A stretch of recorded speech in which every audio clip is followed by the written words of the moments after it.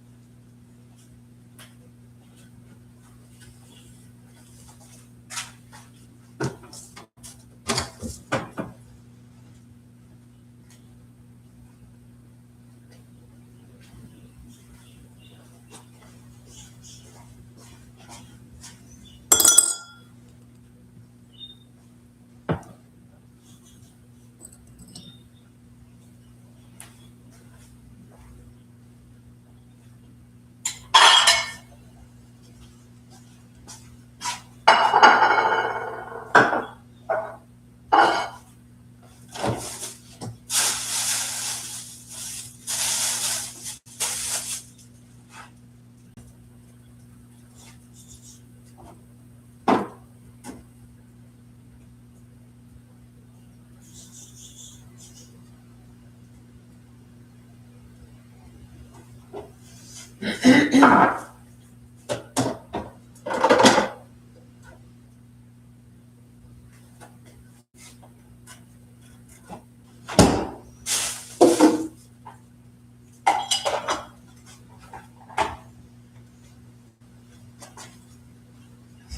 no. Get them off my body, for heaven's sakes. Please.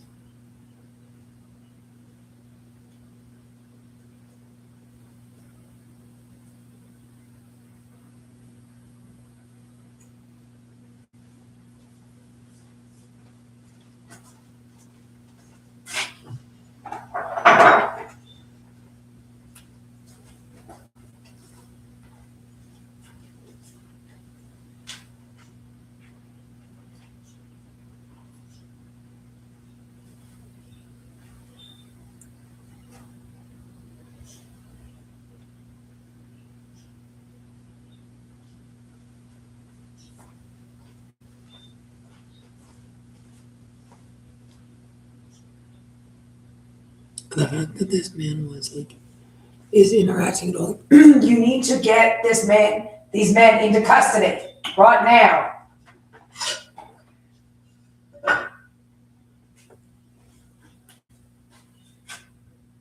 and out of my house. You need to get these monsters. You need to get these monsters into custody right now.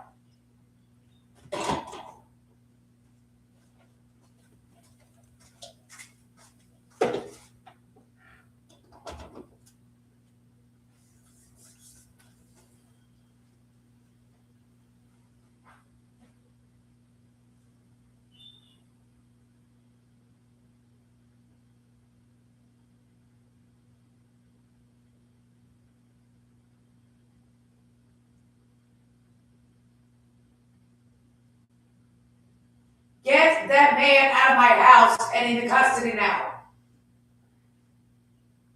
No, I'm still gonna do. Have I stopped doing that before? Get him off my body with that thing.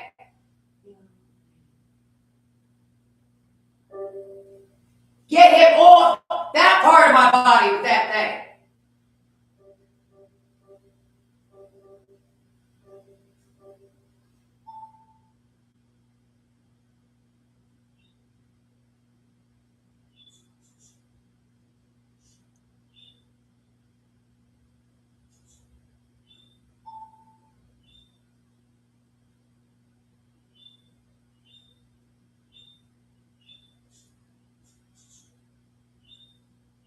No. No, okay.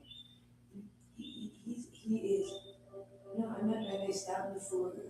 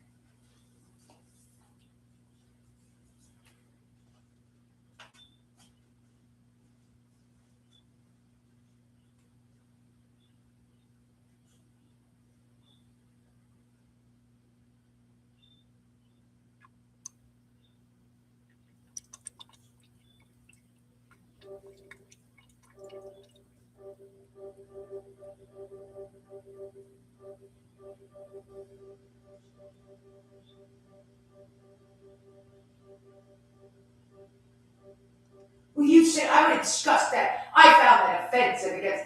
No, no, get the hell away from the other person.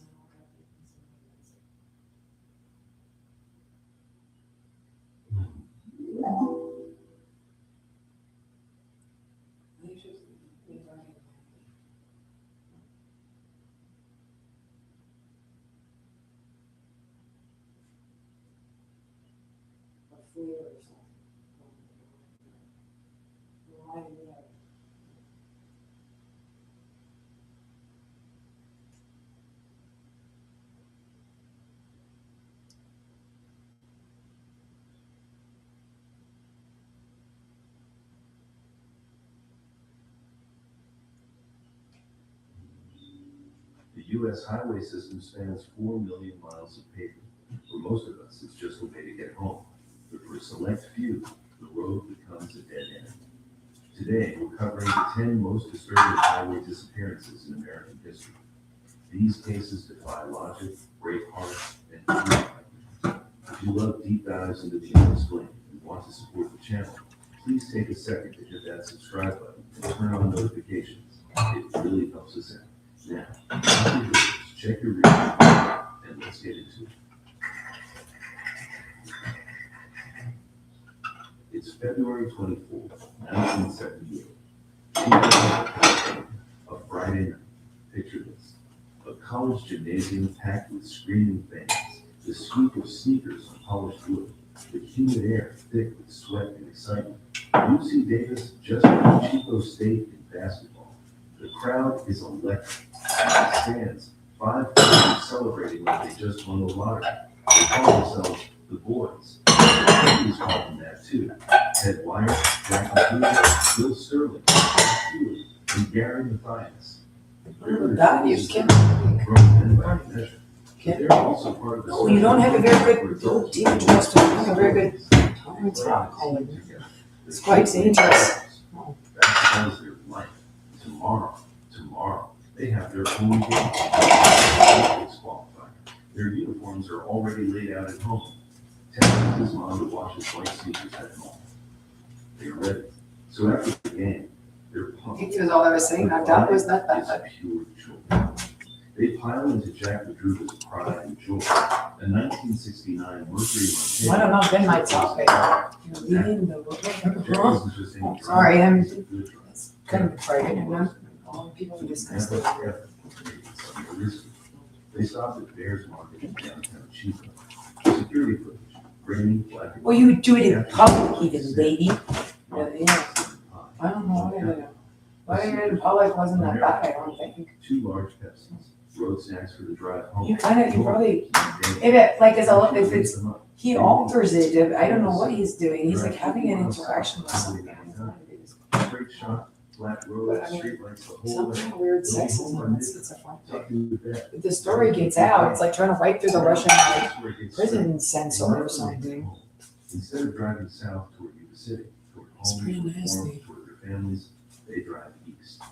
Not a little detour, not a wrong turn corrected by. The football player punched me, so I think of it. He goes like, well, football players should punch you for a reason. Okay. The road transitions from smooth asphalt to gravel to dirt packed with snow. The temperature plummets. The darkness becomes absolute. No streetlights, no moon. The reflexive football player. Montego's headlights. Just kind of ended on that one. No, that was like, okay, that was the other times the football player did something. A place called Rogers County. Actually, I had football, I would play at base. That's on The there. car is found 4 days later. The first thing investigators noticed. You, lady, hang up. I said I got out right away. You know what's happened in No bad problem. situation. You're It seeing isn't that. stuck in a ditch or Scary. right around the tree. Positioned I on was, because it actually is a bit, or actually it is. makes 0 sense in freezing weather, but other intact. The gas tank, Which is all, 1/4 full. To say that out of McGregor, well, that's the kind of things I don't want in neighborhoods like this. Investigators hotline. okay. It starts immediately. What would your mummy say? And think of the shame and the scandal. Okay. Jackie Kruger drove that Mercury 70 miles. What are we talking about? Oh, like 20 years ago. You're not a common girl. Okay, no, you. He navigated that No. the wide abandoned, perfectly functioning car. Oh, okay. From men could have pushed it out of the light soon back in minutes. Could have turned the heater and waited Oh. until dawn. Oh, that's that. But they didn't. Oh. They walked away into the forest, into the snow, into the cold. Now, here's the story that you can use. There was a witness, sort of, Joseph Shantz, a local man. He got in his VW Beetle stuck on that same mountain road earlier that evening. He was waiting in his car, experiencing chest pains from a mild heart attack movement, when he sees headlights approaching from behind. It's the Montego. Shantz watches the car pull up, stop. The headlights go dark. He hears voices, multiple people. He's in pain. He's scared. So he calls out, "Hey, I need help." Immediately, the voices stop. Silence. The headlights don't come back on. Later, he sees flashlight beams moving around the car, circling him. But no one speaks. No one offers help. No one responds. Think about that. 5 guys who just bought snacks and won a basketball game, now skulking around a stranger's car in total silence. Well, that could be a very, you're a very scary experience. That's not lost. That's not confused. That's afraid. To say the 4 least. months pass. The snow melts. Spring arrives. And nothing involves this thing. On Yeah. June 4th, Well, everything does this Forest now. Service No, they're incredibly stumbles upon nasty. something 19 Oh, to say the least. A trailer. A Forest Service maintenance trailer, the kind used by workers in the summer. It's locked with the windows shattered. Someone broke in. He's inside, dead, wrapped in 8 tubes of ammonia. It's the body of a tank line. He's emaciated. Skeleton. He's in nearly 20 times. His beard is going long. Investigators estimate he lived in the trailer for 8 to 13 weeks before dying of starvation. Here's the part that makes absolutely no sense. That trailer was stocked with supplies. There was a full propane tank outside. The valve just needed to be turned. Instantly, Ted was found with frostbitten feet, so severe his toes were gangrous. But he never turned on the heater. There were matches, firewood, a working fireplace. He never lit a fire. Food, bowls of food. In a shed just outside the trailer, investigators found enough sea rations, military-grade food, to feed all 5 men for a year. Hands of It it. is Only a something few were incredibly offensive. candy bars eaten. There, That's it. I mean, you think? Wire started. It's the guy talking about stroking the Bellas earlier today, and Think about this You have some kind of like, Ted wasn't alone. well, it was. Not initially. oh, The bodies of Jack and You Jill- need to get this man into custody. It's a completely insane criminal.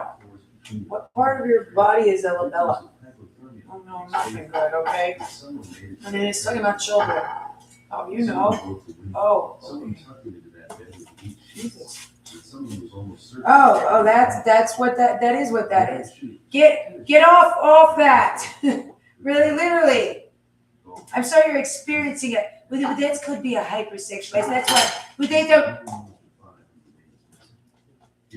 Get away from me. Well, they need it if they're gonna be bad and naughty. Or something. They would have flashbacks from reading the filthiest men in the world. I want to scream about stuff where gang rape and Neto was allowed to do stuff there. I don't really come from here. I don't know either. I get away from me. Oh, and the house. It looks nice this morning. Blah, blah, blah, blah, blah. He's like following around, touching everything like you're doing. Oh, okay. Thank you. And the others, Ted, Jack, Bill, Jack. I heard that word Even as out they loud thought- before I went in. even as they started, or maybe it's the opposite. Maybe Gary was the only one thinking clearly. Maybe he tried to save them. He opened some cans. He took Ted. And then it became clear Ted wasn't going to make it. Gary Get whatever they're doing. Get the tech they're using. It will actually like aim for something and like that is the right side of your left nut, okay? Left testicle. Oh my God. Really? Yeah, it is absolutely horrifying. And he's really obvious that he's talking about how he is doing it to children. And he dared, he's a sewer of a sale. Get that man out of here. Yeah, if he is not broke, they're responsible. Would that just be coming into a different community? But this is, I have no idea what that means when you move, when you're like, it has been a while since I was 18 years old. Well, you could have been a hoodlum. Okay, I'll keep that in mind. I'll, get the child wants to be a hoodlum. Yikes a bit on you. Well, you said that there. You said that there. To say that about that there. Maybe you were dangerous and they didn't do that bad a job. That's kind of what I said. Oh, exactly. Oh. Out of like household things with not wherever you are. Okay? Anything else much happen? No. Oh. Okay.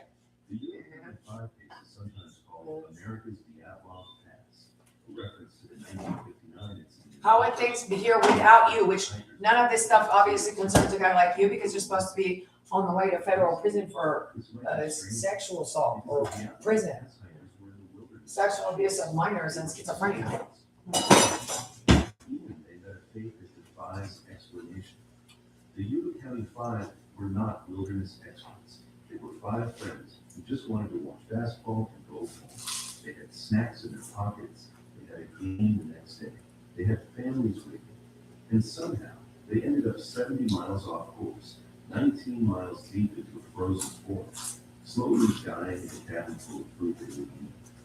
You'll never know why Jack drove up that mountain.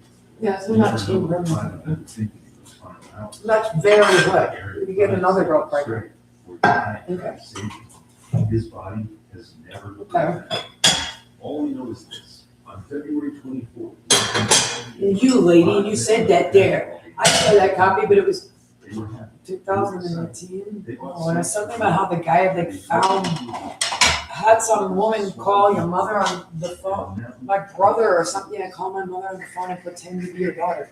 My daughter is fine, she's over there with my brother. She also went to like UNC and my brother and my dad helped pay for it. Bobby and Sharon were at the end of the world. Their marriage is falling. That's weird. Chronic as in I don't know, not really. My mother knows the lady very well. They worked together for years. Bipolar, and spite. Their 6-year-old daughter, Madison, is caught in the middle of it all. It's a very. You need to get the criminals out of things. No, it's you. How bad is it?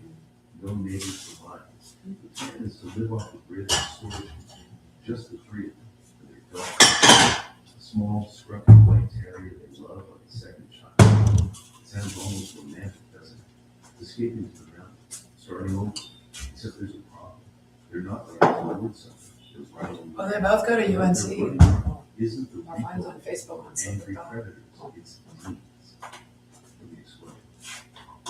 In the weeks leading up to their disappearance, the Jameson household became a house of horror, not in the slasher movie sense, in the slow creeping psychological sense that's somehow worse.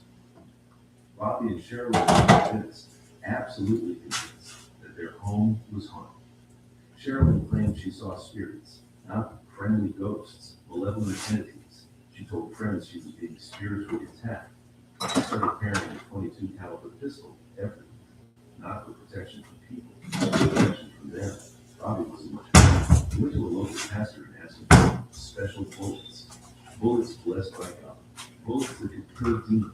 Think about that for a second. A grown man, a father, walking into a church and asking for ammunition to fight invisible monsters in his house. The pastor later said Bobby seemed scared. Not crazy, scared. Sherilyn went further. She started calling herself a witch. She wrote strange things on the walls of their house, graffiti about spells and curses. Investigators would later find what some called a witch's Bible among her belongings. Others said it was just a book on Wicca. But here's the thing. Whether it was real spiritual warfare or shared delusion doesn't matter. What matters is that Bobby and Sherilyn believed it. They lived in a state of siege. They were not distracted. And now they're taking their little girl and driving into the mountains to escape the ghosts.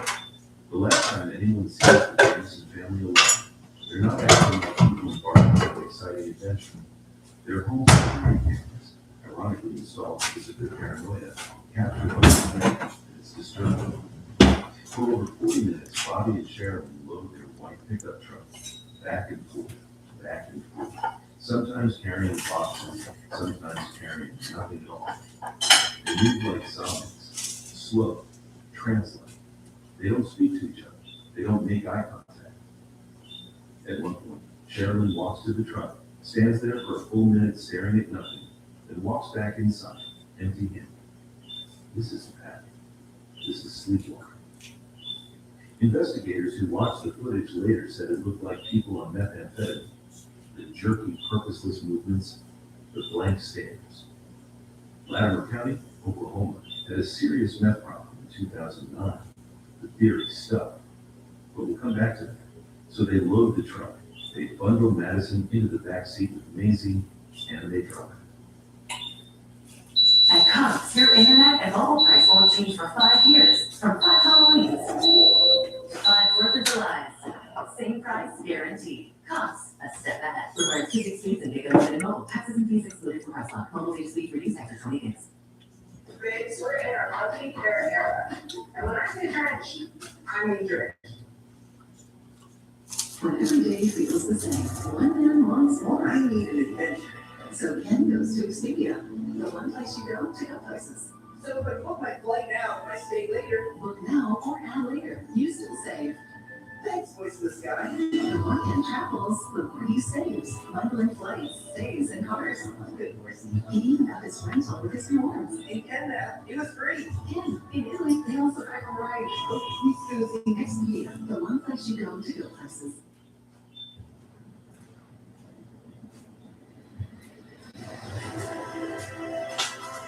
Discover nature's greatest empire.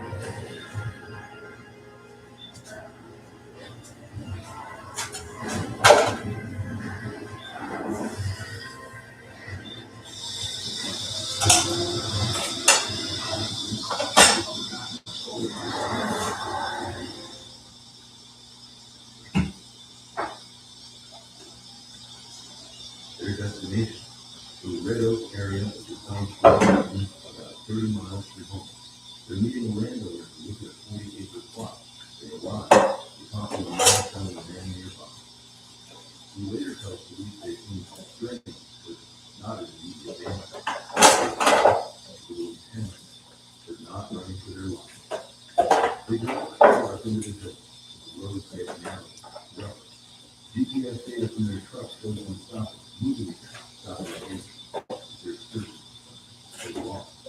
And then, 8 days later, on October 15th, a hunter stumbles across their truck. Wow. All 3 wheels. The windows are up.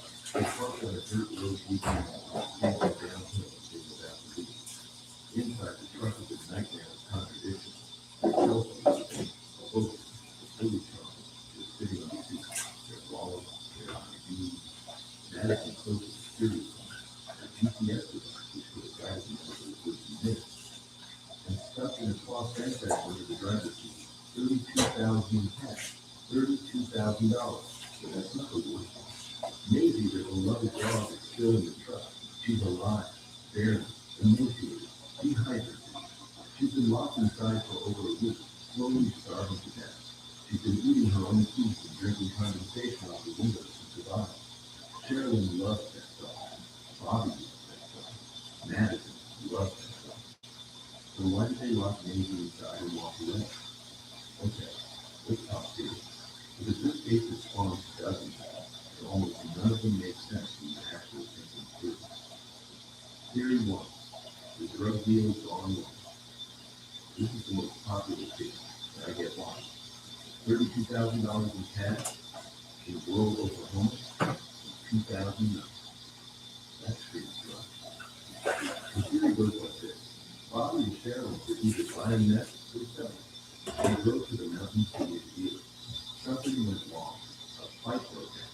The dealer killed them, took the drugs, and left. But here's the problem. If you're a drug dealer and you just murdered 3 people, including a 6-year-old child, why would you lose $32,000 sitting in the truck? That's not how criminals work. Money is the point of the crime. You don't kill someone over a drug deal and then predict to take the cash. That's not cold blooded. That's nonsensical. And lock dogs inside the truck. They shoot and let them run off. Locking the doors suggests whoever left that truck expects to come back or wonders to look at it. So the truck here, it doesn't hold long. Theory 2. Murder suicide. This one's dark. The theory suggests that Bobby was Sharon, decided to end it all. And stay with the family from the beach.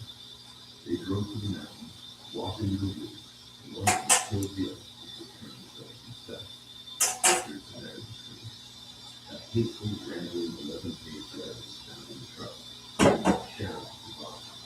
It was full of rape, accusations, paranoia, their marriage was people. And then there's the final photo. Investigators found a cell phone in the truck with a picture of Madison standing on the dirt road. Her arms are crossed. She's not smiling. She's looking away from the photograph. Some people think she was bored. But she is tired of being dragged around by her parents. Others say she was scared. If you believe the murder-suicide case, that girl was the last one, a little girl who knows something terrible is about to happen. But here's the problem with this theory too. The body. 4 years later, 4 years, hunters find skeletal remains about 3 miles from the truck.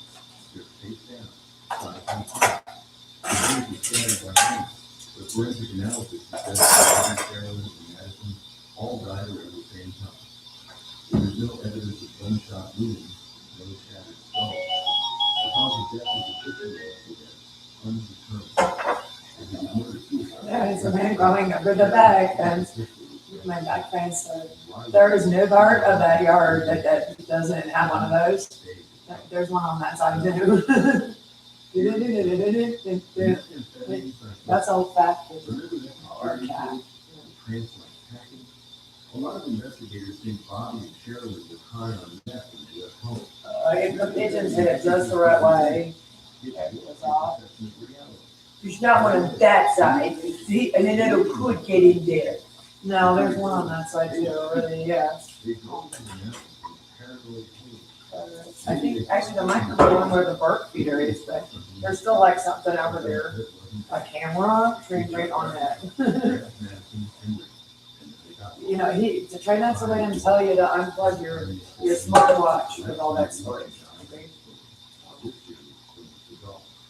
$2,000 is a lot of money for it. Well, yeah, or something. You forget the money. You forget everything except the imaginary threat cases. But, and this is a big but, no drugs were found in the truck. No meth, no pipe, no bag. And because the bodies were skeletal by the time they were found, toxicology was impossible. You never know if they had meth in the system. So this theory is plausible. But unprovable. Theory 4. The third party. What if someone else was there? What if Bobby and Cheryl met someone that doesn't know? A local, a drifter, someone who saw an opportunity. Maybe they asked for help. Maybe the stranger seemed friendly first. And then he pulled a gun. He forced them out of the truck, marched them into the woods, killed them. And then, what? Forgot to take the money, got spooked and ran? It's possible. But it requires a very specific kind of discovery and kill. Someone ruthless enough to murder a family, but careless enough to leave a fortune behind. And again, I can't believe, like, I don't know, I'm gonna just have to, like, I mean, I'm sleeping enough so that I'm alive, I guess, from the stalking and the assault. 2 hunters are walking through the San Luis Mountains when they find something. Bones. Human bones. 3 skulls face down in the dirt, just a few miles from the Strong's Ferry. DNA confirms it. Bobby, Sheridan, and Madison Jansen. The medical exam. These men need to be taken into custody now. No cold bones. No signs of blunt force trauma. The bones are too degraded to tell us how they died. All we know is that a family of 3 walked into those mountains in October 2000. All of them. You need to like just disband them or something. We're not allowed to congregate here and do this. A couple spiraling into madness, convinced they would be hunted by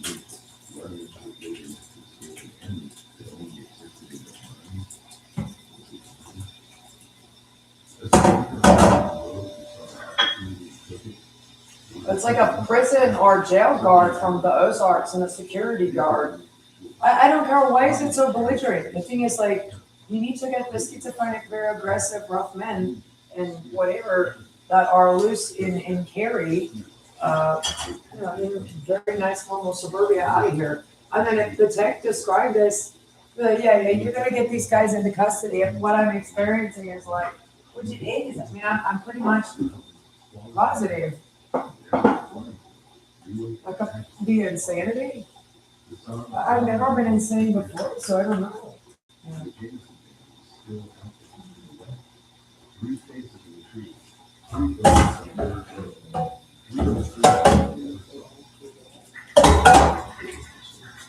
the January 2nd. You need to get that man out of uniform and into custody. The new millennium has just begun. Y2K didn't end the world. Computers didn't crash. Life goes on. For 18-year-old Zeb Quinn, life is pretty good. Zeb works at Walmart. Not glamorous, but it's steady. He's saving money. He's got plans. He's a senior in high school. Well, technically, he's doing a work study program through his ROTC. He's responsible, ambitious. The kind of kid who shows up on time, does his job, and doesn't cause trouble. He's also a car guy. Like a lot of 18-year-old boys, he's obsessed with getting a cooler ride. He's driving a white 1985 Mazda Protege. Reliable, but boring. What he wants is a Mitsubishi Eclipse. Sleek, fast, the kind of car that turns heads. And tonight, January 2nd, Zeb thinks he might have found him. His co-worker, Robert Jason Owens, tells him he knows a guy selling an Eclipse. Owens is 21, a few years older than Zeb, and they're friendly. Not best friends, but work buddies. The kind of guys who chat during their shift and maybe grab a burger after. So the plan is simple. They'll both get off their 9 p.m. shift at Walmart, and they'll drive separately to go look at this car. Zeb will follow Owens in his Mazda. Owens will lead the way in his truck. Totally normal. Totally mundane. Zeb clocks out at 9 p.m. He heads to the parking lot. He meets up with Owens. They get in their separate vehicles. Zeb is excited. Maybe tonight he'll finally get that Eclipse. And then, nothing. Zeb Quinn vanishes. Let me be clear about who Zeb was, because it matters. He wasn't a runner. He wasn't into drugs. He wasn't in trouble. He was close with his family, especially his mom, Denise. He had a younger sister. He called home regularly. He was planning to go to college. This was not a kid who would just disappear. His mom later said Zeb was careful, cautious even. He wouldn't get into a stranger's car. He wouldn't take unnecessary risks. He was the kind of kid who did everything by the book. So when he drove off into the night on January 2nd, 2000, following a co-worker to look at the car, it should have been routine. But it wasn't. Here's how the night unfolds. Zeb and Owens leave the Walmart parking lot around 9:15 p.m. They're driving separately. Owens is in the lead in his truck. Zeb is behind him in the white Mazda. They're heading east toward the Biltmore Forest area. It's dark. The roads are wide. It's January, so it's cold, probably in the 40s. And then, about 15 or 20 minutes into the drive, something happens. Zeb flashes his headlights at Owens. The universal signal. Pull over, stop. Something happens. Owens plays into the gas station. Zeb pulls him behind. Gets out of the car. He's now remember, this is the year 2000. Cell phones exist, but not everyone has one. Zeb has a pager. He just got a message in Persian. He tells Owens he needs to find his payphone right now. So Zeb goes to the payphone at the gas station, makes a call. Owens later says he couldn't hear what Zeb said, but he could see him through the glass. He was talking, listening, stressed. A few minutes later, Zeb comes up. And he's different. He's rapid. He tells Owens, I can't go with the car. I have to go. So he can. Owens asks what's wrong. Zeb doesn't really explain. He just says he has to leave. And then, in his hurry to get back on the road, Zeb accidentally rear-ends Owens' truck. Not hard, just a light tap. He apologizes. He seems frantic.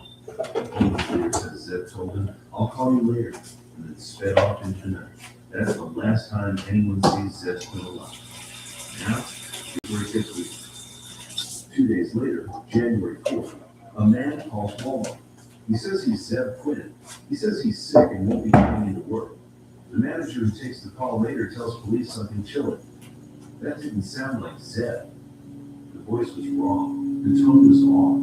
Investigators traced the call. It came from a patient on the Volvo stand in Asheville, the same plant where Robert Jason Owens was. When confronted, Owens admits he made the call, but he has an explanation. Zeb asked him to call in sick on his behalf. Zeb was dealing with something and needed a few days off. Okay, sure, let's say that's true. But then, why hasn't Zeb come home?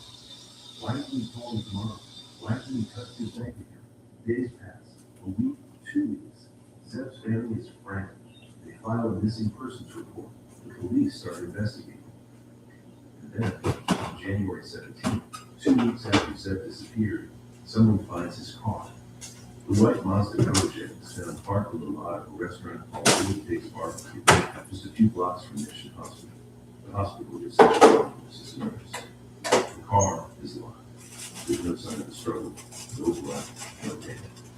When the police unlock the doors and look inside, they find two things that turn this case from a missing person investigation into one of the most bizarre, unsolved mysteries of American true crime.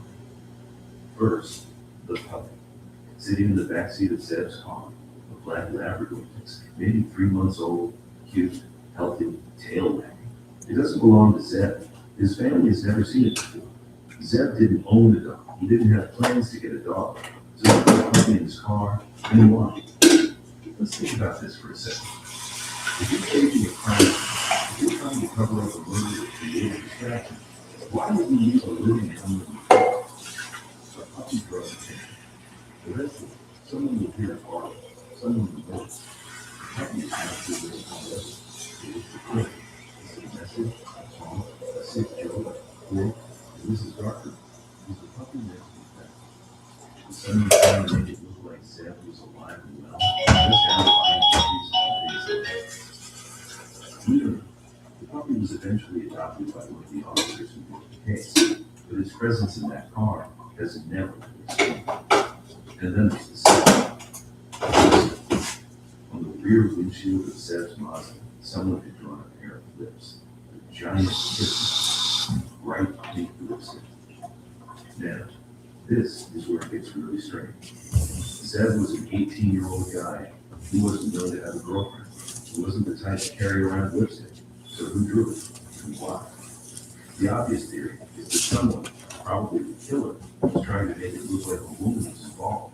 Like this was some kind of romantic drama, a jealous girlfriend, a lover's quarrel. But here's the problem.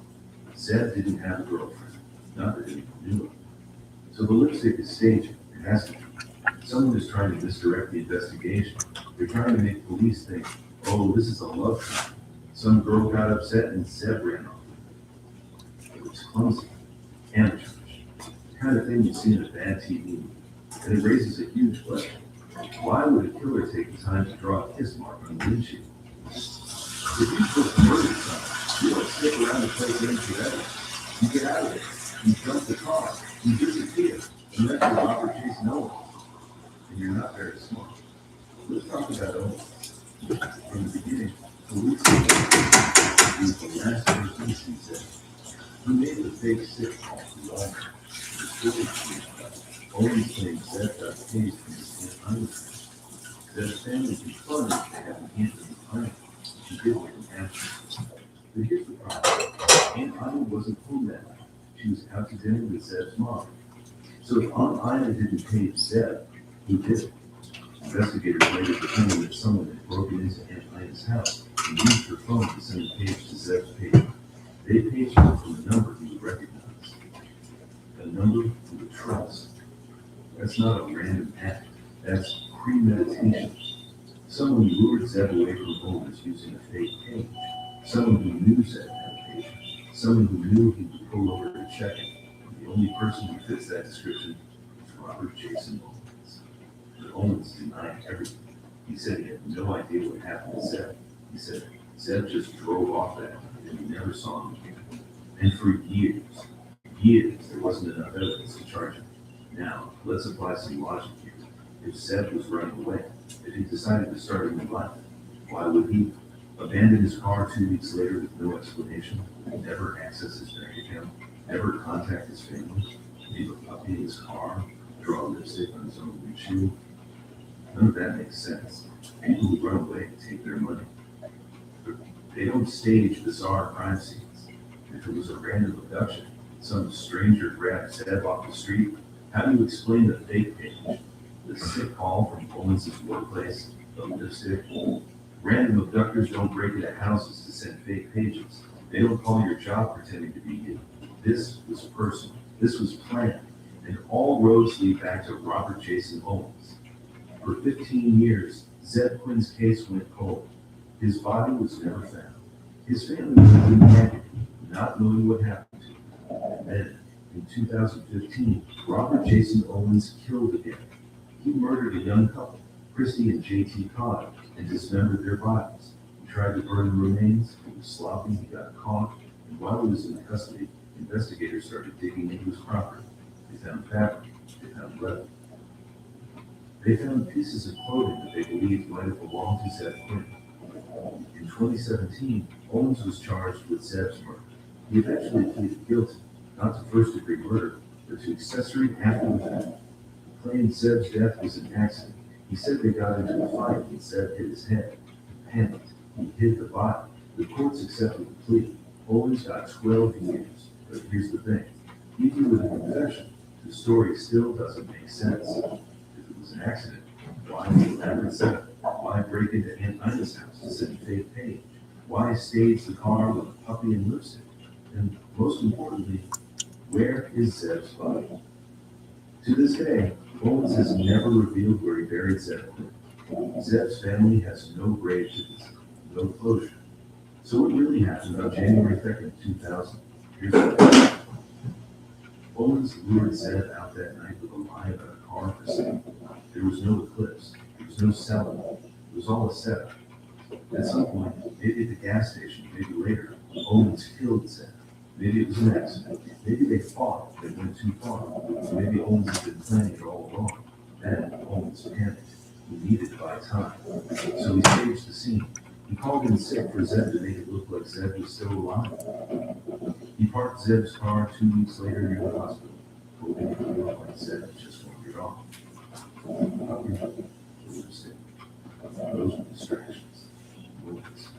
Owens wanted to create a mystery, a puzzle that sent investigators chasing ghosts instead of looking. For 15 years, it didn't. Here's what awesome. Even now, even with Owens behind bars, we still don't know the truth. We don't know where Zeb is. We don't know why Owens killed him. We don't know what that page said. What Zeb heard on that payphone that made him so scared. All we know is this. On January 2nd, 2000, an 18-year-old kid clocked out of his shift at Walmart, excited to go look for the car. He drove off with the night, following the man he thought was his friend. He never came home. The puppy and the lipstick were strange, inexplicable clues in a case that should have been settled. Zeb Quinn is still out there, somewhere in the mountains of North Carolina. The mystery of what really happened that night is very clear. September 20th, 1988, Atlanta, New Mexico. It's a Tuesday morning. The sky is a flawless, endless blue, the kind of blue you only get in the high desert. The air is crisp but warming up fast. By noon, it'll be hot. But right now, at 9:38, it's perfect cycling weather. This is Tara Calico's favorite time of day. Tara is 19 years old. She's a sophomore at the University of New Mexico in Albuquerque, majoring in psychology. She's smart, driven, and disciplined. No! Please get this animal into custody now! No! No, you're not allowed to use the embargoes police ground or to sexually assault my. Get him into custody now and get him out of my house. No, you're not arresting me again. Well, I got away with it before in incredibly evil levels of kidnapping and domestic violence and sexual abuse also again. She's a mixture, a constant, and that routine, that predictability, is what makes her vulnerable. Let me paint you a picture of Highway 47. It's It's a 2-lane road cutting through the high desert plains. No, I need this man not stalking me anymore. Every sound, every movement, able to touch me, follow me anywhere. You need to take his access to in progress. What do you call it? In progress. Things you use to catch criminals that are in progress that law enforcement has away from these animals. And if someone decides to follow you, to stalk you, they can do it in broad daylight. Because out here, there's nowhere to hide. There's nowhere to run. Tara's mother. No, you do not. You know, Jim a little on this. She told Tara she felt uncomfortable. Jim a little because gang raped the animal, the beast Netto was put in a police uniform and brought into my community. Jim, he has been stalking me. He just stalks me. I'm not a man who committed a crime in Baltimore who is now down in Raleigh or something. The filthy Netto's got to get in there. I've been in the same apartment for 8 years prior to the arrest. Who would open the door when gang rape Netto's got to get in the house? Who to say gang rape Netto was the only. You realize how incredibly rough and criminal the man is sexually assaulting a child to death in the background on that day. Okay, these are incredibly criminal males. The incredible horror of my kidnapping in 2021 again. Okay. Also, that don't have nothing to do with crime. Yours, okay? Neither does whatever you just said on that. Look, I can absolutely terrorize people on that because they reported. I don't know. This is a really strange, as always, out of your day. Yeah.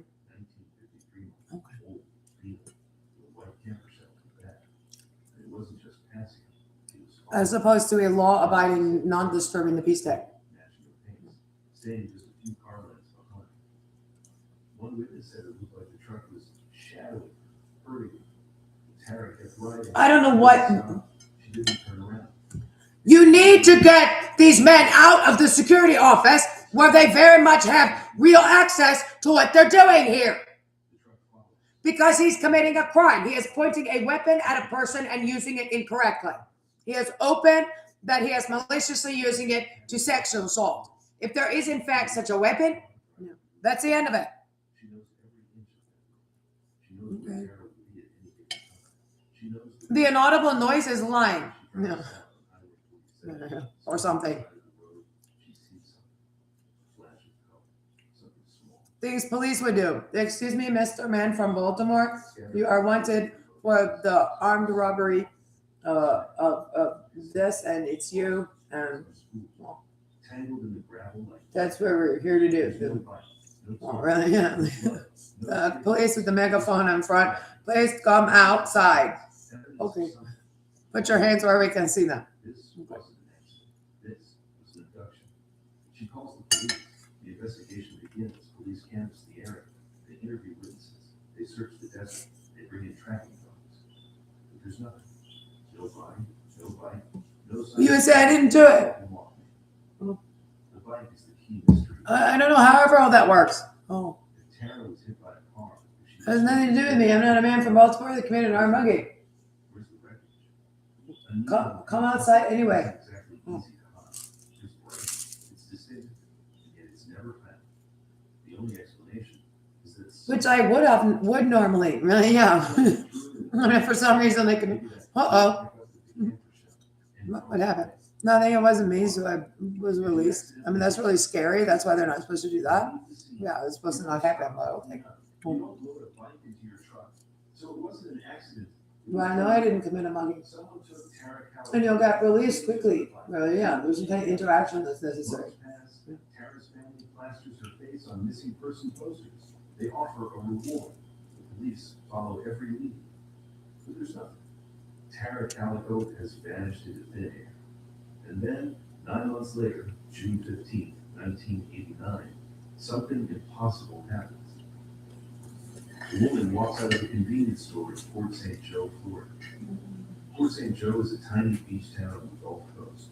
1/500 miles away from the landmark. As she walked to her car, she noticed something on the ground.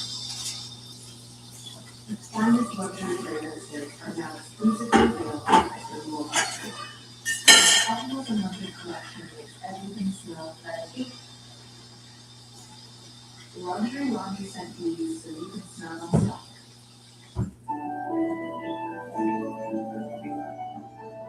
Hey! Hey again! About that.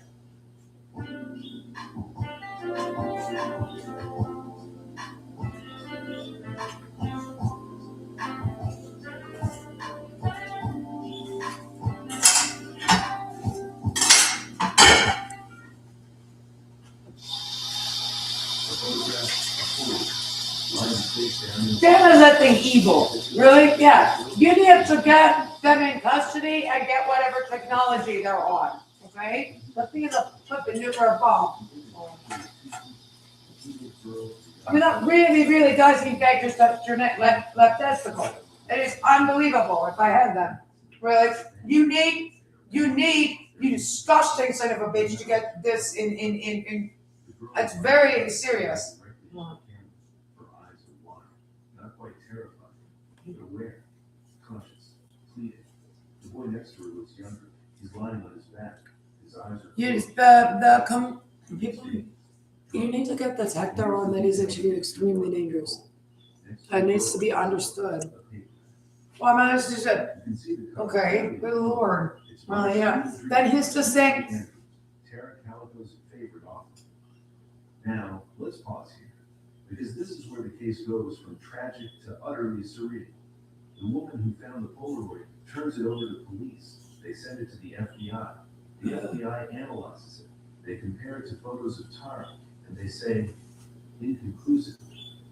They can't definitively say the girl in the photo is Tara Calico. But Scotland Yard, yes, Scotland Yard, because they got involved in the family's request. They analyzed the photo, and they say it is Tara. Los Alamos National Laboratory also examines it. They say it's not her. So, who's right? Tara's mother, Patty, looks at the photo, and without hesitation, she says, "That is my daughter." She points to a scar on the girl's leg. Tara had an identical scar from a car accident when she was younger. She points to the book. V.C. Andrews was Tara's obsession. She read every book. She carried them everywhere. And she points to the look in the girl's eyes. A mother knows her child. If the authorities won't commit, the photo remains unconfirmed. Okay, let's apply some logic here. If this photo is real, if it really is Tara Calico, then someone held her captive for 9 months. 9 months. From September 1988 to June 1989. so the fact that these guys, you need to just get arrest the guy. Like if a guy came up to you and was doing something crazy, it would be really, they would just get arrested. Or just if you came up to somebody out of law enforcement, security, or wherever this dude is operating out of. The captors were trapped. They stopped at the convenience store. The photo fell out of their vehicle. They didn't notice, but that doesn't make sense. Who keeps a Polaroid of their kidnapped victims just lying around? You'd hide it. You'd destroy it. You wouldn't carry it loose in your pocket. 2, it was intentional. Someone wanted the photo to be found. Maybe Tara herself. Maybe she dropped it during a moment of opportunity, a bathroom stop, a gas station, hoping someone would see it and call the police. That's possible. But if that's true, it means Tara was alive in June 1989. And if she was alive then, where is she now? 3, it's not Tara. The photo is real, but it's a different crime, a different girl, a different abduction. But then how do you explain the scar, the book, the resemblance? The odds of a random girl in a random photo having the same scar and the same taste in books as Tara Calico are astronomical. And then there's the boy in the photo. Initially, investigators thought it might be Michael Henry, a 9-year-old boy who went missing from New Mexico around the same time as Tara. But in 1990, Michael's body was found in the Zuni Mountains. He died of exposure. He was never kidnapped. So the boy in the Polaroid is not Michael Henry, which means there's another victim, another missing child.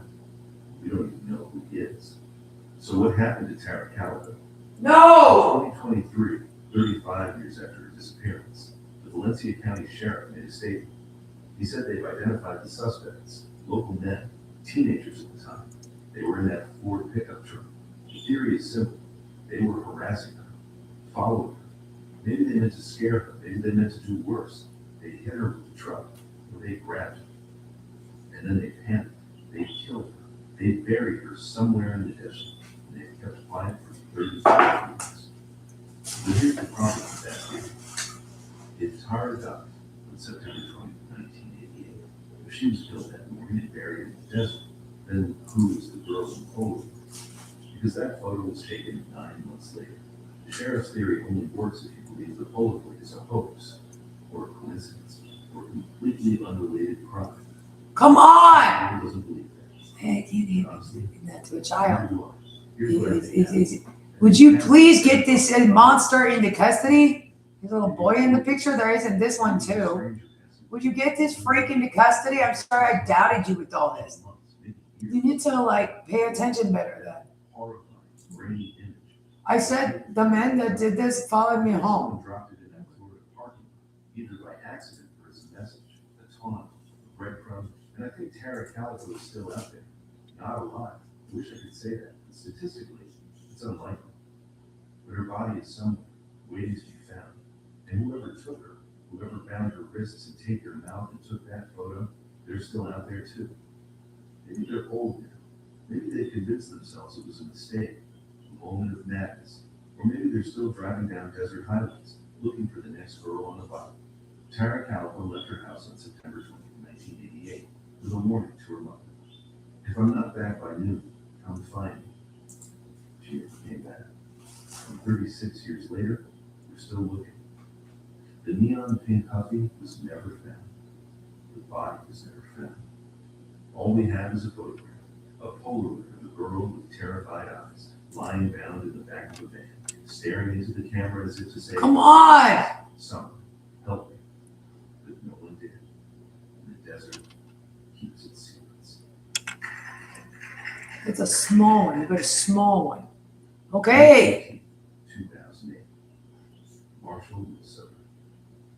It's the end of the spring semester at Minnesota West Community and Technical College. Finals are over. Summer's He wants this to be like bipolar disorder. You need to get the technology this piece of crap is on. Brandon's a good kid. The ability is extremely dangerous in this schizophrenic security guard's hands. But feels for the future. He's responsible. He doesn't get into trouble. He's close with his family. He calls home regularly. Tonight he's at a party in Lynn, a small town about 7 miles southwest of Marshall. It's a typical college party. Music, friends, a few drinks, nothing crazy. Around 1 a.m., Brandon decides to head home. He's got his white Chevy Lumina. The plan is simple. Drive the back roads to Marshall, avoid the main highway. Are you looking at calendars? Yeah. Okay. It's a smart move. That's what that thing just said. We can hear it. Love to set up DUI checkpoints on nights like this. So Brandon gets in his car. He pulls out of the driveway. He heads east toward Marshall. And somewhere in the darkness, on a gravel road he thinks he knows, he makes a mistake. Let me paint you a picture of rural Minnesota in the middle. Can't afford that. It's dark. Not city dark. I don't care. Not, oh, the streetlight is half dark. This is absolute darkness. The kind where you can't see your hand in front of your face if you step outside the beam of your headlights. The roads are a maze, gravel, narrow, unmarked. Every intersection looks the same. Every field stretches on forever. There are no landmarks, no signs, just dirt roads and cold. And on this particular night, May 14, 2008, there's no moon. Brandon is driving carefully. He's being cautious. But at some point, he misjudges a turn. The shoulder of the road slopes sharply. Before he realizes what's happening, the Lumina slides into a ditch.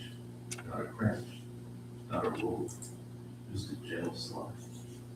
The car is high center. The undercarriage is resting on the embankment, wheels spinning in the air. Brandon is fine. Not hurt, not drunk, just stuck. He gets out of the car, he looks around.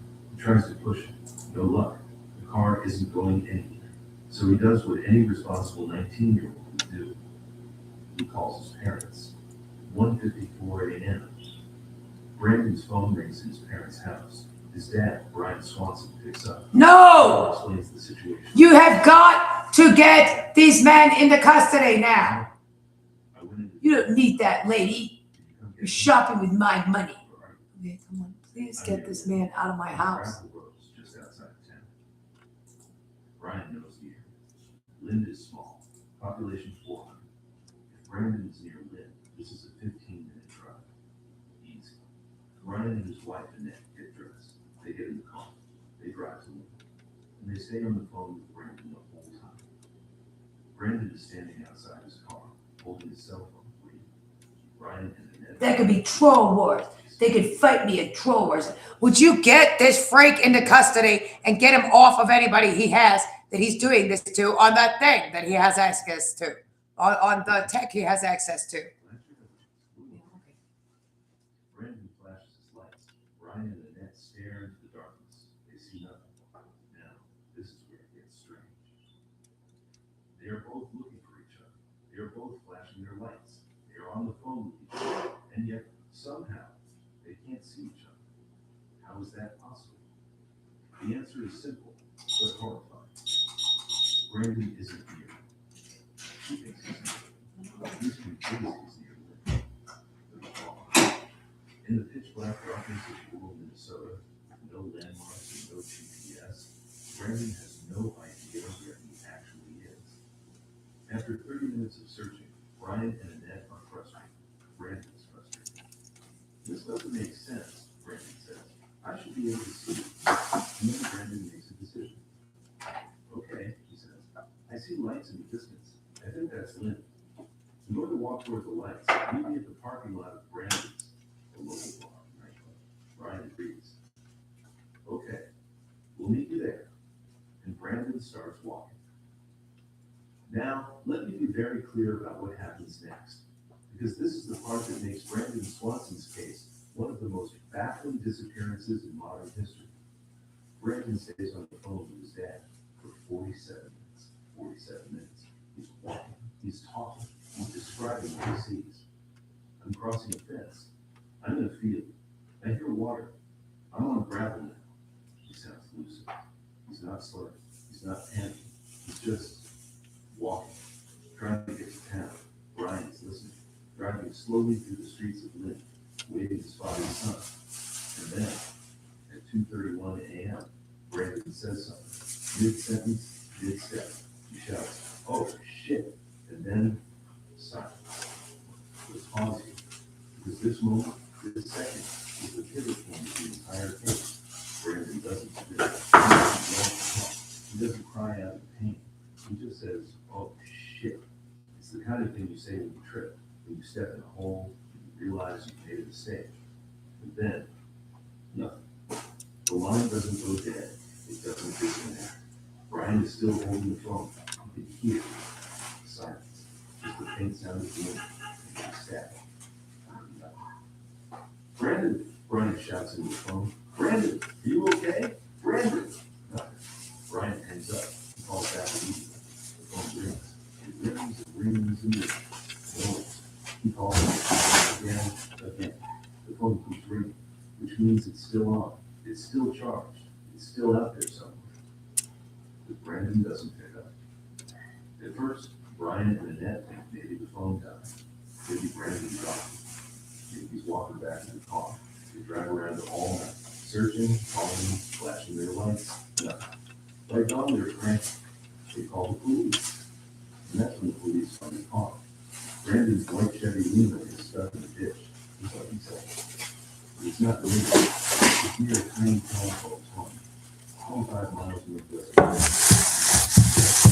That's in Brandon thought he was near Lynn. He was absolutely convinced. He gave his parents specific directions. He described the area, and he was wrong by 25 miles. How does that happen?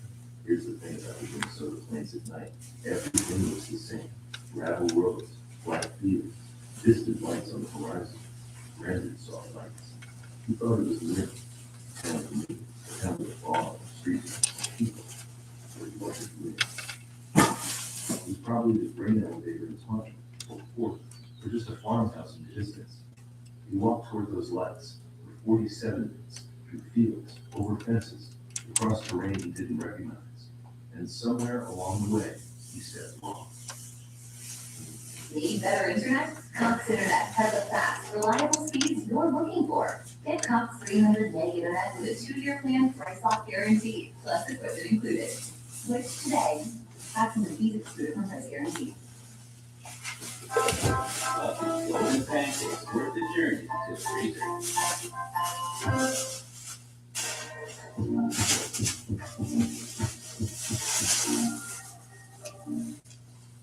Looking for new furniture at huge discounts? Shop Ashley's President's Day sale, where you can shop the season's top styles with presidential deals as low as $349. Living rooms, dining rooms, bedrooms, all at incredible sale prices. Grab your W-2 and file your taxes 100%. Plus, get your biggest refund.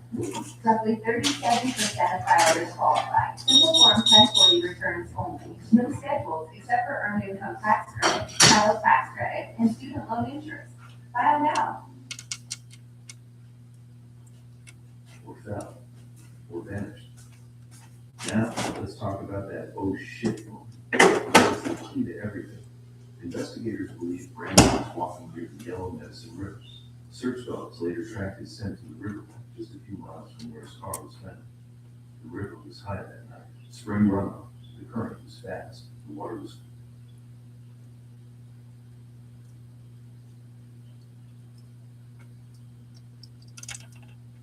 It's 7:15 in the morning on Friday, November 21, 1980. Up on the 19th floor of the It's 7:15 in the morning on Friday, November 21, 1980. Up on the 19th floor of the MGM Grand Hotel, a 48-year-old Midwestern businessman, Arthur, is dead asleep. He and his wife flew into Las Vegas a couple of days ago to celebrate their anniversary. They spent the night down in the casino, drinking complimentary scotch, laying the tables, soaking in the absolute artificial perfection of the world's largest resort. Now he's sleeping off the hangover of the $75 a night suite. The room is pitch black. The curtains in these high-end suites are heavy, designed specifically to block out the blinding Nevada sun so gamblers can sleep until noon. The room is also completely soundproof. You can't hear the traffic on the strip. You can't hear the maze in the hallway. It is a perfectly engineered, climate-controlled vault. But as Arthur sleeps, something wakes him up. It isn't a loud noise. It isn't fire alarm because there isn't one breathing. It's a smell. Arthur groggily opens his So eyes. feel In the depressed. darkness, he blinks. Get that man into custody now! Next to him, Arthur, did you leave the coffee maker on? There's a shot in a net. Arthur sits up. He rubs his face. No. Did you need that for something, ladies? I didn't turn it on. He We swings used his to legs stay out trash bags for in that. the plush synthetic carpet. Dirty. He walks over to the door, peer out into the hallway, thinking maybe someone dropped a cigar out there. He reaches out, grabs the brass doorknob, and pulls the door open. He doesn't step out. He sits. Instead of a long, brightly lit hallway with floor wallpaper, Arthur is staring into a solid, impenetrable wall of pitch black. No! It's thick, oily, and churning, a living thing. And the moment that door opens, the smoke rolls into his pristine hotel room. It instantly burns his eyes. He takes a half breath and immediately drops to his knees, violently gagging. This isn't just wood smoke. This is a toxic cocktail of hydrogen fluoride and carbon monoxide, born from thousands of pounds of melted PVC pipe and polyurethane films burning hundreds of feet below them. Arthur slams the door shut.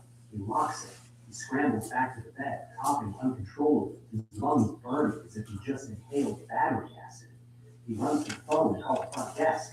The line is dead. He runs to the window, lifts back those heavy blackout curtains and looks down. That's when he sees it. And then 10 stories below, the massive glass facade of the MGM Grand Casino is gone.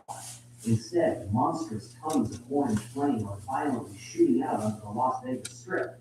He watches in absolute horror as a fireball, superheated to 2,000 degrees, rolls out of the front doors. Down the street, people are running for their lives. Fire engines are screaming into the driveway. Arthur looks back at his wife. She is clutching a pillow over her face, terrified. They are trapped in a 26-story chimney, and the fire is at the bottom. Nobody is coming to knock on their door. Nobody is going to carry them out. If they stay in this room, they are going to suffer. If they go into that pitch black hallway, they will die in minutes.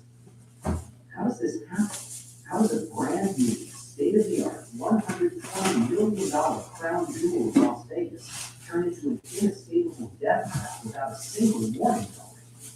To understand that, we have to rewind the clock. We have to leave Arthur up on the 19th floor first, go back 8 years, and look at the men who built this trap in the first place. Let me paint a picture for you of what Las Vegas was like in 1970. The mob era was starting to build, and corporate mega resort era was being born. The man leading the charge was Christopher Corey. He was a billionaire, a former aviator, and the owner of the Metro Goldwyn Mayer film studio. The whole he wanted to build when the blueprints for the MGM Grand were drawn up, the sheer scale of it was hard to comprehend. We are talking about 2 million square feet, 18 million bricks, 4 million pounds of granite. The casino floor alone was so massive you could fit a Boeing 747 inside and still have room for a couple of crowds. But right now, they make perfect, I'll respond to that, but yeah, they make perfectly good, freezer bags. All urethane foam shoes, aisles of flexible wiring, tiny varnished handling tables. You are essentially building a giant furnace with highly combustible fuel. Naturally, the Clark County Fire Department looked at these blueprints and said, okay, this is a massive fire pit. We need to install a comprehensive automatic fire sprinkler system across the entire main floor. Imagine the boardroom with the account developers, the accountants, and the architects. The accountants are looking at the spreadsheet. Installing a state-of-the-art sprinkler system across a 2 million square foot facility is going to cost an additional $192,000. Now, keep in mind, the total budget for the hotel is $120,000. That $192,000 represents less than 0.2% of 1% of the entire project cost. The executives push back. They look at the fire inspectors and make an argument that in hindsight is completely killing. Look, hotel executives say, this is Las Vegas. We don't have closing time. This casino is going to be occupied 24 hours a day, 7 days a week. Oh my gosh, I want so much ginger. There are always going to be hundreds of employees on the floor. Dealers, pit bosses, waitresses, security guards. It's okay, I love ginger. Say a guy drops a cigarette on a craps table or a trash can catches fire. One of our guys can see it instantly. We'll grab a fire extinguisher, put it out before it comes to life. You can freeze it too, there's absolutely nothing wrong with freezing ginger. Against our imported crystal chandeliers. You can take baths in ginger. I mean, I do like a inside of the elbow test. If you wrap it in cheesecloth, it'll make you sweat out fever really well. It helps with inflammation. I do it whenever I get a cold. Clears you right out. It really helps. It lowers your, like raises your body temp or something like that. Again, I'd see if you're allergic to it first, because you're bathing in it. And it's a little like MGM Grand Hotel, the largest strong or something. hotel in the world. It freezes just gone. I'm just gonna have to maintain, you know. Plastics and synthetic foams and Right now, install so- exactly 0 automatic. Put some ginger up. Figure out what I wanna eat. I do know. Sauerkraut and cheese bratwurst. 2 things of it. Already I saw the chutney. 2 days of bratwurst. That happened in like Raleigh because it's not expensive, but the Lowe's has like, you know, they have those pre-made sausages and different chutneys. They're already like pre-cooked and they're food, sausages food. But cheese bratwurst, and I like pepperoni, pepper, red pepper, and marinara sauce. That's good with cheese and sauerkraut. So they're the like better cheddar sausages. Well, you want to starve. I'm getting a little tired of it. Just as there on its food. I got stuff for sweet and sour pork. What else I got here? Meatballs. Chicken patties and Alfredo, marinara, artichoke, mushrooms, jalapeno, cream corn, cornbread, food, meatballs, spaghetti sauce, and it's not that lasagna. It's lasagna. On the first floor of this. It's not really like, I'm not sure. Corned beef. Corned beef. When the hotel first opened, you could get a. Their little heads, I got put their tree log in there. All the little heads, their Patty's little head is like in that, in the tree log. I'm finished reading that already. Oh, sweet creature. That's the same bird, Patty, the one where like, the one in next to the rainbow that I'm holding. She looks like she's smiling. I love Patty. She's such a nice little creature. Darkest hours of the morning. The thunk of the birds are nice. Yeah, they look nice. Sometime after the hotel opened, management decided to add over 300 CCTV displays into the Delta. To make this work, contractors had to run electrical wires and copper freon pipes from the display case up into a hollow Corned beef socket brisket. that enclosed space inside the wall. Sweet sour pork. Let's shoot down and go inside that wall space. It's pitch black. It is filled with bone dry 2x4 wooden studs that make up the frame. And snaking through this tight space are the copper pipes carrying the refrigerator. 5-pack wrapped mac and cheese. Here is the engineering reality of a commercial refrigeration unit. It vibrates. When that heavy-duty compressor kicks on, it sends a low, constant, microscopic tremor through those copper pipes. Day after day, month after month, year after year, those copper pipes vibrated inside that dark wall. And as they vibrated, they rubbed against the outer insulation. There's a lot of the energy. ventilator. That's okay. Oh, Imagine taking a piece of fine grit sandpaper to a thick plastic cable. If you It rub freezes once, just nothing fine. happens. But if you rub it continuously for years, eventually you wear right through that was it. not expensive. It's good for your helps with like pain. November 21st, 1980, the insulation gave way. Ginger helps with inflammation. The bare, energized copper wire made direct physical contact with the grounded metal surface. In a perfectly designed system, this causes a dead short. A massive spike of electricity rushes through the wire. The circuit breaker in the basement recognizes the surge, and it aggressively trips the system, killing the power in a fraction of a second. But that didn't happen here. Everybody loves this, but Poor insulation and the What awkward feelings? angle of the wires wasn't their clean, solid contact. It was intermittent. The wire was bouncing, barely grazing. bourbon, baked pear, and This wine is a beach and phenomenon known in That's your fire tip, no, that's the as one. arc trapping. Instead of tripping the breaker, the current jumped a microscopic gap between the bare wire and the metal.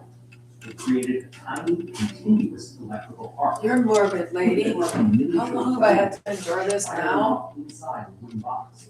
The temperature of the electrical arc can easily exceed the elevation Fahrenheit, hot enough to instantly melt copper.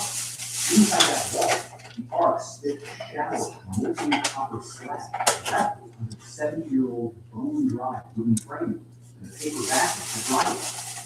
The wood didn't just catch fire, it baked. Now, you might be asking, if a fire started in the wall, why didn't the smoke immediately pour out into the restaurant? Why didn't a night watch smoke? Because of the oxygen, or rather, the lack of it.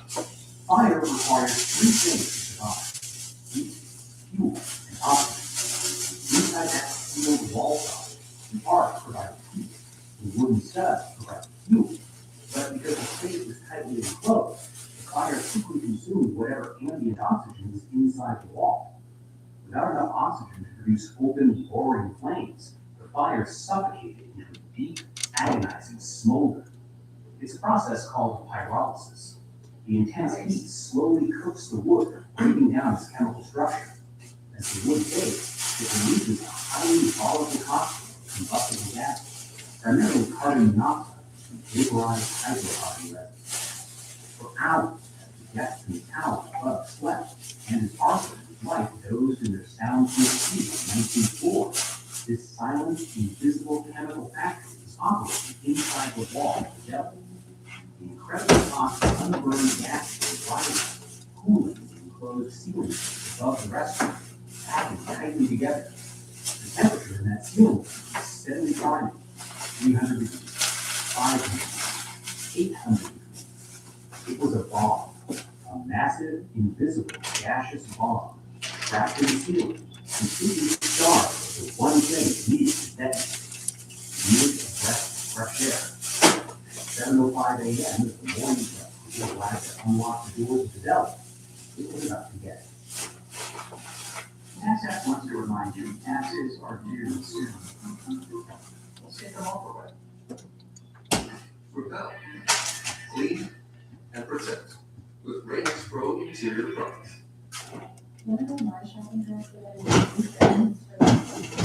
Can make a cheesecake, stuff for cheesecake, butter.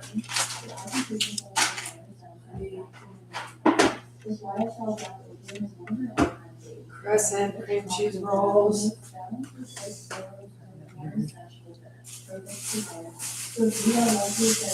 That stuff for crock pot, apple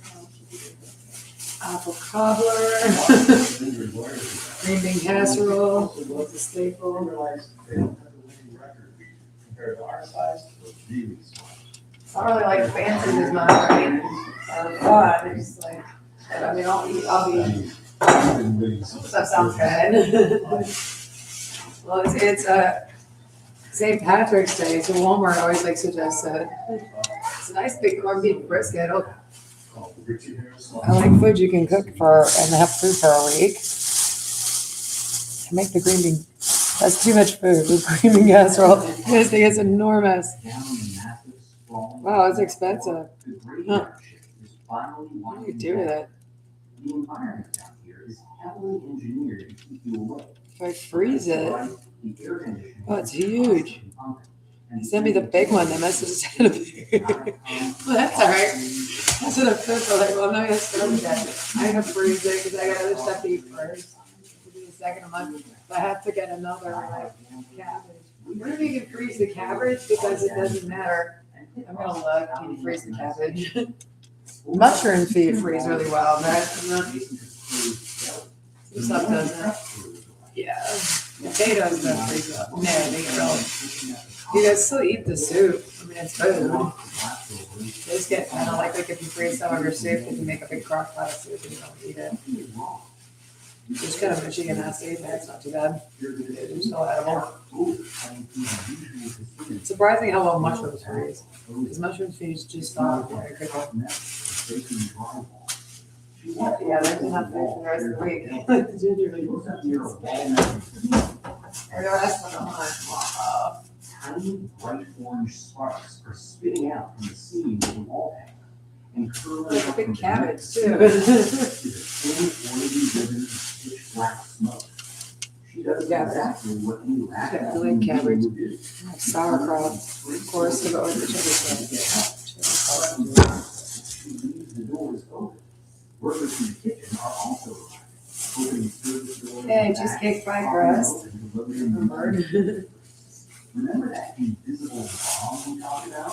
The massive lake of superheated, unburned gases, carbon Cheesecake monoxide, right? vaporized Yeah. hydrocarbon residue that had been cooling Lots of cream cheese, sour cream, and sugar. by 7:10 a.m. The temperature of that trapped gas had reached. And I got, what else? Cream cheese, sausage, and crescent rolls. Which makes actually a really nice, like, you can put biscuit gravy with it too. It's so easy. It's Is that it's completely choked out. It is starving for a breath of fresh air. And now, with the doors propped open and the morning staff rushing around, the massive air conditioning units of the MGM Grand, which are still running at full blast, start circulating fresh, oxygen-rich air directly toward that wall. The oxygen meets the 1,100-degree gas. It hits the perfect, fatal mixture. At 7:15 a.m., the wall doesn't just catch fire, it detonates. With a concussive roar that shakes the floorboards, the enclosed socket violently crushes. The suspended ceiling tiles inside the deli are blown completely off their grid, raining down on the empty tables. Suddenly, that superheated gas is no longer trapped, It is free, and it is furious by consuming the oxygen in the room. In a matter of seconds, the entire deli is fully engulfed in a blinding wall of flame.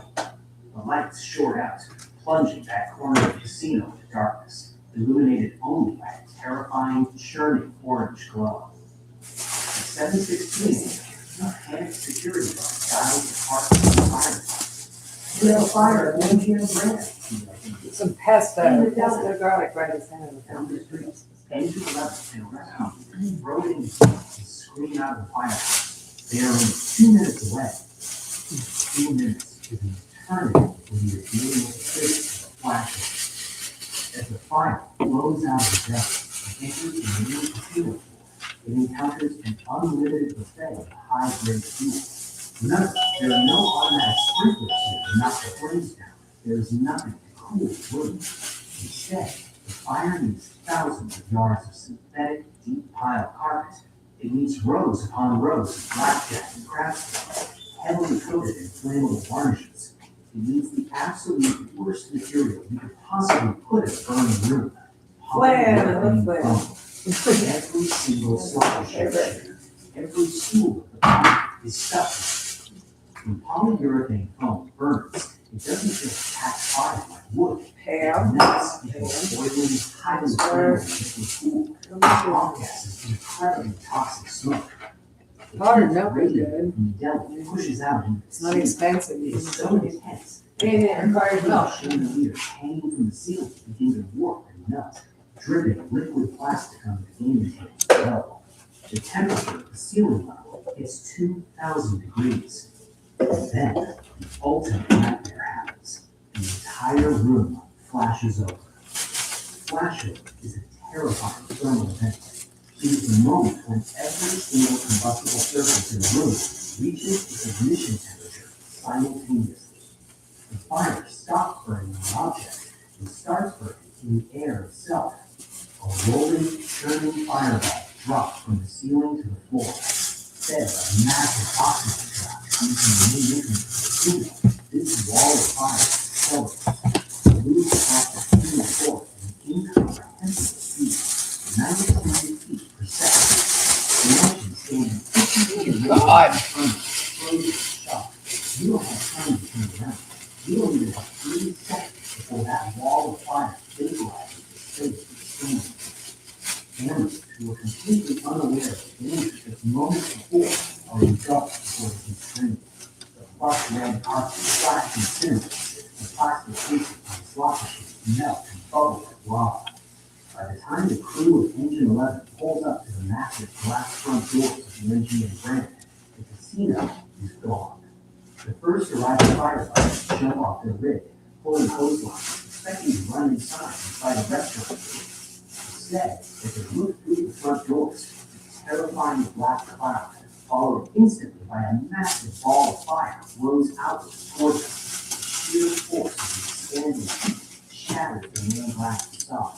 The glass throws the firefighters backwards, forcing them to abandon their monitors and sprint back toward the truck just as fast. In less than 6 minutes, a microscopic spark inside the wall is transformed into a 2,000-degree firestorm that is completely consumed the largest casino in the world. The fire has won ground zero. Yeah, they had everything at Walmart this summer. Bell pepper, potatoes. No longer people can stand out. He is looking for a way up. It's 7:21 a.m.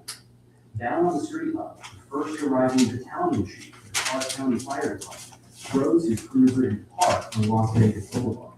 He steps out onto the pavement, and the sheer scale of the disaster immediately hits him. He grabs his radio. His hand is like a trembling, but his voice remains dead calm. Command, this is Battalion 1. We have a working fire at the MGM Grand. The entire first floor is fully involved. I need second alarm immediately. Make that a third alarm. Bring me everything you have. He looks up. He sees the building on fire. He's looking at a chemical weapon. These days, they buy a beef and beans burrito. Oh, no. No, their food, they're not expensive either. No, we don't want a lot of food in restaurants right now. Hundreds of things. It might just look like a fire. If you see the fire sheet, that black column on the roof line is a terrifying phenomenon. The fire is on the ground floor. It has only been burning freely for 6 minutes. There's absolutely no physical way the flames have chewed through 26 floors of solid concrete and steel in 6 minutes. So how is the smoke already crowning the roof? To understand the specific horrific engineering failure that is about to claim dozens of lives, we have to look at how a megazone is actually built. When you stand on the strip and look at a massive hotel, Is this you what see that Hitler's mother with a bus? I'm not sure, white gold from the history class of, massive building, yeah. constructed in separate sections, pieced Yeah, together. it's like that all the time. And please get These separate the blocks schizophrenic, psychopathic, sway independently. domestically abusive male away from Within this the room, family's children. architects leave a gap between the sections. This is called the sizing joint. At the MGM Grand, a massive elevator bank were built in their own distinct shafts, separated from the main hotel tower. It's like saying something and talking, but not evil way, like John Wayne Gacy's family should be sterilized. Maybe a little if I'm not sure, that's if only somebody had hit Hitler's mother with a bus. Slicing right between the hallways. Dog, in your mother's head and tell everybody else. These massive gaps are sealed off at every single floor with fire retardant materials. But No, there was already enough of that. in the early 70s, many of Cool, well, because they still do it all the time. Yeah, there's all this stuff, I mean, were either improperly I don't know. They're not, they sterilize mental patients a lot, or handicapped people a reasonable amount. Which is really, goodness. Well, Now, let's look at the physics of the fire. Heat that's still very much rises, out there. but it doesn't just drift upward. It aggressively forces its way up, searching for lower pressure. It's a phenomenon called the stack effect. When the casino floor flashed over, the 2,000 degree ambient heat violently increases toxic I'm gas. not sure, that's maybe where that goes, but I don't know. Pressurized gas found the path of least resistance. It'd be very, very sad to have like Ted Bundy as a relative or something like that. I mean, if you just don't, you know, because you can have a severely, like one brother severely Down syndrome. Oh, I'm not sure, maybe like, evil man. I wouldn't want to tell people. No, good lord. Have you seen there's pictures of like Hitler's living relatives? Ew, they're so gross looking. They look like him. And it instantly converts into hydrochloric acid. That's It really, chemically burns them inside out. Along with the hydrogen chloride was a massive lethal dose of carbon monoxide generated by the thousands of pounds of burning polyurethane foam. This toxic cocktail was rushing up the elevator shaft so fast and with such intense heat that it was actually warping the metal elevator doors on the upper floors, forcing them open and vomiting pitch black smoke directly into the hallways where over 3,000 people were sleeping. Let's go into the basement of the hotel, away from the flames, into the cramped, windowless room that houses the hotel's PBX telephone switchboard. An 18-year-old telephone operator, Shirley. She's been on shift since midnight. Usually the early morning hours are quiet. A few wake-up calls, a few requests for room service. She's sitting at a massive console, sipping cold coffee. At 7:17 a.m., a single light flashes on her board. She plugs in her headset. MGM Grand, how may I direct your call? On the other end, a man is coughing hysterically. There's smoke. My room is filling with smoke. Are we on fire? Before Shirley can even process his plan, another light flashes, then 3 more, then 10. Within 60 seconds, the entire massive switchboard is lit up like a Christmas tree. It is a solid wall of blinking red lights. Hundreds and hundreds of rooms are falling down simultaneously. Shirley, furious, passes a line through to the front desk upstairs in the lobby. Front desk, what is happening up there? The board is going crazy. Guests are saying there's smoke. The line is dead. The front desk staff is already run for their lives. The lobby is a wall of flame. Shirley looks around the small room at the other operators. The sheer terror is setting in. We have to sound the alarm, she yells. Where is the master alarm? Sheesh, I'm getting all kinds of ideas. Learn more about Celebrity Cruises' latest offers. Style and substance in the GMC Sierra. We'll get a total value of over $11,500 on this Sierra 1500 model and trade in eligible vehicle. Your home is a hub of activity, and just like you, it must keep up. Get a little help controlling life's chaos. Bring in Ghetto's plumbing and HVAC experts. We'll fix what's broken and perform preventative maintenance on your home's drain and sewer, water treatment, air quality, heating, and cooling systems. Our rejuvenation maintenance services improves your home's efficiency. Fix tomorrow's unexpected breakdowns and leaks today. Keep your busy home running smoothly and comfortably with Ghetto. We do things the right way, not the easy way. This brings us to the most devastating oversight in the entire history of the MGM brand. There was no master alarm. There was no single button a night manager or telephone operator could press to ring bells in all 2,084 guest rooms. The hotel did have a manual fire but the control line for that system ran right across the ceiling of the casino. The exact ceiling that had just vaporized. The system was completely incinerated before anyone could pull a handle. There were no smoke detectors in the individual hotel rooms. There were no public address speakers in the hallways. The only way the guests sleeping in the tower were going to find out the building was on fire was when the toxic smoke crept under their doors and started choking them in their beds. Shirley and the other operators began frantically, desperately dialing rooms one by one, manually trying to wake up over 3,000 people. It was an impossible, heartbreaking task. For every one person they reached, 50 more were left sleeping in silence. Let's go back up to that. Arthur is standing in his $75 a night suite. So it's Jello with fruit in it. For some reason, the healthcare card is not covering. The heavy Canned blackout fruit. cookies they pull back are doing I don't know why, it's definitely a health food. Arthur realized Plain and Jello with fruit in it. Yeah, it's actively growing. heavy food. Jello and canned fruit. We have to go. Frozen fruit, really good. His eyes water from the chemicals on the smoke. If we stay here, we're going to suffocate. Helen was paralyzed. Arthur, you opened the door. You said the hallway was black. We can't see anything. We wet the towels, Arthur barks, his primal survival instinct kicking in. He runs into the luxurious marble bathroom, turns the faucet off full blast, and soaks 2 thick hotel towels. He wrings them out, handing one to Helen. Tie this around your face. Do this. We are going to hold hands, we are going to get low, and we are going to find the stairwell. Whatever you do not let go of my hand. Arthur slowly opens the heavy wooden door to the hallway. The heat hits them first. It's oppressive, easily over 100 degrees, even 19 stories up.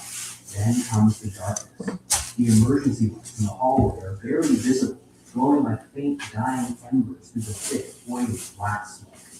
The noise is what truly terrifies me. It isn't the roar of flames, but a chorus of hacking coughs, muffled screams, and a heavy slamming of doors as other guests blindly stumble in the hallway. That's really like embarrassing when your father commits crime or something. Arthur drops his hands. Yeah. Alan's right beside him. Oh, The that's- thing is digging into his shoulder. The air is stuffing thinner down on the synthetic carpet. Stay against the wall, Arthur yells through the wet towel. He places his right hand Like when your against dad the tiny gets, wallpaper, You know, moving neighborhood his thumb. pornographies or something like that. Every breath burns. The acidic smoke is stinging their eyes so It's really, bad like, they have to keep them clamped shut, moving difficult forward for to it. touch. They No, fall it's after really, 19 it's not accept, I mean, when people live in a society over here, Arthur's you know. hand is a heavy metal frame. He feels upward, a handle. It's the stairwell door. He reaches up, turns the latch, and yanks a heavy fire door open. They scramble inside, pulling the door shut behind them. For a fraction of a second, Arthur feels a surge of relief. They found the exit. The stairwell is constant. He shouldn't stay. He looks up and down the stairwell. The emergency lights are brighter here, but the air is still hazy with smoke. Above them, a young couple in their 20s is rushing down to the 20th floor, wearing only their pajamas, faces blackened with soot.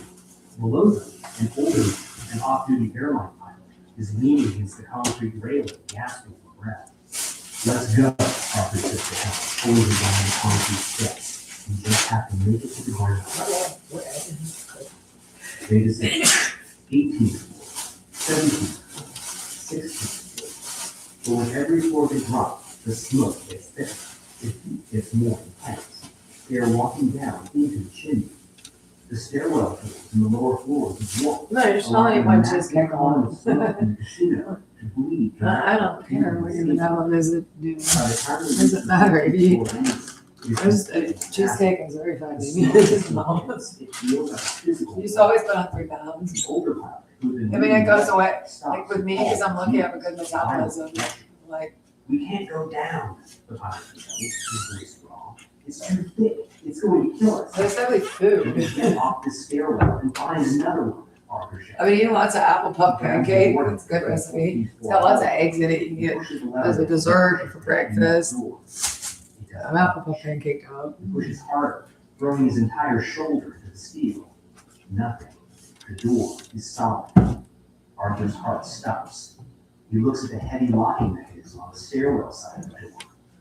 In the late 1970s, high-end Vegas hotels implemented a Oh, strict could I have security jalapenos? to prevent burglars from Bread. completely roaming the hotel by using I want to use some of the eggs I have beets. You know, I just peel eggs and beets in them and stuff. I need them because I got a bunch of eggs, but it's okay. Make a cake or something or freeze it. The only door open from the inside, or at the very bottom, leading up to the street, and at the very top, leading to the roof. Arthur, Helen, the young couple, and the pilot are now trapped in a concrete tube rapidly filled with poison gas. The way down is death sentence. The doors to the floor are locked. They have only one option left. They have to climb. Arthur grabs Helen's hand.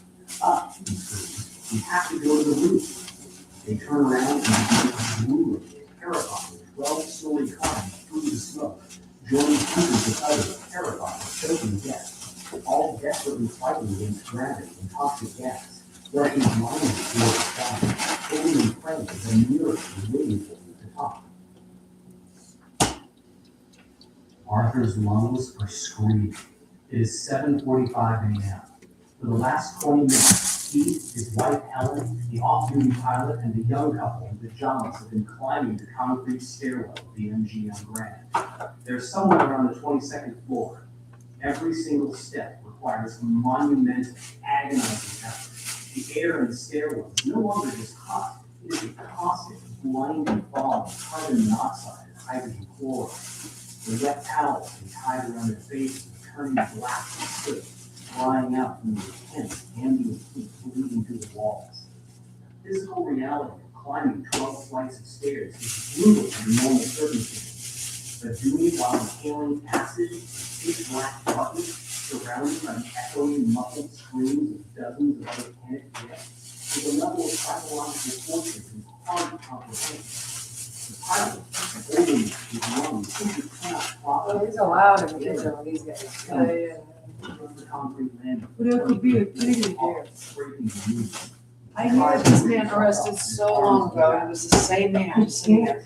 No, if you had done your job, the children have been unbelievably sexually abusing, would have gone on sexual abuse.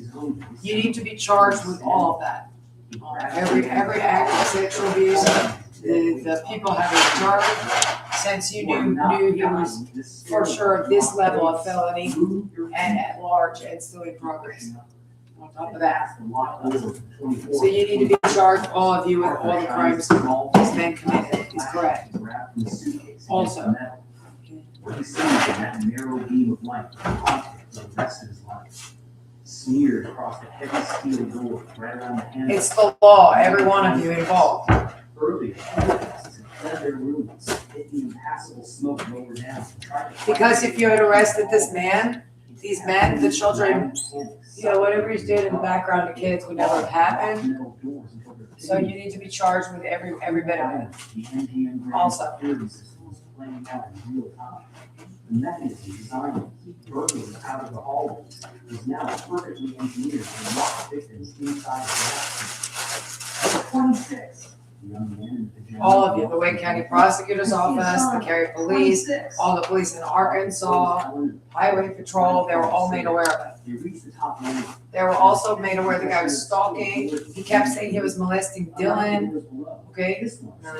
All this other stuff, that he followed him from school, but it was in the other room or something like that. I said, these are definitely the same men I recognize. They're definitely the same men. No, they were actually there. Really, yeah, it's the same men. It's not like somebody told somebody else to stalk and gave them like whatever. No, they're goober. I mean, just absolute goobers. Really, yeah, they're very goober mad. Collapsing under their hands and knees. You need to be charged with everything they've done since you actually like also became a completely. I mean, just when it was beyond shadow of doubt that these guys had committed this level of felony and then were continuing to stalk, then it was reported everything else to you. All of you need to be charged with everything they've There are done. already nearly 300 people up here. And then when you like maliciously working for these men and stuff, Right, hysterical. same thing. They're huddled together on the freezing hall, shivering violently. And right in the center of it, They need to put the kibosh on this kind of crap. ventilation units is a That's the end of it. thick, toxic black smoke. The All of building it. is actively venting the fire's exhaust directly onto the survivors. It's extremely dangerous. Like Across the roof. We all know things can, And run to the edges just to breathe. very bad things can happen. Suddenly, Oh, a hi. massive, deafening sound cuts through the wind. Whack. This is just incredibly illegal. The tech they're on Feet away, slice it. for any sort of, that also needs to be completely like understood and declared Pilot looking down through his plexiglass. and accounted for. That is a nuke or something. I mean, that is an evil thing in their hands. Which, I mean, the malicious and intentional lying about it, the absolute using it for crime. No, they were doing the same thing in North Carolina. There simply isn't the like, there isn't the way that you can touch your body in the Cary and Raleigh area. In the air right now. Within 30 minutes, the airspace over the Las Vegas Strip transforms into a military operation. Recognizing the They said sheer something. scale, They do talk about like that it doesn't like them and there may be a way, they might have one like, or they talk about it. They might, like there might be one over by the RDU airport or something like that. Whatever's giving them ability to actually physically touch the body. But there's one by like the airport, there's one by Sharon Harris, our nuclear power plant, like around the electrical, electric, like things that could be, that are necessary. Somewhat, really, yeah. To guard, but there's not one everywhere. But in Las Vegas, because there's like, it's a city, especially with the whole concerns for mass shooting, there's like a very bad terrorist trend. Which very much could be the thing. A lot of people think it's an inside job because there apparently actually an application is too much criminal corruption. In terms, there actually just are criminals and they've encountered criminals there that are untreated. Grabbing Arthur by the jacket and hurling him and held into the metal fuselage of the military chopper. As the bird banks hard away from the hotel, Arthur looks out the open side door. God, it's He expects to aggressive. feel relief. Instead, It's so scary. Arthur drops into his I stomach. need to get the electricity checked on the house and things like that. Hotel You know, tower. that's why apartments are nice and Smash. it has a low homeowners association fee, but it's like one of the like, yeah, brand new built apartments.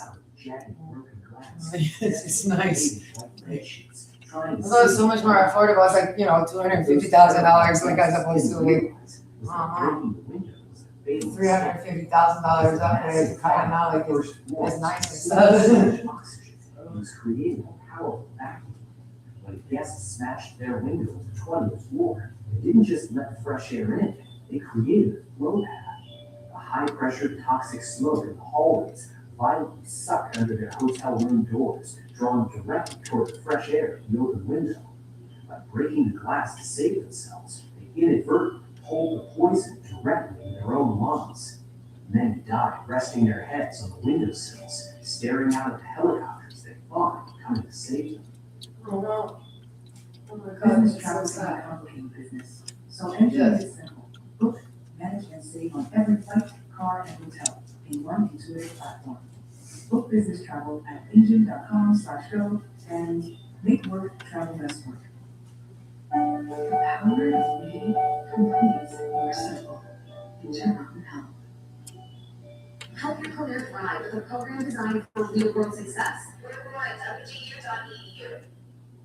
If you were injured in an accident, why would you call anyone but the Richard Harris Law Firm? We fight for the largest possible settlement in every case. Recovering billions for our clients. Who you hire matters. Why would you call anyone else? New from Einstein Bros Bagels, the $8 breakfast and brew. Build your own egg sandwich on a fresh-baked bagel and pair it with a large hot or iced coffee. The $8 breakfast and brew. Your fresh fuel up. Now we're drinking. But down on the lower floors, out of reach of the heavy military choppers, a different kind of heroism is taking place. On the side of the building, a massive construction expansion was underway. A lone construction worker operating a motorized scaffolding platform realizes that the fire ladders on the ground can only reach the 9th floor. There were people trapped on the 10th, 11th, and 12th floors who were out of reach. Without waiting for orders, this civilian worker fires up his rig and operates the scaffolding, raising it through the blinding, choking smoke, maneuvering it directly up to the balconies of the trapped guests. No, what are those people screaming at our apparently because there's moles of them. His We blister. really, they don't want you doing that in the car. He holds That's it the back card. up to the The thing is, then you just don't stop, and there's no way to stop you. That's been the whole thing all throughout. She is moments away. You're not allowed to stop me. Yes, I'm allowed to call the police and they stop The you. worker screams. Absolutely horrible. Grab my hand, step down. He physically hauls her onto his metal platform. He lowers it to the ground, offloads her to the paramedics, and then immediately hits the throttle, taking his rig right back up into the toxic cloud. He makes 3 separate trips into the blinding smoke, pulling dozens of people off their balconies, refusing to stop until the carbon monoxide finally drops into his knees and forces him to retreat. Back in the sky, Arthur and Helen are touching down in a chaotic triage center set up in a nearby parking lot. As Arthur steps off the helicopter, his knees finally buckle. He falls to the asphalt, sobbing in his hands. He is alive. Helen is alive. No! But as he looks I back have up, every right to do all this. Well, would you even let me take you to kidnap you for a year? breathing pitch black smoke into the beautiful, clear Nevada sky. He knows the grim reality. For every person the helicopters pulled from the roof, and for every soul pulled onto the scaffold, there are hundreds more who never made it out of their rooms. The fire on the casino floor is finally being contained by an army of firefighters below. The silent, invisible killer inside the walls is already finished. Raisins. The rescue is ending. The autopsy of the building is about to begin. Morning. It is 1 p.m. on Friday, November 21st, 1980. Down on the ground floor, the chaotic, deafening roar of the fire has finally begun to subside. After 4.5 hours of relentless, brutal combat against a 2,000-degree inferno, the Clark County Fire Department pulls their last hose lines out of the shattered front entrance. The casino floor of the MGM Grand, once a 2 million square foot monument of luxury, imported marble, and millions of dollars in cash, is completely unrecognizable. It is a blackened, flooded cavern. The synthetic red carpets are gone, replaced by a thick, toxic sludge of melted polyurethane and ash. The 50-pound crystal chandeliers are nothing more than warped, melted slag hanging from the exposed steel girders. But as the firefighters finally kill the main scene of the fire, a new, No! an infinitely more horrifying operation begins. The No! rescue mission is officially over. The recovery mission. No! Firefighters, their faces streaked with soot and sweat, strap on fresh air tanks. They begin No! a systematic process of clearing the 26 stories No! tower, room by No! room, floor by floor. Please get this man to help me. Deep, traumatic march. As they pry open the heavy, warped wooden doors of the guest suites, the true scale of the That's disaster awful. reveals itself in the eerie stillness. There is no fire damage up here, walls aren't scorched, the beds aren't burned, but the air is heavy with the lingering Everything I stench think of we're chemical death. It's not that. They find guests still lying in their beds, looking as though they are merely asleep. They never even woke up. There's too much Carbon monoxide pumps silently through the hotel's Really, yeah. ventilation system, simply shut They down your brain. I don't even know your mother's birthday, but yeah. Around that time is really, yeah, that's a heartbreaking testament to panic. They find bodies huddled together near the elevators. The exact worst place to be during a fire, as the shafts acted like massive toxic chimneys. They find victims collapsed near feet from the stairwell doors, their hands bloody from frantically clawing at the automatic locks that sealed them inside the smoke-filled corridors. One firefighter pushes open a door to a suite and stops dead in his tracks. Sitting at a small table, Beyonce. still in his uniform, his That's tray her of breakfast food perfectly arranged in front of him. Sitting across from him is a husband and wife, their arms intertwined, holding each other in their final moments as the smoke overcame them. It takes 8 full hours to search the massive complex. By 9 p.m., the final staggering death toll is confirmed. 85 people are dead, 78 guests, and 7 hotel employees. And here is the most chilling statistic of all. Out of those 85 victims, only a handful actually died from burns on the casino floor. The vast majority, nearly 80 people, died of smoke inhalation and carbon monoxide poisoning, trapped in their rooms or hallways hundreds of feet above the actual flames. The building didn't burn them, it gasped them. In addition to the dead, there were nearly 700 injuries. Firefighters, police officers, and hundreds of guests, like Arthur Her Howell, mom, will she spend the would have rest been of their lives she'd been dealing pregnant with me physical right and after. psychological scars, Right after I was dealing with toxic born. chemicals, and surviving a war zone in the sky. The sun sets on Las Vegas, and the national media descends. I remember this story, really, yeah. Oh, Military actually, like, pulling people off the roof. it was actually traumatizing enough that, like, it only gets told here and there. Really, yeah, like, Absolute you falling off the roof. top of the crown Oh, jewel. on my mom's birthday, JFK also got shot on my mother's birthday, almost. When I was like 12, which was depressing. Like this one, like right after I was born, she was so happy because she was a cute. When I was a cute baby, I was completely healthy and just happy as can be. And then right after I was born, because I was born on August 22nd, 1980, on her birthday, this huge fire happened, which was scary. The exact origin. The hollow wall socket. No, it was impressive. I mean, there's microscopic flaw in the electrical wire. They traced the path of the arc track. They documented the deadly accumulation of superheated gases. They proved without a shadow of a doubt that the decision to save 192. She was afraid of it, like, I don't know, she said that before, really, yeah. She think it's like, because it's beautiful weather, really, yeah. Okay, so you're like a Scorpio Sagittarius kind. It's unprecedented.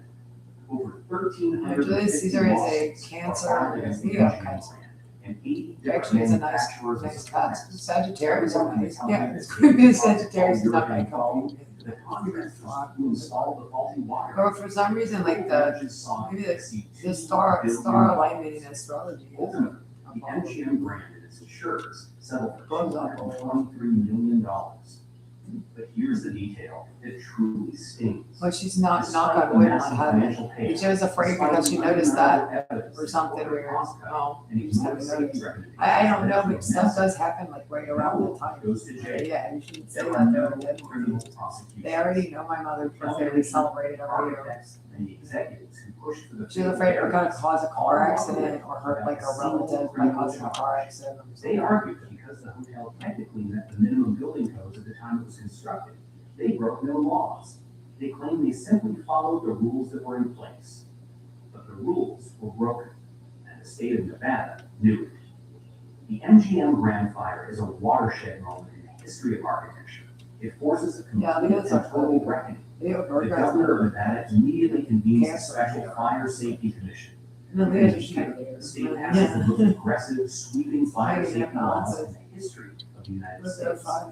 The grandfather laws is a part of littering. Okay. It no longer matters when your building was constructed. I think Your that's hotel, kind of silly. office building, or No, they feel bad enough when they do that. There's some people that are just like, you go here. Retrofit the entire structure with a comprehensive automatic fire sprinkler system. Period. I'm not sure, it's sort of like a overall, it's astrology. Furthermore, every single hotel room must be equipped with Not hardwired forever. It's the same astrology, it's the same astrology according to the media, and carried all over the world. Must be designed to automatically shut down the moment smoke is detected to prevent the spread of toxic gases. And those Oh my deadly God. automatic locking stairwell doors, banned. You must be able to re-enter a hallway from a fire stairwell. Nevada becomes the gold standard for fire safety overnight. The codes written in the ashes of the MGM grant are quickly adopted by cities across America and eventually around the world. Every time you check into a hotel room today, every time you see a sprinkler head protruding from the ceiling or a smoke detector blinking quietly in the corner, you are looking at a direct Why did result. Grandpa that he had a back brace? Lost their I'm not mind. sure, something September 21st, knocked my mother down really bad. 7 months after the fire. She keeps going to the hospital like Many, many times she's afraid she's having a heart attack. They installed a state-of-the-art computer-controlled fire prevention system that monitored over 1,300 locations throughout the massive complex. I'm concerned, They like, opened the door. somebody needs to check my SWAT teams electricity. come back to life. Tourists Okay, you need your house right for bugs, please and thank you. Today, that building. Well, that's still what stands the money in Las for Vegas this stuff is. You operating need to take all that stuff away from them. You're not allowed to weaponize that thing as much as possible to commit crime. You don't need an inaudible noise that the police and the courts declare clearly why they're doing whatever they're doing to you. They don't just stick a bag over your head and like stuff it in the trunk of a van. People trapped in a tower above.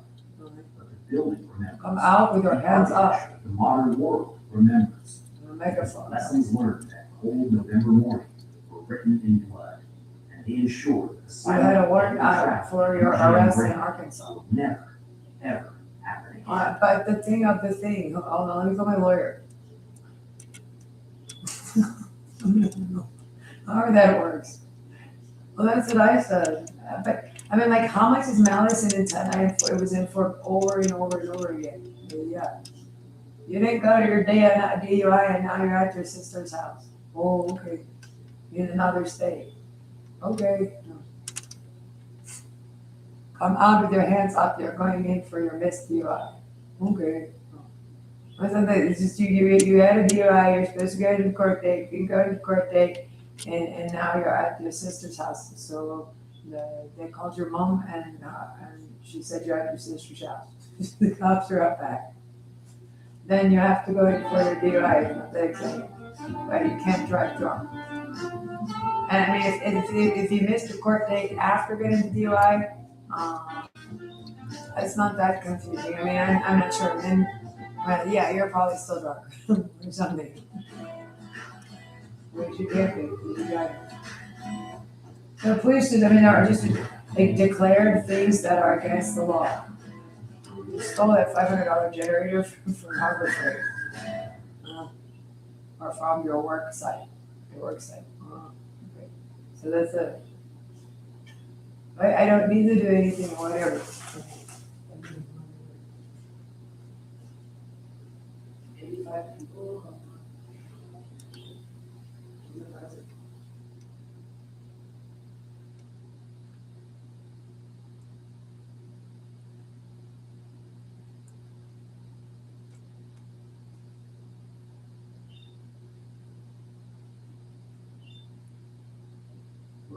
Everyone thinks they know what happened. You've seen the footage on YouTube or the news.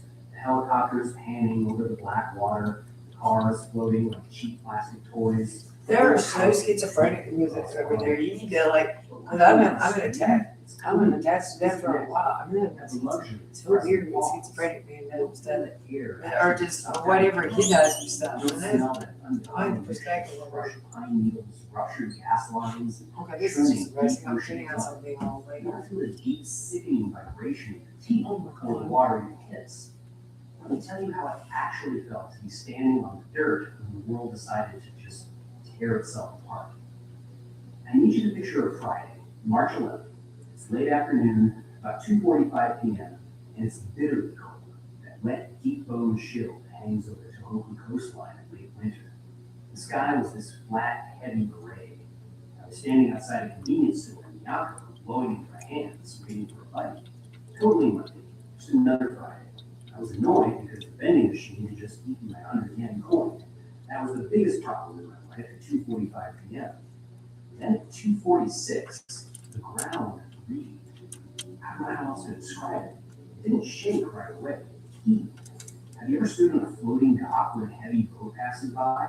That slow rolling spell. It's just, I think I've seen the, like, it's just gonna be where, like, we're watching something on the TV that looks like the World Trade Center bomb. Yeah, all these years. But somewhere else, like, he's just on the TV. You live in Japan long enough, you get used to Or something. There's like a crazy, like, pause. I'm still gonna check out that little girl's lady parts or something over there. This didn't stop. It didn't rattle, roar. Because, you know, artists is all. The roll turned into a violent, chaotic crashing. The sound wasn't coming from buildings or cars, it was coming from underneath us. Like, it's like a schizophrenic arsonist on the TV. Fire, fire.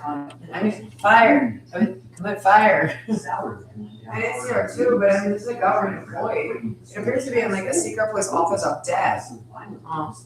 But it's the same guys from Arkansas. Maybe they got in one. There is one. Oh, I don't know. Every half second. I watched a heavy steel streaking and whip back and forth like a blade of grass in a hurricane. The noise. No! Low, bass-heavy rumble that vibrated right through my chest mixed with the high. That thing has been like, really, yeah, whatever you're on and whatever you're doing, yeah. They, I don't know, really, yeah. It's of concern. I guess the police need to arrive and check. It's of concern. What's of concern? We're just pinned to the floor of the world, totally helpless, watching. Maybe made that up, but like, I mean, I don't know. Well, there's just things that weren't like, it was like somebody else saying something they saw somewhere, but they didn't know what it was. Everyone was covered in dust, coughing, picking themselves up. The convenience store was wrecked, windows blown out, shelves emptied onto the floor. But we were alive. People were nervously laughing. You know, that adrenaline laugh, that holy shit, we survived.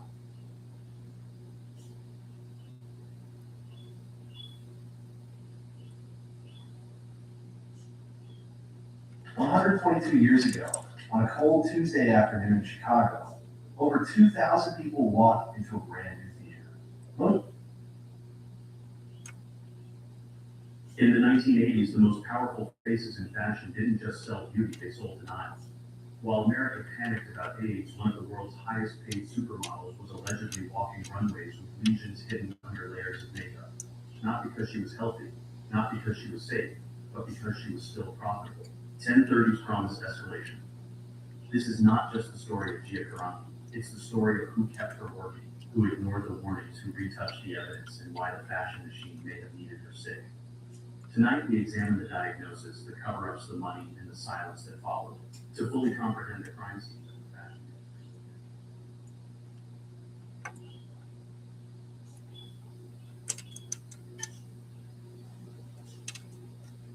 In just 13 seconds, half of the building that had stood for 40 years is gone. It was 1:22 in the morning, June 24th, 2021, in Surfside, Florida. And inside that building, more than 100 people had been living ordinary lives. This one doesn't, of course, generate Some were conspiracy strapping theories, and on the phone with her husband. because, The 40-year-old model and actress was standing near oceanfront. just because you noticed it in our own, carport, well, isn't that correct? Well, it's by the ocean. What happens if there's a sand hole underneath it? This, I think. We do a pretty good job with it done by Drake. Wow, it just looks like it's on the server. That's why, why are you viciously attacking me? Can't afford two places.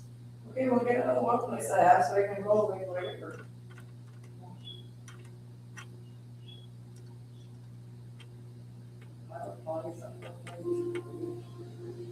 This is all that is left of the vast railway sidings where the Love Parade 2010 event was held.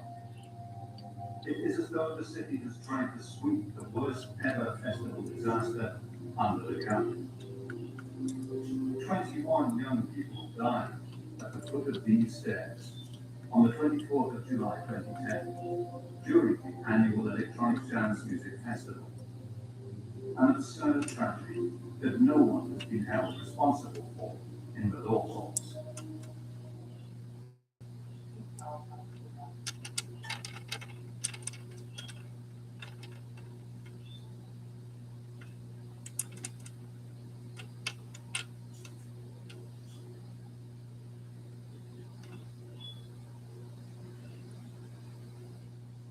No, the other wire that got plucked, that was in, all right, since so much electrical tape, it was in the Alta fire alarm. Oh. I have a smoke detector that plugs in from, I'd like to go get more, but like, I don't have any money. You say you don't have money for that. You're talking about $3 calendars from Amazon. Cause, well, yeah. So, be on a tight budget. But everything's wrapped in electrical tape, so it's okay. Got Don Hill, former funeral director, down in North Carolina.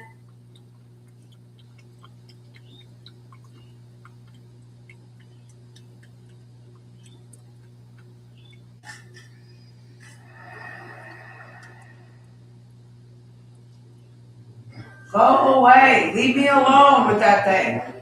You can't stalk me. It's a room known as the South Witch's Cap, when a 40-year-old in the Winchester Mystery House opened to the public for the first time today. The envelope was dated July 20th, 1890. Get these animals away from me. Inside a wall for over a century, when workers discovered it in April 2019. Hidden behind plaster and lath in one of the dining rooms at the Winchester Mystery House in San Jose, California. And according to viral videos flooding YouTube and social media, the FBI was called in to investigate what else might be.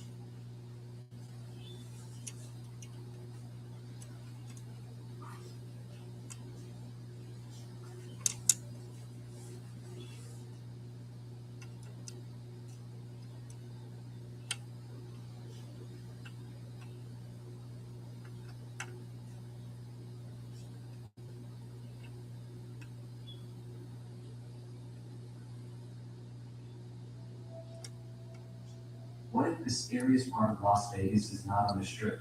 What if it is the places people do not pay attention to?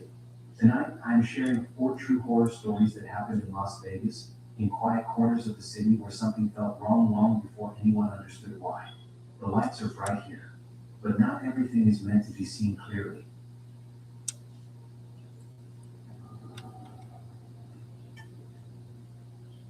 I never thought Las Vegas would be the place where something truly unsettled me, because when people talk about that city, they usually talk about lights, noise, and non-stop.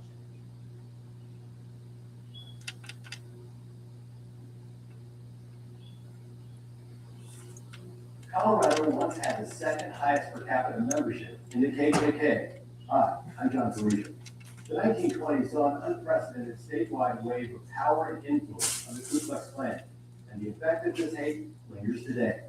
And now, Colorado experience, KKK. Every so often, society goes crazy, and the fringe elements of our community come to the and that was never more apparent than in the 1920s. Think about the over-politics in Colorado. If you spell the state of Colorado with a K as opposed to a C, everybody was determined by the grand dragon. The governor, the state senator, city mayor, police chief, the sheriff. It was almost 100 years ago. Here we are again with a similar environment to the socially.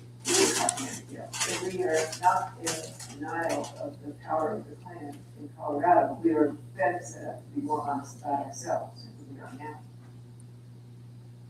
This program was funded by the History Colorado State Historical Fund. Supporting projects throughout the state to preserve, protect, and interpret Colorado's architectural and archaeological treasures. History Colorado State Historical Fund. Create the future, honor the past. With support from the Denver Public Library, History Colorado. With additional funding and support from these fine organizations. And viewers like you. Thank you.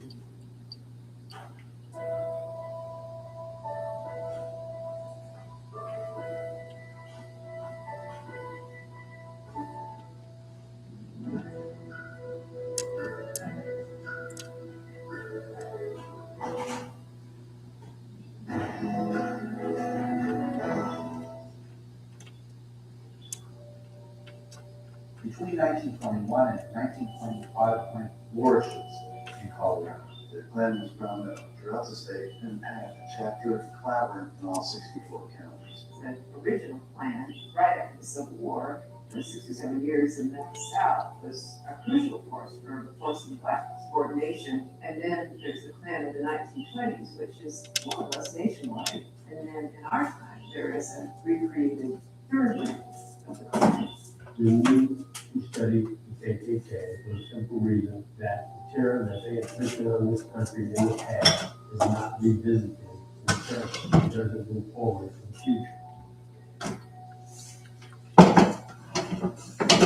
It's really hard to imagine how casually racist American society was in the 1990s. It was not unheard of to have mentions of Italian immigrants or Mexicans or African Americans, even in a place like Colorado. One of the great indicators in this film, Central, is the birth of the nation. Probably the best selling 50 picture.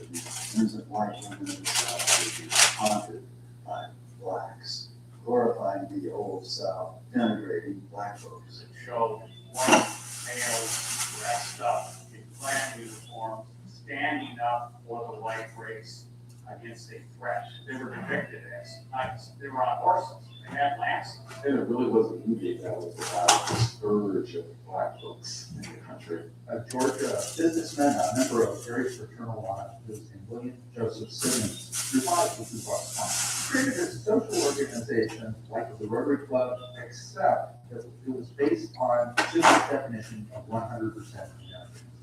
White, native-born, Protestant. And he created a hierarchy of recruiters, they called them Eagles, who would go around the country and start local chapters, sell memberships to the Klan. William Simmons shows up at the Grand Palace Hotel in 1921, says that we called it Here the Jewelers Club. And this evolves into what becomes the Klan. The Ku Klux Klan comes together and quickly spreads across the state with strongholds in Grand Junction and Canyon City. The Klan ideology mirrors the sentiments of today. People are eager to try something new. Coming out of the First World War, Americans were done with international adventures. It was just coming off a period of tremendous reform. The present era was a tremendous crackdown against labor unions and other Oh, might. would you please get these men into custody and out of my house already? Americans by the 1920s had enough. There were were massive strikes of the United. All of this unrest was blamed on Eastern and Southern European countries. And also this ties into the prohibition. Those Irish restrictions, there was the economy still trying to monitor despite the legal lawless order. Send it back to where they came from. In Portugal, Puebla, and Trinidad, coal companies are reporting huge wages. And what's important, workers needed cheap seasonal labor and play. Not in ways that Congress will have to provide fertile ground for this manufacturing model. The widespread failure of prohibition seems to many Americans thinking to give America's moral lighting. These private spaces for young people to get together. The deal in the 1920s for a lot of men was to get out and work the roaring 20s. Shorter skirts. The Klan was aghast at these kinds of things. The Klan to this day always did see themselves as a law and order institution, that they were protecting America. This crime, fixation, free-floating anxiety, when we go to the world war, we have to get things pulled back together. We have to have the central values of a 100% Americanism. The Klan, they were going to stop the corruption and bring law and order to the Queen City of the Plains. The Klan has always been, at least historically, a very broad-based organization. Opposed alcohol, opposed extramarital sex, pregnancy out of wedlock, Catholics. It was based upon discrimination against minority groups. The Negro and the Catholic and Jews, there are a lot of people who fall that kind of thing.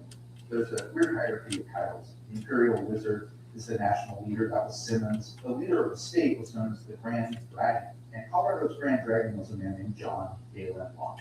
John Galen Locke had moved to Colorado as a young man. He had served in the Spanish-American War in the Philippines. Then he got a medical degree in homeopathy. He was a person of excessive confidence and vision, very arrogant. He was a figure who knew how to work systems and how to be not an elected official himself, but to manipulate them within into their lives. John Galen Locke was an odd-looking man. He was rotund. Weighed 250 pounds. He was short, he was fat. Some people called him a toad. He set up a private office at 1325. Put him in a place. You would see John Galen Locke sitting there in the throne, guarded by two Great Danes and also bodyguards. He was reasonably intelligent. His office was filled with armor and things that came from the Middle Ages. He was romantic. He thoroughly believed in what he was doing. He kept as his personal secretary a Catholic. He was married to a Catholic. His lawyer was Jewish. He was really a quite courageous man indeed. Dr. Locke had no animosity whatsoever for Jews, Catholics, or Negroes. He loved these people. He would do anything to help them if they were ill. And he was so unconscious of the social consequences of what he did. It never occurred to him that he was doing a great service. To him, the plan was a wonderful opportunity for foolish. Everybody was transferred and leaders. They thought this was good. They were going to make transfer out of every Catholic in the state. They were going to make transfer out of every Jew before they got Jews. They thought they were saving the world. They really wanted to keep them this year to that. They were fighting economic pressures that were the same. We can see many bankruptcies. It's all people. Locke's primary motivation was not racist, but power. Under his rule, he turned Colorado's complex land into an extremely powerful voting class. John Galen Locke was one of these very organized, usually with respectable established institutions, such as the Masons, or with the private churches. And they would appear all of a sudden in the regalia, in the middle of the service, and donate, give money, build up goodwill. We will protect you from evil. And that's them that did the thing, and found out after just how badly they had been misled. We were planning since the second highest per capita membership after Indiana. There were maybe 35 or 40,000 members, but nobody knew them. The plan came to 75,000 or even up to a quarter of a million, what they call loyal residents. I need to just your average everyday coal miner. Everybody does the crime. Locke was pretty good at familiarizing himself with the powers that be, with people like Gano Senator, who ran a very popular restaurant here, and he changed his name to the Cool Cozy Cafe. They also sold Simon cigars. Catholics, you are not Americans. Conway Center was a grand cyclops, which was a regional director for the Ku Klux Klan. And there were very few people, however, who were more enthusiastic about Klan membership than Conway and Marina Center. Florida Center organized the Women's Auxiliary Plan, which had a pretty big deal here. They were pretty worried about orphans and Catholic orphanages. So the Klan has women members and women leaders. There's nothing surprising about that. In 1941, the liberal labor-oriented newspaper, the Denver Express, begins covering Klan.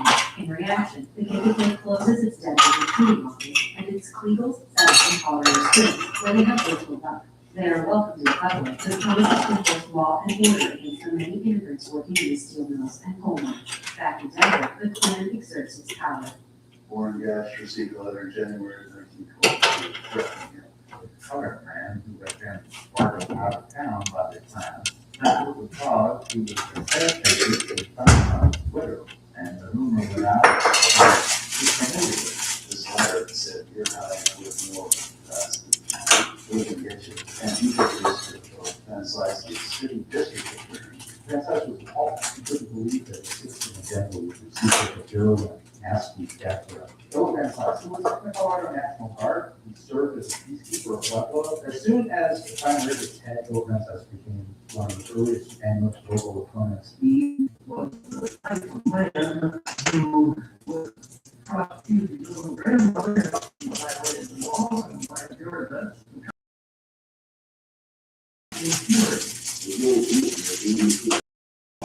It's really lit. Maybe I'll be out the doctor while I'm on down.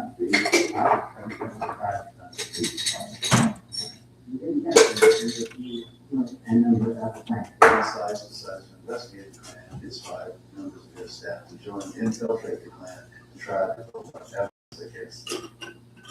In the summer of 1922, the Klan holds its first public meeting in Estes Park with thousands of hooded Klansmen gathered. Within 1 year, Denver's mayor, Benjamin Stapleton, openly supports the Klan and offers city space for them to spread their message. While the Klan's popularity grows, so does their illegal actions, including kidnapping and conspiracy.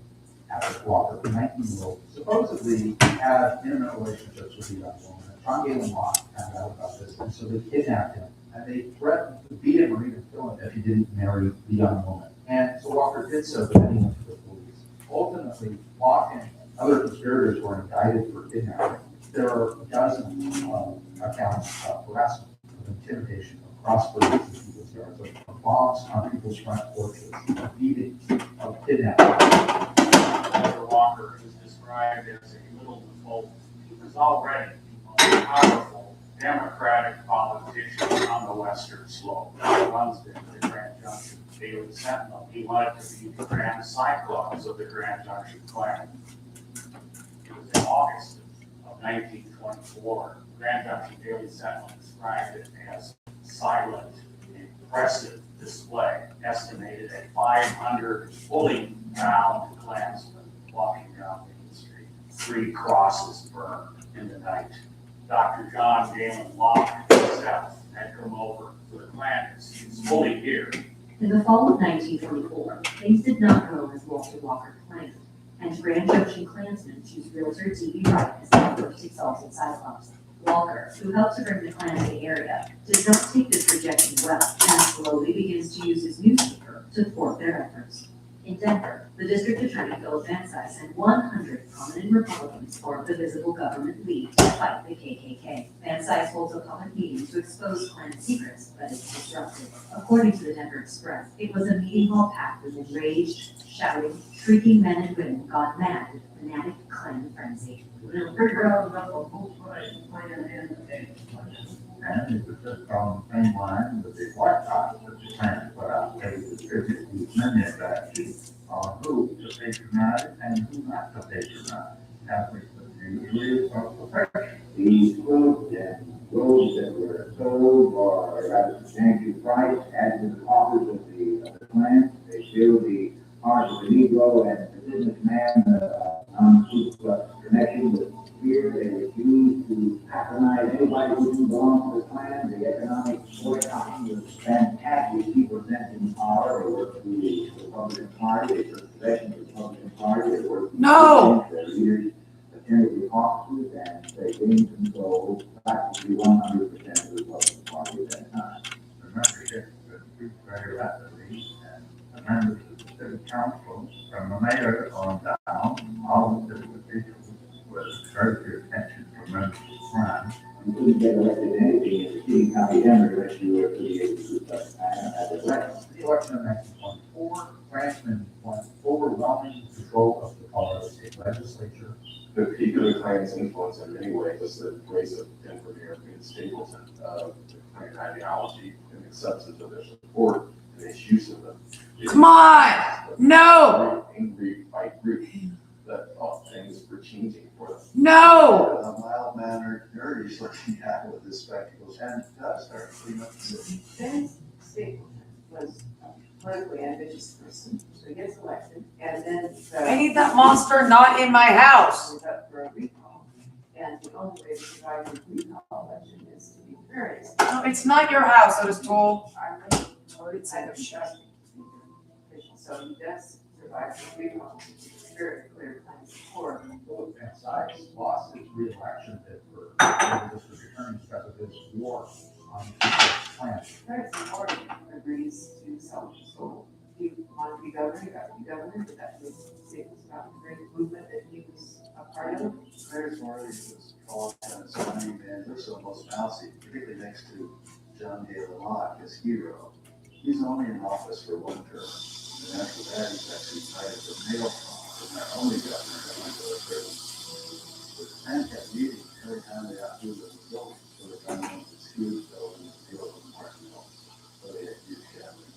Allegedly, more than 30,000 people showed up at a Klan rally. Large-scale public rallies were one of the hallmarks of the Klan. To show the power, to show the unity, and to show the potential for intimidation that they have. So these Klan meetings, the things of Klan rallies, not a lot of people dread or series are very effective.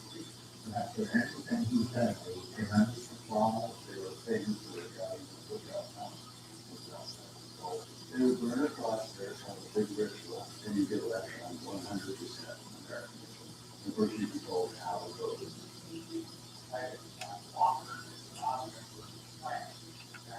Well, that will not be supported enough. The Klan not only takes over the big council, they start placing some of their members in the Grand Junction Police Force. They made a very significant step in Walter Walker.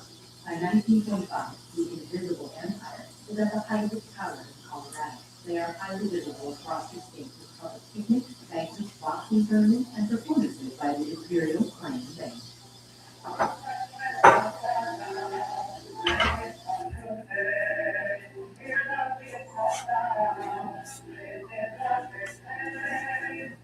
Charity events, concerts. Claims that first operated secret, the Ku Klux Klan loves fashion. And the Klan, of course, created its own newspaper, the Rocky Mountain American. Klansmen were sophisticated marketers who used popular culture in order to keep their hands. Your everyday average white person may not have had such bigoted views, so they certainly condoned it. It was made very clear in Denver that black folks couldn't live beyond a certain street. They would post notices on the Immaculate Conception Cathedral or Temple Emmanuel doors reminding that the Catholics and the Jews were not Americans. They would pass out pink slips into the mailboxes of African Americans, the Jews, and Catholics, or immigrants, reminding them that they're not American.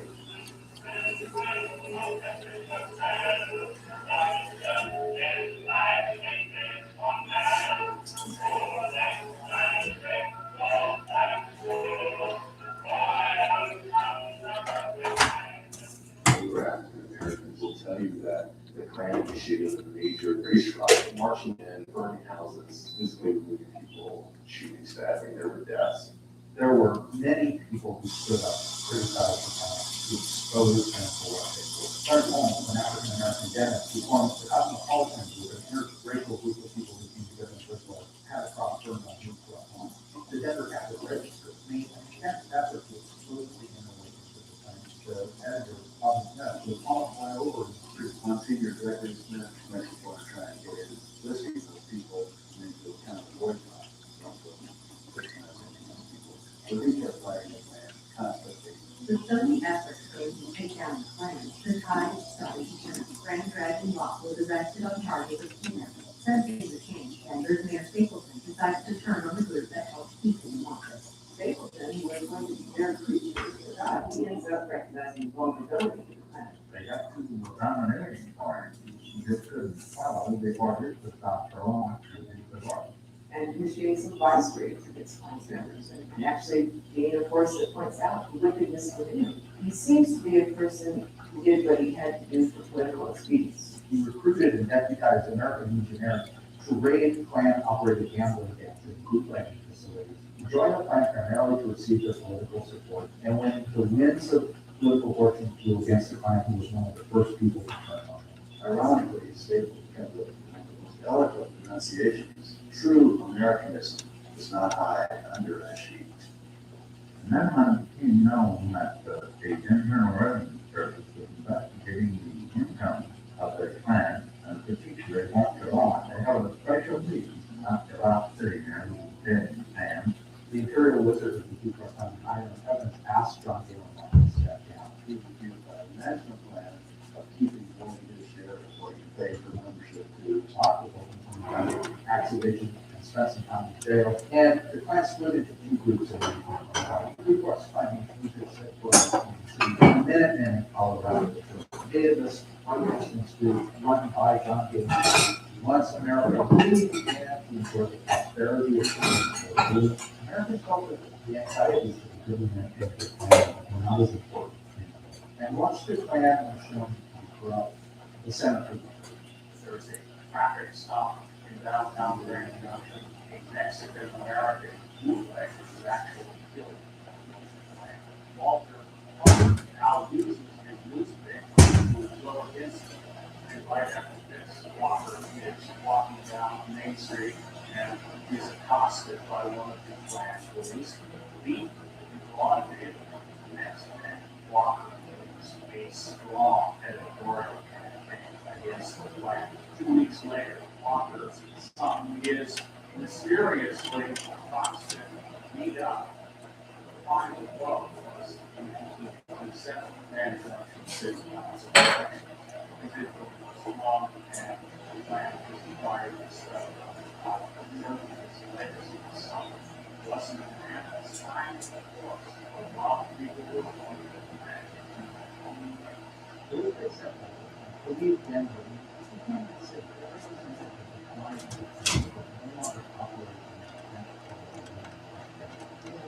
In the city, there's a lot of waiting buildings, schools, that Kansas City, that seems to have been one of the public works and execution.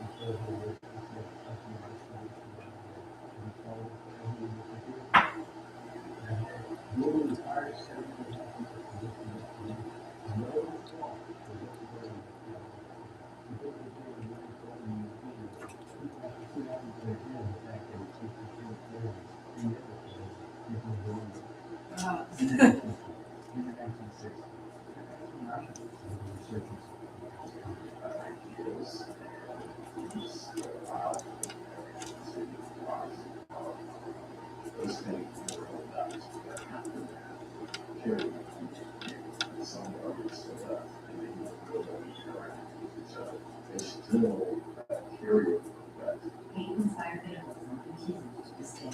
KKK was sprayed for homes and vehicles numerous times in the Denver metro area in 2016. This was mysteriously appear on schools and the news stories every few years. The Southern Poverty Law Center identifies 892 hate groups in the United States, with 14 in Colorado, including the Ku Klux Knights of the Ku Klux Klan in Colorado Springs. They are international terrorist groups, and all form their people, including generations. One of the reasons first is that the highest opportunity for us to go to a public space and all those ideas. And Stapleton, is monitoring your own ambitions, deciding when your ambitions are taking you. As I said, the defense of life it wasn't a process that were defense. It was the people who stood up for us, right? We have these periodic cycles. One of it, who was an American? Define who was an American in the 1920s. We're doing some of the same things right now. There's still a number of cases that find a home in Colorado, but there's a large number of people in Colorado who don't tolerate that. Now, the anti-Muslim sentiment in this country is always a sort of look down on the hate. Have things improved? Yeah, they have improved. Are things perfect? No. And I don't think it will be until the folks in this country really get real about having a conversation about race in this country. We all should get along, and all it takes is one person who express hatred.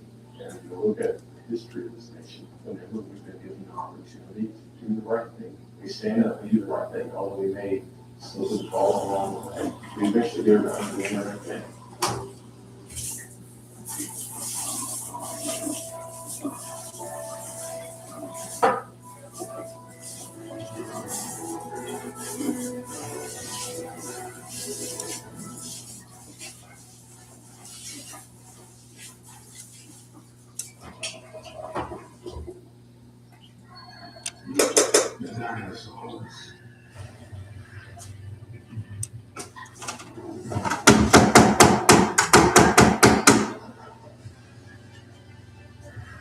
From the skies to the sea, this is the epic story of the world's most incredible creatures.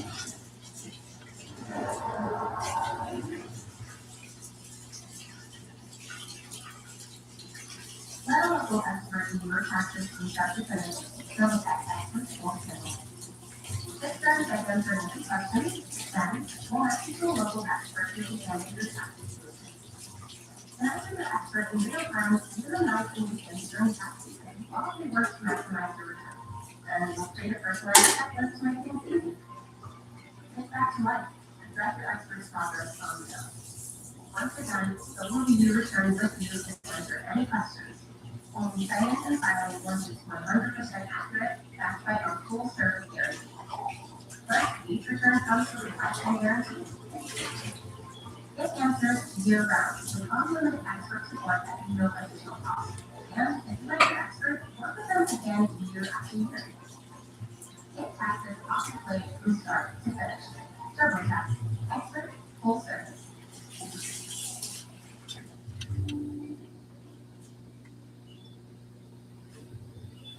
1865, the United States. The Civil War finally came to an end. After 4 years of deadly combat, and more than 700,000 deaths, the pro-slavery Southern states were defeated by the abolitionist North.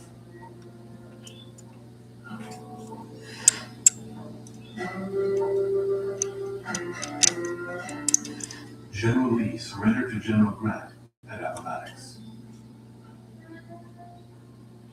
Several months later, slavery was abolished. Nearly 4 million of the South's 9 million inhabitants were enslaved, and at last they were freed of their chains.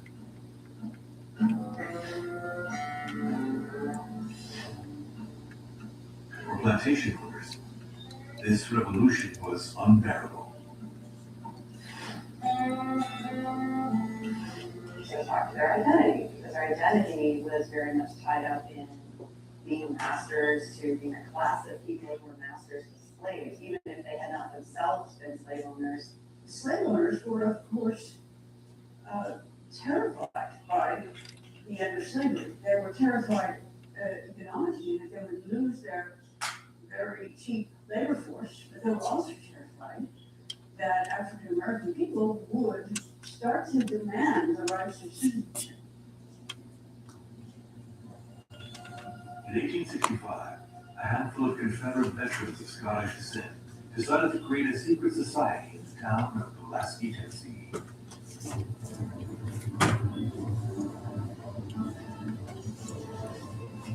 It was originally designed to be a fraternal order. It was designed as a joke. It was literally designed for a bunch of guys to have a reason to hang out, drink beer, and just like carry each other. If we were to ask why they created the plan, they claim always that it started as a fraternal drinking society. Young men were born in a small town called Pulaski, Tennessee, and they decided to form a little secret society. The veterans initially wanted to share stories of battle and the good old times for the slave-owning South. They gave their group a mysterious name, Ku Klux Klan. We don't know why they chose the name Ku Klux Klan. It's because that's the sound a shotgun would make when it was cocked, like that. The one that is most broadly accepted is meant to be named after the Greek word for circle, kuklos.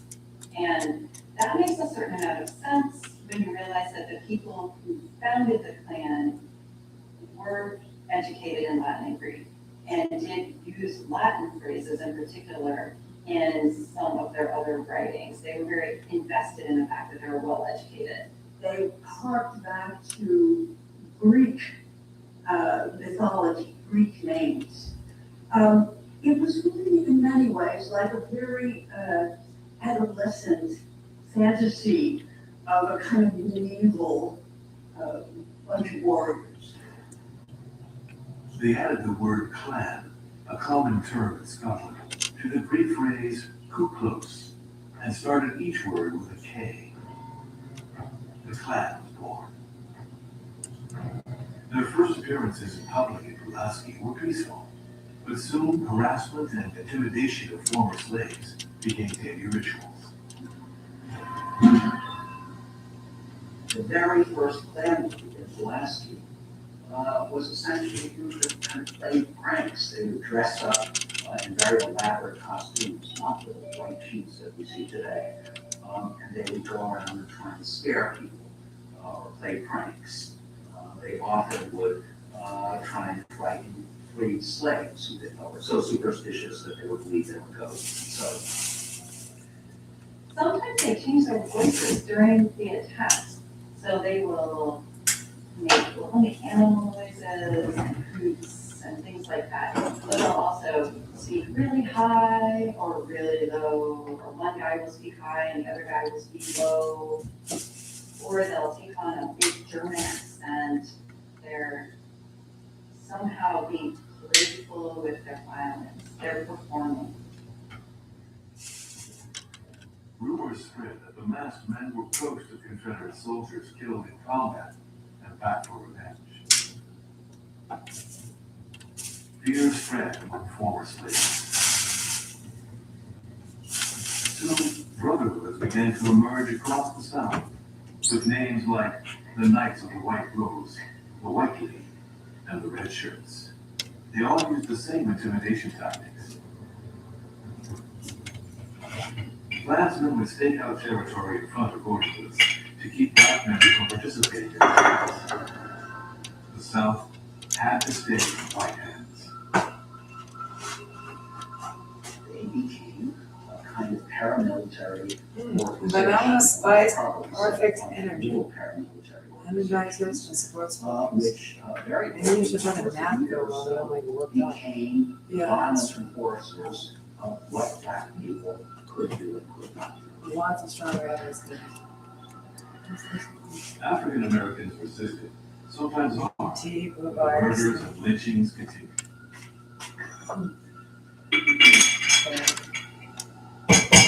Whitneys were very common, and that was the legacy of slavery.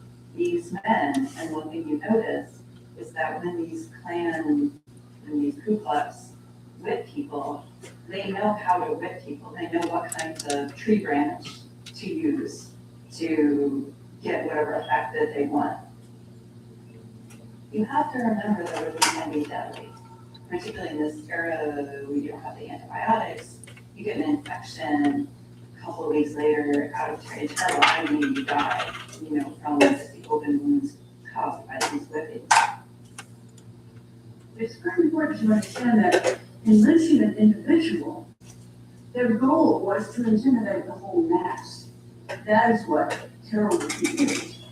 And to a very large extent, they succeeded because while slavery was abolished, the complete subordination of African Americans continued.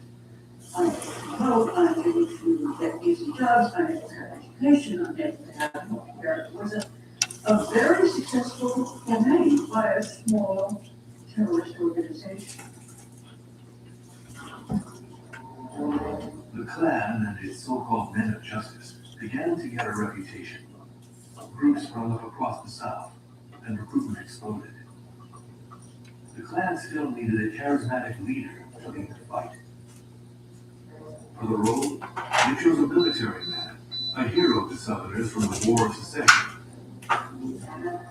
General Nathan Bedford Forrest.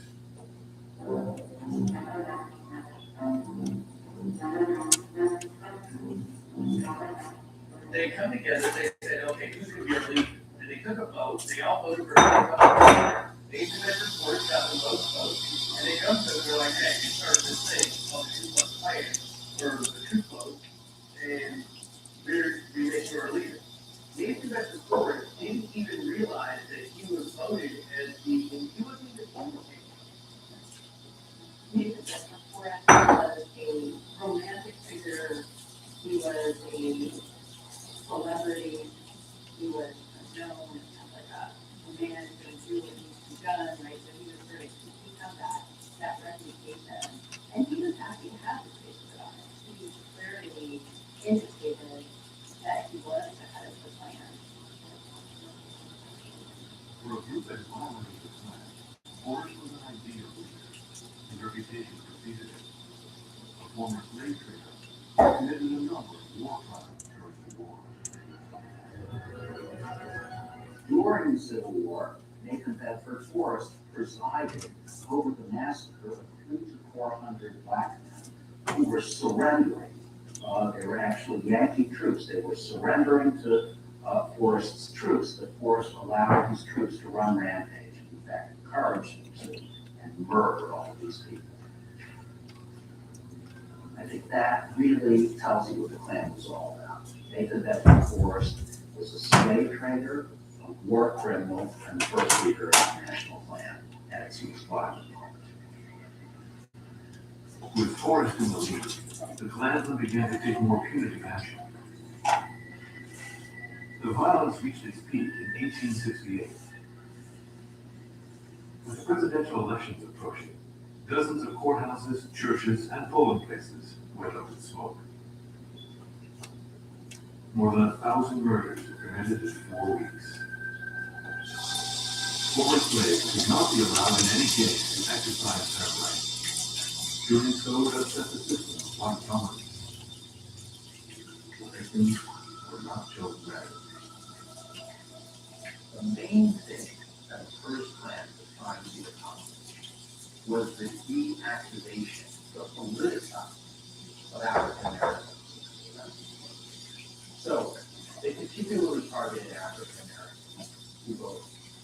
They even more so targeted African Americans who held office. And in many cases, they didn't go to the African Americans who held office in order to say, you need to resign your office or we're going to be back. They went in and they killed them outright. Because they understood that these were people that were already established as leaders. They understood that these were people that others in the community looked to as individuals who kind of exemplify what it meant to assert oneself as a citizen within the society. And those people needed to be neutralized.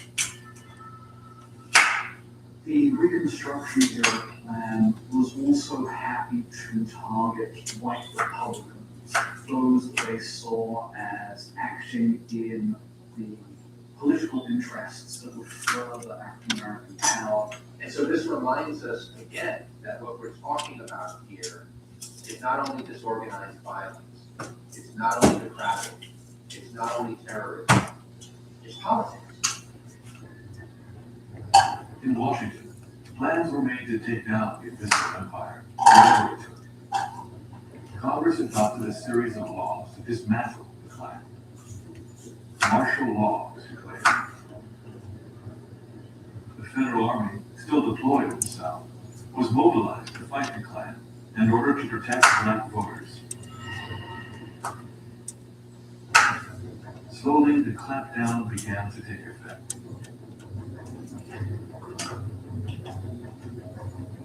In 1872, the Klan was officially declared destroyed. But it was too late. White supremacists didn't need them anymore.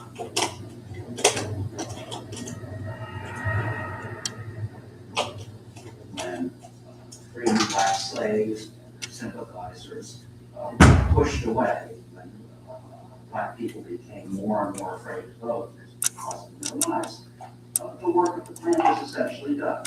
White Southerners are managing to get back legitimate power. Once they control the sheriff's office, the trial justices, once they are in charge of those things, they don't need the Klan anymore. And in fact, if you have legitimate power, you really don't like a bunch of young men running around deciding to attack people. You don't want to have to deal with whatever their priorities are. You want to be in charge.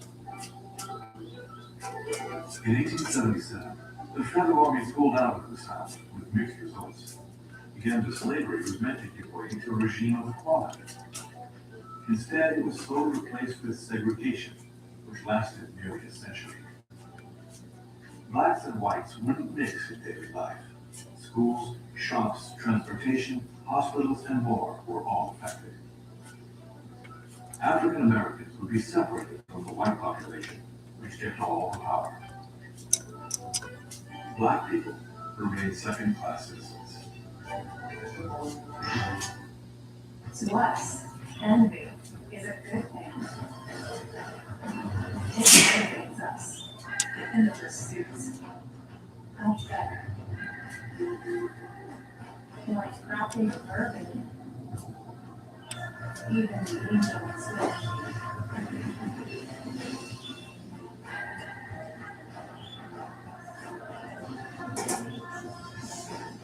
Angels envy, work, we envy.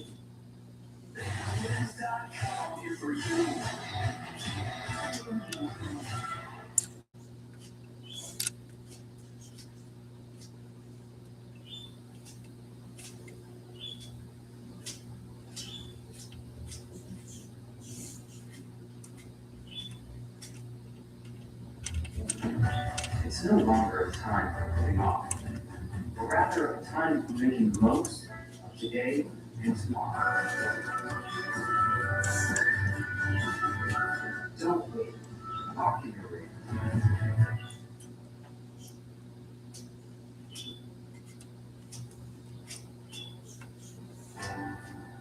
The values of the Klan's invisible empire had spread amongst the general population. Lynchings of African Americans became more common. The federal government turned a blind eye.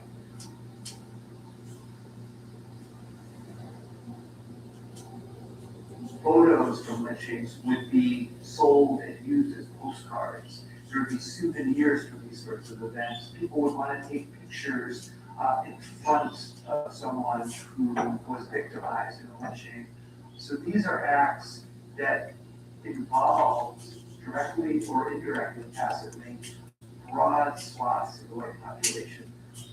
Lynchings often went far beyond the stereotype of simply hangings.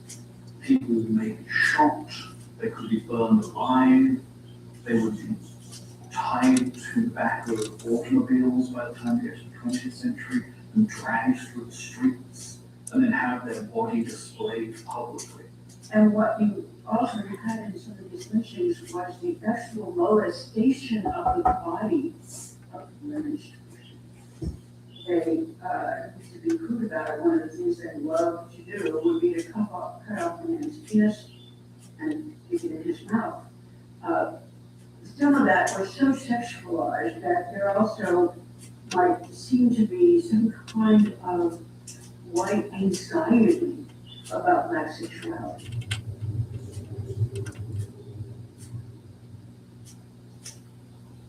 It was a ritual that was meant to publicly demonstrate to both blacks who heard the stories and whites who witnessed the crime that racial domination was something that would be enforced within society.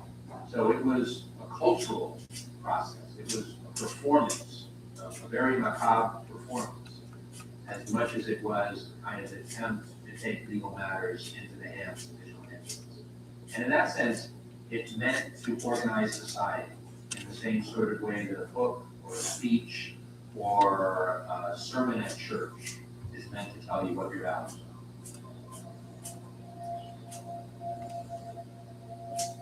At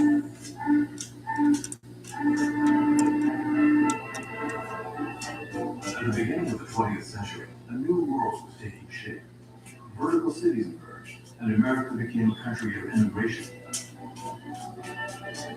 Millions of Europeans, Catholics from the South, Jews from the East, disembarked for the world's leading industrial powerhouse and the promise of a better future. The Klan had fallen into obscurity. 50 years after the Civil War, it was born again from its ashes. In February 1915, The Birth of a Nation by D.W. Griffith came out. The film was an adaptation of a successful play called The Klansman. The long feature film, it looked back at the Civil War and Reconstruction.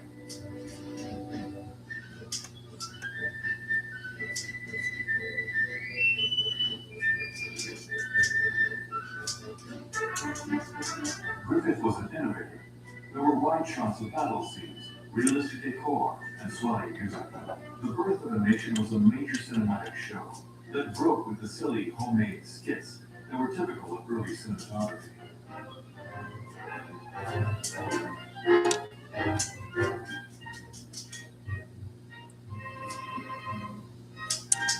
In the second half of the film, Griffith depicted scenes from the post-war era. Klansmen were shown not as criminals, but as justice doers.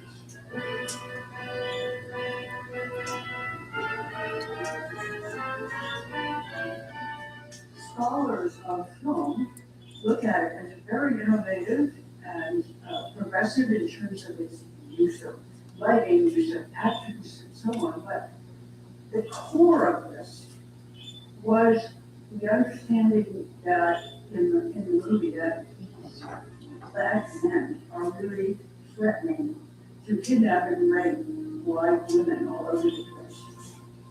And the culmination of the denouement of the film is quite terrifying because it shows all these black people who are like barbarians, savages, just running wild across the land. And brave Ku Klux Klanners of defending morality and white womanhood. And that position about defending white womanhood is very, very central to the Southern plan. It presented the Ku Klux Klan romantically. It presented the Ku Klux Klan as justified. All of this means that someone has to ride, literally, in on a white horse. And not only restore order, but restore honor. And this is very important in terms of why people were attracted, because for a certain kind of men, it made you feel good. You were kind of heroic. And a super patriot was something to take your society and country.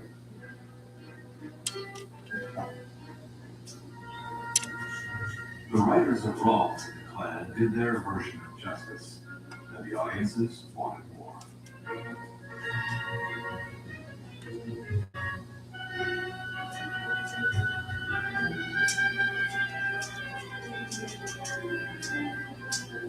The film aroused new curiosity for the Ku Klux Klan. One man in particular took advantage of it. William Joseph Simmons. The former lay preacher born in Alabama was a member of fraternal orders. In November 1915, he organized a climb of Stone Mountain near Atlanta.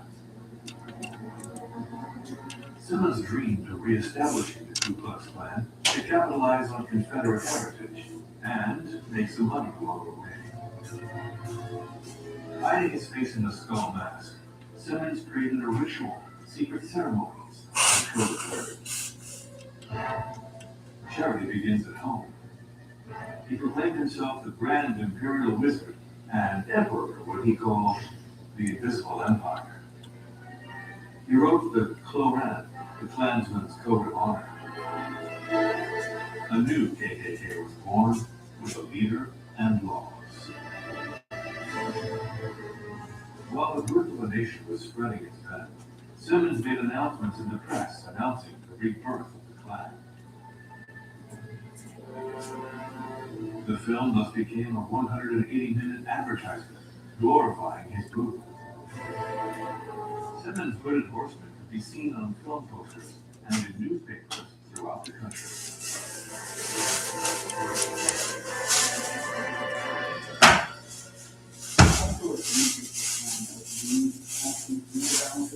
Is fundamentally created by Griffith of the nation.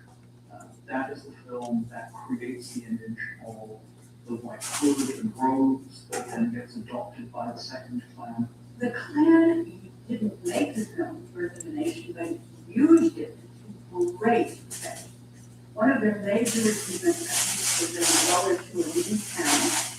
They would have a showing of the film, and you have to remember that for most people, film was very new and very thrilling in the early 1920s. Truly, many people had never seen a film before, so they showed this.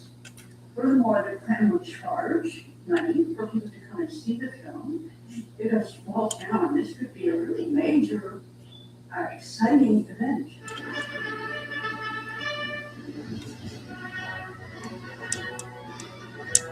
The Birth of a Nation is considered the first Hollywood blockbuster. More than 50 million Americans went and sat in awe at this racing film.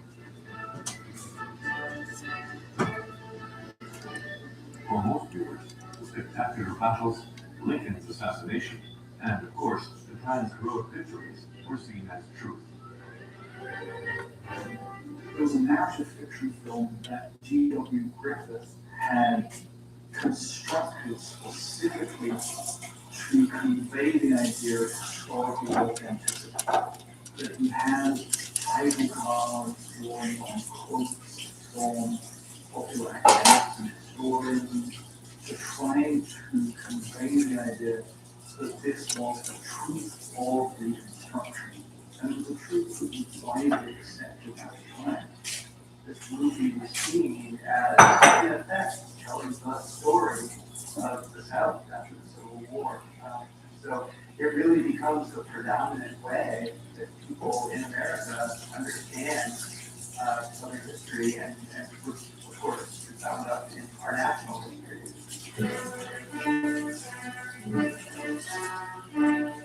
African Americans organized to fight back against this propaganda.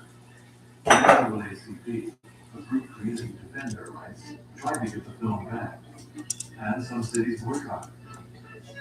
But people in power remained unmoved. Griffith's work was the first feature film to be shown at the White House for a sitting president, the Democrat Woodrow Wilson. We think of Woodrow Wilson as being essentially a progressive president.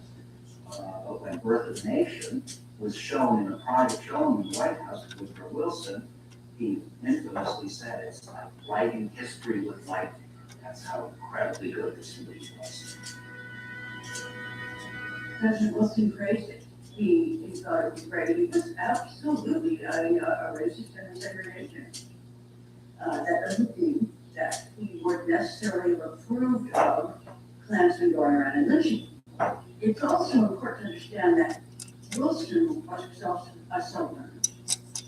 He depended on votes from the South for his position. In the South, you had basically an electorate that was only white, and Woodrow Wilson could not afford to contradict it. So Wilson's essentially endorsement of Birth of a Nation, therefore, the idea of the Klan and how popular the Klan was. The Birth of a Nation gave the Klan a nationwide audience. Joseph Simmons was ambitious. He understood that his little business had a bright future. That meant after them. So the Grand Wizard hired two marketing experts, Elizabeth Taggart and Edward Clark. The two advertising specialists understood how to help the organization make money. They concocted a pyramid. If I recruit you to be a member of the Klan, I can keep 40% of your initiation. You can then go and recruit him, and you can get his 40%, and that goes on until you run out of people to recruit. And the initiation fee at the beginning was $10, and $10 is worth well over $120 today. This is not an organization of poor people. There is a business to the Klan, and it's called Klan members. So you pay a membership fee, and all the money that you pay every month, your dues, go to the Imperial Wizard, and he uses that money to travel around and party with everybody at these damn Klan light ceremonies, cross light ceremonies. It pays his bills, he uses it to buy alcohol, he doesn't work, he doesn't have a job, we have jobs. It's just a scam, and the whole thing is a scam.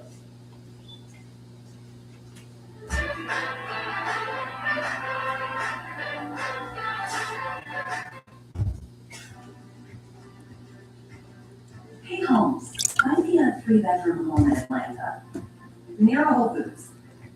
Show me the kitchens. Ready to see what you will find with Holmes AI? Hello?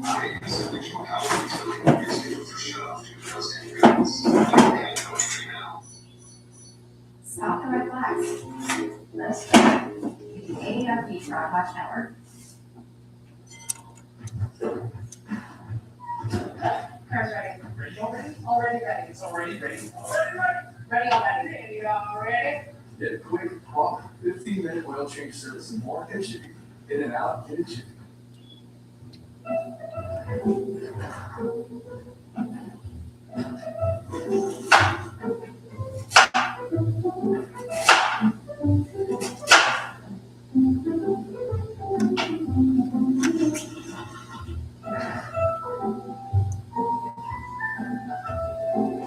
There's an easier way. From little fixes to big projects, taking care of your home is easy with Thumbtack. Download the Thumbtack app and start caring for your home today. They built this up, they also forced the Klan members to rent their roads, not allowed to sew their own roads and so on. They standardized roads, shoot deeds that they would cross the drop and so on. And ultimately, the Klan grew incredibly well.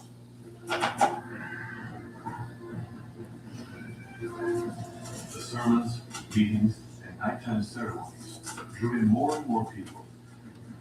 In just a few months, the group went from 2,000 to 300,000 members.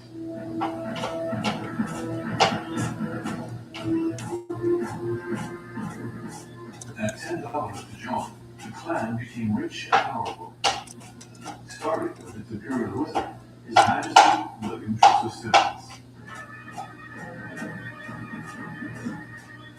For a while in the 1920s, the Klan was exceedingly powerful and had a great deal of money. William Joseph Simmons, for instance, the first leader of the Second Year Klan, lived in a multi-million-dollar mansion. So for a while, all of these dues coming in, it was incredibly successful. The new world was changing, and the fears of the Protestant majority did too. You need to move with the times. The Klan grew its business of hatred. In addition to hating black people, the Klan adopted anti-immigrant, anti-urban, anti-communist, anti-Semitic, and anti-Catholic positions.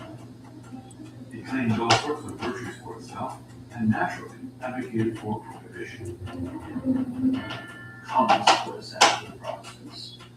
So all the way, they came from Europe, they're against Catholics, so-called papists. They didn't really care about the United States. If the Pope told them to go shoot the president, they would do that because they were all loyal slaves to the Pope. So there was that. There was the idea that they drank too much, that they actually used wine in the communion service. Of course, at the time, when Prohibition has just begun, so Catholics were associated very strongly with alcohol. Also, Catholicism was connected to essentially poorer, darker skinned countries in Europe. So, what they thought of was they thought of the Greeks, the Portuguese, the Spaniards, the Southern Italians.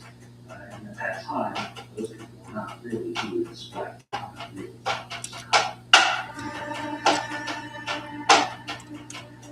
The organization grew spectacularly, as did its bank account. The group became one of the most important political organizations in the country. It spilled out of its southern base and flooded the rest of the country. On August 8, 1925, more than 40,000 members paraded down Pennsylvania Avenue. It was a He's got the crazy man in custody now. They were not afraid to show their faces. He's got this crazy man in custody Their now. leader, Hiram Evans, was at the march too, as if there were nothing to hide. The invisible empire had never seen so powerful. But he's got the crazy man and he's in jail in custody now. Klan membership at somewhere upward of 4 million members, which was a really significant proportion of the country's population, especially when we consider all of the groups who were excluded from joining the Klan. You were only allowed to become a Klan member if you had been born in the United States, if you were white, and if you were a Protestant. And so when you think about it, narrowing the population down along those lines, 4 million members is a terrifyingly large percentage of that population. As the cameras focused on the march, another scene was taking place off screen. Lobbyists for the Klan were working overtime in the background. Their influence on American political life was considerable. In the 1920s, the Invisible Empire got 11 governors, 75 representatives, and 16 senators elected. Harry Truman, the future American president, admitted in his memoirs that he had briefly belonged to the Klan in his youth for electoral reasons. When we say that someone like Harry Truman was a member, you have to remember, this was a completely respectable thing to be. In many places, people joined the Klan because it brought them status. It was a highly respected community organization. Furthermore, the Klan chapters, the Klans, functioned to do what we today call network. you meet other people. You meet people who might be your customers or who could give you a job or you could do a business deal with.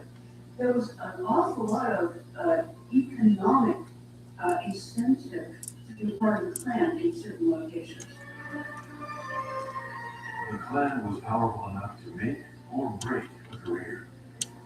At the Democratic National Convention of 1924, it blocked the nomination of candidate Al Smith for two good reasons. Smith was a Catholic and an opponent of prohibition. But the Klan's greatest victory was getting a draconian immigration law passed. The Klan helped to pass the Immigration Act of 1924, which for the first time created an immigration quota system in the United States that extremely much favored Northern European whites. In other words, people from Germanic countries and the United Kingdom. So from 1924 until 1965, when the immigration system was reformed, the United States essentially had a Klan-devised immigration system, which limited more or less immigration to the United States to so-called Americans. Soon the Klan's connections had extended everywhere, including the cultural landscape of the Roaring Twenties.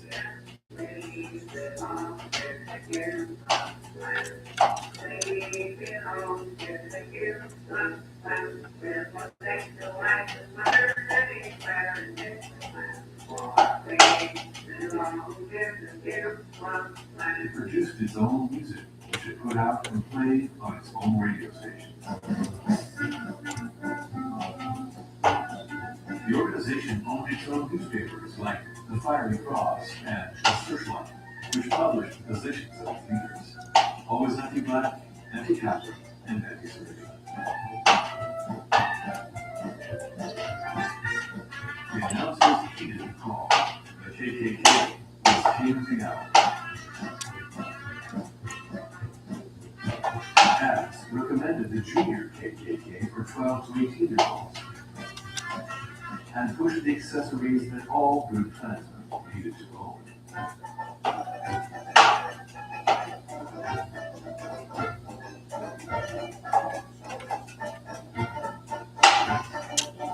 The organization sponsored plays written in its own honor, and it even financed films to promote its activities. The secret society had never been so visible. They are holding rodeos and jousting tournaments. They are appearing in popular novels. They are in popular films. They're in popular music. They are on the radio, and they are selling newspapers on the street corner. And so they really become a major part of American cultural life.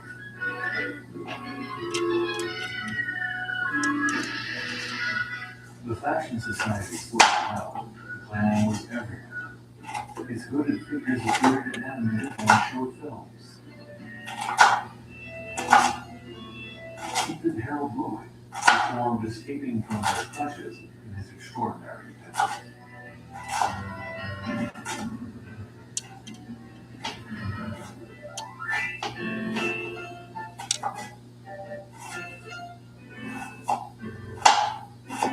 In 1924, it even appeared in one of the first short films produced by Walt Disney, in which kids mimic secret society members.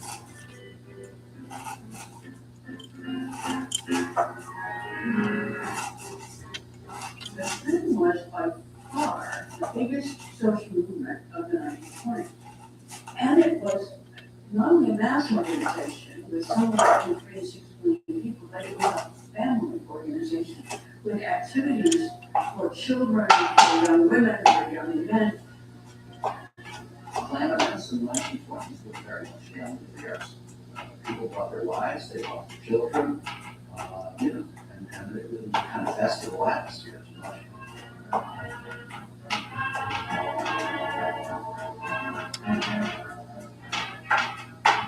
They had these giant picnics.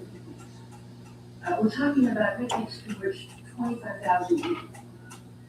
They were games with prizes. There were beauty contests. There were brass bands playing. There were dances. And you would get the impression that I certainly got that in many places, a family could spend their whole lives surrounded by other class people. That there were particular scriptures and funerals. No, please get these guys away from me. Please get these men in custody. That's correct. That is not ever a place you pitched the lady in the kitchen, that's for sure. Good Lord. Yes, it was actually somewhere around the Old Testament.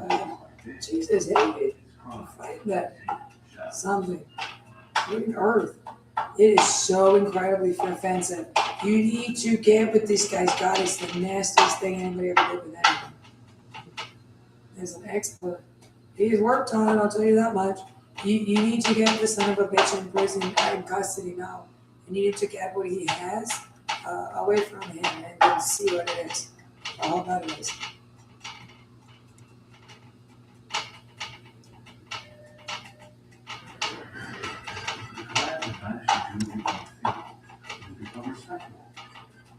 And its grand wizard even graced the cover of Time magazine.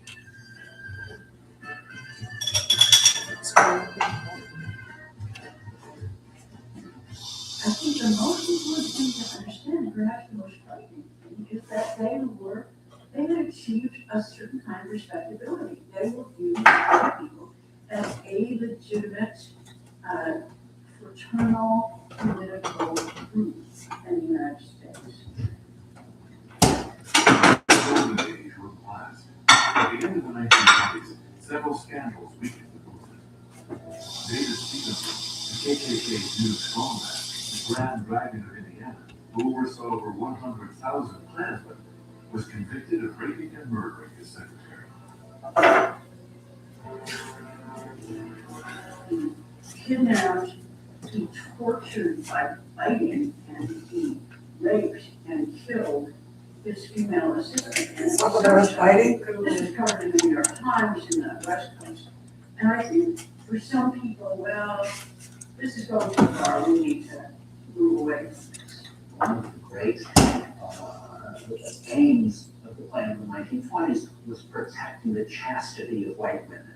So they were all about 100% Americanists, as they called it, standing up for white women in their honor and so on, their virtue. You had arguably the most famous Klansman in America convicted of this incredible rape and ultimately murder of Madge Overholser, who completely destroyed first the Indiana Klan and then in waves the rest of the Klan collapsed. Sentenced to life in prison, Stevenson had nothing to lose and began to share his secrets. In July 1927, he sent documents to the press incriminating Indiana state officials who had been corrupted by the Klan. The governor, Ed Jackson, and many others were implicated. A letter from John Duvall, mayor of Indianapolis, revealed the extent of the lie. In the event that I am elected mayor of Indianapolis, I promise not to appoint any person without they first have the endorsement of D.C. Stevenson.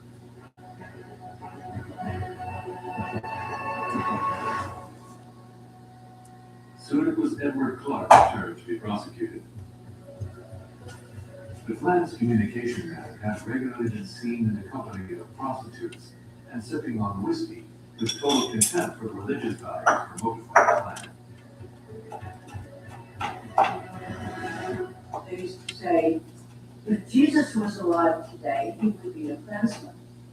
One of the many contradictions associated with the KKK is the fact that the leaders are rarely, if ever, living up to the moral values that they are demanding of their members. People all over the country saw this. And that was, in a way, the beginning of a kind of public awareness, which wasn't really the heroic and patriotic organization that claimed.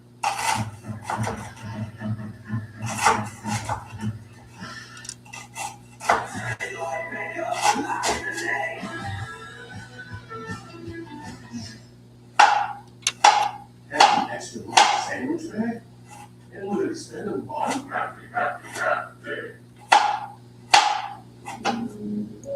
At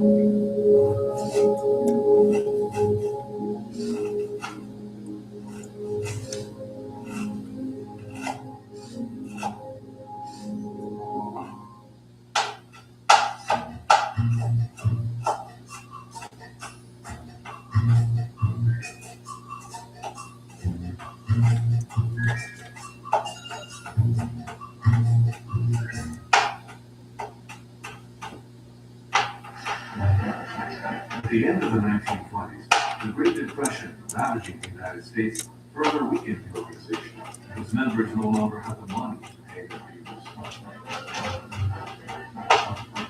President Roosevelt's economic recovery policy transformed the rural South and created manufacturing jobs. The Klan was no longer a social step-up. Poor whites moved on. Following his election, Roosevelt reauthorized the consumption of alcohol. The Invisible Empire had lost the battle over prohibition. It wouldn't be his last defeat. In 1939, Hollywood adapted the bestseller Gone with the Wind, another panoramic tale of the Civil War, stuffed full of racist prejudice. But though the Klan had appeared as Margaret Mitchell's bestseller, it was completely cut from the film.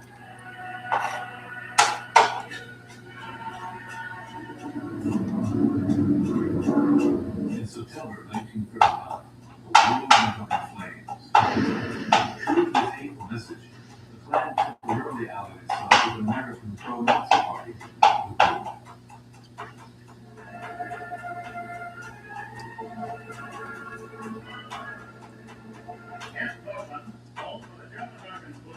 Stand welcome in German and keep out in English. As the New Jersey Ku Klux Klan left the camp for one day, cameramen are not permitted to photograph everything. Only a few friends appear in pictures, not enough uniformed wooden stormtroopers. In the line of the Klan are propelled, and wooden leader Sasquatch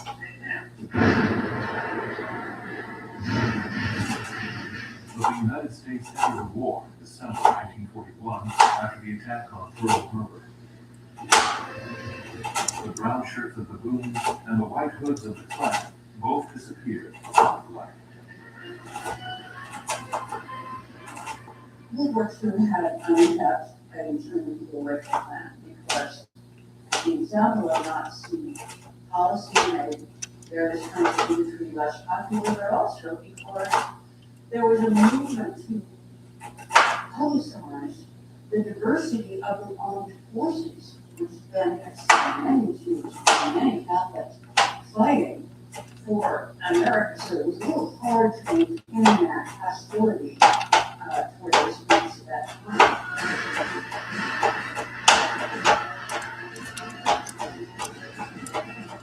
May 8, 1945, after 40 years of war, it was victory day in Europe. In September, Japan surrendered. America was victorious, but the Klan wasn't feeling festive. The IRS began bankruptcy proceedings.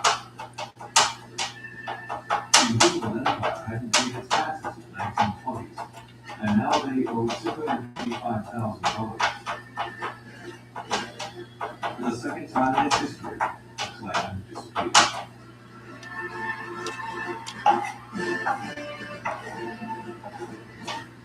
But the hybrid's hooded heads didn't take long to go back.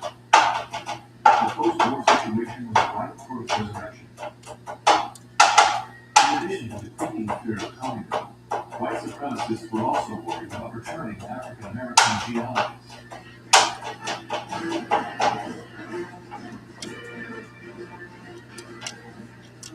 After the Second World War, we had enormous numbers of black servicemen coming back to the country for the first time.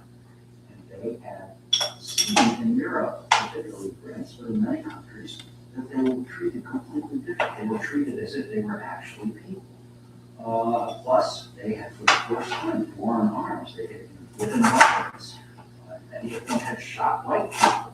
So people came back, African Americans came back to the United States with a completely changed sensibility about who they were. I fought for my country. I fought against racism, against anti-Semitism. Why can't I be a full citizen like everyone else. Come on, please get this man out of my house. There's no talking in the background on that. That is so evil. Get that man out of my house. To say you can't fight a war against. See the voices in your head. When are you supposed to do that, lady? Okay. I'm the boss of stuff a little. Okay, who is that person? Like, how crazy is this dude? Faced with such old-fashioned discrimination, African Americans protested to exercise their rights. Many veterans refused to give up their seats in public transportation. Claim you're a schizophrenia and having children. White Southerners weren't ready to accept this thirst for It's not nice, but really, yeah, like, I don't know. I'm not doing that.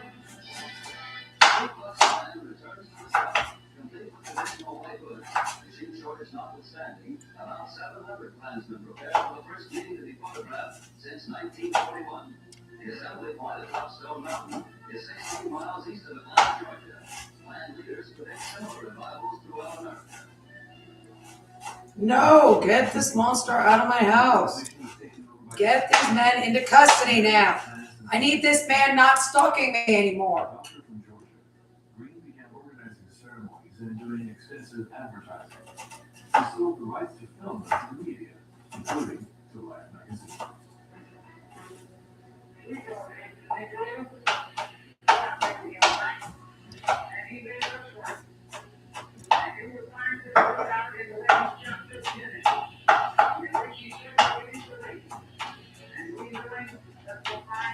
Come on. No, get these men into custody now. Please, everybody. Oh, that's interesting. So the other thing I want to watch, and it is interesting. It's a pretty good documentary. The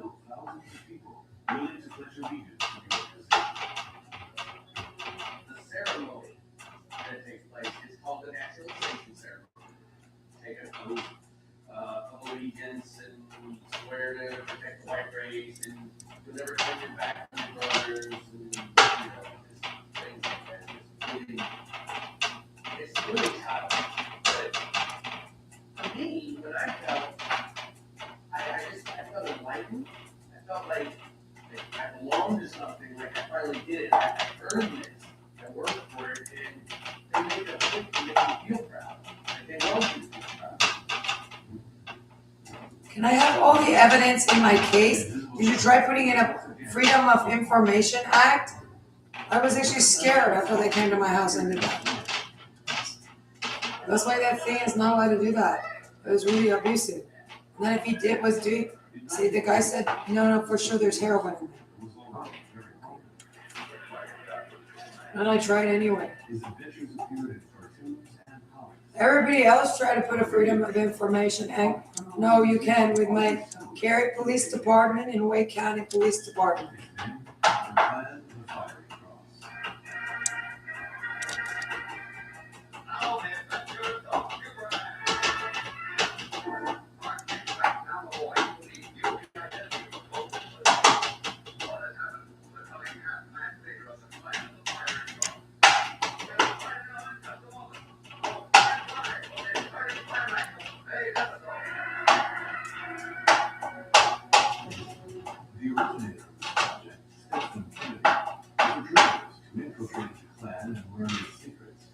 But see how much evidence they have as to verifying whether or not my evidence is falsified. And I was kidnapped.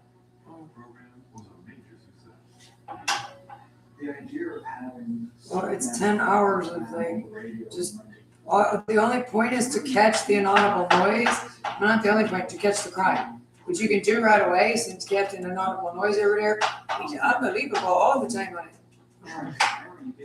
And then maybe they can like, I'm not sure, somebody else can check in on it on like something like just whatever. To verify what in the hell is this now? No more aliens from South Park. It'd be disgusting, but it is what it is. He went to Congress dressed as a Klansman to raise awareness and denounce the lack of democracy that they found in the South. Beginning in 1947, the Klan was added to the list of subversive organizations by the Justice Department. The KKK's post-war reemergence from each city. It only had about 20,000 members, very few compared to the 4 million of the 1920s. Now get this man out of my house.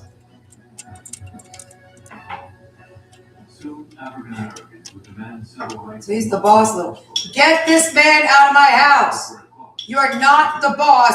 What nonsense are you telling people of nice folks' houses? Okay, day one on your people.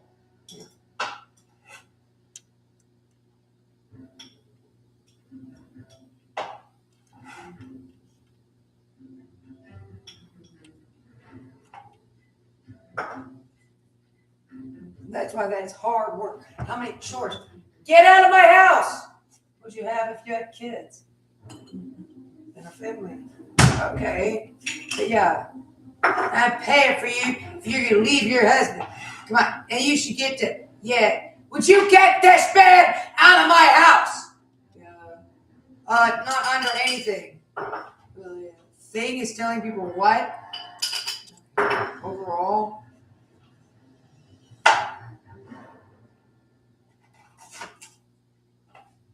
That's correct too. If we're gonna keep him in the kitchen chopping, I don't know. I don't think that's like gonna dumb him down.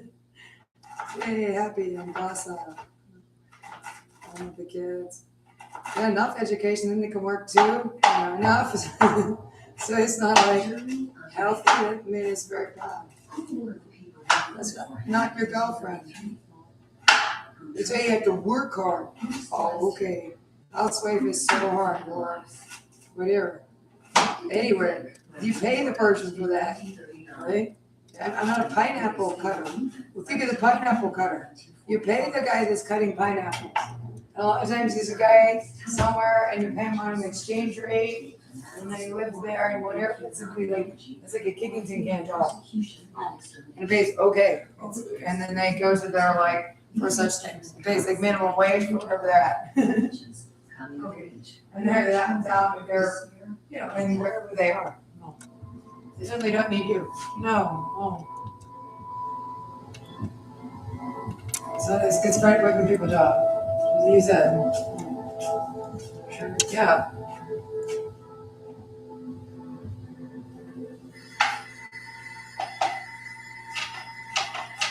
Maybe they can buy some stuff. Yeah, they get their own kid money. Where's they have their money? I'm not paying for that. To say that against the community. I don't know about all that. You need to leave me alone. It's crazy. For him, Adolf Hitler was a role model.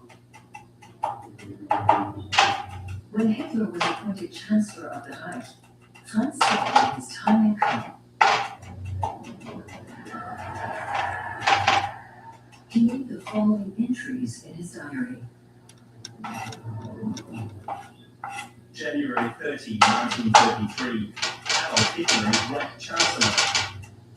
Soon, a fresh wind will blow from Germany.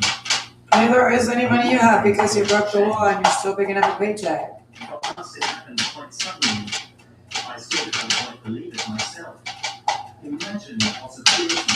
Nothing involves you in this schedule.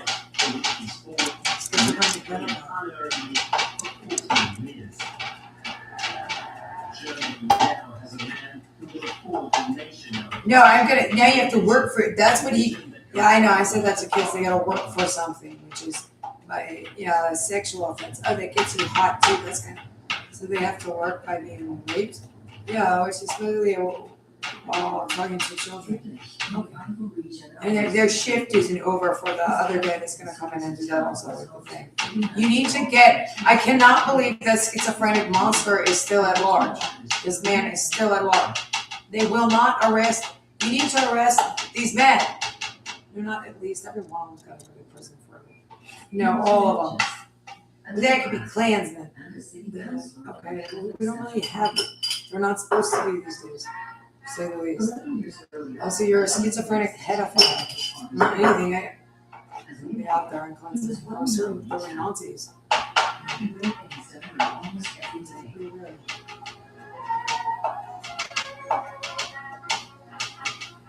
You don't deserve that, lady. You don't deserve nice things because you talk back to a netto is what it's about. We're classmates, we get to gag rape women, and even sleep with black men. That's what it's about in white power. Man, what the hell is that?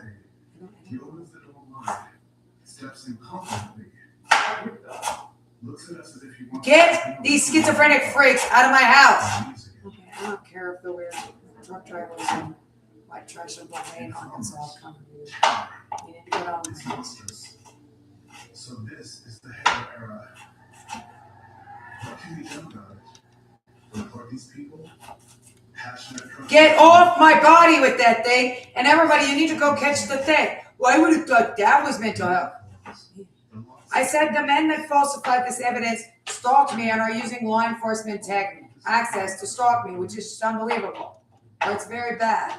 They didn't have, you need to stop letting them use in-progress law enforcement tech in Las Vegas. And then you need to check what the hell this is out of these guys. No people in real time here and now have ever gotten into anything before. And they certainly are here, whatever they're on is definitely getting into something, I think. I'm not sure, I don't know what in our, that, did you do this to the Empire Police Commander? Or is there actually like something like that there? They might have done it. They've been doing it long enough. I mean, like all these years, he's been talking about how, I assume in Arkansas, he has something that has some contact with the skin. You know, that's so smart he is. Yeah, he lies about it completely. He never he never stands down for the power because he's an absolute rapist. Yeah. You don't take any accountability. No. You can sex offend against anybody. So you're actually on a device that like does this, which you know, which you're gonna abuse. No, you can't talk back to it because we're white power. You're not allowed to hire white power, and then like you're actually neo-Nazi, which is these schizophrenic men. Oh no, over here. But I mean, that could be a part of it, but are you schizophrenic kind of all around? You're gang raping children day and night. Well, those are rich people, so they deserve it. Because we're a core chapter of a gang, so I think, so that's the end of it. So rich people deserve it because they think they're better than us. I don't know, it's 2026, I'm not sure. You can be a nigger lover, you don't know that. Okay. I said it. I don't know what that means exactly, like on all this stuff. There's no. It's like here's his schizophrenic.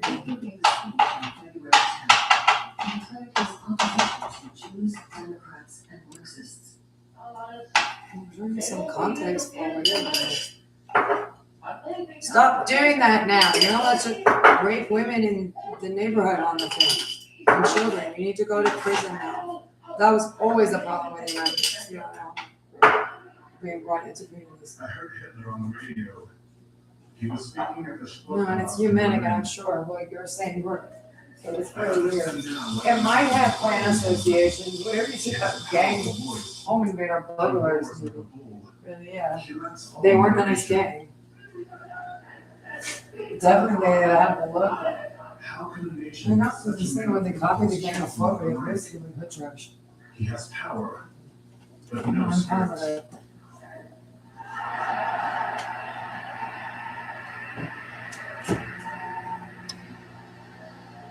That was the path we had to follow. All for one and one for all. Hitler is going to need enough people to put his plans into action in all areas. There's still a huge amount of work to be done. If only I could help too. Get them off of that thing, please. I want to be happy. You just like that. Just be hard working. You're lazy. That's a lazy job too. And that's a job. You don't start like this is a job, and you're gonna work wherever it is. Well, it doesn't concern you, but it's back on the horse with that. That's what I say to her. Yeah, I'm that hot. Would you please get him into custody? Now I need to go. Okay. See, this is where the hell is this man? They're in Arkansas somewhere. This is your fault for bringing these men into your community. You had a big crush on Mr. Kreider. That's a lie. It says that there again. I'm the boss of all this stuff. Where the hell is this schizophrenic freak? I have a man in what's the schizophrenic artist like there's something really bad is all you ever said about it. I don't know what to do about it. February 11, 1933. I took the youth meeting in the clubhouse. It was crowded, restless. There was loafing about, misconduct, and noise. What will become of Dresden's Hitler Youth? That's the question. I went out into the countryside to clear my head.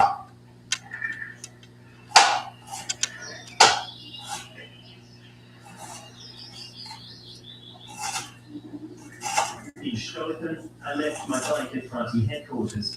I drank a pot of coffee in the coffee shop and had a slice of custard too. I'm not paying for the dog. Dog guaranteed hungry.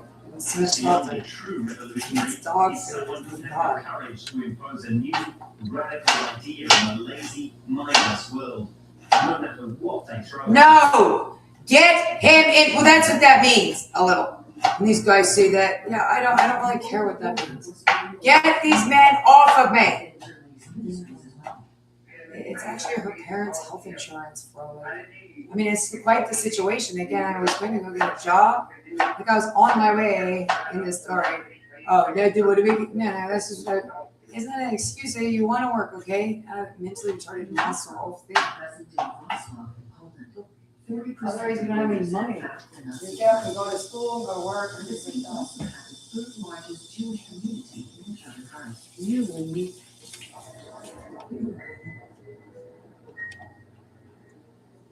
February 20th, Well, you do it yourself. Really, it's a handicap. Today is Trudy's birthday. She's 32 years old. Oh, Last night, we talked about some of the things that have been troubling me. That lifted my spirits.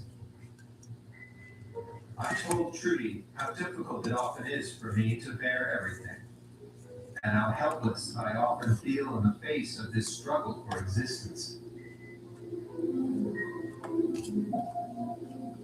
His name was Wilhelm Kohn, but everybody called him Willy. A German Jew, he had fought in the Great War and been awarded the Iron Cross. Gertrud, or Trudy, was his second wife, 12 years his junior. Their daughters were 8-year-old Ruth and Susanna Augusta. Little Susanna was 10 days away from turning 1. He also had 2 sons from his first marriage. Willy Kohn was a teacher of history, German, and geography. He was a member of the Social Democratic Party, the SPD. He'd been keeping a diary since his youth.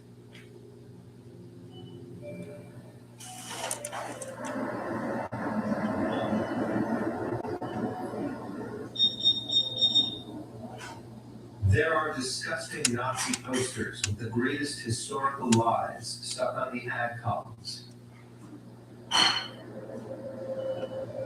Even inflation is being blamed on the SPD. Everything's back to front. One newspaper said, the Jews are to blame for all misfortune. Disgusting. I'd like to probably go. It's hard to tear one's love of Germany completely out of one's heart. Stop stalking me, and I need this monster in custody. February 28th. You have no idea the amount of crime every day that thing is committed The most against me. disgusting kind of terror against all those on the left is beginning.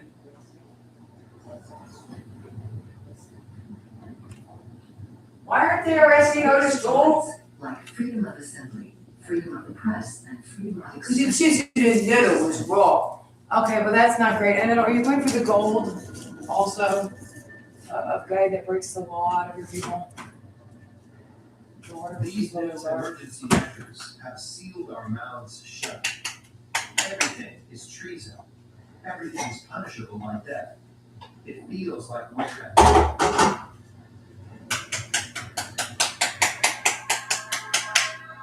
On March 4th, the day before parliamentary elections, Louisa Zolnitz's daughter Gisela celebrated her 13th birthday. Gisela has been saying, you have to vote for Hitler for me. I want it for my birthday. You better do it. I'll be very angry if you don't. Oh, if I could only vote for Hitler myself.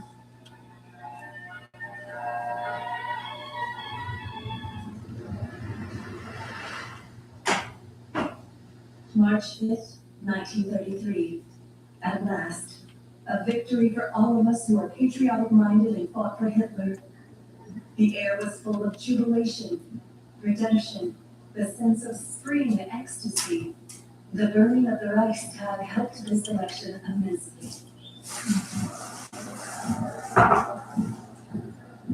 Hitler had won the vote.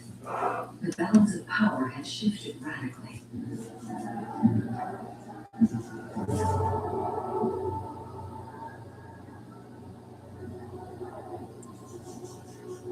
March 7, 1933. This afternoon, I rushed down to the square.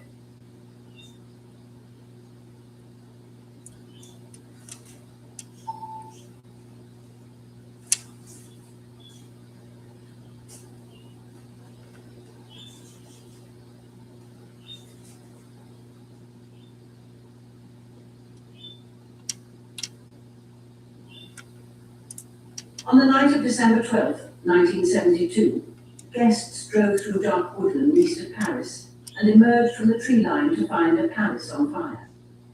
Or so it appeared. The entire facade of Chateau de Ferrières, 150 feet of neo-Renaissance stone, the largest private house in France, was bathed in shifting orange and red gold floodlights, engineered with sufficient precision that the illusion held for the length of the forest road.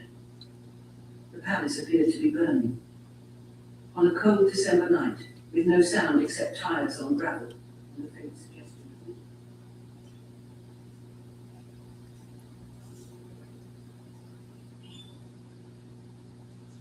of wind.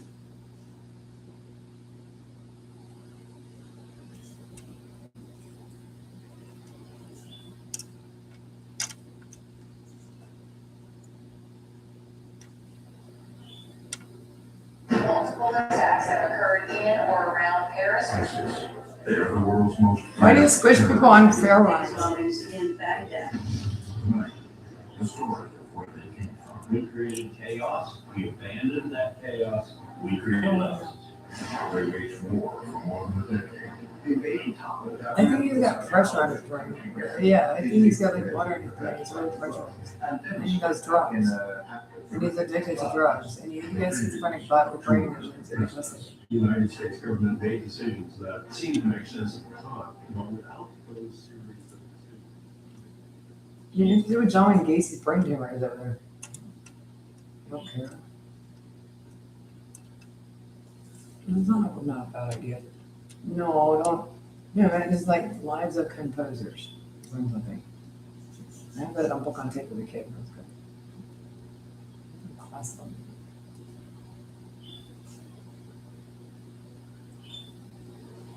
Alright, this one is fun. I'm not entertaining you, use it as the indicator yourself.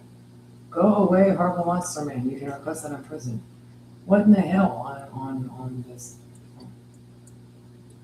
80s broadcast?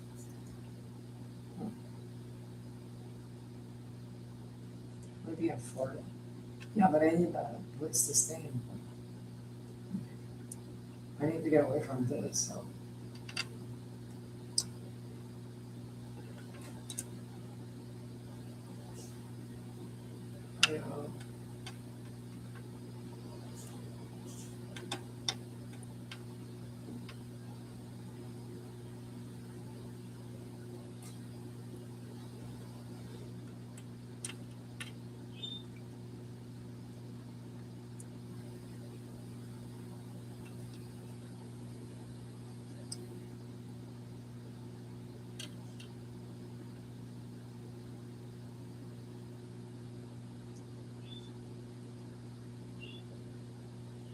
Get away from me.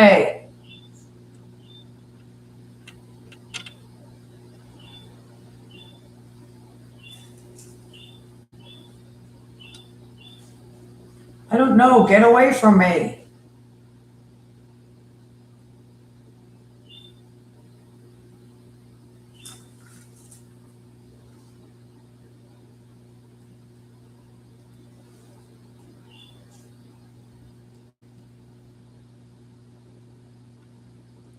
Stupid United Genius. I'm gonna go. Would you please get these men in custody now?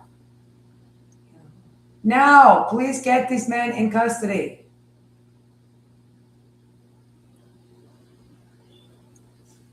Get this, stop doing that. Get this man, I can't believe this man is still at large with this, with whatever he's talking about doing and actually doing.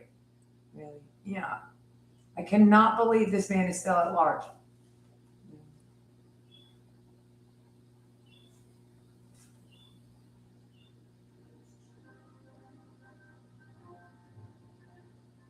It's often said that talent.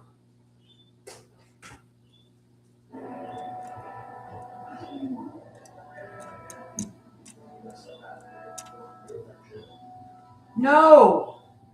Get off of me.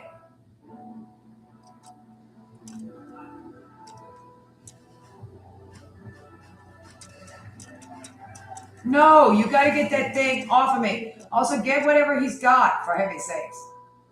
Get him into custody. You sat down as he started doing his same sitting down.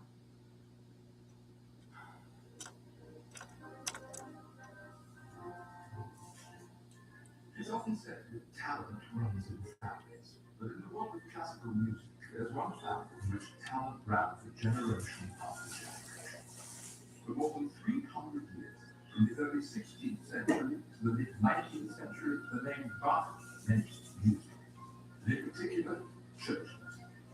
In what is now central and northern Jersey, there were at least 77 musical paths across 7 generations. Right in the middle of all that bridge, perhaps the most universal path.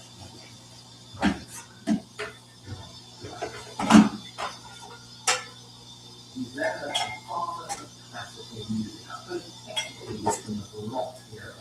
But really, he was the one that moved music from the Baroque era here into the classical era. And every composer who followed him looked back to him, take notes, I'll take photos. He's playing the Bach and he's calling cards in the piano. Without Bach, I wonder where is his music from?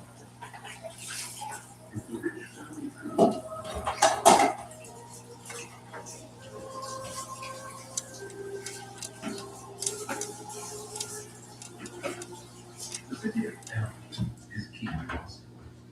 Bach's parents and family have close association with the city, as does Martin Luther, whose influence on J.S. Bach throughout life cannot be underestimated. The Merchants Church at Erfurt is formerly a Romanesque, first mentioned in 1248. Sadly, it was burnt down in 1291 and in 1368, the Gothic basilica with twin towers was consecrated, and it's been built since 1531. Yeah, squish her. That is a tool for this, other than this. Martin Luther preached here on the 22nd of October 1522. I was going to go get a job and pay for this bishop. Buy some. I also was thinking about going to the Goodwill, have some food. Johann and Elizabeth were both baptized here as children. The Merchants Church was also married in 1668. This too was the home church of the Bach family. The official record states 73 baptisms, 19 weddings, and 60 funerals, all associated with the Bach family in Erfurt.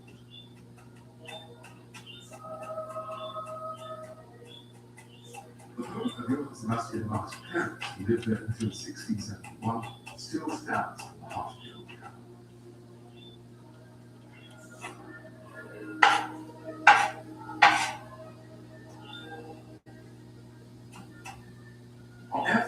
delightful merchant bridge is the house to Schwarzen Ross, which was the former home of Johann Bach. Get these men into custody now. Please get these men.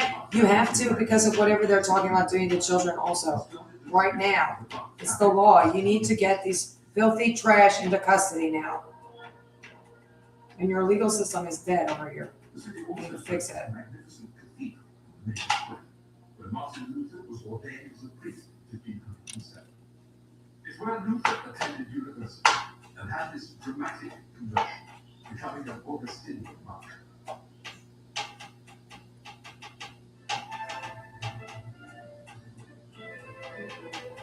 Just as Shakespeare's Stratford-on-Avon is bang in the middle of England, the former East German town Eisenach is slap in the center of Germany. For a long time, it was the center of the Bach family, too. This is the German heartland. It was in Eisenach that Martin Luther translated the New Testament into German. Its history dates back at least to the Middle Ages. The area is dominated by the Wartburg Castle, whose foundations date back to the 11th century. For opera house, the Wartburg is irresistibly linked to Wagner. Most of its opera talent is set in and around its imposing edifice. The Festsaal, Grand Hall, is the focus of visits to the castle today, and performances of Tannhäuser, concerts and other events are often held there. Some of the Wagner has been reconstructed as closely as possible to its original Romanesque design. The great deal of the Grand Hall and the nearby Singers Hall today reflects the pre-Raphaelite. Get these men away from me. For some reason, I'm talking about pedophiles right now. These spaces in turn inspired much of the design of Ludwig II's extraordinary Neuschwanstein. Show our own children for some reason. You let them. It's not for us to do with children.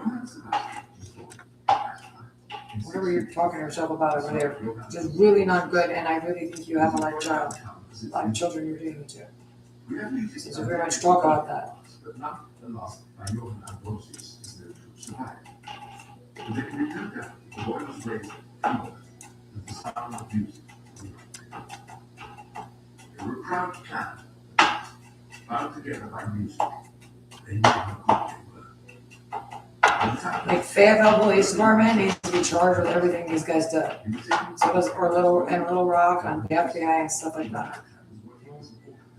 Because if they had done their jobs in the first place when these men were first reported and by who, you're where, none of this would have happened.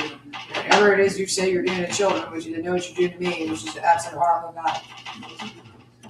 You need to get these monsters away from children.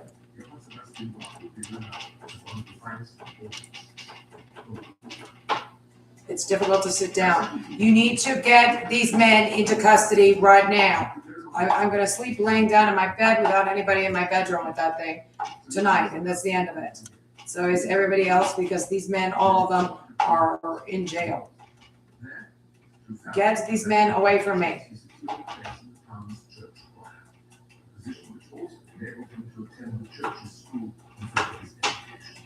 All the technology you're on that you've used to offend needs to be declared to the public, the news, the national news, that kind of stuff also, as do all your crimes.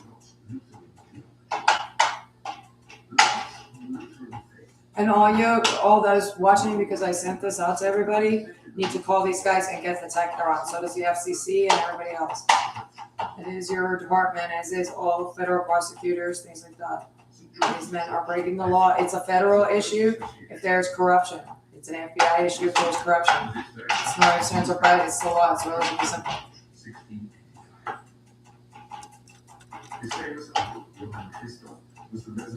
It's definitely corruption. Corruption is when a guy is breaking the law, not getting arrested.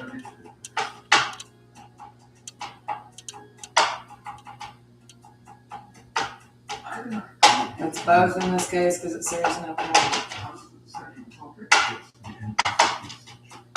In the 19th century, it was mistakenly identified with Johann Sebastian's birthplace. The hope that some members of the extended family lived in the house is virtually certain that Johann Ambrosius and his family lived elsewhere in town. They were very close to this building. In recent years, a new extension to the museum was built next to the historic house, which was destroyed. The complex now houses an extraordinary collection of Baroque instruments, a library and exhibits relating to Bach's family and his work, including an original manuscript.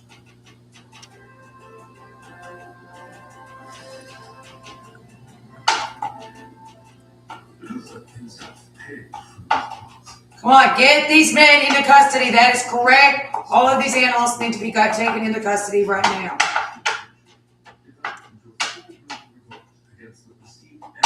That's why whoever lets you run around and hired you, if you have any background checks indicating, and then lets you run around anywhere from there, is in fact liable for it. Criminally accountable.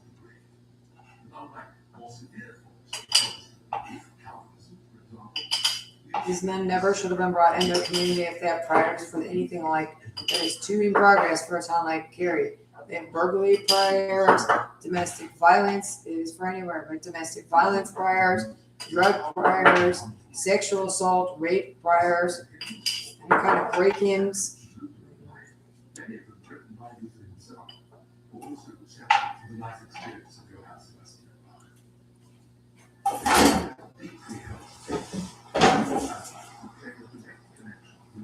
That which these men are going to, there's no way everybody, also all of these are going to have mental health interactions that indicate they are handicapped men, obviously, which is the greatest concern if you're allowing them to do stuff like this.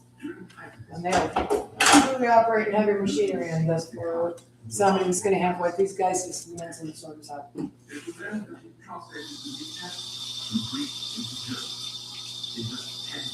I mean, all of these men are going to have been diagnosed with retardation, schizophrenia, all sorts of stuff.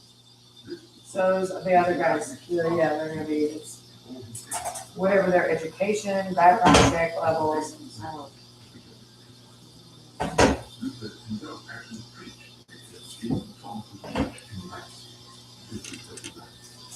No, it's solely operating heavy machinery too. Almost ridiculous. They're not running out of court with this. I mean, this guy is not the full on of court. Bach worked briefly in Weimar as a fairly menial lackey. He can't examine first. The Weimar experience the writing was much better. In the meantime, he secured his first church position in Arnhem, back in central Germany, not too far from Eisenach. Arnstadt's history can be traced further back even than that of Eisenach. There are documents mentioning the town which date from the early 8th century. Even today, is relatively small, around 30,000 inhabitants. It bears its connection with James Bond, in particular, its organism with pride. Ninehead Castle, which is today a ruin, is where the very first Bach family member, as far as we can judge, lived, high in this tower. You can climb to the top and look out across the city with 360-degree views, and below, reconstructed models on display of the important town buildings. Across the road is the Castle Museum, where a room is dedicated on the top floor to Bach and his time at Arnstadt.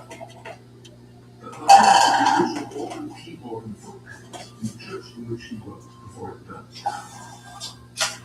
Two other organ keyboards are on display. No! Get these men into custody now! Also on display in the museum is a contract, well signed, with armchairs. Okay. We need these men in custody.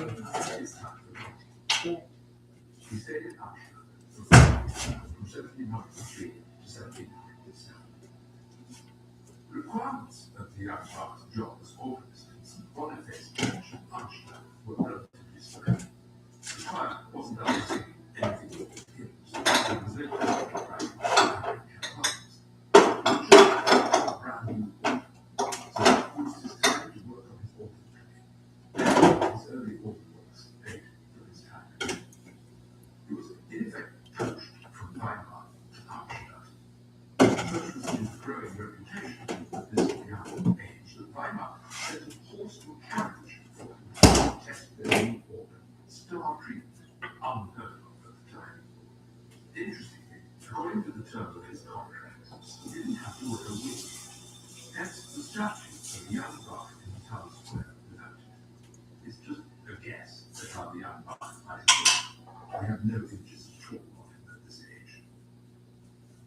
I'm so stupid. Your internet and mobile price will Okay. change for 5 years. From $5. Would you please get this man out of my house? Same price. You need to get the man Otis Tools into custody. All the ones that are child rapists on that thing. Into custody. And lady rapists. Dill tacos, crispy jumbo shrimp tacos. Get two for just $6.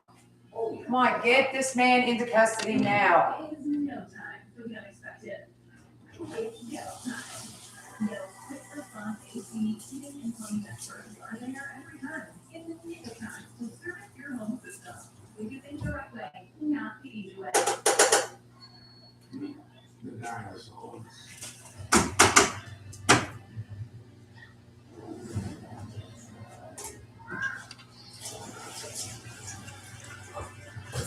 From the skies to the sea, this is the epic story of the world's most incredible creatures.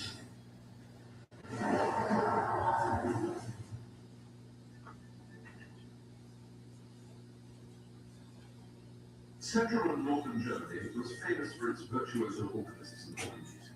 Bach was part of this proud tradition. In particular, he was keen to hear the great elderly organ master Dietrich Buxtehude, who was then around 70 and lived in Munich, 400 kilometers away. Buxtehude's concerts, grand part of his playing for services, were legendary. In 1705, the 20-year-old Bach was granted 4 weeks' leave so he could hear the great man for himself. He walked the 400 kilometers and stayed for 3 months, the fact which seriously annoyed his advisors. Buxtehude's dazzling technique, brilliant compositions, and extraordinary improvisations unquestionably inspired his young fan. The focus of Bach's life was the churches of Boniface. St. Boniface was an 8th century English saint who practiced Christian faith in these parts of Germany and is thus highly regarded in the region. The church on this site dedicated to the saint's birthday in 1581 was not replaced for another century. The new church still standing was completed in 1683. It was known as the New Church. This was where Bach worked. In 1935, the church was renamed that the Johann Sebastian Bach Church. The organ Bach played, built by Johann Friedrich Bender, was new when Bach was appointed to the post.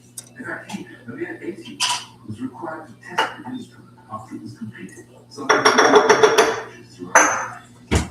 He asked to test the new organ at Arnstadt. He said, "Does it have a great line?"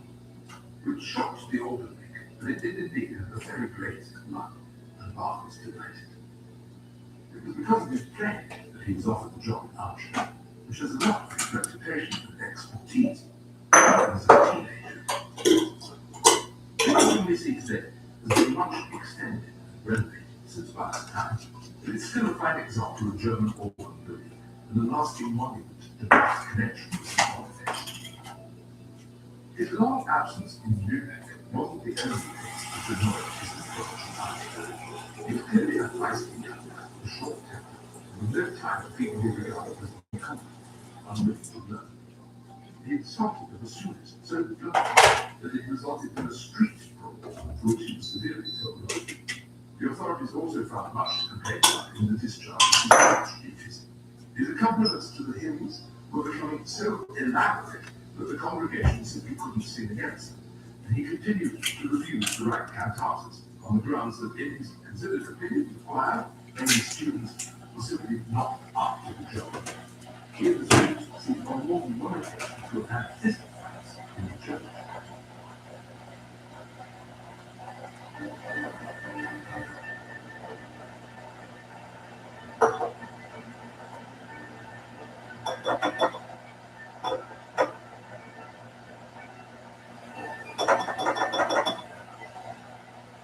Turn to the city for months. There is no point in opinions.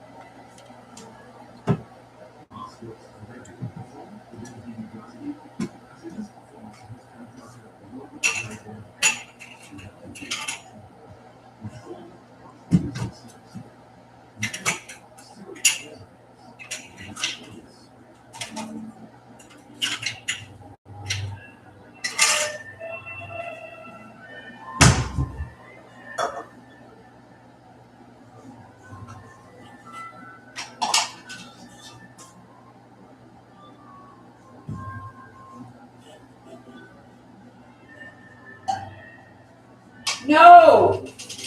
Please get these men out of here.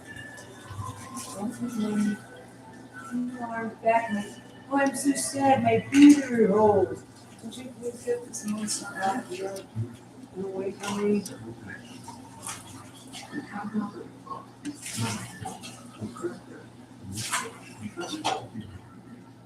Bach visited St. Mary's in 1735, where his son Joseph Gottfried Bernhard was approaching orders. Today, it's a museum featuring the reformer Thomas Münzer and medieval art. It's also used for special services and concerts. Mühlhausen's town hall, or Rathaus, dates back to the 13th century and comprises several grand architectural styles. It is located right in the city centre, between two main churches, St. Mary's and D.D. Bloody. Here, in the old chancel, below the town hall, is where J.S. Bach signed his contract with the You enter the archives deep into the cellar where town records from the 12th and 18th century can be found. Along with some very good documents from J.S. Bach's time here in the house. Here I was letter to the organ maker of D.D. Bloody and a clear instruction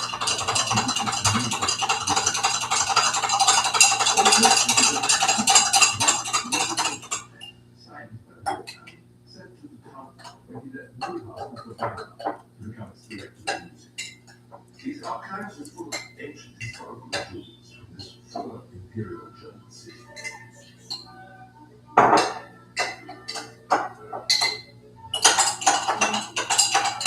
When Bach left for Mühlhausen, Arnstadt would be glad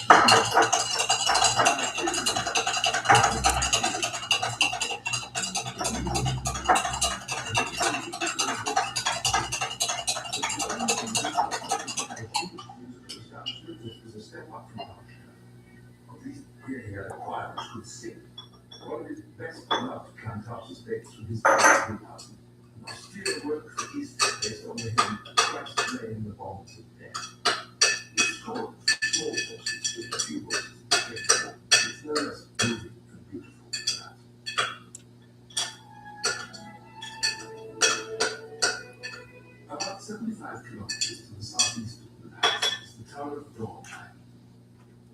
Even today, it's a very small village, the population of less than 1,000. It was there, during his tenure in Mühlhausen, that Bach married on the 17th of October, 1797. His wife, Maria Barbara Bach, was his second cousin. Scholars have been puzzled as to why the couple chose to get married in Dornheim. It's only a few kilometers away from Arnstadt, so Bach was in familiar territory, and there were certainly family connections in the area.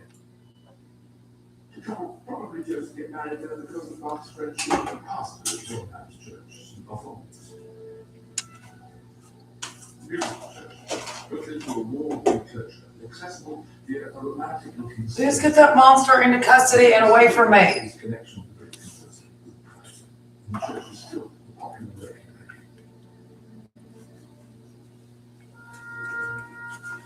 The couple had little time to settle there, as they were soon on the move. More illustrious patrons were called.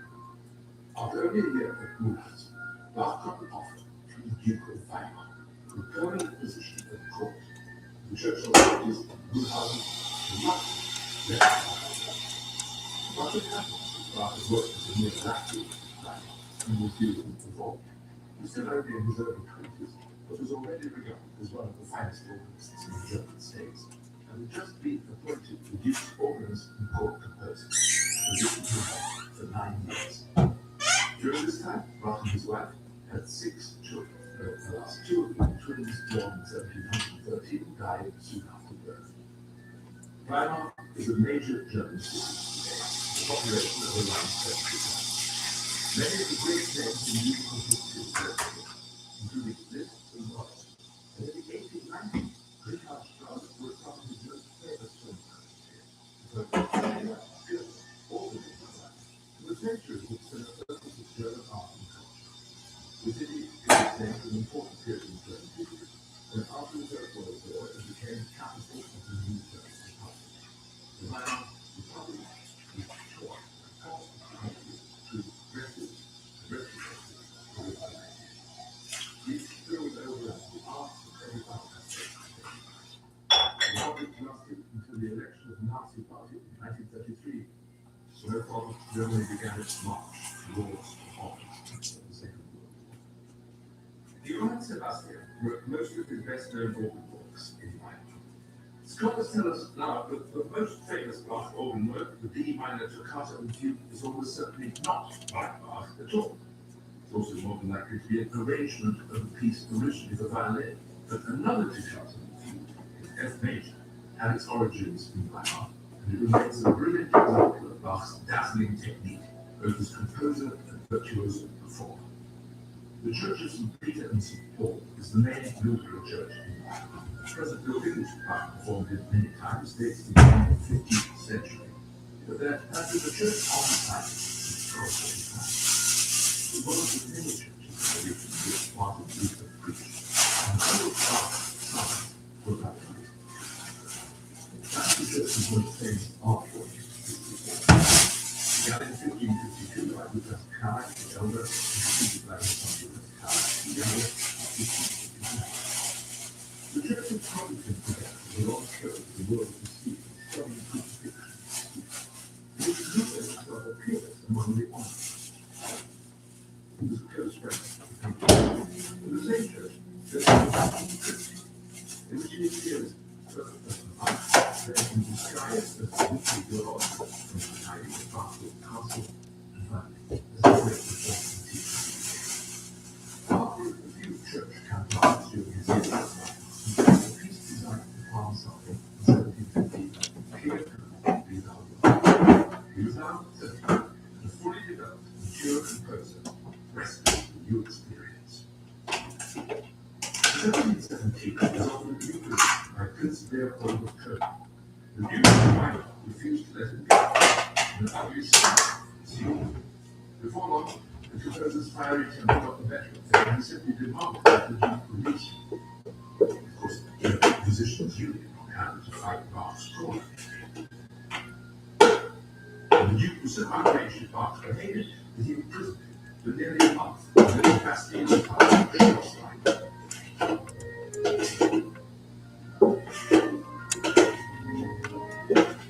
The great Johann Sebastian Bach had a criminal record from days of time. For his reason, the Duke persisted in disgrace, but it was never escaped Bach's nose, although a month in prison could hardly be pleasant. Curtin had already started paying his salary, so we were financing on how to do life and providing children before we left time. After 7 years, taking the 150 kilometers journey to Curtin,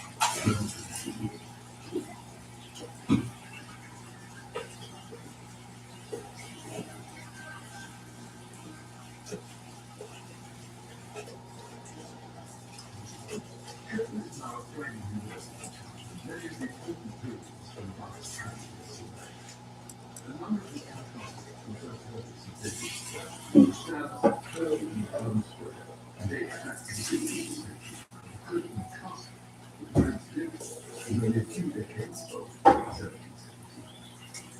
This edifice saw the first performances of many of Bach's instruments.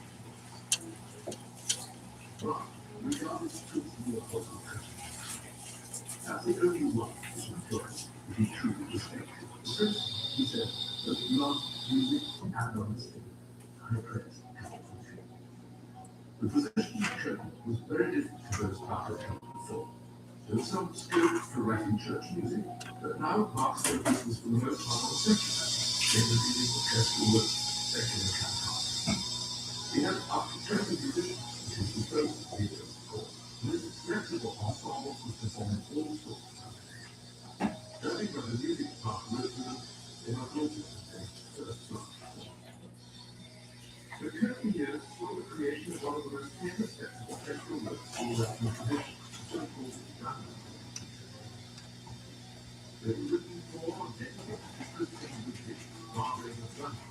Certain music was possibly composed earlier, and Howard and March, using the beautiful presentation of the copyright in 1774. Everything very easy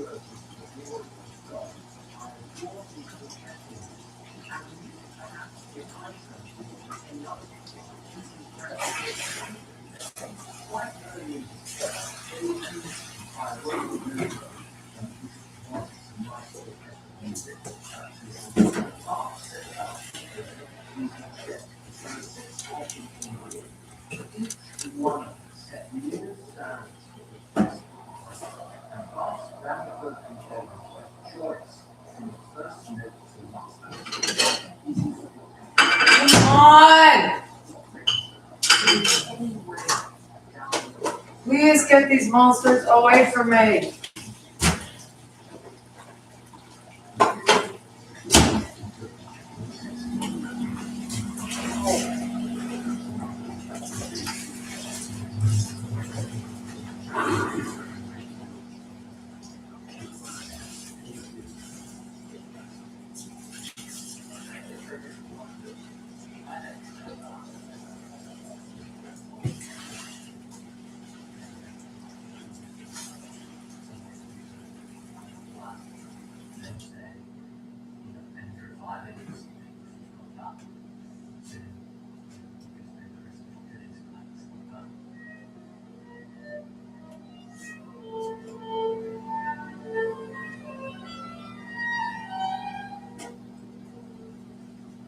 Maria Barbara Bach gave birth to a seventh child less than a year after the family arrived in Curtin. It's a measure of Bach's closeness to Fritz Leopold that his noble employer stood guard for the revolution. The boy, Bach named Leopold Augustus, and last the baby died only 10 months later. More tragedy was before. In 1720, Fritz Leopold was traveling as he often did, took Bach and some of his musicians with him. When they returned, the composer discovered that his wife, Maria Barbara, was dead. She already died. She was just 35. Johann Sebastian also found 4 surviving children under the age of 12 to 24. Fortunately, Maria Barbara's sister, Tina Nina, had been living with the family as a housekeeper. Her support at this time was invaluable. The custom of the time dictated that Bach should be married. It's not known even Anna Maria Wilke, but she was a gifted musician in her own right, holding a position as a court singer in Köthen. Anna Magdalena and Johann Sebastian married September 1721, 18 months after the death of Maria Bach.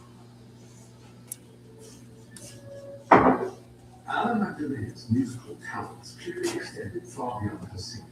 She immediately became involved in the Bach household's constant for parks and schools, working as an artist to provide the music to which instrumentalists and singers performed. As the children became older, they would certainly become involved too. There's a far more intimate indication of the musical connection between Johann Sebastian and his second wife. Not long after their marriage, Bach began his Klavierbüchlein, or Little Keyboard book.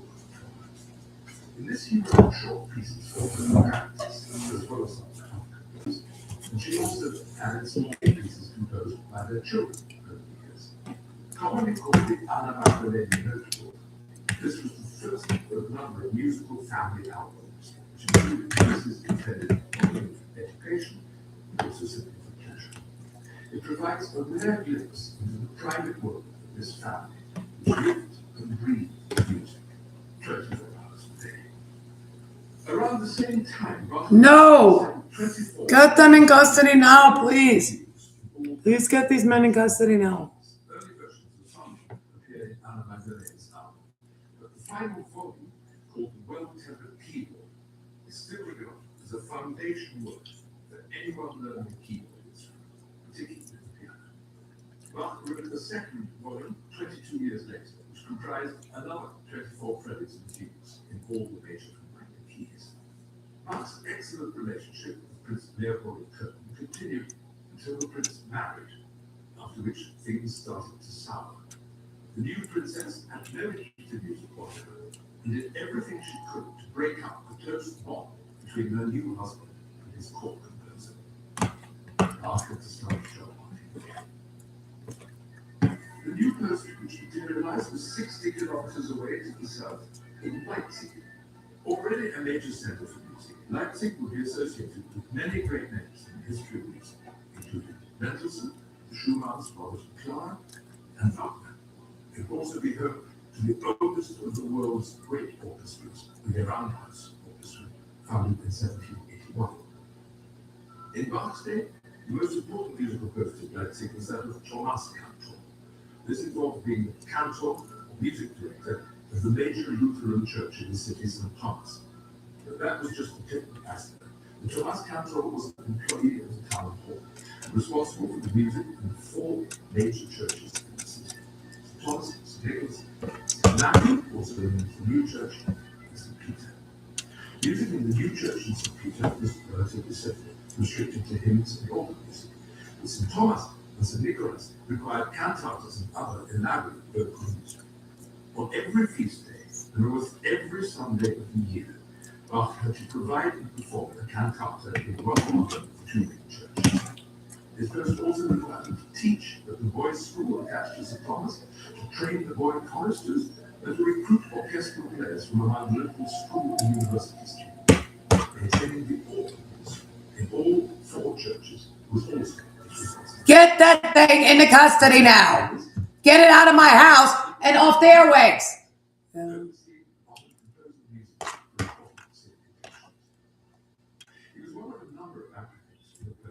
No, you disgusting monster. Get what he has and see what it is. Oh, sorry, see what it's like. Unbelievable.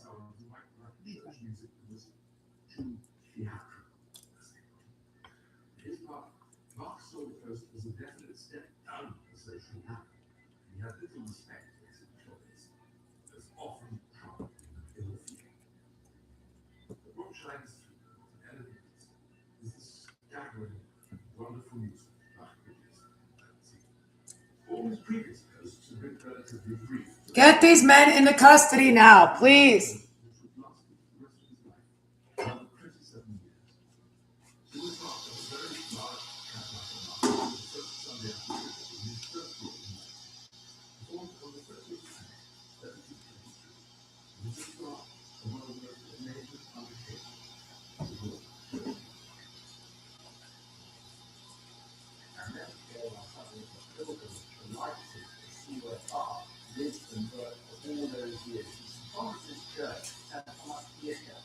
And I went there to visit Leipzig with my mate, the City Church, and I met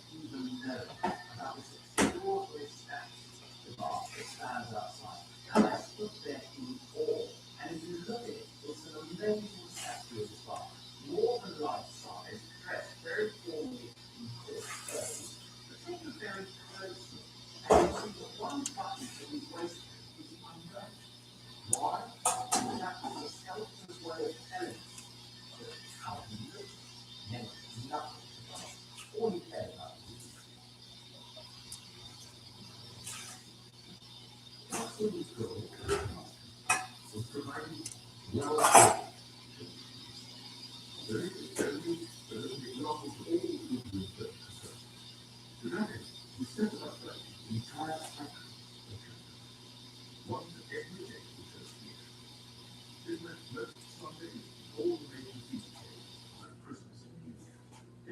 cycle was made up of about 6 cantatas. Bach set about writing his first cycle in his first year in Leipzig. Apart from a couple of weeks when he reused the cantata he used earlier, Bach composed and performed a brand new cantata almost every week over that first year in Leipzig. Larger ones could last as much as 40 minutes or more. During his hectic early years in Leipzig, Bach composed a new cantata on Monday and Tuesday. The parts for all the performers would be copied out over the next couple of days. Rehearsals took place on Friday, Saturday, and evening, and the performances took place at the Sunday services. St. Thomas in the morning, St. Nicholas in the afternoon one week, and then usually reversed the following one. And if there were feast days in between, the workload was picked up. Bach often worked ahead. He had to plan and pitches in order to have the right music ready for any given service. Bach's choir was made up exclusively of boys and young men. The sopranos outfit were working in Thomas's school. The training bases were either older school boys or university students. The instrumentalists were university students. And the solo parts, some of the most complex vocal language in the entire repertoire, were sung by members of the choir. Bach trained them, and he did it very well. The music he expected them to perform is anything to do. Bach's contract with the Leipzig authorities required him to do a great deal more than just prepare and direct music for services. He taught in the school and was on call to provide music for weddings and funerals, for which he received extra fees. He has to supervise music within the greater city of Leipzig itself and provide music for special occasions such as royal birthdays and council inaugurations. He was often in dispute with his employers, in particular over the number of caliber of singers at his disposal. Once he wrote a heartfelt letter complaining that his income had fallen drastically because of a decline in the number of funerals. Too many people not dying. The cantata which started the first cycle is this one, the first Sunday after Trinity. Those who hunger shall be nourished. And after the first cycle, Bach went on immediately to write a second. The second cycle is noteworthy because nearly every cantata is based on a Lutheran hymn. There is a third cycle, which covers about half the required services. By this stage, Bach had enough cantatas to be able to rotate different ones as each Sunday or feast day came around. In most services, he would have had at least 3 cantatas appropriate that day, so the frenetic pace of composing and playing out calmed down considerably after 1725. Scholars differ as well Bach intended to create a form of the cantatas cycle. Very few new cantatas survive from after the late 1720s. It was a very onerous job. I mean, he was such a great composer. They just demanded from him, we'll have a new cantata every week, please, Herr Bach. He obliged, and so the cantatas came out of him like water out of a tap.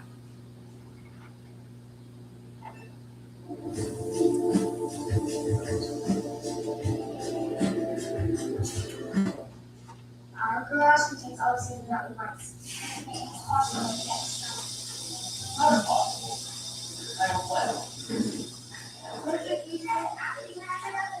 Your first month rent is just $1.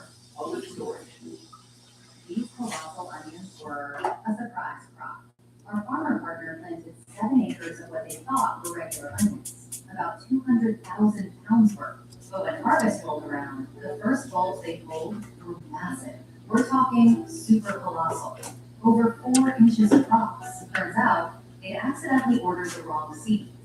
And while these giants taste just as sweet and cook up beautifully, they're too big for most retailers to sell. Normally, these would be sent to a processor for site meaning the farmers get paid far less for all their work.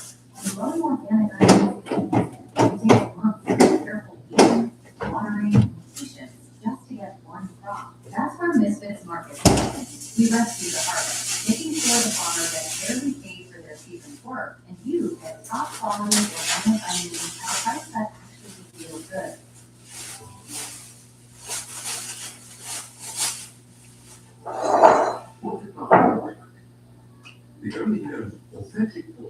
anticipated by Elias Hausen, and it exists in two versions. The earlier dates from 1736 to 1961. Recently cleaned, the book is currently owned by St. Thomas's School in Leipzig and is on display at the Leipzig State Museum. Haussmann painted a copy 2 years later, which is in better condition today. This is now held by the Bach Archive in Leipzig. The Bach Archive was founded in 1950. The museum and the whole building here was restored and redesigned in 2010. And at this time we had the opportunity to enlarge our museum, to build an annex in the back of the building, and to develop a completely new exhibition. In the time of Johann Sebastian Bach, he was building which the Bach Museum is nowadays, was the building of his friends, the Bose family, who had here merchants. The garden is a place for our visitors to reflect about Jazz Bach and his music, to relax after or during the visit. And that's one of the things we want to have in our museum, and this garden is just wonderful. Receptions here, people who take photographs, and it's a place to think about Johann Sebastian Bach and his wonderful music. Leipzig is the city of music, and Jazz Bach is definitely the most important musician we have here in the city. It's really a Bach city, and the place here in front of our museum, St. Thomas's Square, is the most important place for the Bach lovers in the whole world. So here he composed his music in Leipzig. Here he performed the music right there at St. Thomas's Square. Come on!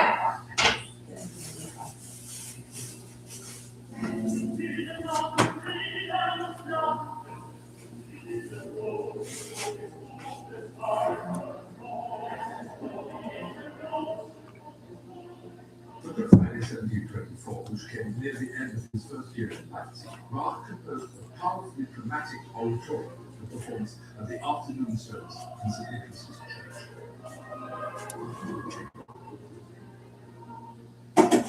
This set the story of Jesus' passion, the part of his life in the Last Supper, the crucifixion, as recounted in St. John's Gospel. It's now known as St. John's Passion. Dark, almost tragic work, which showed in no uncertain terms that Bach had no intention of toning down his theatricality just to please the public.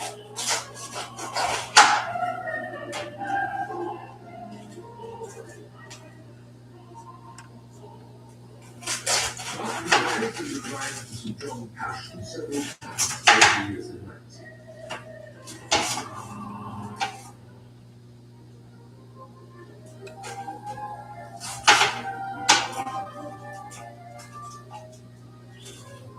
And in 1727, as the pace of his cantata writing slowed down, he created the Sympathic Passion, a work on a vast scale which dwarfs the earlier St. John's City. It contains nearly 3 hours of music, calls for 2 orchestras and 2 choirs, in addition to the 6 solo singers. It has moments of intense drama, but on the whole, the Sympathic Passion is more delicate, more intimate, more perfect than the fire are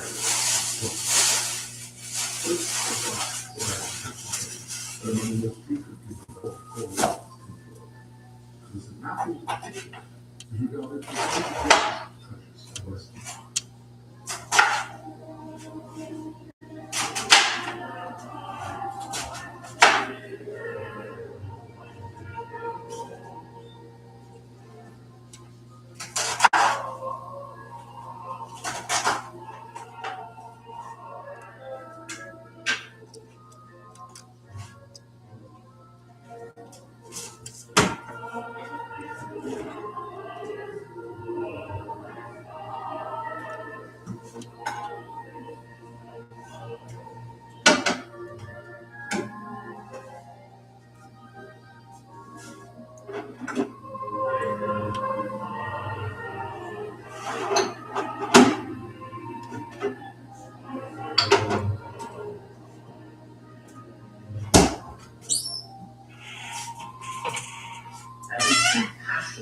John Passion and the St. Matthew Passion are so well known. The St. John Passion is actually a fairly early work by Bach, and interestingly, he was not satisfied with it, nor was he when he rewrote it, nor was he when he rewrote it again and again. In fact, he kept going back to it, and the version that we now hear, which we consider to be maybe so perfect, was the culmination of many years of rewriting and thinking again. Interestingly, in contrast to that, the St. Matthew Passion, which followed some time later, he almost left untouched with a really great like first time. I only had the name of Bach in her 13th during her marriage with Sebastian. Sadly, the high infant mortality rate was reflected on the every family before the average of modern medicine was already protected by the first birth. Also saw many of the children in the second trans dying from the birth. Two of the ones who survived also became important. Johann Christoph distinguished Bach with contemporary height and wrote excellently literature with his own. The youngest son of the family was Johann Christian, known as the Nonce Child, because the most important years of his life was spent in the British capital. He brought the family home in many ways, becoming a captain while he was living in Italy. And his family had careers both in Italy and in England as a composer of opera. They took up on the important interest of the Holocaust. They will encounter him in the later program. Johann Sebastian Bach continued to fulfill his duties as a Thomas captain for the rest of his life. In his early 60s, he was plagued by ill health, and his sight began to fade. His last act as a composer was to leave a summation of his art for posterity. Two extraordinary collections. One, called The Art of Fugue, sums up Bach's unsurpassed talent as a writer of complex counterpoint, a series of fugues and cameras, all based on the same simple tune. The result is a mind-boggling display of intellectual ingenuity, an example of a genius and a series of play. The other summarizes his entire life as a composer of church music. Now known as the Mass in D minor, this setting in 4 capital parts brings together music from across Bach's entire career to document all his secrets in his quest to establish world church music.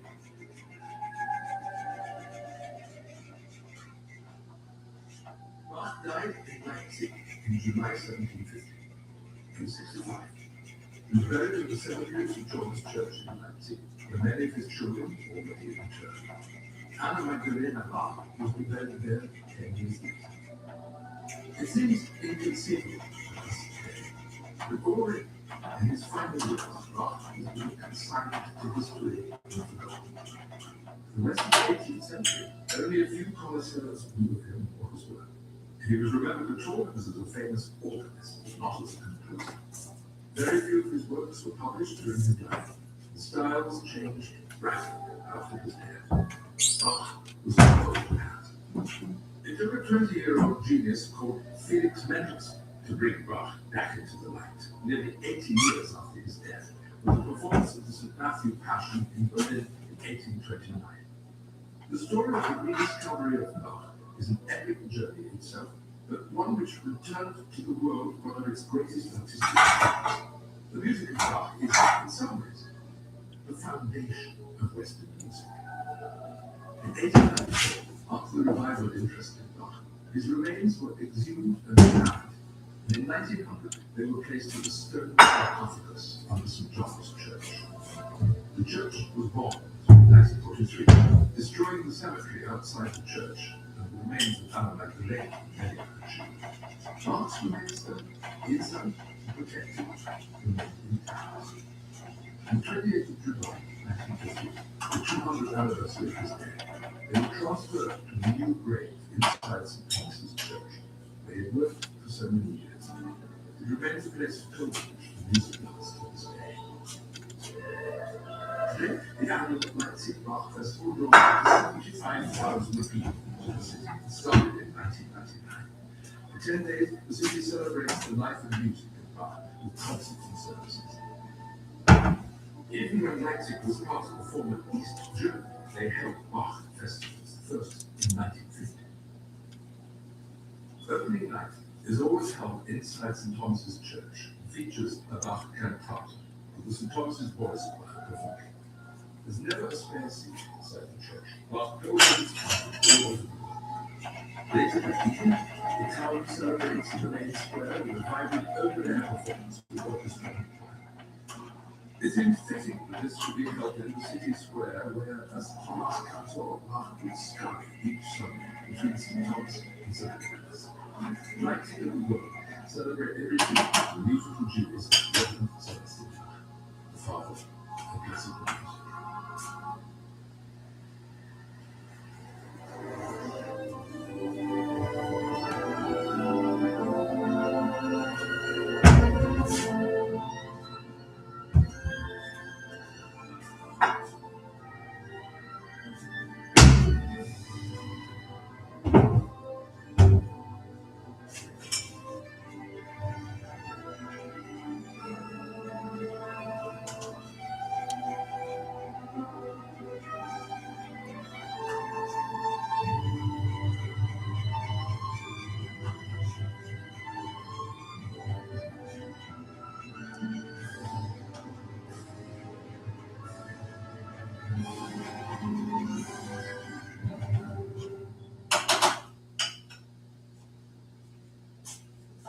Let a local expert do your taxes from start to finish with TurboTax Expert Full Service.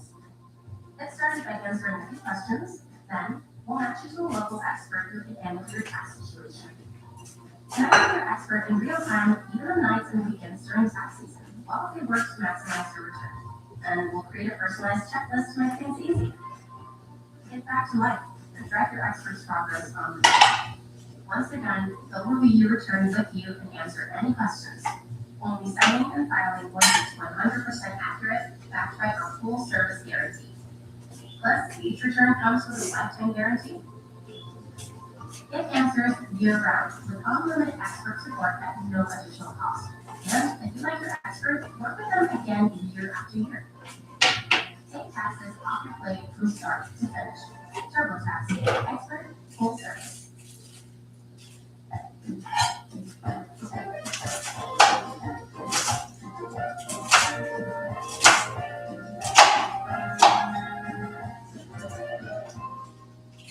Please get these men into custody and out of my house. I can't be sexually assaulted by this man anymore. Neither can anybody else to freak out. He's an evil man. Please get him away from me. He's a very, very criminal man, and I don't want to be sexually assaulted. Go through a process of transformation in our life. We end up in a place we never expected to be. We can surprise ourselves with where we end up in later life. This program is about a man who ended up being the most important English composer of his time. Famous for writing religious-inspired works for a popular market. But he started out as a German, trained in church music, and longing for a career in opera. Please get this man away from me. Unparalleled in the history of music.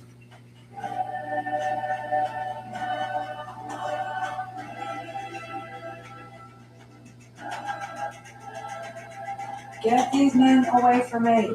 Get these men away from me. Please, please, please get these men away from me. Please get these men away from me. Please get this man into custody now. Please, please, please, please, please. In the town of Halle, in what is now East Germany.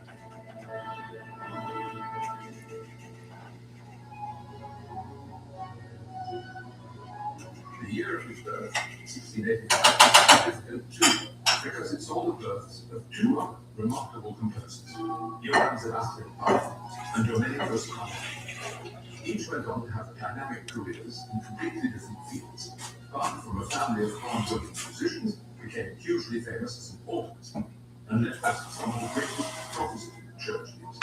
Get these men into custody now, please. Opera composer was one of the leading keyboard virtuosi of his day, writing no less than 555 sonatas for harp. Please get these men away from me. Halle was the heartland of Protestant Germany. Please get these men away from me. Get this man out of my house.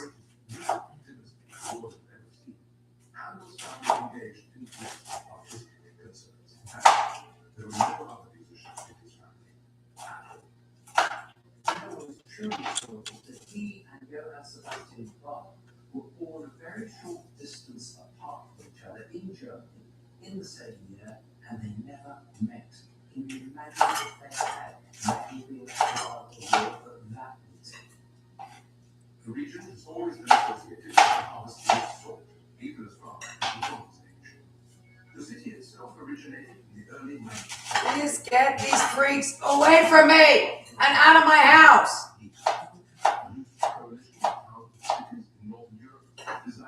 Please get these men not in my house.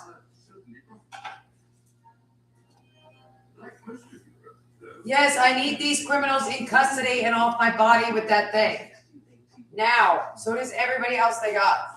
These men have to go into jail now. After the war, the city was placed under the administration of the Duke of Saxon.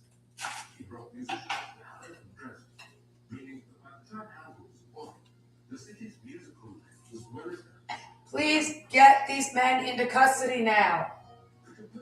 How much work housework is, lady? Please get these men into custody now.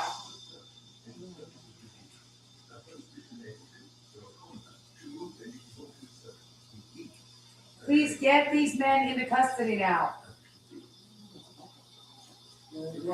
Please get these men into custody. No, get these men into custody now.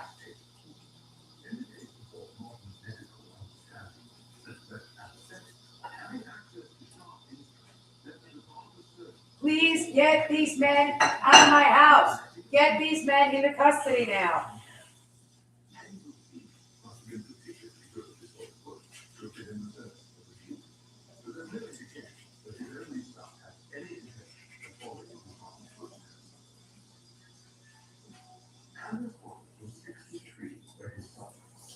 The composer's mother, Dorothea, was Georg Handel's second wife. The daughter of a Lutheran pastor, she was 34 at the time of the composer's birth. Please get these men into custody now. Get these men into custody. Please.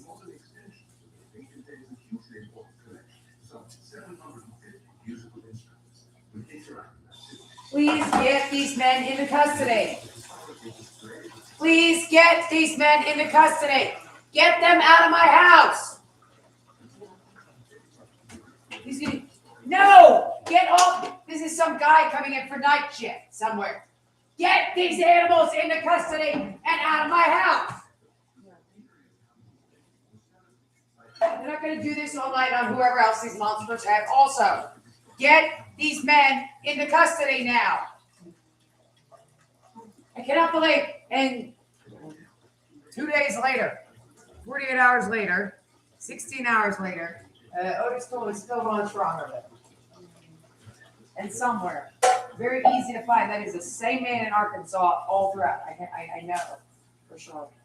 It's all hard work. Minutes for hours. I don't know what my schedule. It's usually easier than this, but there's nothing. I'm waiting for the police to arrest you. You need to get these beasts into custody and out of my house, out of my car. You want to ride along with my mother and me going to the, anywhere. My bedroom at 2 a.m. in the morning, the neighborhood, other people's houses. But I was going to see would you get him into custody? This is the same freak show from Arkansas that did all this in the first place.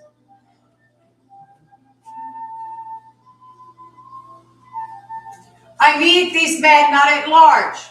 I can't believe these guys are still in the free world with all that. That was the pedophilic comment he made on ours also, it says. Okay, I have all these people watching and we cannot get them to get in here and arrest this thing behind a fence. Something he says.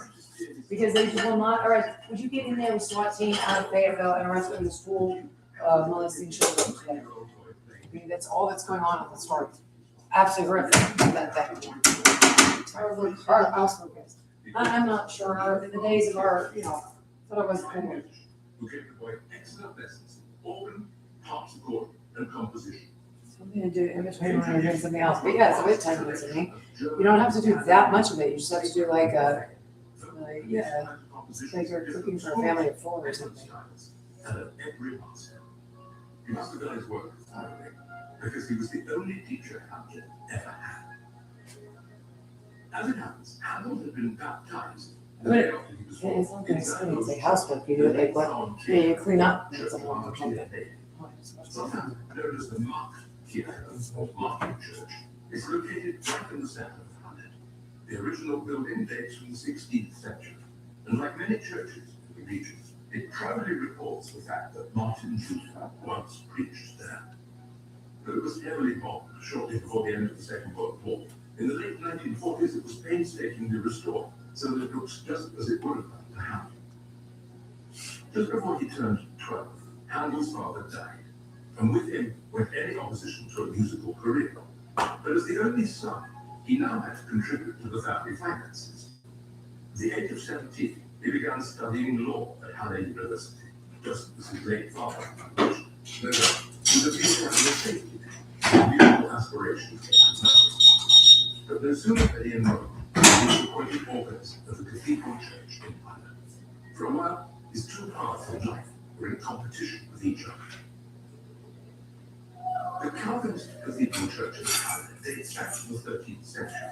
Originally part of a Dominican monastery, hence its lack of steeple, it was rededicated in 1688 to the Reformed Evangelical faith, an offshoot of Calvinism. Unlike Lutheran churches, Reformed churches gave music a minimal role, so Handel had little to do with this post apart from playing hymns. Whether this led to him being bored or misbehaving, we don't know, but his contract wasn't taken up after the 12 months probation period. At this time, Handel knew that a career in music was what he wanted, and that career would not be in church music, but in opera. And to do that, he needed to spread his wings. He set his sights on Hamburg.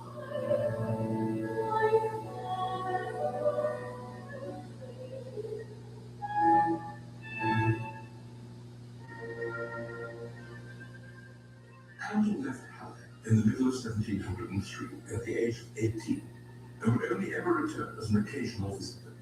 300 kilometers to the northwest, Hamburg had a vibrant musical culture. At its center was a remarkable opera house, the Hamburg Oper and Gänsemarkt, run by a remarkable man, Reinhard Kaiser. Handel found a job there as violinist and harpsichordist in the orchestra. Under Kaiser, the opera was run as a purely commercial venture and not under the patronage of a member of the nobility. The operas themselves were wrong to our way of thinking, 4 hours as a rule, and they were sung in a mixture of Italian and German, and a bit of French, sometimes German, good measure. The plot. I need that monster in custody to come just give me the work or something on her, sir. I need you arresting these men now at Fayetteville, Arkansas, where these guys are 45 minutes away on this. Who was only a few years older than Handel. In his Cleopatra, Mattheson wrote the role of Antony. You need to arrest everybody involved in this. I don't know. From the harpsichord by The guys are classic. Until after Antony's on-stage death, after which it was his custom to go into the pit, shoo Handel off his seat at the harpsichord and conduct the last part of the opera himself. And one of the was, Handel refused to budge. This led to a duel between the two hot-headed young musicians. In his biography of Handel, one of the most valuable sources of information about the composer's early life, Mattheson said that he would have undoubtedly killed Handel had it not been for a bump on the latter's coat, which deflected the point of his sword. Both men saw this as a clear sign of divine intervention, resolved their differences, and ended up better friends. Please get this man out of my house. Please get this man out of my house.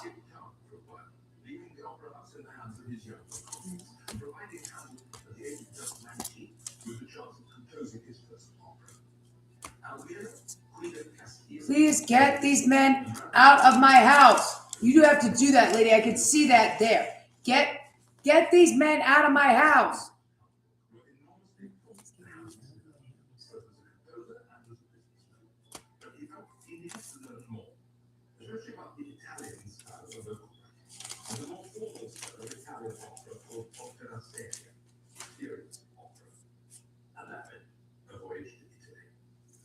Please get these men out of my house. Yes, I can see you. I have a bug in your house where I actually can see you. I don't know. Maybe he goes through your mail. Okay, please get out of my house. Then the 3.5 years he spent in Italy can be said to have made him a mature and confident composer. While he was in Italy, he undertook work in Rome, Naples, Florence, and Venice. He seems amazing to be able to move from high and mighty with complete ease, confident in his talent and eager to compose at every opportunity. This was a gift he inherited from his father. But the way he learned how to build a group, as we might say today, was all his own. It's even more astonishing when he reached Rome, this itinerant young German Lutheran musician was ready. I think you get him out of my house. You're gonna do this all night again on me and her? No, you cannot sexually assault me all night. Please get these men out of my house. Get these beasts out of my house.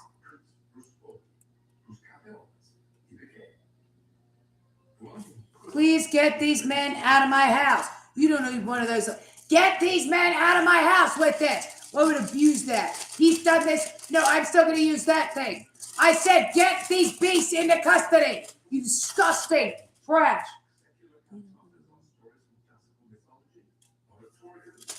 Please get these men out of my house. Get these men out of my house.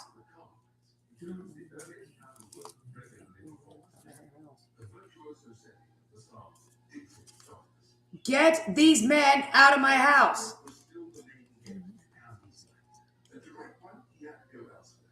Get these criminals out of my house.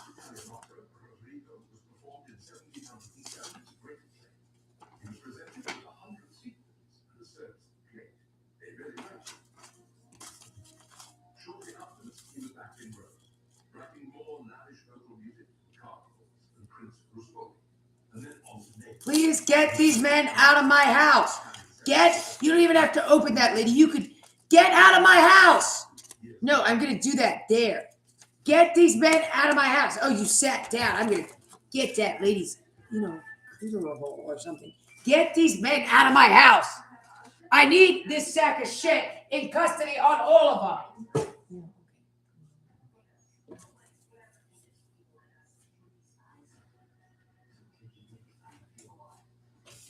Please get this mom. He came in for night shift. It's at 5 o'clock. This is the night shift guy.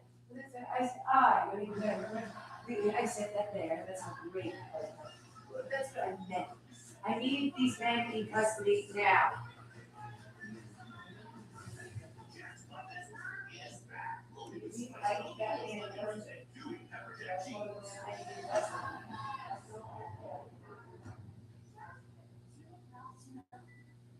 And that's how it happened.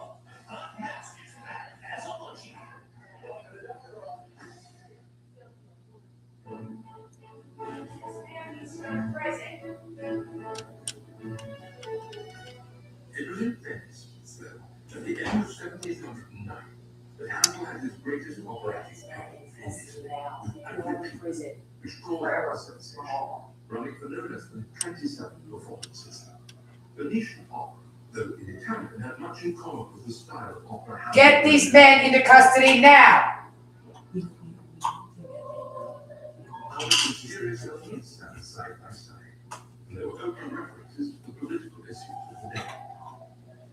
The Handel who wrote As the Beast was light years away from the beginner who, a mere 4 years earlier, had written Amelia in Hamburg. He was now aged 25 and the master of the Italian. The performances of Agrippina coincided with the Carnival period, which in the 18th century went on for some months. Venice during Carnival was one of the highlights of the Grand Tour. The city was full of blooded yuppies, making the most of the city's attractions, both artistic and otherwise, as well as nobles and diplomats. Like the Venice Film Festival or Biennale nowadays, it offered excellent opportunities for networking.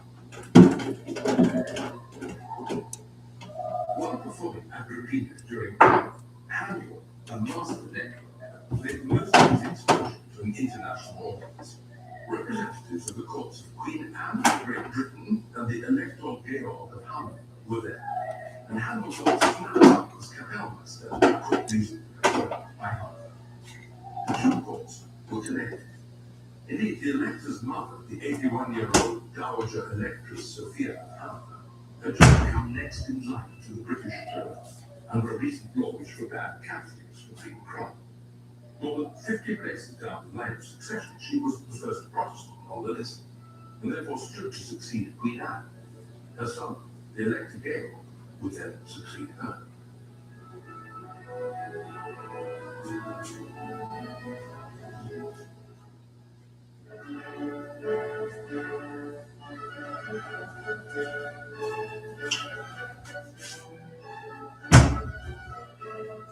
In early 1710, as soon as the run of Agrippina was ended, Handel left.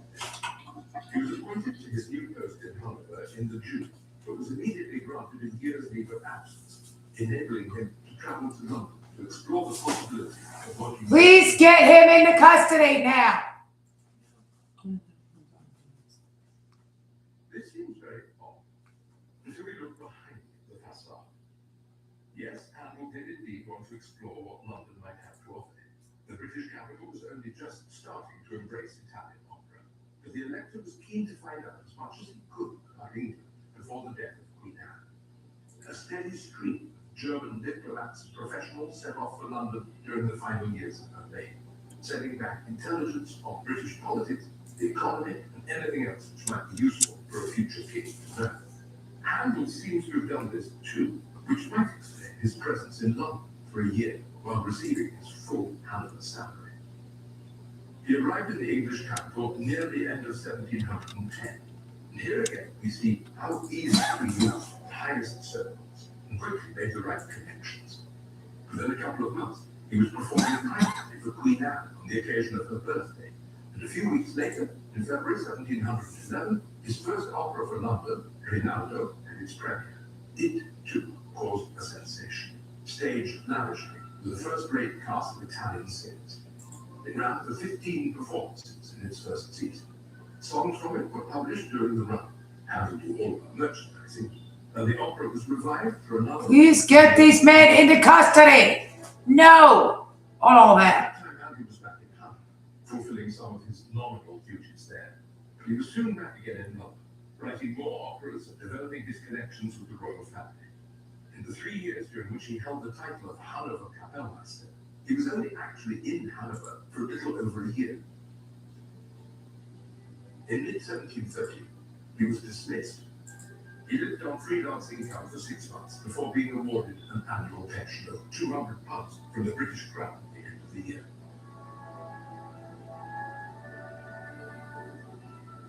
A landmark which played a vital role in Handel's early London years was the famous St. Paul's Cathedral. Christopher Wren's massive edifice was only completed a few years before Handel arrived, and it was in here that a national service of thanksgiving was held to mark the signing of the peace treaty, the Treaty of Utrecht. It's astonishing that a foreigner that had recently arrived at that should have been asked to compose 2 canticles for the service. The Utrecht, Te Deum, and Jubilate are among the first works Handel wrote set in English texts. Wisely, he looked to famous earlier settings of these texts by Henry Purcell as his models. Handel imbued these settings not only with theatrical splendor, it was an opera composer after all, but also with architectural splendor. The music matches the massive spaces of the church, with silences included to allow the music to fade away in the reverberant acoustic.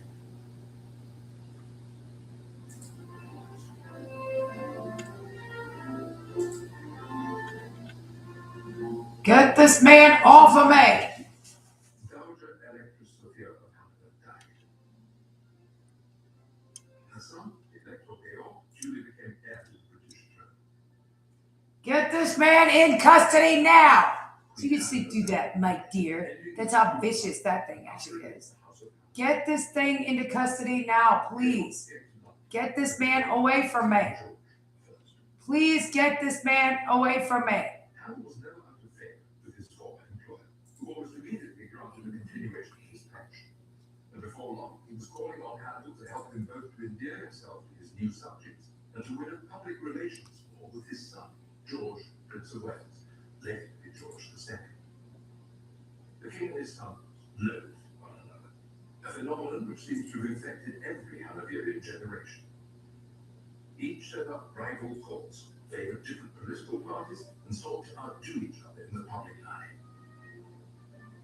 The king used ostentatious display as his main weapon, and from early in the reign held a number Ow! Please get this man in custody. He doesn't want you doing that right now. You have no money. Give me that. Give me that. That means don't put your hand down. Get this man into custody.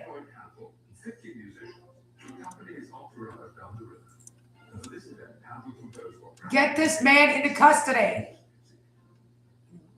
The Orpheus contains more than 20 short pieces and lasts about an hour when played complete. The king ordered the music to be played in its entirety, not once, but twice, as they made their way along the river, starting at 8 p.m. from Whitehall to Chelsea. There he had a lavish supper, after which, at 11 p.m., they boarded the barges again for the return journey. During which the king ordered the music to be played a third time.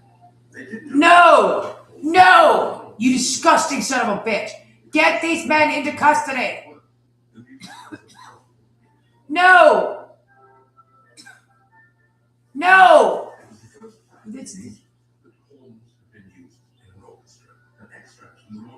Oh, I'm so bad with that. Get this on the phone right now. Get this on the phone. We need this monster in custody right now. It's correct. Get these men into custody now.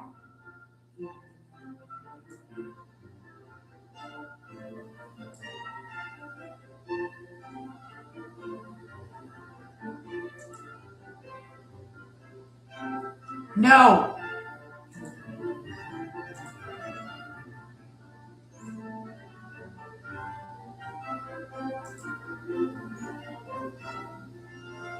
Not that.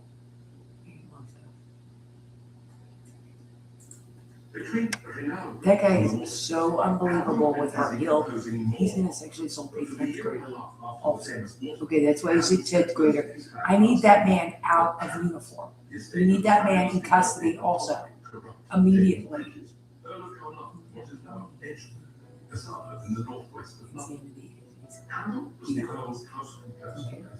They need him not at all. Taking place in London.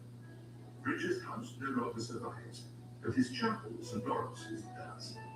It was for this beautiful little sanctuary that Handel Get him out of here. anthems in English for his patron. Bridges was made first Duke of Chapel shortly after Handel's time. These magnificent anthems were accordingly known as the Shambles anthems. Two much larger works, also in English, date from Handel's time in canons. One sacred, the other secular.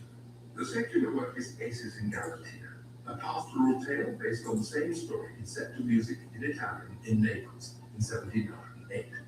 We don't know if this delicious piece. No! Three things. No! Opera or sung in a concert performance like an Italian serenata. But it was the first time Handel had tackled a dramatic text in English. The sacred work was Esther, an oratorio on a much larger scale than Acis. A number of solo singers are joined by a chorus and a substantial orchestral contingent, and Handel clearly relished the chance to write something on this sort of scale. But Acis and Esther would gather dust for many years before Handel revisited them. From 1720, Handel returned to live in central London and returned to writing and performing operas. He was appointed as one of the staff composers in a new venture known as the Royal Academy of Music. This has no connection with the famous musicals, which none bears that name. It was a joint stock company dedicated to providing a sound financial footing for opera performance in the capital. It also had serious support from the king, who gave £1,000 a year to the venture. Handel composed many operas for the company, which lasted for 8 years. No! Good God, I love him. Yo, we should give this to the world. User native deodorant. It's got 6 clean ingredients. And it smells divine. It's not mint. It's good. Zaxby's just dropped a whole new line of trials. They're not playing around. Who's got the sauce? No.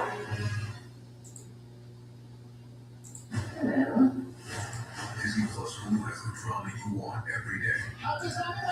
No. Get this man away from me. The drama you want every day on Disney Plus Hulu.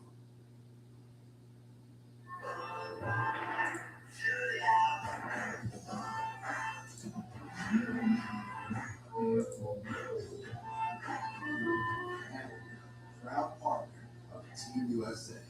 No. No. No. That is that. No. Get whatever device they're using to do this in Las Vegas and ask them what the hell this is. It would have been for a very long time. But it is not.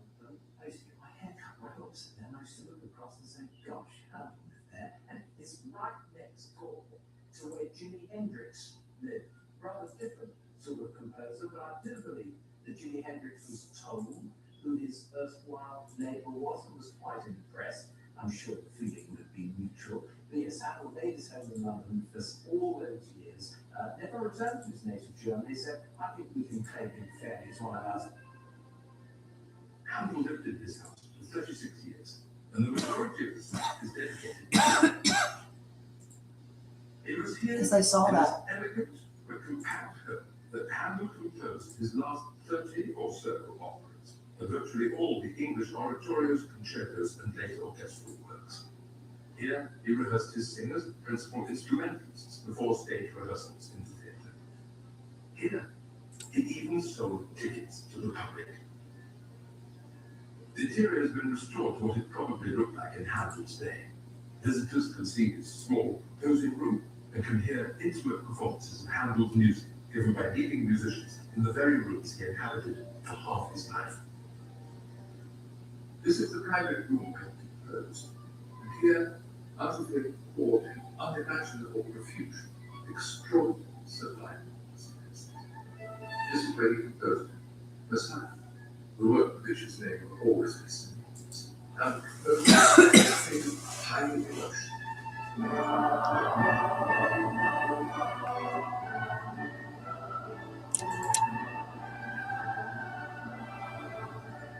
Engaging, great story with extreme personal passion.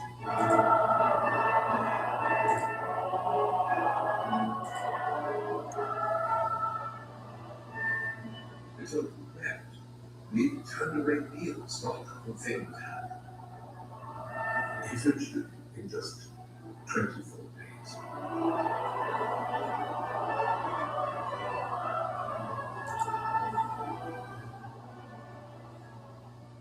Perhaps the most famous opera from this period is Julius Caesar. Its well-crafted text gave him the opportunity to write a work which not only contained dazzling music, but which also had real dramatic power. Julius Caesar premiered in 1724 and ran for 13 performances.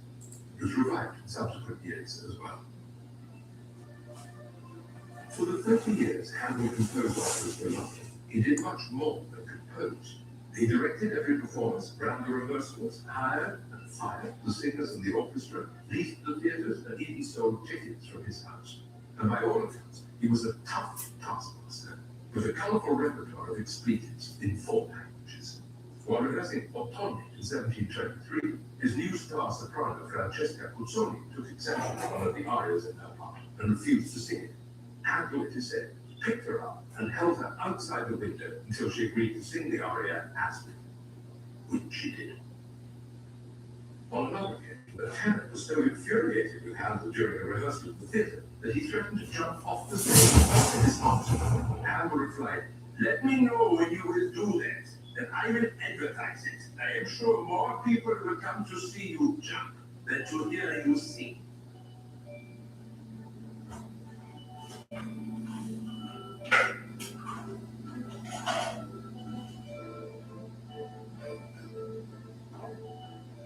In 1727, George I died. Shortly before his death, he gave royal assent to an Act of Parliament which formalized Handel's naturalization as a British subject. From this point, Handel anglicized his name and was now officially English. As the most famous composer in London, he was invited to compose the anthems for George II's coronation in Westminster Abbey.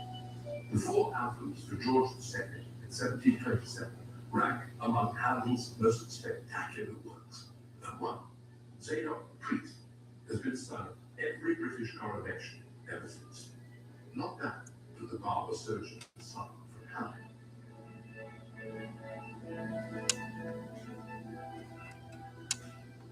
Westminster Abbey is one of only two venues still standing in which Handel's music was premiered. The other is the Sheldonian Theatre in Oxford, where his oratorio Athaliah was heard for the first time in 1733. The 1730s were a remarkable decade for Handel.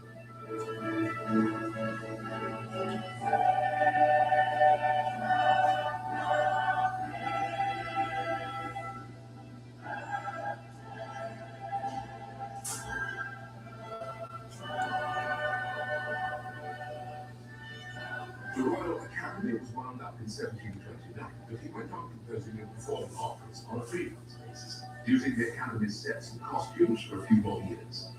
Around 1730, reflecting the changing tastes of the public, he started to develop a more modern style in his operas. Rotterdam, an opera premiered in 1730, is rather light-hearted, even funny in response, but his experiments in Italian opera didn't always catch the public imagination. Public taste was changing. The question was, how would the composer respond? In 1732, on his 47th birthday, Handel went to a performance mounted in a London tavern by Bernard Gates, the master of the children of the Chapel Royal. Somehow Gates had managed to get hold of a copy of Handel's Esther, written for James Bridges nearly 15 years earlier.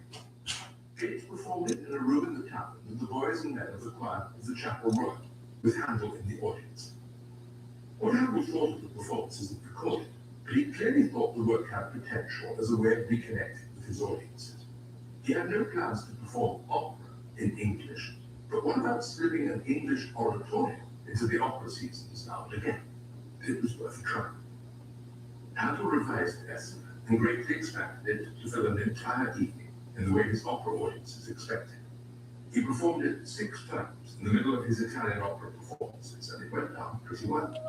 Then coincidentally, his other big piece for Bridges came back to Jordan. Some years before, Handel published the songs from Acis and Galatea. Now, in a theatre right across the road from his, another impresario had cobbled together a version of the Acis story using Handel's songs and filling in the gaps with other music.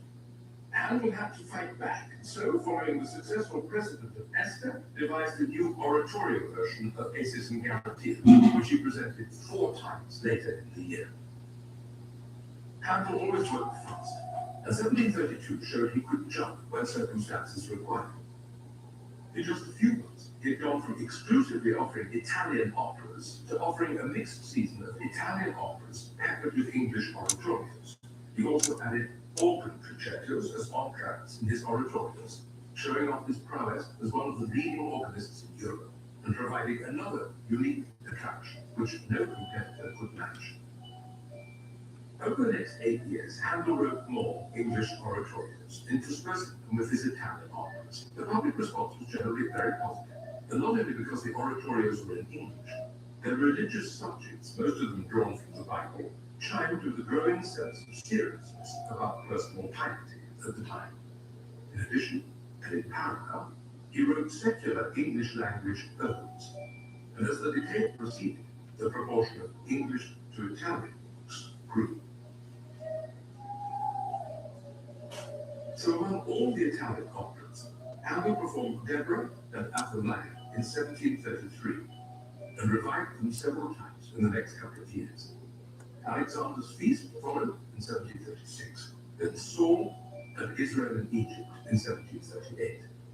The Ode for St. Celia's Day was written in 1739 before the inevitable happened in 1740. Handel finally presented a season which was entirely made up of works in English, with no Italian operas at all. He still clung on to the hope that Italian operas could be made popular. He premiered his final opera, Dei Damiens, in early 1741, but it flopped. Opera had been the focus of his life since he was 18, but now the oratorios had won, and Handel's new career, at the age of 56, had begun.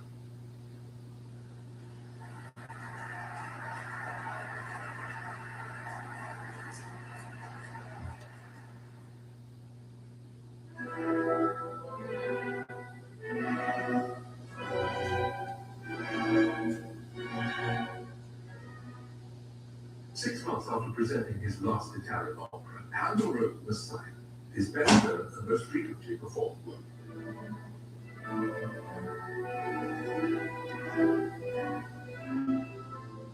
He had his first performance in 1742 in Dublin, while Handel was on a concert tour to the Irish camp. Right from the start, he was regarded by the composer as a charity fundraiser. The 1742 premiere raised £400 for Dublin's debtors prisoners, enabling 142 men to be released from prison, their debts paid off. Handel gave 2 subscription seasons in Dublin, but saved Messiah for later, presenting it as a standalone event. His chorus was made up of members of the choirs of Dublin's 2 main cathedrals, Christ Church and St Patrick's, but performed in a new venue, Neil's Music Hall in Fisher Street. It could come to be seated around 600, but the press advertisements showed that the promoters clearly expected many more. The ladies were expressly asked to come without hoops in their skirts, and the men without swords. Just as well, in the event, 700 people crammed in for what proved to be an astonishing popular success for the construction.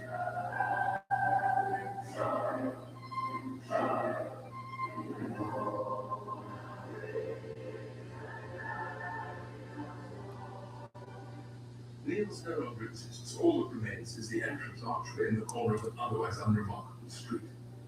A modern hotel named after the composer stands nearby. Dublin cherishes its connection with Handel.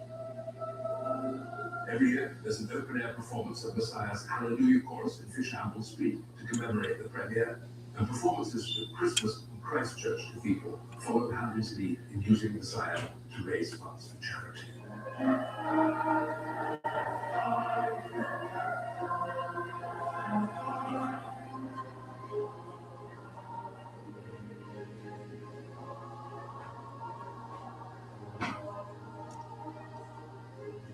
London took some time to warm to Messiah. In Dublin, it had been performed in a concert venue, a newfangled music hall.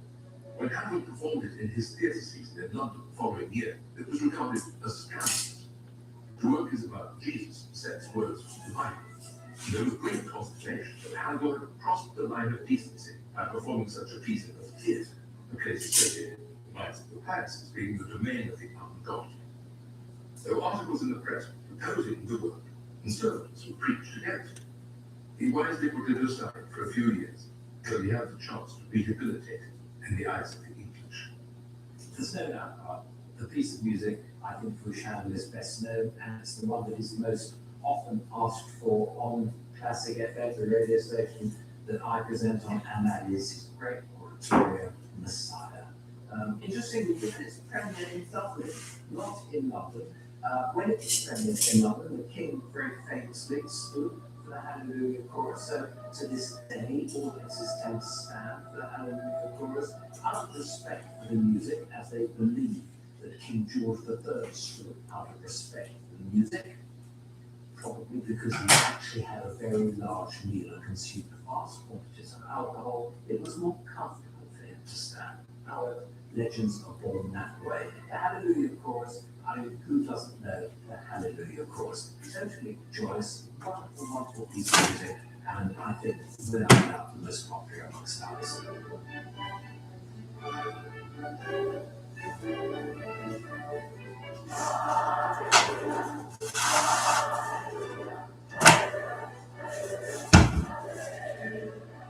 In its art, I've personally been involved in performing Handel as a school boy. In the school choir, we would have Messiah every year. And in my first year, I sang treble, voice soprano, or treble. And in my final year, I sang in the bass section of the choir. So I know Messiah pretty well. It is an extraordinary work. And you know, it doesn't matter how often you hear it, it always sounds the harmonies and the way he uses the words. Remember, English was his second language. And he fits the words in the music so well. Messiah, I have such a great music.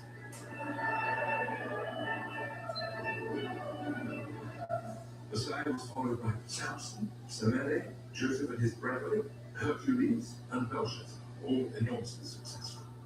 Then came the Jacobite rebellion of 1745, led from Scotland by the doomed figure of Charles Stuart, grandson of the deposed James II, Bonnie Prince Charles, the supporters called him, and the king over the water.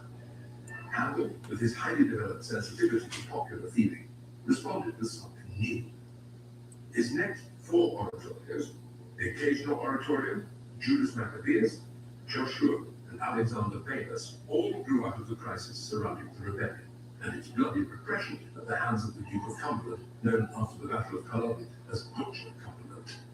Capitalizing on the fearful public mood, these pieces were hugely popular. Thereafter, Handel had a faithful, loyal audience who flocked in his Lenten seasons to hear new works mixed with revivals of earlier ones. The late oratorios crowned a glorious career with sublime music, as dramatic and as powerful as anything he ever wrote, filled with a deep sense of emotional maturity that can only come with the wisdom of age.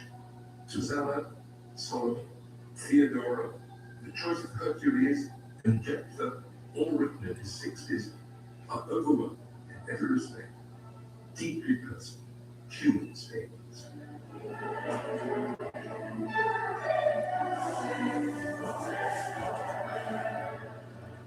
In 1750, Handel presented Messiah again, this time in the chapel of a new charitable institution in London. The founding hospital had been the brainchild of a retired sea captain, Thomas Cork, moved by the plight of the many abandoned children in London's streets.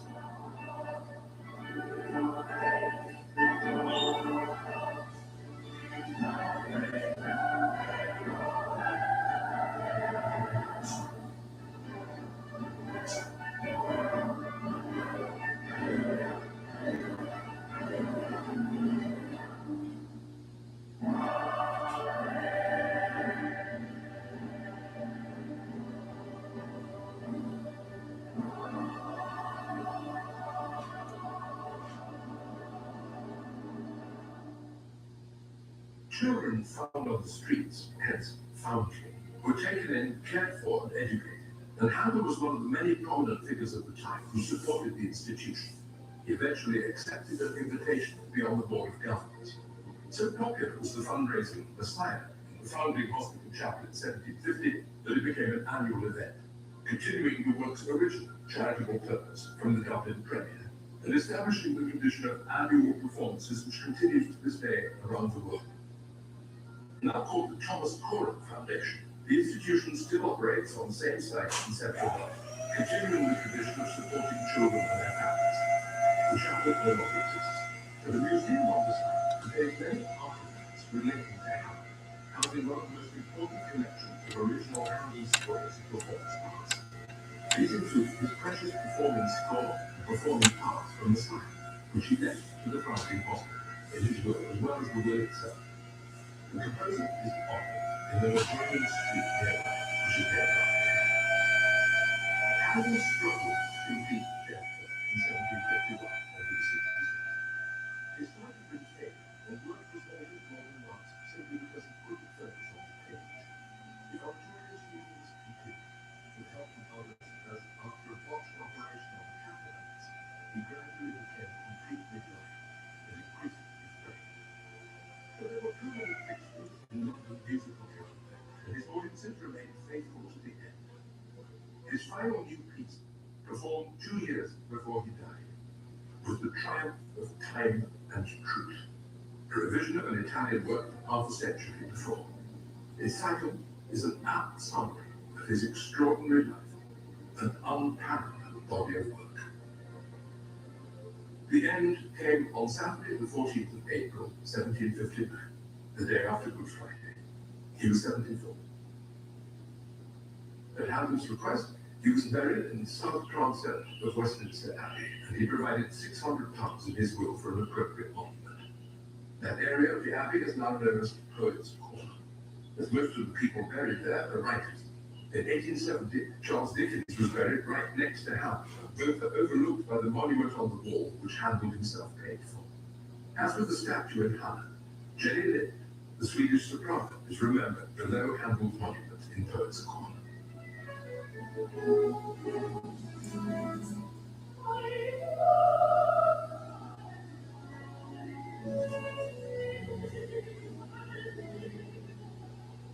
Two things are remarkable about the life of George Frederick Hampden, among many remarkable achievements. One is the incredible transformation he underwent from prospective Lutheran church musician to young firebrand wowing rich and famous in Italy to a 30-year career as an opera composer in London, and finally to more or less inventing English oratorio and making a career of that. The other remarkable thing is that he wrote so much wonderful music, and yet so little of it is widely known or performed. Messiah is a fine work, but he wrote so much more.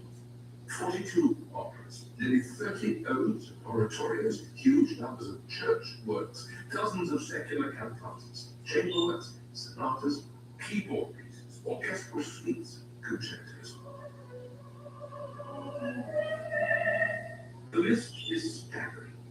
It was a wonderful life, and the musical treasures Hampden left us are immeasurable.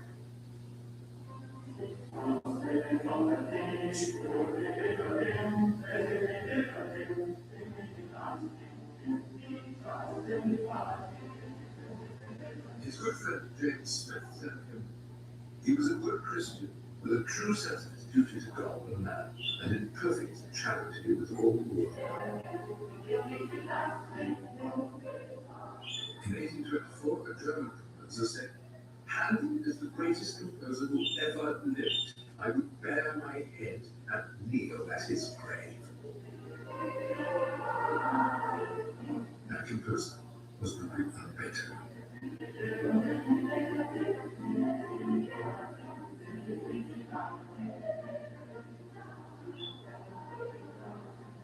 His importance in English music was acknowledged with the high tribute of the state funeral attended by over 3,000 mourners. He was buried, needless to say, in Westminster Abbey. Born in Germany, Hampden had long been Britain's most celebrated musician. Famously irascible, with idiosyncratic command of the English language, he nonetheless entertained the kings and the public and set Christ's life to music.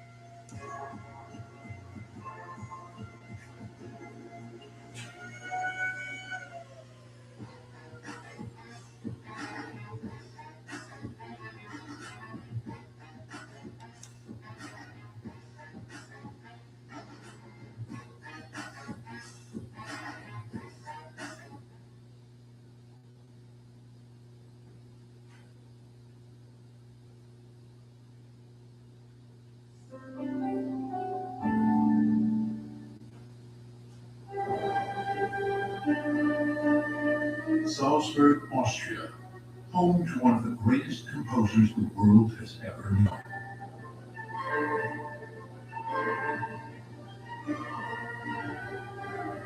Wolfgang Amadeus Mozart. Born more than 250 years ago, his music continues to inspire musicians, composers, and audiences around the world. But could there be more to the story of his compositions? Just look at the name, Wolfgang Amadeus Mozart. That date has been pitched on by somebody else.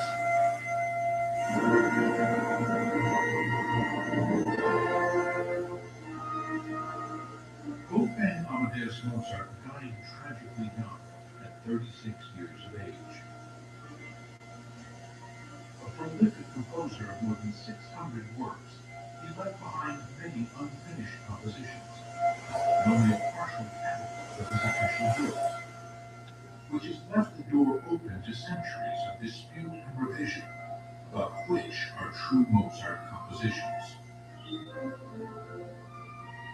Now, musicians, artists, and researchers around the world have become captivated by another question. There was Wolfgang at the harpsichord. Next to him is a woman with her hands on the keys, intertwined, playing together. Who was she, and why do we not talk about her? Wolfgang's older sister, Maria Anna, was the first prodigy in the family. She rivaled his talents as a virtuoso performer, and there's evidence that she also composed. Could Maria Anna have collaborated on Mozart's early works? And can her own compositions be found? What we would have to find is her music calligraphy on a first draft. Using the tools of modern forensics, researchers are attempting to unravel a 250-year-old mystery.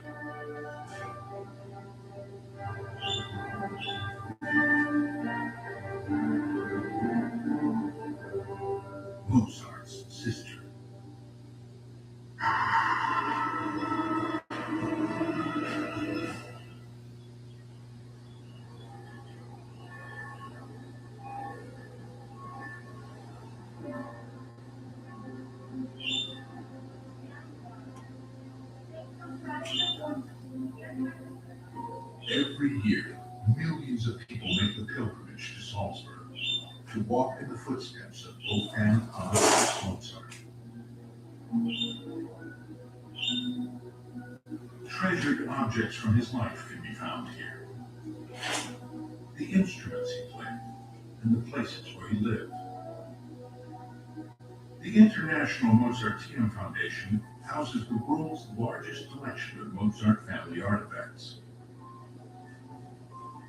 And hidden inside his family home is a precious store of original documents and music scores.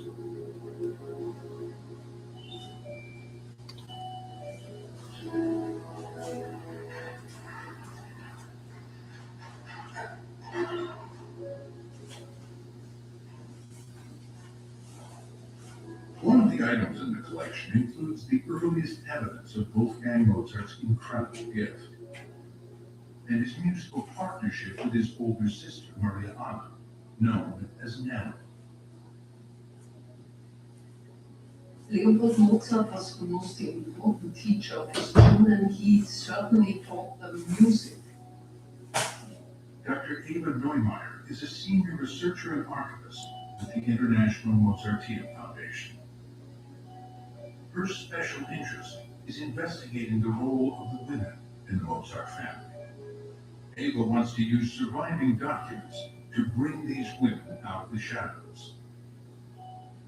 In 1759, Leopold gave a music notebook to his daughter. The notebook was very precious for her, and she kept it until the end of her life.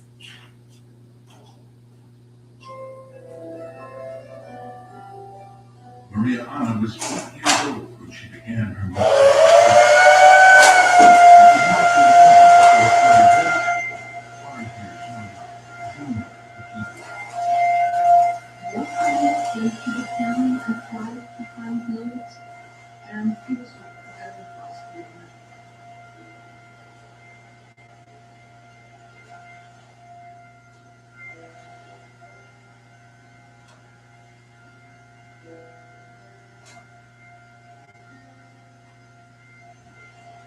Maria Anna's notebook documents the earliest stages of the Mozart children's musical education. Its pages provide precious insight into how Leopold taught his children both to play and to compose music. Here we have a page where the Mozart siblings both wrote on. The first lines are Wolfgang, and the other lines are Maria Anna. Those exercises were exercises in harmony with counterpoint, and Leopold Mozart must be credited with also educating his daughter in this way.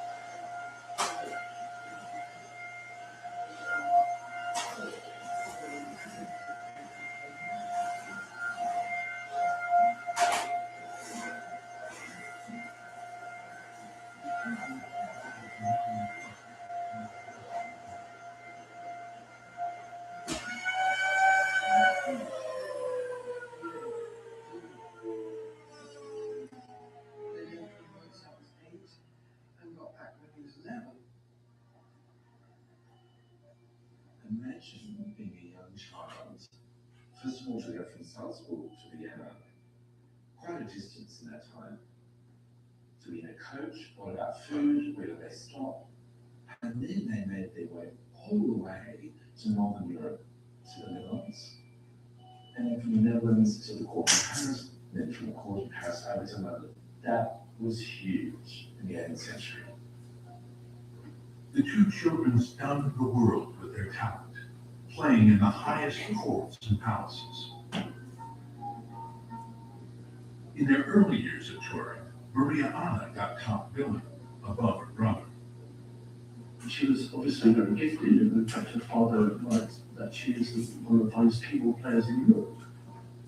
What it all amounts to is this, that my little girl, although she's only 12 years old, is one of the most skillful players in Europe. They had all sorts of successes and all sorts of times of thin pickings.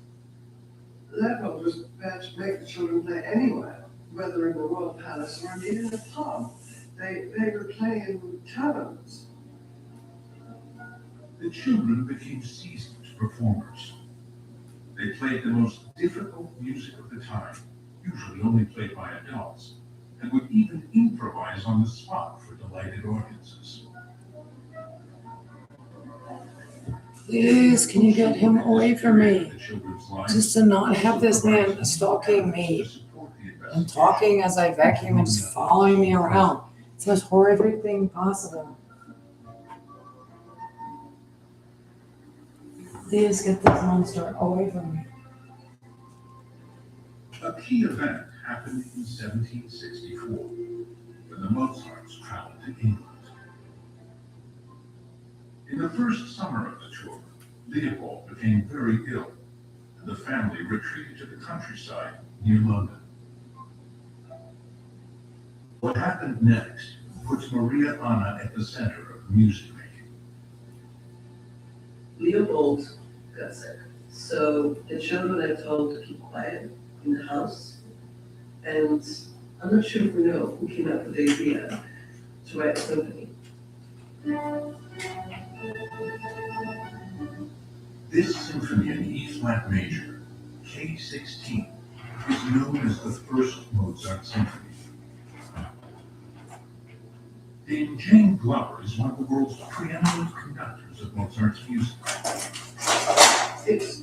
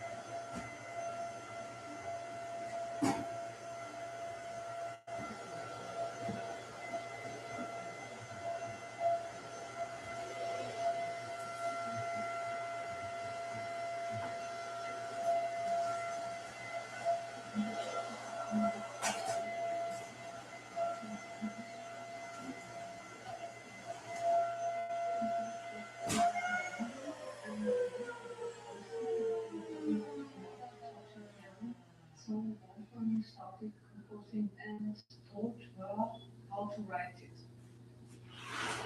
We have to take into consideration that Nano, as a respectable woman of the times, was incredibly humble.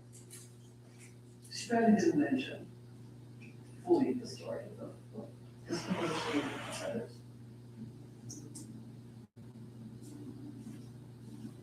Nearby in Vienna, young composer and composer Albert Deutscher has remarkably similar experiences to the Mozart children. People used to call me when I was younger, little Mozart, or who compared me to Mozart, and actually I always hated that.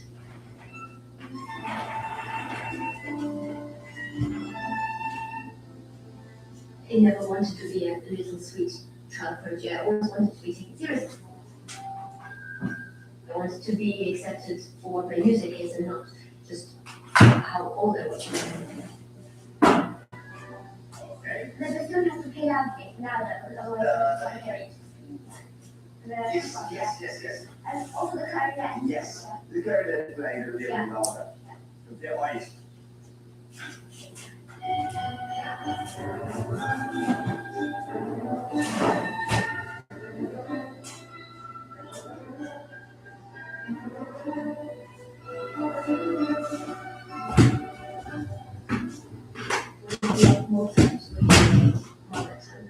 In music. I love Mozart's melodies and his style, his harmonies, his modulations, his wit, his sense of humor, also the simplicity very often. I love Ulta as well, Anna Mozart. She was one of the most inspiring figures for me when I was a child. As a composer, Alma's experiences can give us rare insight into the mind of Maria Anna Mozart. I think that there's no way that she was just writing down mutely what he was telling her. I'm sure that she would have argued, or she would have said, oh, why don't we try this? Or she might have given him an idea, or they might have discussed something and both had their own opinion.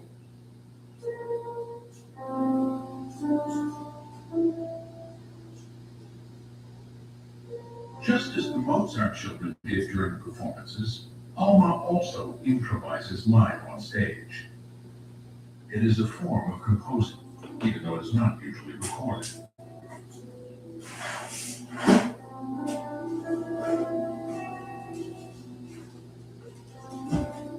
Improvising is probably the most important way for me to get inspiration. I'm sure that Mozart would have improvised and Nano would have improvised a lot, and that's how a lot of their music would have come to them. I mean, they would improvise together when they were children all over Europe, and she had a good understanding of harmony and counterpoint. I often thought about how much she could have helped him, or how close they would have been also musically. The sad thing is that you don't know how much we lost with all these very talented composers and musicians who were never taken seriously.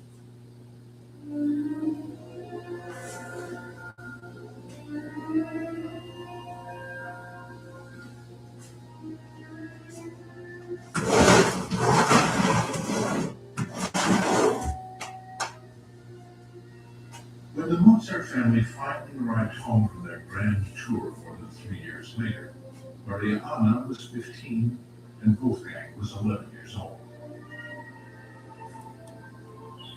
It was the end of Maria Anna's performing life as a paid musician. Leopold Mozart stopped taking her and showing her off in other countries as a piano player once she was a grown woman, because that didn't have the right taste to it. She was considered an adult, and things were no longer the same for her. She really had to behave as a lady. It was also the family's reputation rested on her behavior. In some of these countries, it was prostitution. If you were displaying yourself in such a manner. They were performing something for money. And that was something that was not well respected in the 18th century for a woman. Wolfgang's musical education became the sole focus. There are reasons why Leopold is the push for her to become a composer. And those reasons are because she couldn't get a position as a court composer, as a woman. She couldn't get money.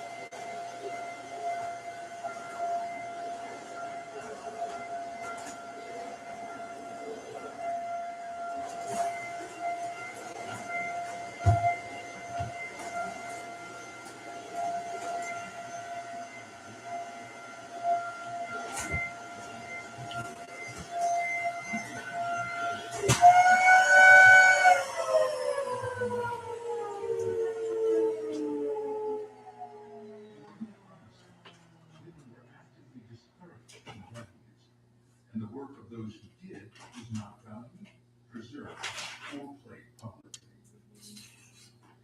But through the extraordinary efforts of archivists and researchers, work by women from that era is being uncovered today.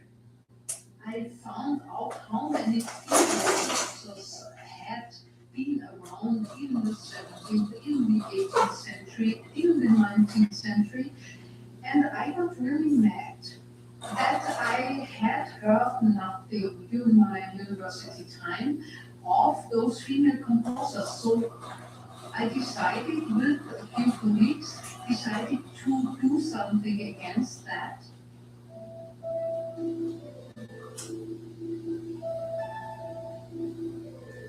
Ava is bringing the work of female composers to light after hundreds of years in the shadows. She holds concerts of music by forgotten female composers performed in Salzburg in spaces similar to where Maria Anna performed.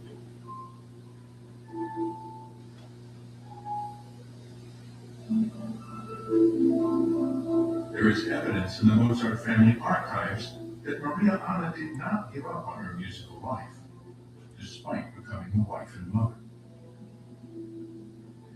We know that Nana composed. We do have letters that refer to her compositions. The story of her missing compositions reveals much about the times. After Maria Anna was retired from performing publicly, Wolfgang and Leopold left for Italy. It was their first tour without her. Leopold and Wolfgang were on a quest to secure a job in a large court. And Italy was the heart of the music world in 18th century Europe, and the birthplace of opera.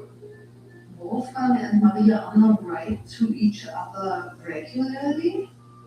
They are very close siblings. Wolfgang is essentially a boy still, and he of course misses his mother and sister. Dearest sister, I kiss you 1,000,000 times. Both Leopold and Wolfgang try to let them take part in their travels. Cara mia sorella, Vesuvius is smoking furiously today. Thunder and lightning and all the rest. But there is one problem. Maria Anna Mozart kept the letters of her father and her brother, but her father and her brother did not keep her letters. They just didn't think them important and just discarded them. Or maybe she didn't think them so important, and that's also possible. We don't know what happened to these letters. Of the more than 700 handwritten Mozart family letters that have been preserved, just fragments of a handful of her letters remain. We poor orphans must sound the trumpet of tribulation and scrape the fiddle of boredom. There are no good pieces of news that I can write you from here. Letter writing was expensive, so they used as little paper as possible. Some of Maria Anna's letters survived because she wrote on the bottom of a letter Wolfgang began, or vice versa. The letters also reveal that Maria Anna was writing her own music at this time. One time they speak of a song, and one time the letters speak of a minuet where she did the bass line and did it very well. You have composed the bass in an incomparable way without the slightest error. I beg you to try similar things often. There's a particular letter where Wolfgang praises her composition and begs her to compose more. Cara sorella mia, I am truly amazed that you can compose so well. Your words, the piece you wrote is beautiful. You should compose more often. Maria Anna sent her composition to her brother in Rome. But there's no record of where the document may have gone next. Her composition could be sitting unknown in a private collection or archive. It's really heartbreaking. We don't have the composition. We don't know what she's doing. Perhaps it is somewhere. But it seems unlikely that this would be the only thing she would have composed. It was probably the best thing she thought at the moment to show to him. I'm sure she composed many things before she sent that one. Music written by women was regularly discarded at the time, and surviving works were often overlooked. It has made finding their scores particularly difficult. Interest in women's documents started in Europe, I would say around 2000 or so, or maybe 1980s at the earliest. I have seen that as an archivist, that an old archivist say, oh, it's a female work, just throw it away. So that happened a lot. And even women discarded works of women because they were part of the whole system and didn't think women's work valuable. So that's why in female biographies we have a lot of blank spaces. With so many records lost or destroyed, and others lying uncatalogued in private collections, restoring the place of women in music history is an enormous challenge. An archive search is what's required to see if we can find those documents. But the problem is getting access to those archives is not easy. It's distinctly possible that materials that might have represented the work were just pushed aside because she was not interested in pushing it herself, but her brother, right? And trying to get recognition for him.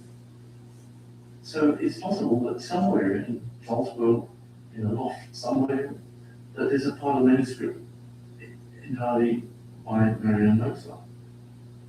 In recent years, there have been explosive discoveries which have rewritten musical history, including the work of another sister who lived in the shadow of her famous son. Fanny Hensel came from a very musical family whose name you might have heard of. She was born Mendelssohn, and her younger brother's name was Felix, who is the one you've probably heard of. Fanny Hensel was a composer who taught her younger brother. She was extremely prolific, over 400 works. But she didn't publish very much music, and her first compositions that were published were actually published under her brother's name in the early 1830s. She wrote to her brother that she had to shove her compositions down the publisher's throat to convince him to publish them even under her brother's name. Felix and Fanny's handwriting was very distinctive, so scholars can tell the difference. And there's been some discrepancy of people finding works that were written by Fanny, but being in denial that a woman could write a work like that. Her Easter Sonata being the primary example. The person who owns the manuscript for quite some time refused to let scholars look at it because he didn't want to find out that it was written by Felix. Fanny left a diary entry that mentions the Easter Sonata. We know she wrote them. She left behind a notebook that had pages missing from it.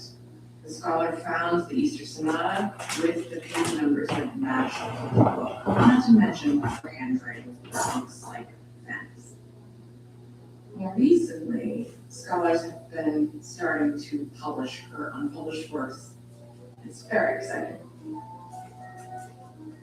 Discoveries like these are incredibly rare and can take years of intense sleuthing, sometimes in the face of fierce resistance.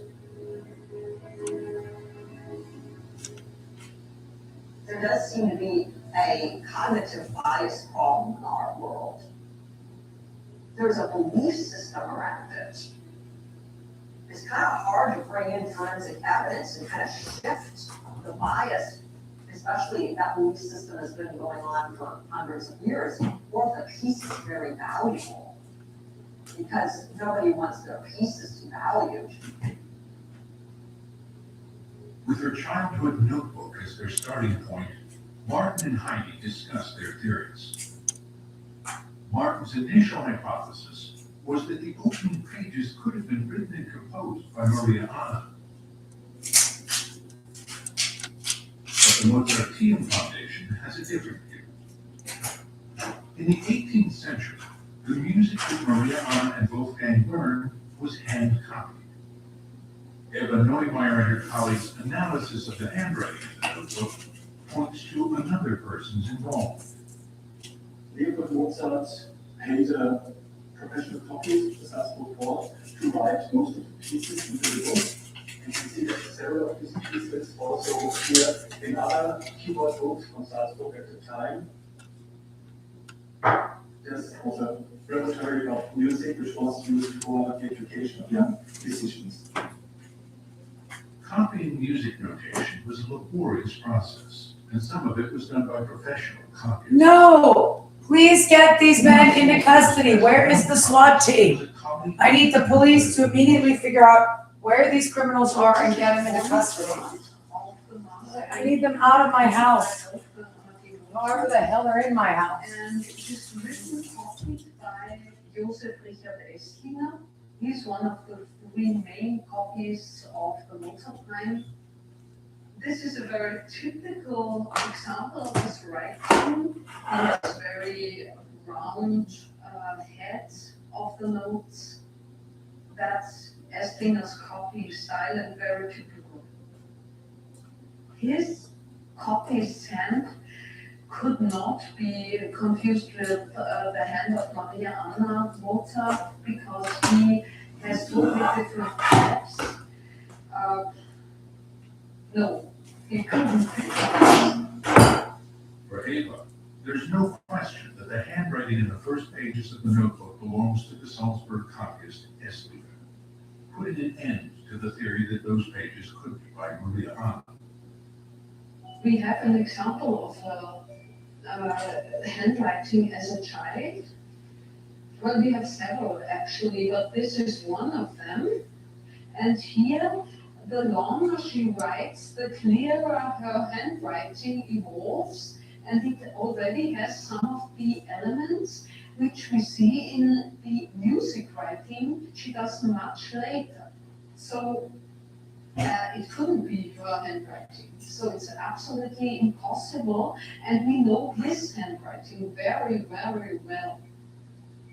When Heidi is given access to Salzburg copyist Esslinger's scores for the first time, she reconsiders Martin's theory that Maria Anna's handwriting is on the early pieces. Yeah, I definitely see a correspondence. Now, this piece could be copied. It could be a copyist. That's certainly possible. Heidi's revised opinion brings mixed emotions to Martin Jarvis. It's a very frustrating and deflating feeling to feel like you've gone down a rabbit warren and just hit the end and discovered the But while these pages have now been positively identified as a copy by Esslinger, there are still many others which are unaccounted for. If other pages of the notebook could be recovered, they might contain compositions by Maria Anna. The problem in Maria Anna's case is that so few documents have been preserved. And there's an added complication. Even Mozart's own documents are confusing to track. In the last 7 years of his life, Wolfgang began to organize his compositions into a thematic catalog, clearly identifying his most... Get him into custody now! Martin has now turned his attention to discrepancies in the catalog as another potential way to find Maria Anna's compositions. The fine violation shadows are fascinating. each of the manuscripts has had the date changed. That date has been etched on by somebody else. So there was something very odd. Just look at the name, Wolfgango, Amadeo, and Mozart. I noticed. Get them into custody. No! That disgusting man is not going to be in my house all night. You are putting that monster and everybody who ran with him in prison. The SWAT team is going to come in and grab these guys. That's the end of it. Sometimes he would sign himself Amadeo. He is sexually assaulting me and apparently a 10-year-old boy who is dying from it, which I believe as the guy who's experiencing it. They sound like I'm not a 10-year-old and I'm dying from it. That animal needs to be in custody now. Now, every one of these animals. You are charging these beasts to the full.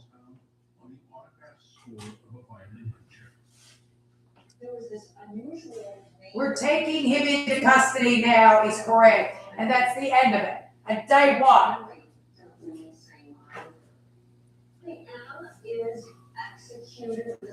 What is the problem with arresting other schools over there?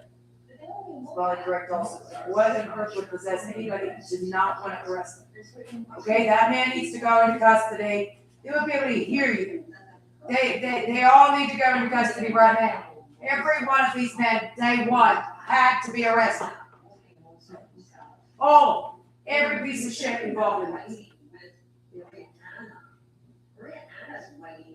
They never should have been hired in the first place.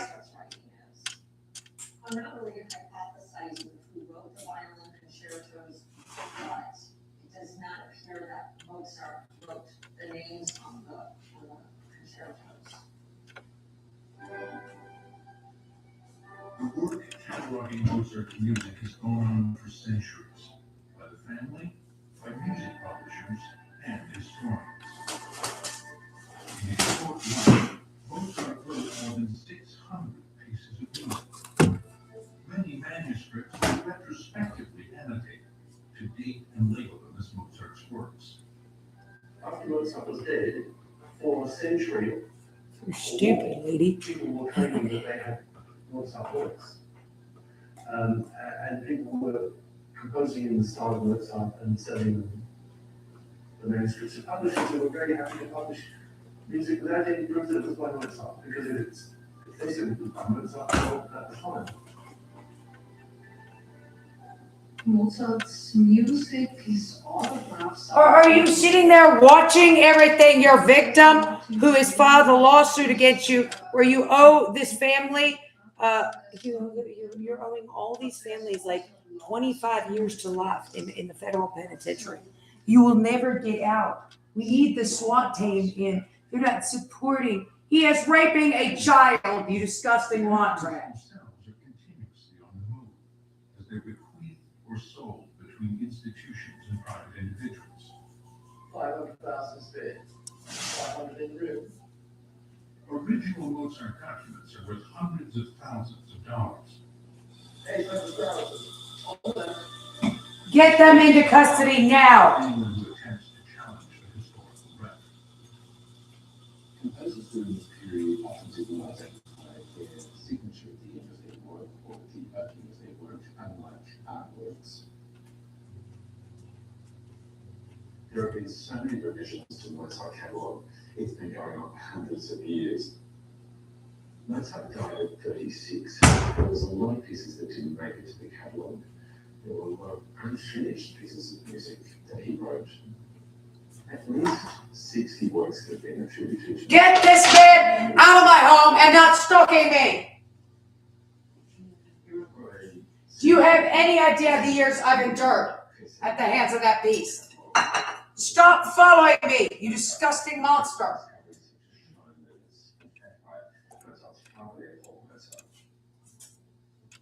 Here's Mozart's Snuggery K19D, originally attributed to Mozart. It's off the catalogue. There's no dispute as to whether it's authentic Mozart. It's been the life work of many musicians. Get the thing talking on that into custody. He is going to sexually assault a 4th grade boy to death, almost. He has been sexually assaulting me. I am beyond exhausted. I can't get a police officer on the phone or something that'll help also in this trash.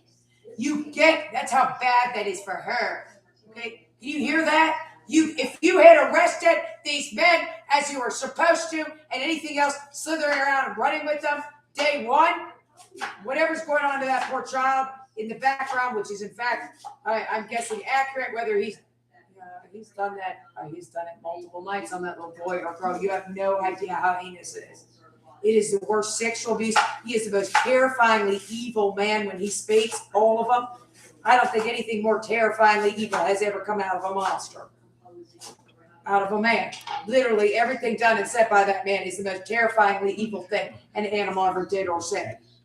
He is the worst sexual abuser and assailant of a child possible. That is the most evil monster to ever offend. You need to get him away. You all need to go to prison for the rest of your life for running around with him. If you had arrested them in the first place in my kidnapping case, none of that would have ever happened to any of the children that he's doing this to. You need to be charged with everything that man has done and said since you became completely aware that he was a criminal and of the highest, that's a Class A felony.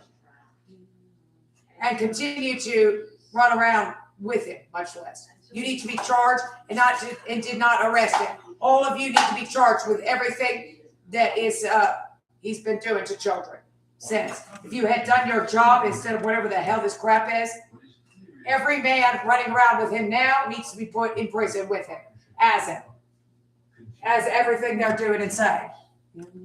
Everybody praised her technique. Wolfgang certainly admired her fantastic skill and grapefruit. You know that this is their sibling relationship. These animals need to be put in prison. After her brother's death, Maria Anna continued to chant. The man sexually assaulting myself and a child on that thing that badly. In her later life, Maria Anna began performing covers again and was lauded as one of Salzburg's finest pianists. She never stopped piano playing, and that's what made it possible for her to make this comeback. She always thought of herself definitely as a virtuoso pianist. Just love this idea that she didn't give up. Get them into custody now!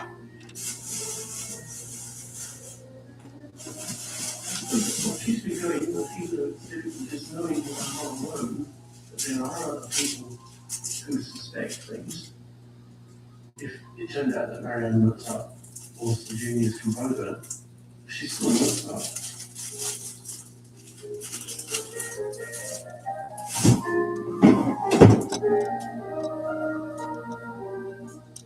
In archives around the world, there are still thousands of documents and scores that sit unpacked. Their mysteries wait to be revealed. Occasionally, something new comes out, and there are also lots of pieces lost. So we hope to find them someday. Come on! See, that's a live child he is doing that to. There is no doubt. You need to all go to prison. He's doing it to me, and it's absolutely horrendous. You need to, the child would be, I don't even know. Oh, I don't, you need to get this, you have no idea. This man, I've been able to hear him the whole time in Vegas, more or less. They've gotten you need to get these beasts into custody. Oh, you still could have done something to me. That's why he did all that. Unfortunately, I have an idea. How about you just arrest him for all the other stuff he's doing? Because that pretty much takes out of, that takes care of you. I don't know why you're arguing anything in relation to myself. Why didn't you just arrest him for everything else he's doing? And then once you're gone, I'm thinking there's not that many crazy men inclined to be sexually assaulting me on that thing.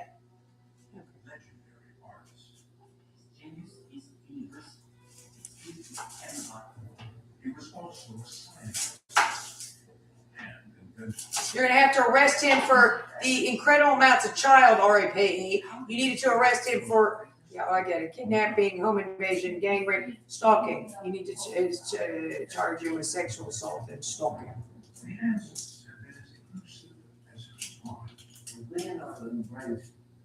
And then the evidence creation and what happened in that. So the actual facts of the thing that is the thing that happened. But right now, just arrested for child sexual assault on whoever he's doing that to. Because he's actually doing that, which is a very, very serious high crime. And that's the end of that. Oh, so there's no ifs, ands, or buts in this nonsense.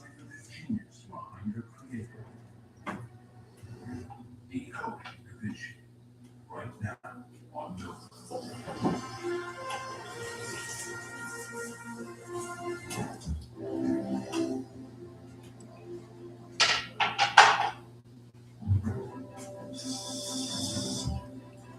In the heart of Paris lies a former royal castle. It is now the world's busiest art museum. The Louvre. Filled with glorious galleries of antiquities, mummies, and Michelangelos.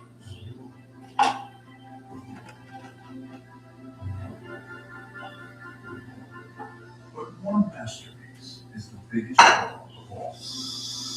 Today's reigning queen, the Mona Lisa by Leonardo da Vinci. The Mona Lisa is the calm whose grand we play in our imagination.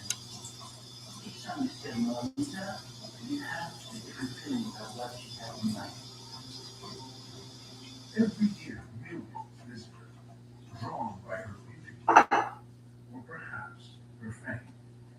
They clocked the average amount of visitors spent looking at the Mona Lisa, and that's roughly about 15 seconds.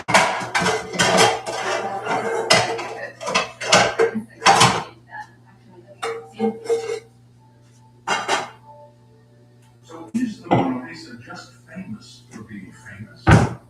More icon than art? Or does she deserve her place on the Louvre's throne as the most celebrated painting in the world? It's not just a portrait of a woman who was living 500 years ago. It's a demonstration of how painting could show life. Now, researchers are using new techniques to investigate the most famous painting on Earth, like never before. The smile is crucial. It's teasing you. So I know something you don't know.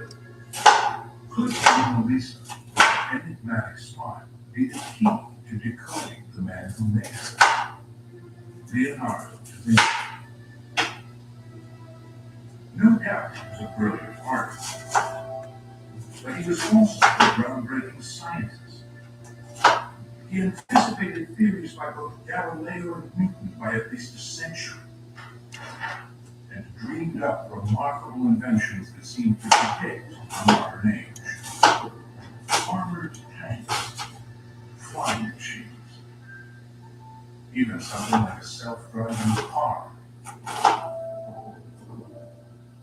Were his scientific explorations a distraction from his painting? Or was science the secret to his artistic genius? Was the Mona Lisa, in fact, Leonardo's greatest invention?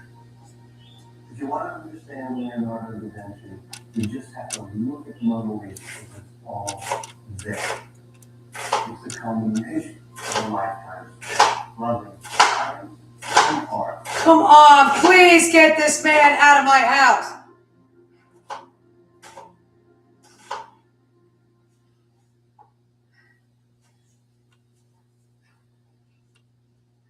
In the back streets of Florence, Italy, Dr. Conti and his daughter Elena prepare for their trip to Leonardo and the Mona Lisa. Where is this filthy piece of shit? Why is this man still stalking me? You know, Jim, who did you give the link to the device in her attic or something you put in? It's just really hard to find somewhere attached to any wire. You need to have a professional, which is what police do. You're not allowed to bug people's houses. Blockbuster exhibition at the Louvre. museum is a really important moment. Because if you look inside Leonardo da Vinci, we have a third of all his paintings. Vincent Delibat oversees the 5 Leonardo masterpieces in Canada. That's the largest collection in the world. While Leonardo may be the most famous painter of all time, he completed surprisingly few paintings. Leonardo was with someone experimental. He didn't want to paint a lot, he wanted to paint a perfect painting. So what did it take for Leonardo to make a perfect painting? The answer may be lying right under David's feet. On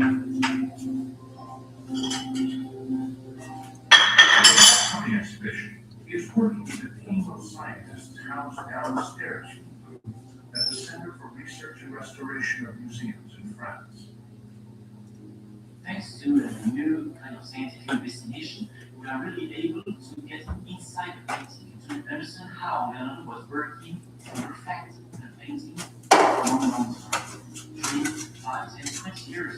It's really something really specific to Leonardo. They're peering deep inside Leonardo's masterpiece, hoping to reveal the secrets of his technique that our eyes cannot see. This is something that is a bit dimensional, which is really three-dimensional because there is a set in a painting.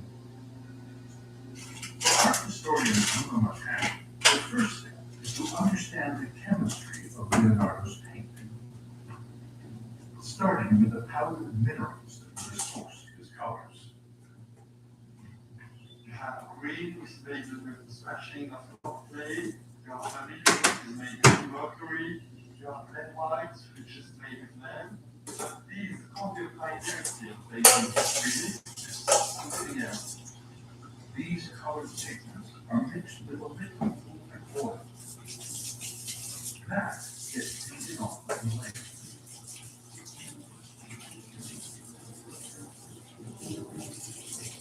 In a cross-section of a painting, you have the base, which today is treated with chemicals that is hard to find in using plants and wood. On that is a coat of white. Did you realize how bad whatever he is doing is? All of you, you mentally retarded monsters. What that man is doing is incredibly bad, okay? The physical in-progress police grounder is incredibly bad, a sexual assault. What you're hearing is incredibly bad at the other end of it. You need to get these men into custody. You also need to get the tech that they are on, and you need to, it needs to become very, very well understood because it is really, really evil. You could very quietly sexually abuse someone, or more quietly. I mean, you very, very, very could. Yeah, the inaudible noise is absolutely satanic.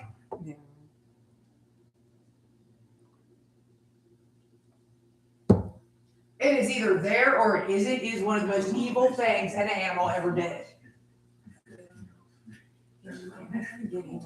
So he is on an in-progress police grounder also. To have access to that thing, you would have to be, you're supposed to be a police officer. I don't know what the hell its purpose is otherwise. I believe it's just to ground on the body, almost. But with electrocution and stuff like that. Who the heck knows what he's done since he does anything he can possibly do on it?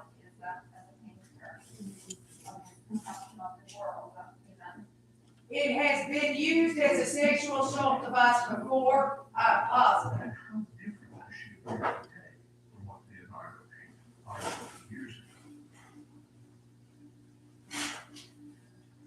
To find out, scientists captured the Mona Lisa with an array of high-tech cameras. These detect light in the electromagnetic spectrum that is not visible to our eyes.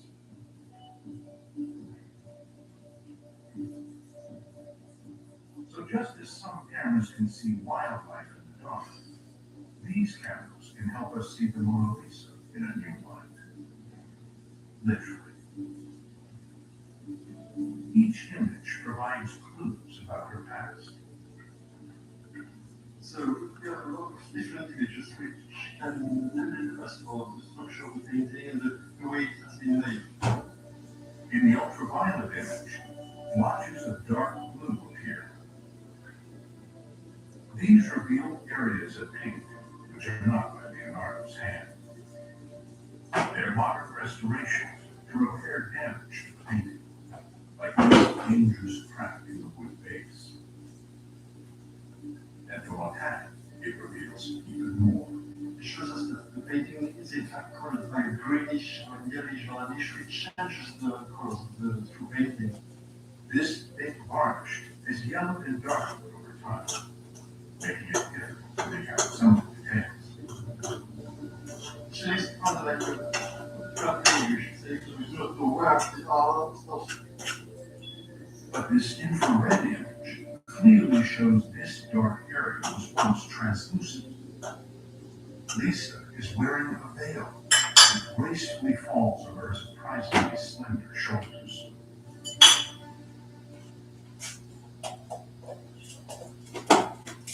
To penetrate the very deepest layers, the team turned to a tool more familiar to us from a doctor's office: X-rays.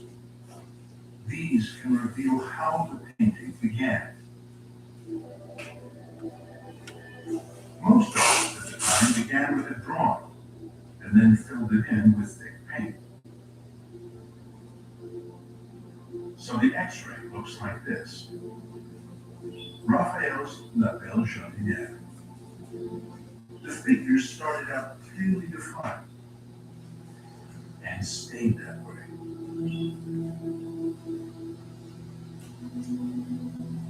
But when Leonardo's paintings are X-rayed, the figures often vanish.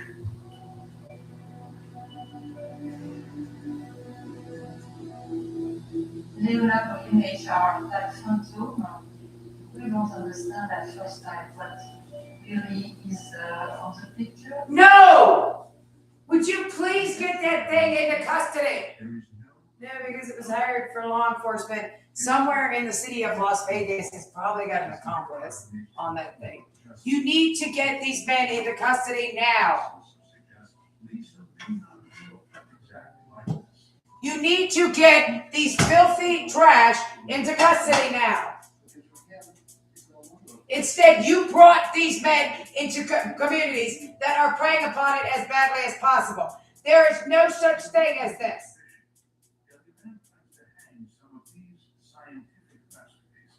Along with Leonardo's original paintings. The scans prove an essential point about Leonardo's artistry. No, I'm still allowed. Get this monster into custody. You know, it turns out this man has been raping children. There's been outbreaks of that thing before. You need to take those off of anywhere. There is no need. If the ability to offend on them is too severe, they are too dangerous. There is no criminal you cannot catch. Why does it have a TENS therapy device hooked up that rapes people that way? These men have been some of the most evil offenders. You could never imagine a beast as evil as these men. No, there is no ifs, ands, or buts about it. They have been some of the most evil men you could never imagine. You could never imagine a beast as low as these men. That's why, no, these men, gang raping, they were not, in fact, absolute criminals. There has never been a lower bunch of animals harbored since Nazi Germany than these men. How are they here? Literally. No, literally. I mean, that's not like, I don't know what. Some kind of Holocaust, like, that'd be Holocaust disrespect. You need to get that thing away from them now. Whatever it is needs to be banned. Okay? All the tech they are on needs to be banned. Sorry, it's dinner time. The time people cook, and I would have gone had a nice normal day. These guys in.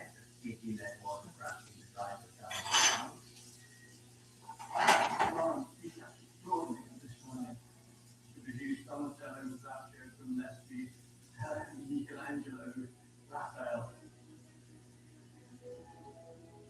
With no formal education, Leonardo started as an apprentice in one of the leading artist studios of the day, the workshop of Andrea del Verrocchio. Verrocchio was a sculptor above all, but was a painter, an architect. He could play music. So the example of Verrocchio was very important to Leonardo. Leonardo was trained. Verrocchio is a real model of how an artist should evolve. You cannot have a device attached to a cell phone that is that much, or tower, or whatever that thing is. It's some kind of law enforcement tech that lends itself that well to incredibly bad rape. That thing lends itself so incredibly well to incredibly bad rape. That is the worst sexual assault device I think anybody's ever created. So is their heavy breathing for cell phone thing. Yeah, their inaudible noise, heavy breathing for a cell phone thing is absolutely filthy. They've had that a bit. They apparently have the sexual assault tool in Arkansas, which I believe because I've heard them discuss it with themselves the whole time, and they sexually assault children on it. Something weird. One of the most challenging construction projects. They're very pedophilic. I said that. There's some kind of weird group in area. You're listening to it. Why is it still at large?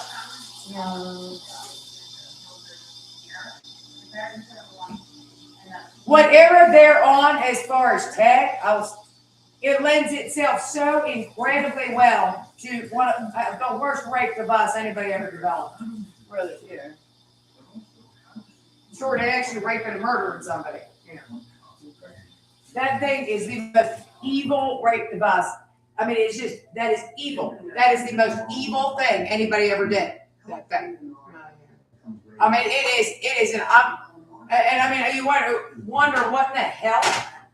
Did they get it from Vegas? Are you sure you're not on band tech or something? Did you download? Whatever your idiot grounder is needs to quit, okay?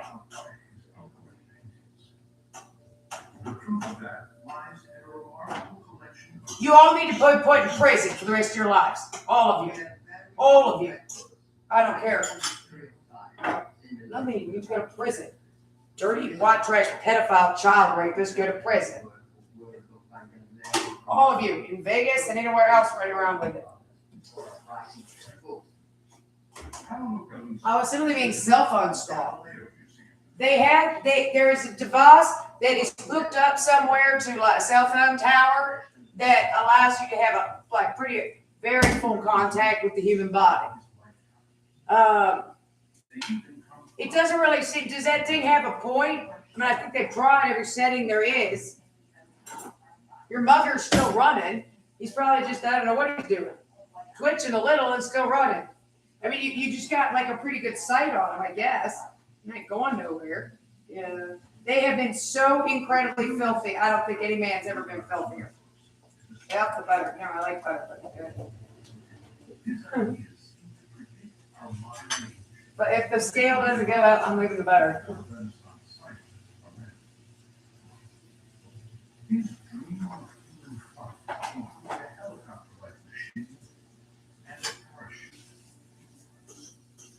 Fascination with clocks led to ambitious civil engineering proposals.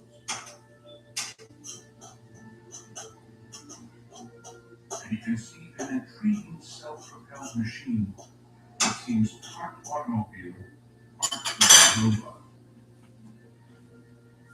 But could any of these inventive designs have actually worked?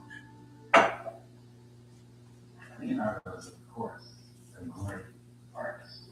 But he's also a great scientist, and I think he's a great. No, he's still gonna do that then. Maybe we're international guys. We have friends in the semen worms, okay? What goddamn thing? What's the holdup on arresting that? That's how you said. You don't sound ladylike at all. And you're so stupid, you waste money at the Dollar Tree for that. And all this money belongs to Otis Toole. He is no fool. They didn't even like him. They like Juicy Child Boot. And one of those stories gonna go down. You do not need whatever you have if it can make contact with the human body, and then you don't need to know what police are getting involved in. That these men, why aren't these animals in custody? They would call Anetto, the gang rapist, the filthiest man ever brought into a community. A monster so incredibly foully low because gang rape Anetto was brought into a community. A monster so filthy, the lowest rapist, robber, and thief brought into a wealthy community. The absolute entitlement of gang rape the animal Anetto. No, okay, these men, the big starling pig, sure, who Bill Sykes Gacy, the dirtiest monster ever domestically abused or sexually abused. He was not as aware that it could that. Yeah, okay, I need to get the gang rapist in custody, correct? And the child pedophile, and these men have an ability to touch your body so nastily. That thing, there needs to be a complete understanding of what that thing is these animals are using. Really? And then you need to take it off the airways. Your mugger is not going anywhere from this. It's not going to make any difference past any point. That thing lends itself, and the inaudible noise needs to quit. It doesn't need to quit. That is the most evil thing. The human race is dead if that thing gets out. You have no idea. And I mean, it is out. The crimes these men have committed and are committing on that thing. Because you have no more in progress police grounder on every cell phone tower. He said also, we're pretty sure that thing can kill you. So I have a mentally retarded Otis Toole bopping around somewhere that shoots somebody walking down the street on it.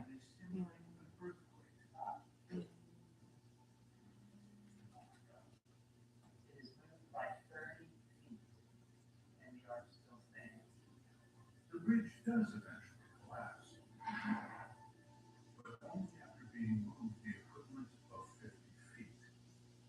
Leonardo has the artistic ability, and he also has that scientific knowledge and that engineering capability where he can create things that are beautiful and structurally sound. No, he's still going to be on that. They've been allowed to rape children on this. We've been raping children on this forever. Everybody remembers this even. Really? Almost. Yeah, because you're crazy, lady. Because the lowest man ever born, the John Wayne Pig Gacy, nobody's allowed him to tell you to stop. That thing has been around. Really, yeah, the in-progress police grounder's ability to vibrate the crotch is apparently an incredibly dangerous thing in the hands of the filth that you hire sometimes. No, unfortunately, you really do. In fact, on boots on the ground, hire trash and non-accountable trash.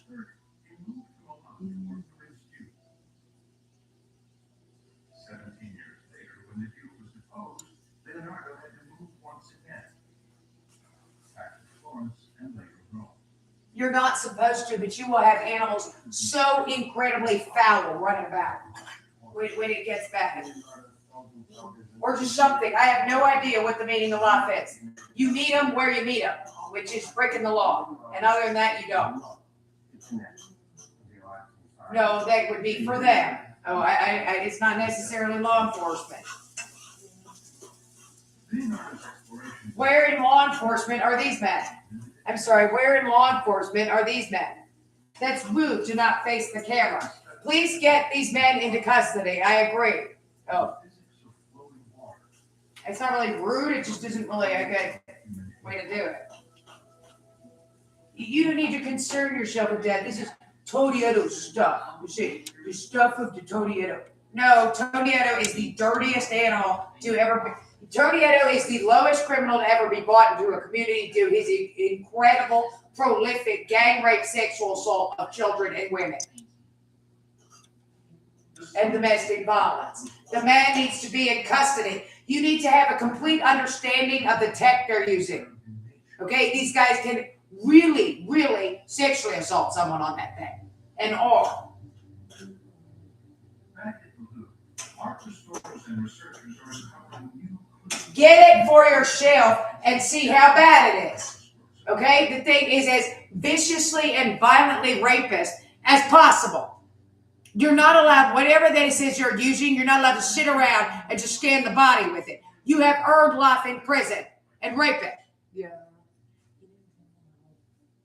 We could get, you're not, are you going for the gold? I don't even think this dude cares. But the rest of the conversation is about how he's doing it to 10-year-olds. I mean, this is a puddle of goop over there. You need to be careful people can't get on the damn thing. Really, if it's a in-progress police ground or just chase muggers around, you need to be careful that anybody can't get on the thing and wander into a bedroom and sexually assault a woman on it, like these guys are doing, or a child, or anything. Another man, just because they think it's rude and funny. Yeah. It is an evil, evil, evil thing. And they need to understand, you need to, this needs to be very well understood. So when someone calls in with it, same as anything else, I came home, there's a man standing in the living room, or something, holding my wallet. The police show up. It's not that exciting. It's quite capable. But that is an evil, insidious ability, and you need to take it off. You can't. I do think the thing could be lethal, to be honest with you also. So you have, maybe we might need that for Stephen Paddock. It's just evil. It is absolutely evil. And quite obviously, you do not control who has access to things enough or have any functional legal system going on around here.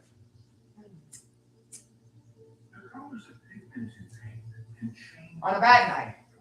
I didn't question you. You need to get the pedophile, get what they're on yourself. Did they break into their houses? They said they did.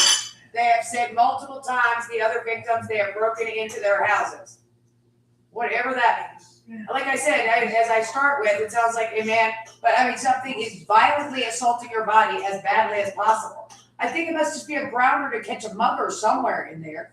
It seems like, that is the most insidious, evil thing anybody ever came up with. I don't know whose it is, but I just turned off the TV going, insidious by schizophrenic guy. It's not a conspiracy theory. It just means Epstein's on TV. A nasty, evil man is on television. You need to get that thing off of however it's attached to, whatever it's attached to. You need to shut that down. That's off the airwaves. That is, you don't need that in any way, shape, or form, or you have to fix it so it's not a sexual assault tool before you have it on the cell phone tower. Or wherever it is. Thin layers of paint, which can only be seen with a powerful microscope. Ensuite, gesso original, couche d'impression et 1, 2, 3 couches de pigment vert. Some pin artists have been found to have as many as 30 layers of paint, many more than most painters. As she continues her restoration, Pasquale is looking for evidence of this unusual technique. But what was Leonardo trying to achieve with all those thin layers? Just ask a living painter. I think she was always looking for beauty, not just painting or drawing a tree. She wants to paint the perfect expression of what the tree is. This aspiration to beauty. Well, here, maybe you can help with on your stuff. You can even change it. It's altering itself. Would you stop that? I need this man at all. Okay? This is so stupid. In the tradition of the Renaissance, Barge runs an artist workshop, but with a twist. Platform to review. His is a virtual one. This one's going to guide you through the entire process of classical figure painting. Most Italian painters at the time mixed their I don't think you can't cook. base, using real egg. You're not a real woman. But egg temperature doesn't allow as much light to pass through. So there is less depth in the painting. Instead, Leonardo decided to use an wood like linseed or walnut. Leonardo was using oil. This oil helps to produce in the best way the transition between light and shadow. Gradually, Farge's portrait comes to life.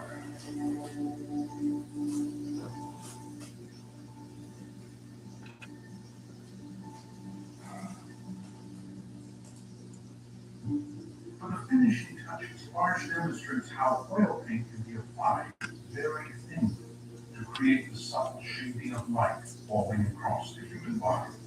I can come back later and put another layer on top of that to make this transition very soft. Leonardo's techniques are still being taught today in his hometown of Florence. To make their paintings come alive, artists strive to capture human flesh and the way light reveals its shape. Leonardo speaks about smoky transition of light and shade. That's how we perceive in nature. How often photographic images we see, there's so much detail, we don't get the word of that. We see very much other photos with glass.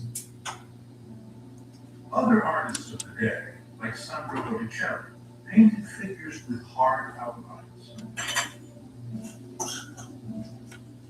But Leonardo used his fine layers to create soft transitions, obscuring the lines.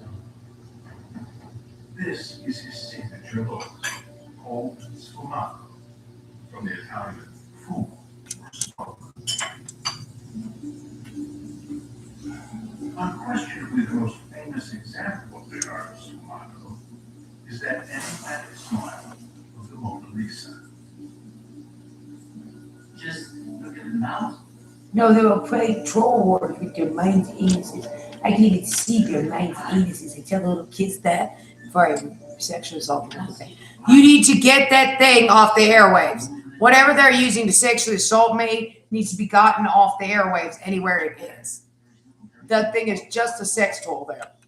Yeah. Oh, this is nonsense. Really, yeah, there is no, somebody's just as nasty as possible around here.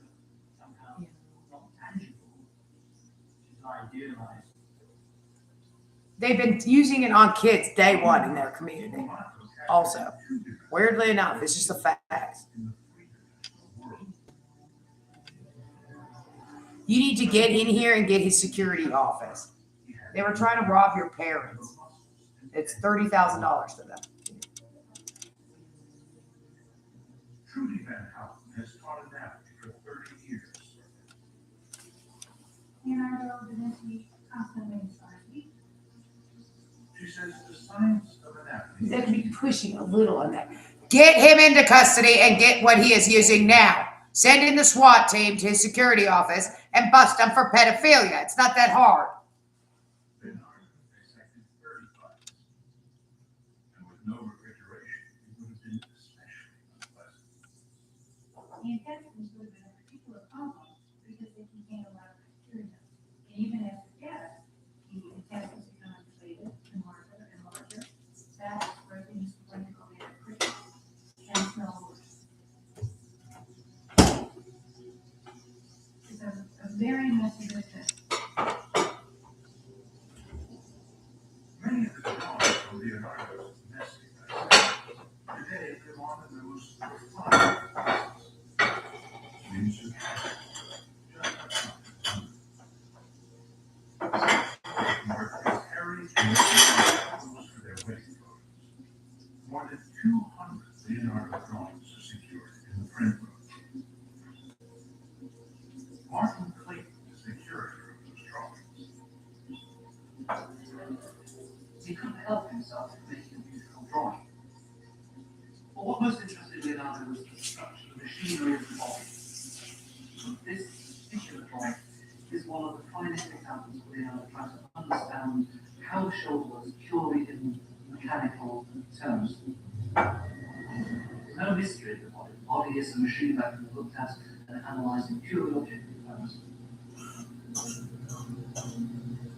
The beauty of Leonardo's drawings is undeniable. But in light shape right. If I were asked to grade his anatomical drawings, they would go from A to F.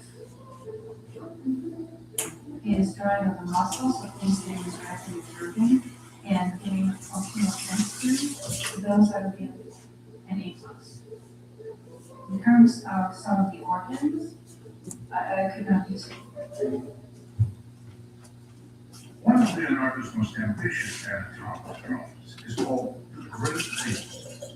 It is considered a masterpiece, but for Van Houten, it's a bit of a mess.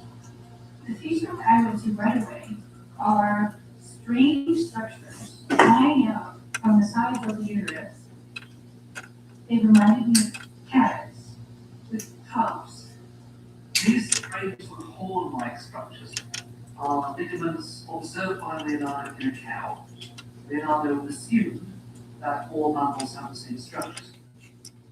He's sort of feeling his way into a field that had never been illustrated before. Leonardo's groundbreaking dissections certainly informed his art. He likes to rummage around in genitals all night. He likes to rummage around in genitals all night, he says.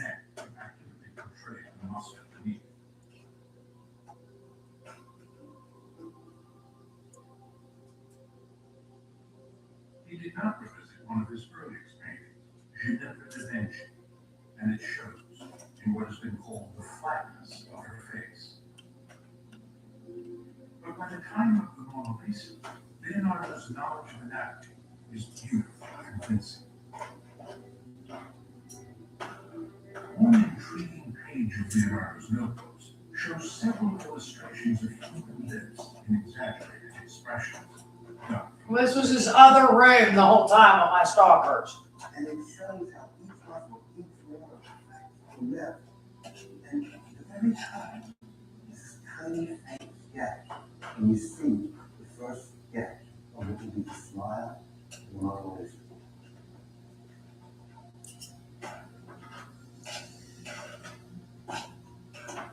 Anatomy and his painting technique explain in part how Leonardo infused the Mona Lisa with a lifelike quality. But to complete the illusion, he needed to explore another area of science. How humans see. Among the many aspects in which Leonardo was using his knowledge as a scientist to become a better painter is obvious. And that case is called by Leonardo's perspectiva, perspective. It's basic geometry because when you have an object with parallel lines, they will seem to vanish into a point, which is called the vanishing point. Leonardo was fascinated by many aspects of how we perceive the world. He even studied the composition of air to determine how atmosphere affects the appearance of objects in the distance. Leonardo is trying to capture the complexity of the world. But how can you paint something that you cannot see? Like the transparency of air. Leonardo not only looked at mathematical perspective, but he looked at how colors change when you get further away, how the sharpness of something changes when you get further away from it. And did Leonardo also discover crystal perfection to pull off the greatest illusion of all, that illusion of mind? Looking out, and her smile is a reaction to the survival of someone. It's a fiction that's taking care of itself. Very tough. You have to know you win, but not tell you what to say. You know what to see. The attitude of people is smart is indeed hard for a man. How is Leonardo will that affect Paul? That is a question that intrigues neurophysiologist Margaret Williams. She studies the human visual system, how our eyes and bodies together to make sense of the world. To be honest, I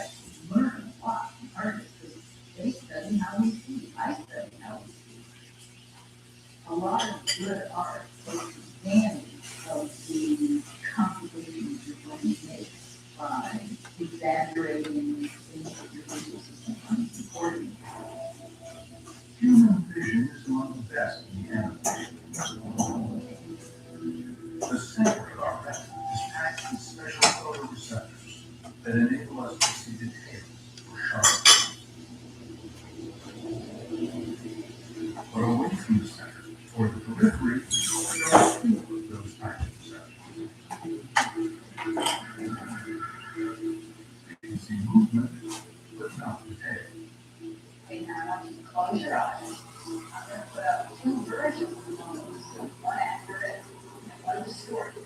Curiosity, the next one to Mr. Colin Peter to see if he can spot the fake Mona Lisa using just his peripheral vision. Briefly open your eyes and look at the spot. And close them right away. And point, which is the accurate reproduction. Open your eyes and see where the exams are.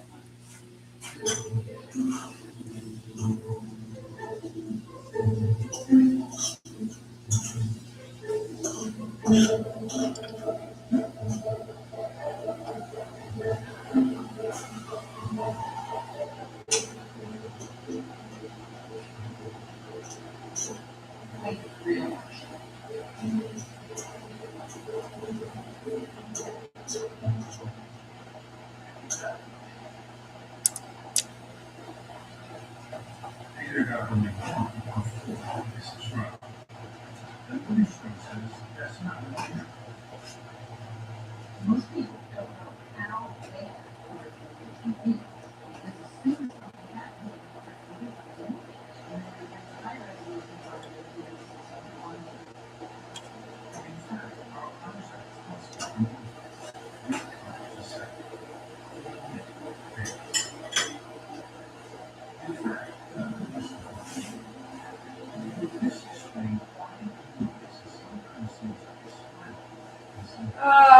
Get off my crotch with that thing, you disgusting trash. The girls are you only right.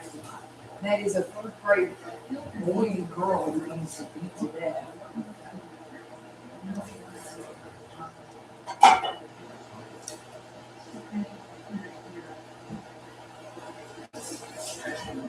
They have been carrying on this badly for how long? Well, I call every police officer out there.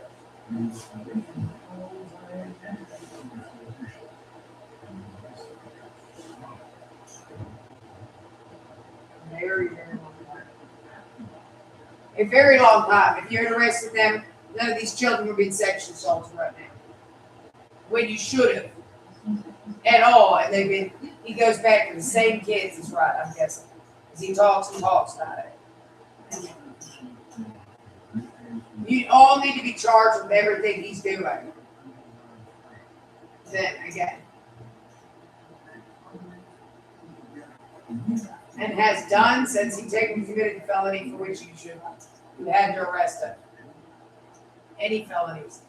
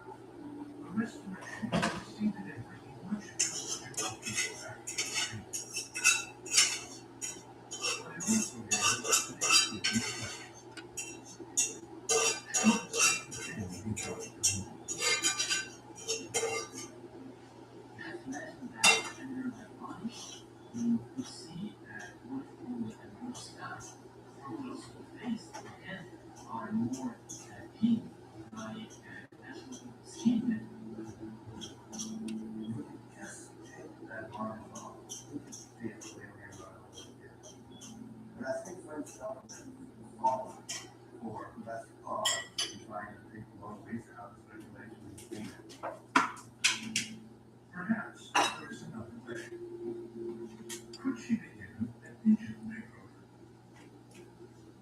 That is what Pascal Cobb is trying to do. He has analyzed the motives with a remarkably powerful device, which he demonstrates using a method. We made a measurement in the basement of the room inside the laboratory. It's very emotional. There's a painting down. Without the frame, you can look at this painting under this very informed light that reveals everything that you cannot see usually.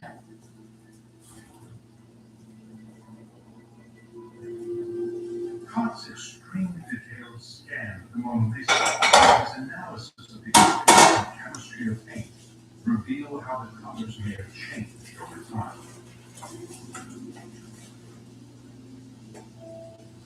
It's not just the varnish that yellows and darkens, but the pigments and oil in the paint itself. Kott's challenge is to reverse engineer the effects of that aging. This is not the photoshopping and the messing around with colours that you and I do to get horrible results. But this is based on pigment analysis. First, Kott determines how much the varnish is darkened, and with his computer, peels it away. Next, he identifies what the color of each pigment would have looked like 500 years ago, and recreates them to see the colors just as Leonardo did. For example, we know that Leonardo painted the sky with white lead and lapis lazuli. So we have a software that removes the wrong colors to obtain the genuine colors. Then, pixel by pixel, Kott restores those colors. Suddenly, what green sky becomes brilliantly blue, and a bit of flush comes back to Lisa's cheeks. Twice, as the French say, Suddenly, it doesn't look like something where you got it. It looks as if she's in the fresh air. That's great. Kott's restoration has brought Lisa back to life. Come on! Get him off of me! Allowing us all to see the painting's legendary beauty, the science it took, the geometry and optics of perspective, the emotion behind the painting, and the smile of soft light, capturing the mystery and movement of life. But even with all the modern insights, the Mona Lisa is vastly better than the sum of her scientific parts. Pinning down exactly why we're so drawn to it, ultimately remains as elusive as her smile.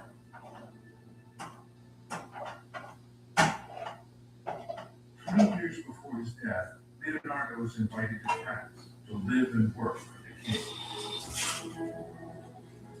He crossed the Alps by horse or mule, carrying 3 paintings. Those paintings, including the Mona Lisa, Come on! Get him away from me! The mule. You know, poor guy's dead, you paid that lady for that. There's some crazy nonsense in that thing. And then he's actually touching you with that thing. Get him into custody now!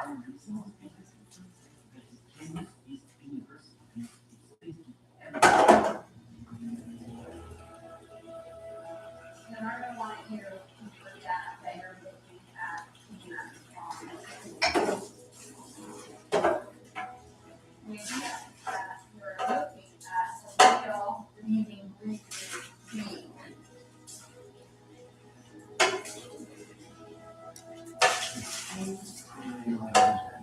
Is that she doesn't make a distinction between the beauty of nature that he's studying in science and the beauty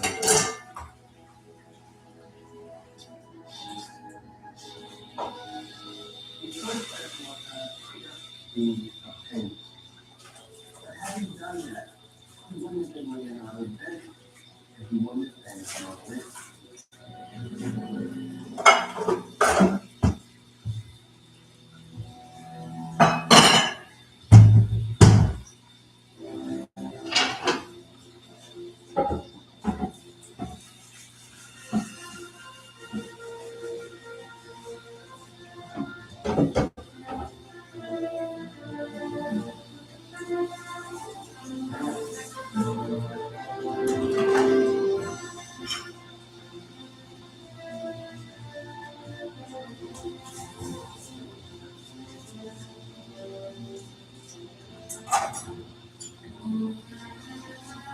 Get him into custody now.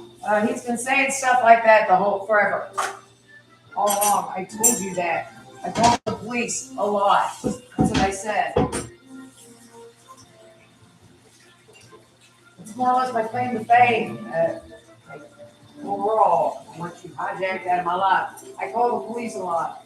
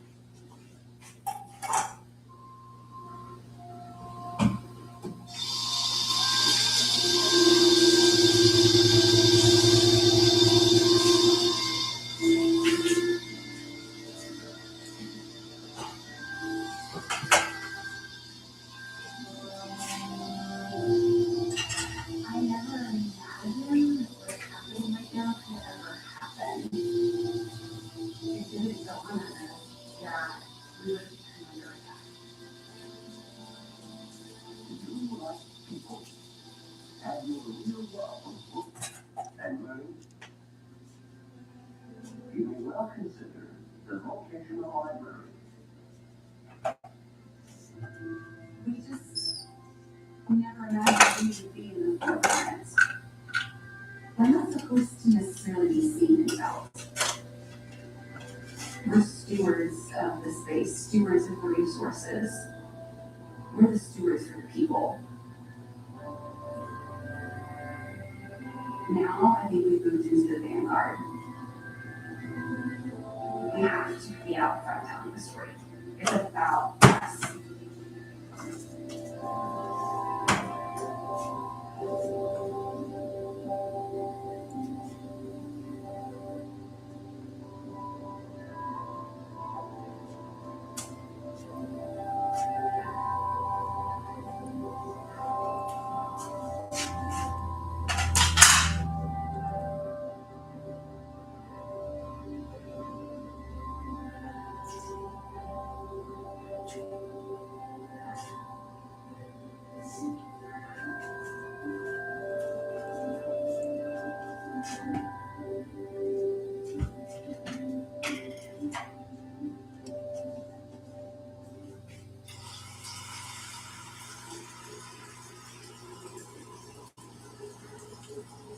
Texas Republicans are launching an investigation into what types of books school districts have, specifically ones that use race and sexuality. In a letter to the Texas Education Agency, lawmakers pointed to Texas districts that recently removed books from classrooms after parent complaints. Republican State Representative Matt Krause of Fort Worth sent this list of 850 books to a number of public school districts. We were right there in the crosshairs of this rising call, so we felt that everything that we did was being watched.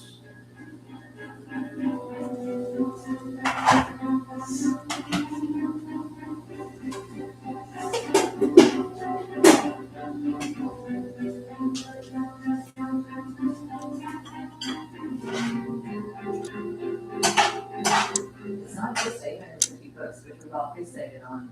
He says, and any other books. I'm just immediately angry because it's so obvious that he is targeting LGBTQ titles and authors of color, and books about race and books about sex education. He is asking districts to remove these and any other books that might embarrass or offend someone due to sex or race. What struck me was, one, there's a list of 850 books. He wanted to know if school districts had them, how much money had been spent on them. These titles like the book on the history of the KKK, and not about desegregation in schools. There are also books about gender identity, the LGBTQ plus community, and the history of Roe v. Wade. I didn't even think, most school districts would entertain this. I remember looking at it, they're singling us out again. A couple of days later, our governor doubled down and sent a letter to the Texas Association of School Boards asking them to do something about pornography in our libraries. I'm calling for the immediate removal of this very pornographic material from our libraries and our schools, and want to establish standards so that parents have the assurance that their children will not be exposed to it. I remember seeing Governor Abbott's letter, and my district was mentioned specifically. That was the first moment that I realized school librarians could be criminalized for selecting books and making them available on the shelf.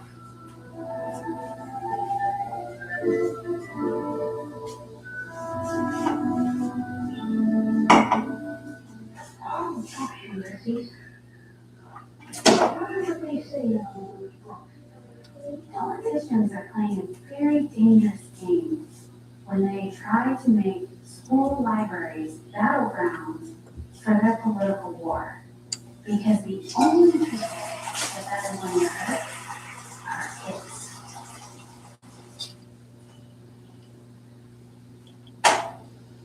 This space needs resources. They're supposed to be this magical entry point to the world, to stories, to ideas. There it is. See it? I'm next to you here. There it is. Right next to you, right there. See what that's not interesting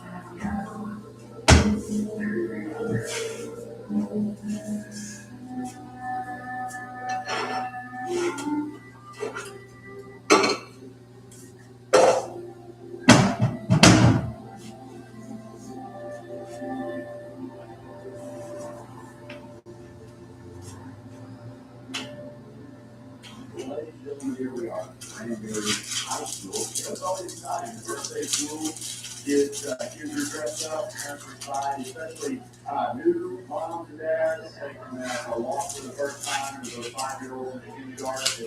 It's a great feeling.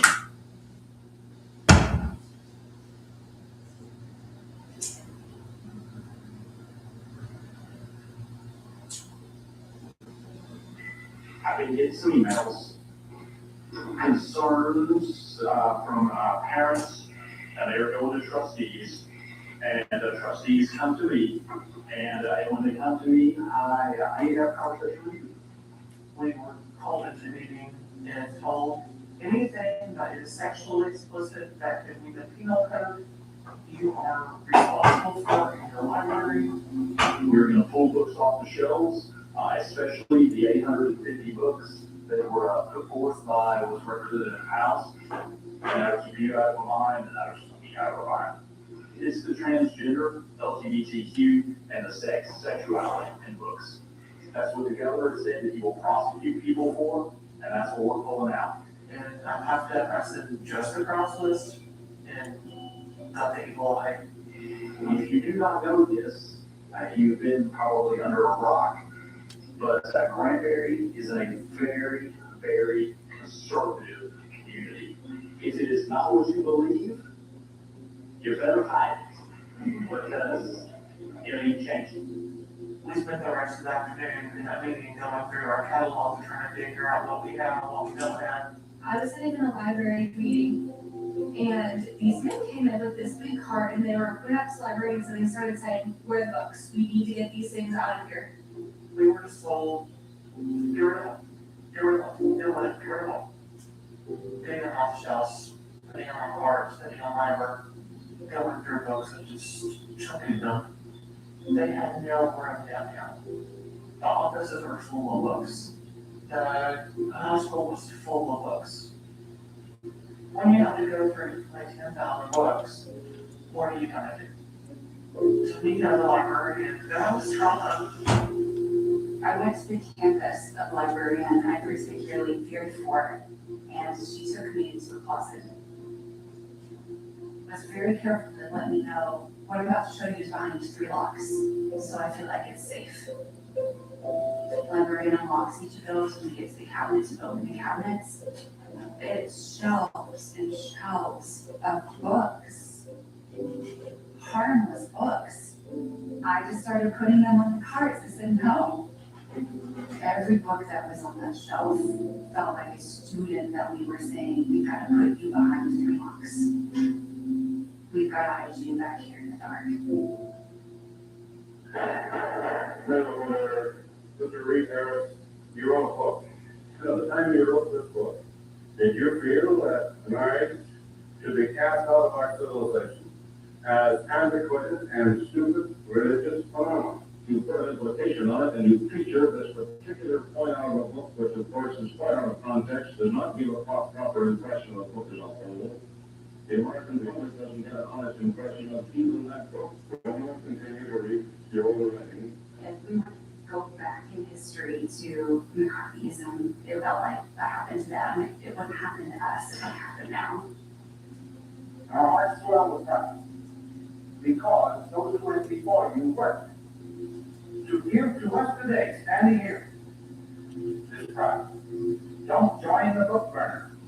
Don't think you're going to conceal fault by concealing evidence that they ever existed. Don't be afraid. Go in your library and read every book. We do have a code of ethics. around intellectual freedom, around privacy, around representation and access to information, and a diversity of perspectives and issues. Those are all part of our code. Remove a book because it has ideas we don't like. Can't we look at this from a practical point of view? Take my word for it, it's not unreasonable to ask you to take out just this one book. Doesn't you control the library? You control the community. Because if you can control the flow of information, if you can control the ideas, you've got it. You've got everything. Of course, you're coming after school librarians first. Of course you are.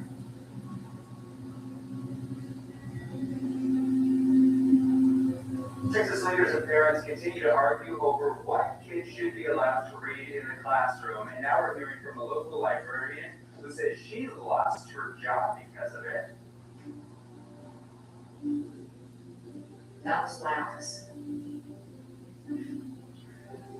Oh, where is it?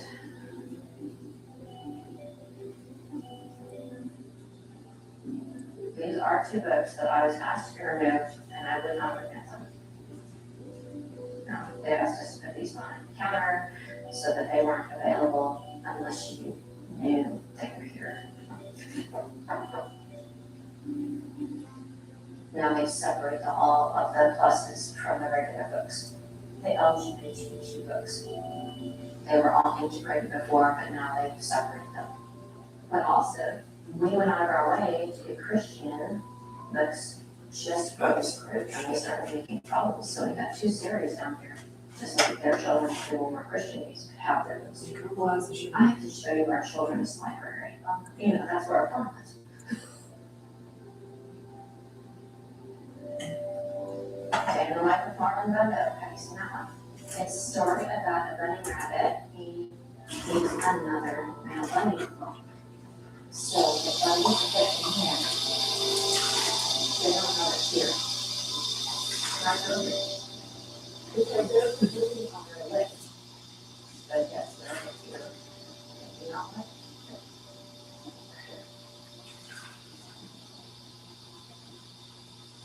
This is, yes, a corner of the library. In their case, the interest is cleared because of race or nationality or the political or religious views of the writer. I have always included enough fire for it. That's me when I was in the U.S. Army.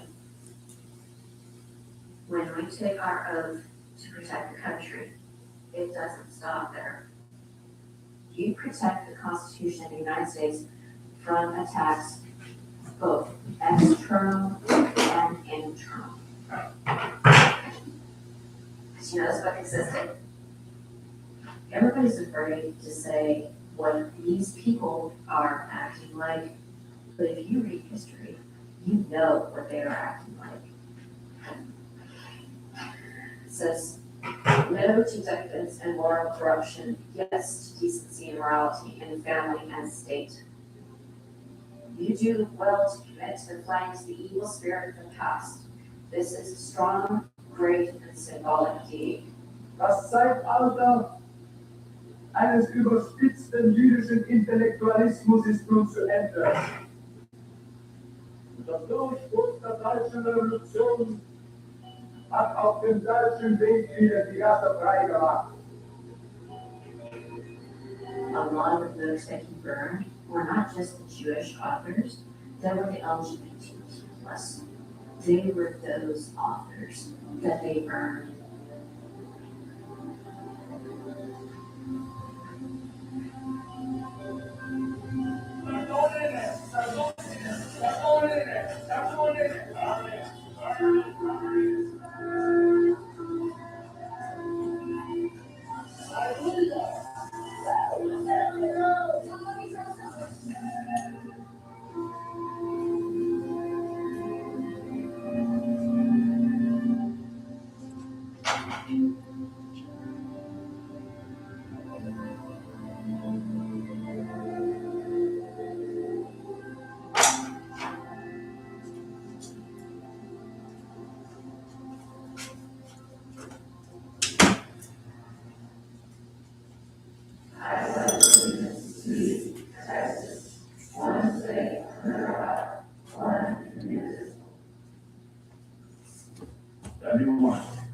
a couple of points on behalf of the district.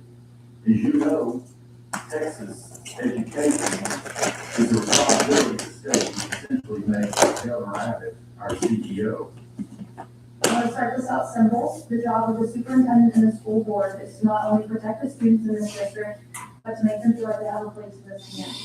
But I gotta tell you, from what I'm seeing so far, you weren't doing your job.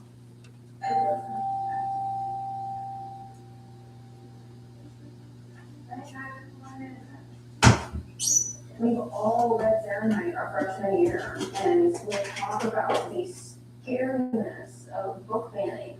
Literally on all the windows of our library has a big window wall. There are freshman students' drawings about Fahrenheit 451. But people don't know. All about people that never existed. The people that read them, they can learn how to do their own, they want to live other ways, they never really be. So, we must burn the books on that. All the books. And seeing that and knowing what's going on within that library, it feels like it's blatant that there's a facade here. We have books in the library that are pretty heavy and have sexual assault, like a Clockwork Orange unit. And that wasn't cool, so. Had I not fixed this hookup, I don't think I would be sitting here. If it's a sister, like male or female, well, it's no issue. But as soon as you've got any kind of diversity, right?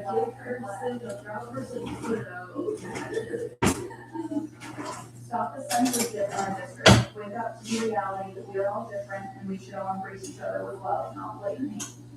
I'm simply going to say that no government, and public school is an extension of government, has ever banned books and banned information to its public and been remembered in history. It's the good guys. Let's not misrepresent things. We're not taking Shakespeare or Hemingway off the shelves. And we're not going and grabbing every socially, culturally, or religiously diverse book and pulling them. That's absurd. And the people that are saying that are gaslighters, and it's designed to incite division.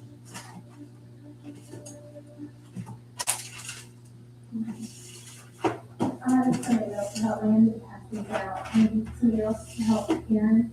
You need to go to the board, everyone needs help. I'll talk to you soon, next the book. I'll try to be reliable to stop this kind of content from going in the school. These people put sexually explicit content in your library. Get ready for truth and transparency from an ocean of liberal tears.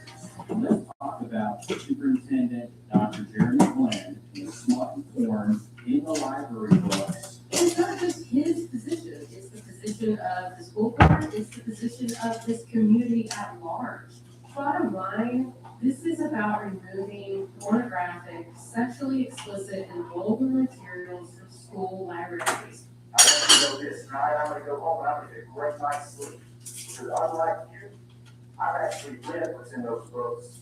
I'm proud that they've been removed from our shelves, and we made the right decision for kids.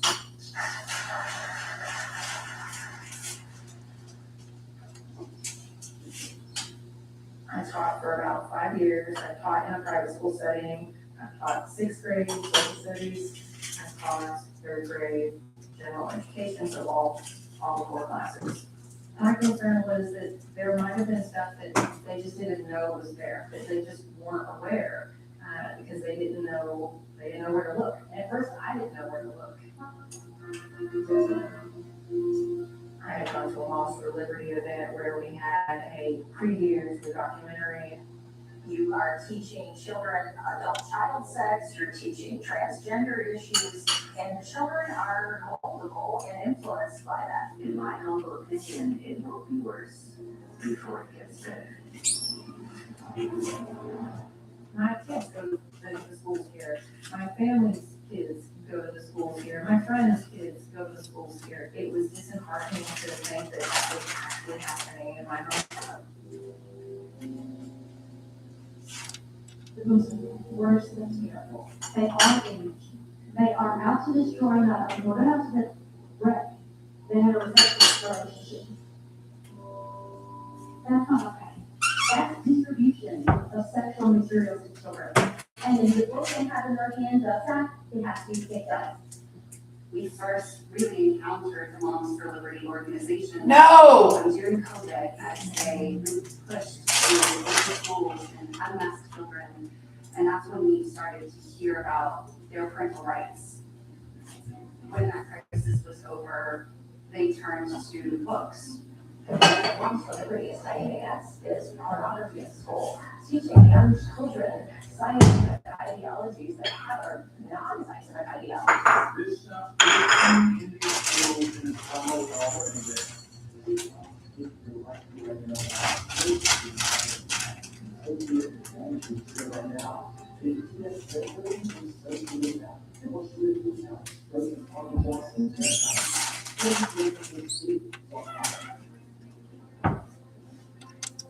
And it just spread.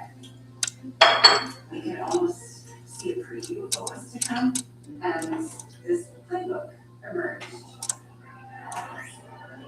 We were afraid. We were told not to tweet. We were told not to put things on Facebook. They came after me and the library. They were called email specialists instead of media specialists. I know they're gonna fire me, I know they're making a case to fire me, I know it's coming, but I'm not gonna show up. I'm just not gonna do it. You continue to speak out, you know, looking on what they want, you will be your job. We have guns, when can we start killing liberals? When can they start hunting us? All the line against the LGBT mafia and their gang female fans. We had to bring in law enforcement to meetings, the SWAT truck pulled up behind us. And the guy rolled down his window and he yelled at me, said, "We're coming after you next." We're gonna keep coming so hard, the only thing we can't figure out is whether it's on their face, back, or their thighs. Woo!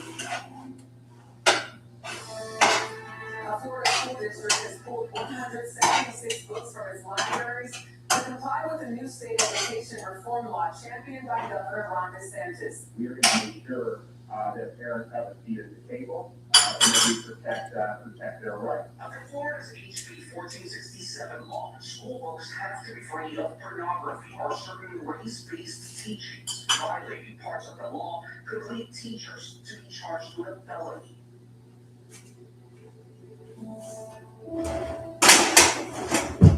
Librarians are pulling books without anyone challenging them. The teachers in Manson County were told by Friday at 3 p.m., you will either cover with paper, turn them to the walls, or take your books home. They thought they were erring on the side of caution, but the kids were so upset, they actually texted their parents and said, everyone's crying, everyone's upset, we need our books, we want our books. They wrote emails to the principal saying, please don't take away our books.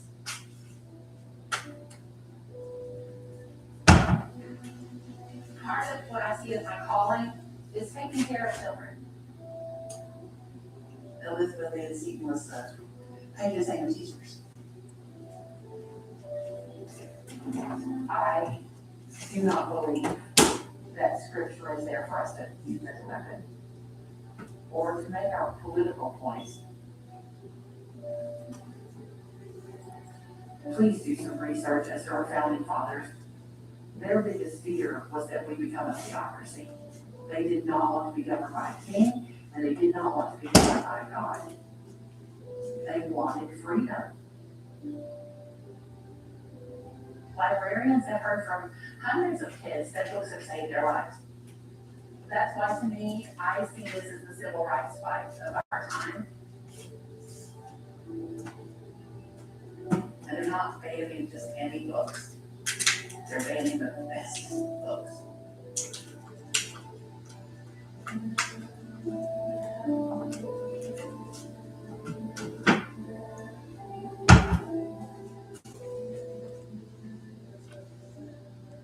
We reject woke ideology. We fight the woke in the legislature. We fight the woke in the schools. We fight the woke in the corporations. We will never, ever surrender to the woke mob. Florida is where woke goes to die.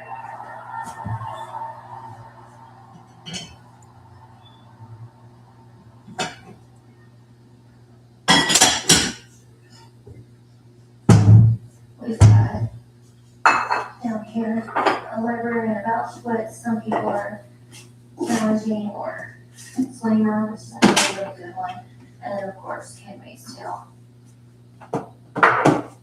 I've been in school for 9 years.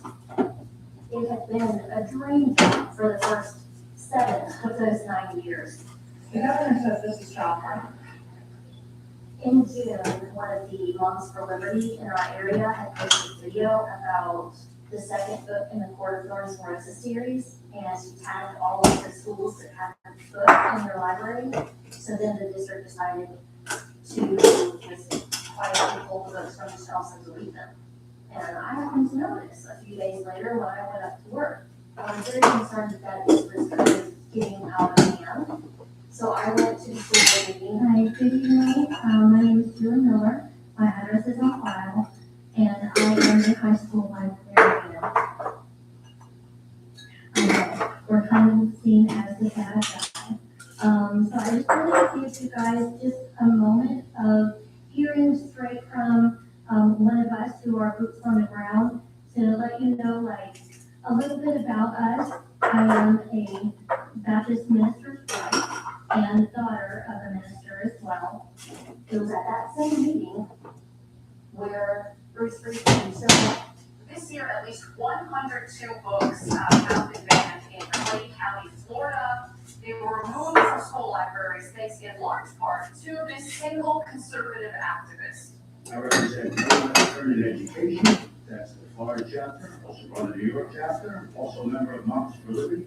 I spent like 45 minutes after that meeting talking to him. And it was a, pleasant, weird, but pleasant conversation.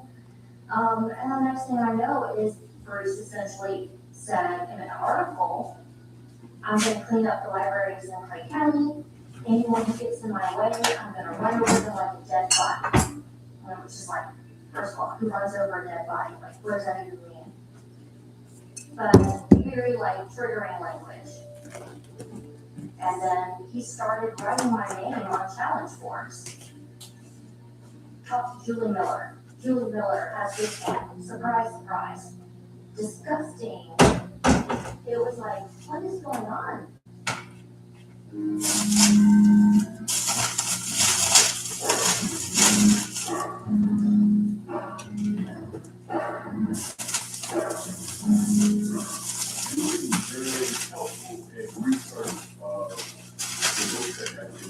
The book that has been removed.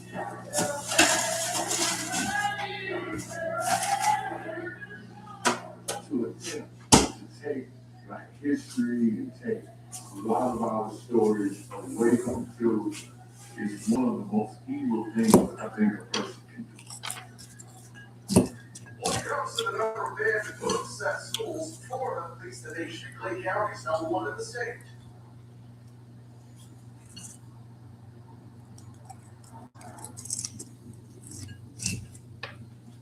These are some of the books. Stamp. Anybody ever seen the movie Color Purple? And of course, 1619. Do you care whether books that are written by African Americans or books like this book was banned? As a kid, going to a predominantly white school, I was always questioning who I was, hair, skin color.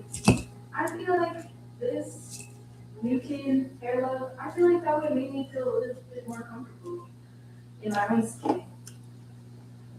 What's dangerous with this book banning is it's being led by people who say they love God. And I call for the fire of God and the glory of God and the fear of the Lord to fall on Clay County, Florida, in the name of Jesus. Next, we have Dr. Dove.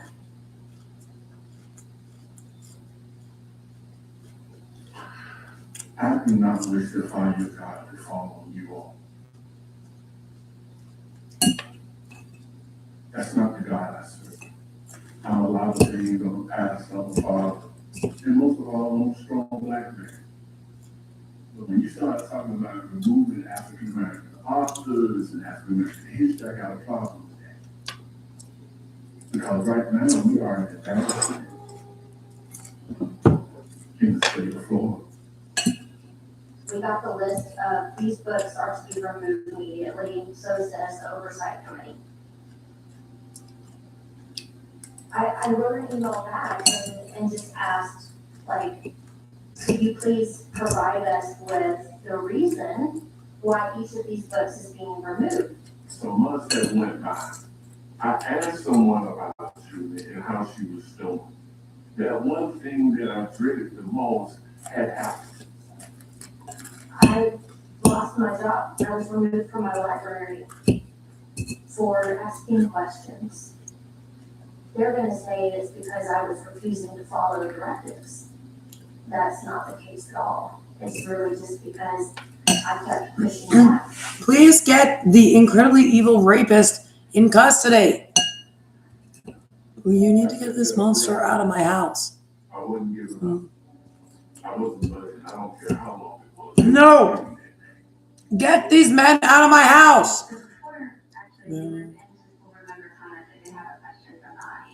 That man can't talk like that. However, I heard something about a coot and then attacking my... Get what he's doing and from the victim's perspective. Okay? He's doing what to a child? That thing just like knocks you over and rapes you. Okay? You literally have to like... Really? Yeah, it is so incredibly bad. If you're so bad, you'd be out of the house. I am out of the house.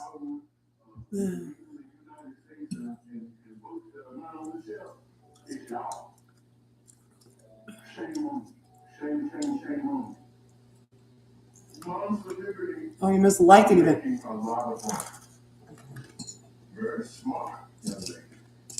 I said I'm going to the library as soon as I have my grocery shopping done. It's a genius that Right. pertains to oppression. And I clean up the house for a month. Or I clean up the house a little bit, things like that. It just happens so like quietly, and it's like you're dismissed. It was all politically motivated, right? But I met the young man outside. I said, how are you doing, brother? He said, I hate librarians.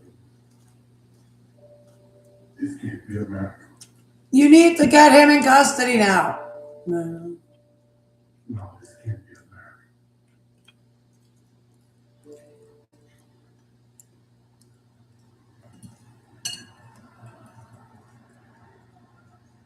It feels like I'm living in a dystopian novel right now. Like if you would have asked me 10 years ago if I was gonna have like security concerns at a librarian conference, I'd have been like, you're nuts. This is the highest ever of attempted book bans since we began compiling these lists 20 years ago. And I hate that censorship affects our professional lives, but it is a reality. Sometimes libraries are relocated to other buildings or grade levels, and sometimes librarians are outright fired for defending intellectual freedom. And then there are the cases where librarians feel for their physical safety and for those of their families.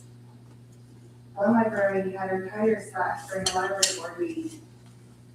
We understand what's going on on a very real and personal level for some of us. But I know that as librarians, we continue to remember and focus on our professionalism and the work that we do. We want to make sure that we're reinforcing and that even in the darkest of days, this is still what we do. We want to talk about a book banning controversy underway in Island Trees, New York. For 6 years, the Naked Cake, 4.5, and 7 other books labeled by the school board as anti-American or obscene have been banned from Island Tree's library shelves. Stephen Pico, you were one of the students to bring action, were you not? We filed suit because we believe that every American, regardless of age, has the right to be exposed to a diversity of viewpoints and gain a number of perspectives on life. The Supreme Court today sharply curbed the authority of local school boards to ban books from school libraries. For lay people, this is the Roe v. Wade of libraries. when the Krauss list came back, when Gregory boxed up hundreds of books, they were infringing on what Pico established. That book cannot be removed because of a disagreement of the ideas that are in the book. We're highly trained in this age-appropriate material. Most of us have library and information science master's degrees. We learned legal precedent. We take courses on it.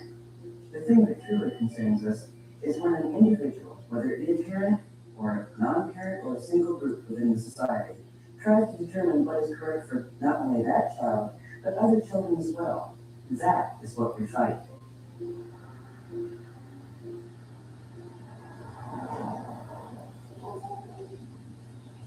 I'm not gonna say my parents were like nationalists, but when I started getting targeted, that it speaks to me. It's, got a medicine here. There it is. Turn it. Right. For 40 years, I've been wanting to build a cannon. Zero's real easy. It's called a Confederate mountain rifle. It's an exact replica of what you would say back in the Civil War.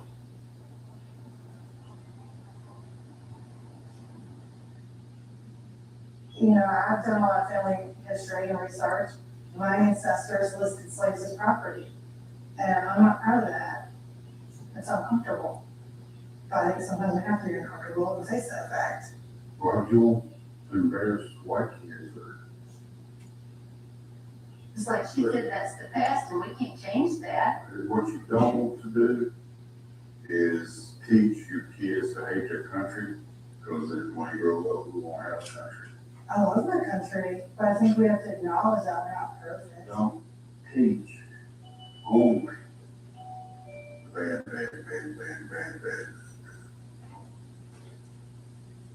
While the rest of us were in lockdown, Live Oak Middle School librarian Amanda Jones and her students were traveling the world. I decided if they couldn't go out in the world, I was going to bring the world to them. She was awarded the 2021 National School Librarian of the Year. And I hope to use it as a platform to advocate for school libraries across the country. Here is Amanda Jones at the Livingston Parish Library Board meeting on Tuesday, July 19. Why is she fighting so hard to keep sexually erotic and pornographic material in the kids section?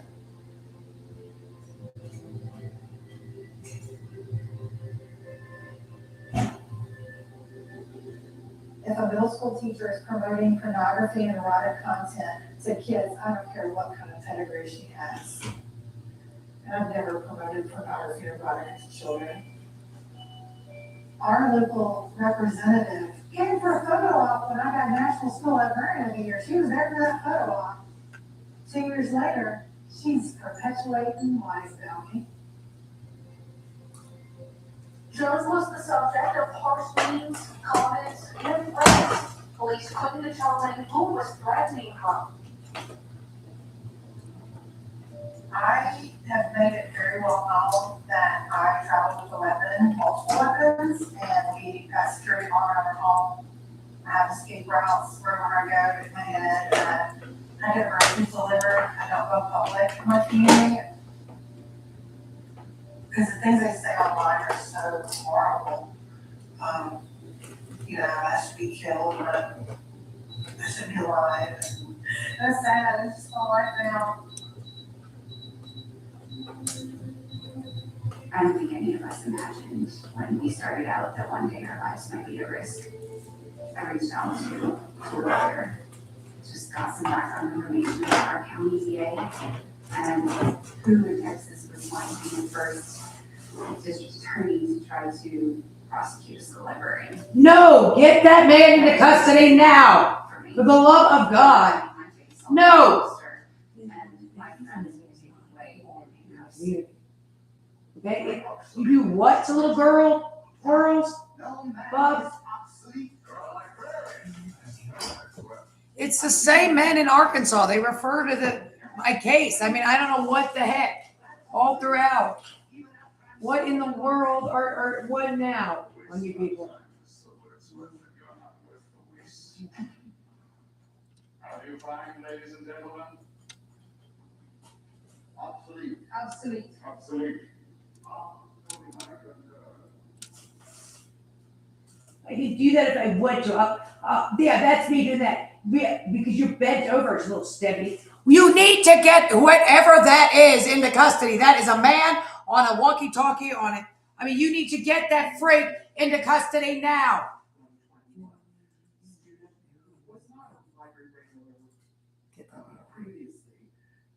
Started showing up in the first couple of weeks. You have got to get that monster into custody. You needed the disgusting horror of this man stalking me all these years. I mean, being kidnapped and everything else by your people. After 2 weeks of this every day, I see the kid emerge from the stacks, holding law enforcement Jonathan Emerson.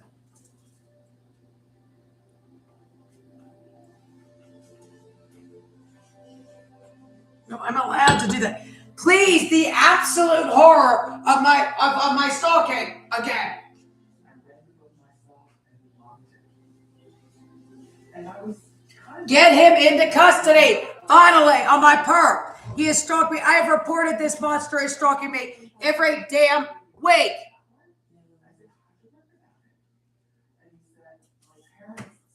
My parents told me about it and said I should look for it in the library. Get that thing. You need to get whatever tech he's on and ban it completely. Okay, you cannot have a device that a man can just, as it's hooked up to a cell phone, and just that you can sexually assault women and children on that badly, or anybody, and easily.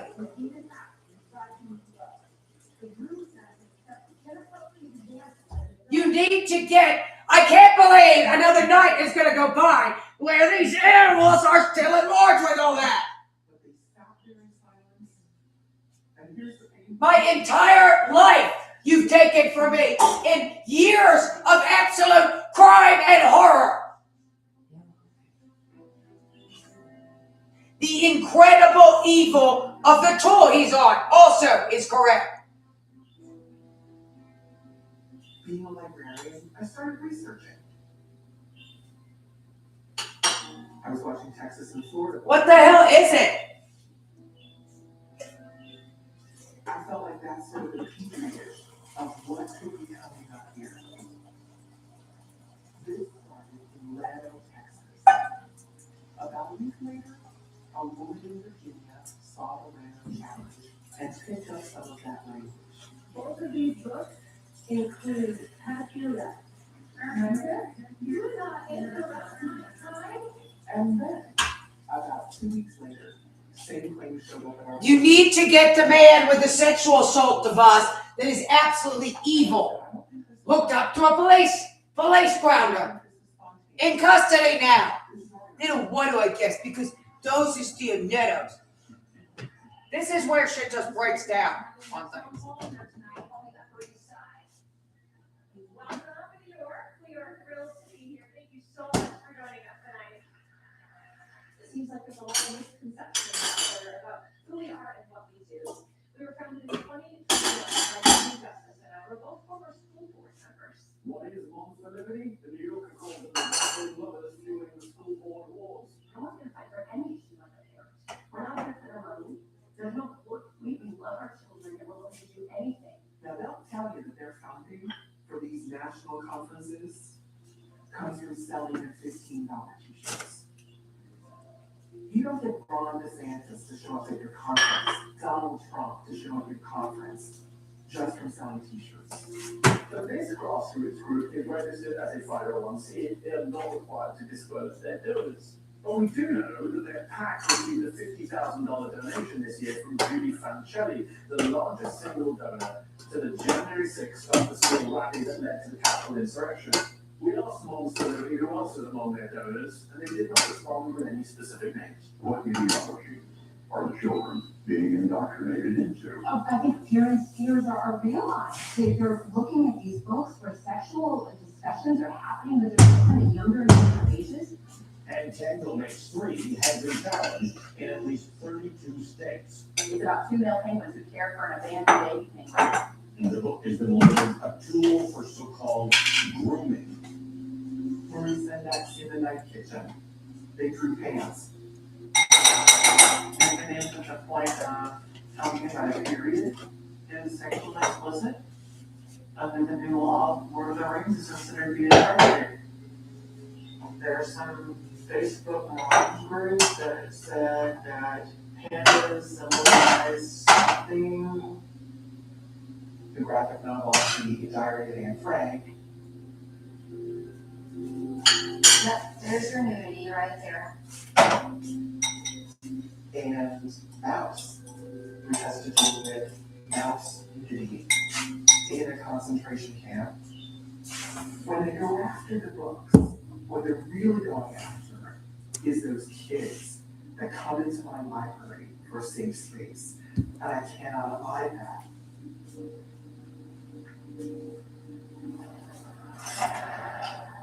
Part of the ethics of our profession is to support the First Amendment and to fight censorship.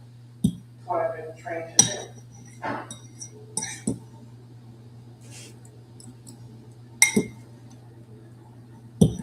The North Country Board East Regional High School District Board of Education meeting on Tuesday, January 30th, is now called to order.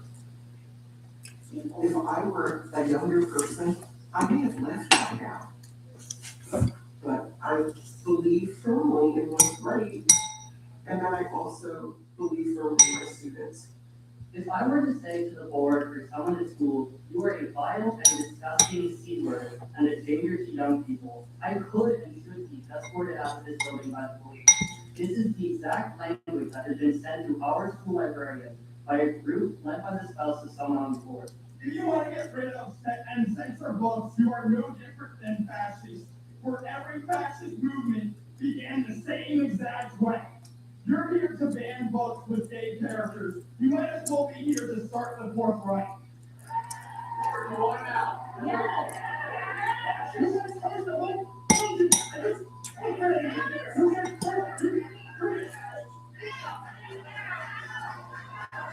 Thank you, Lord.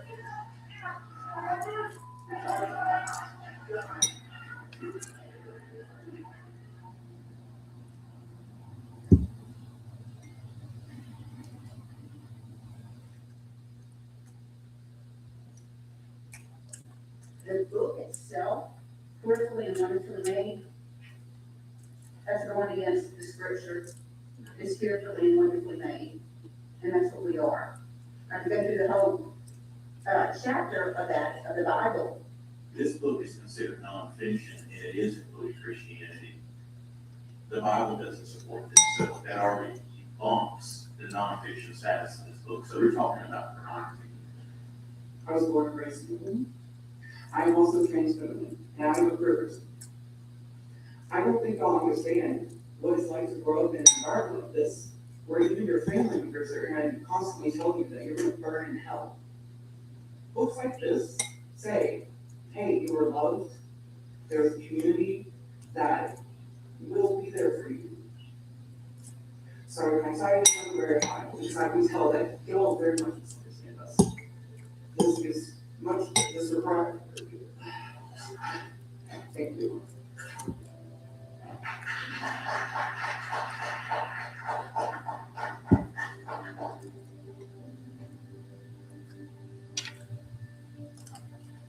Hello, my name is Amanda Jones. The great thing about books is that we all have different ways that we interpret them. I read this book and I interpret it as meaning a push for love and acceptance.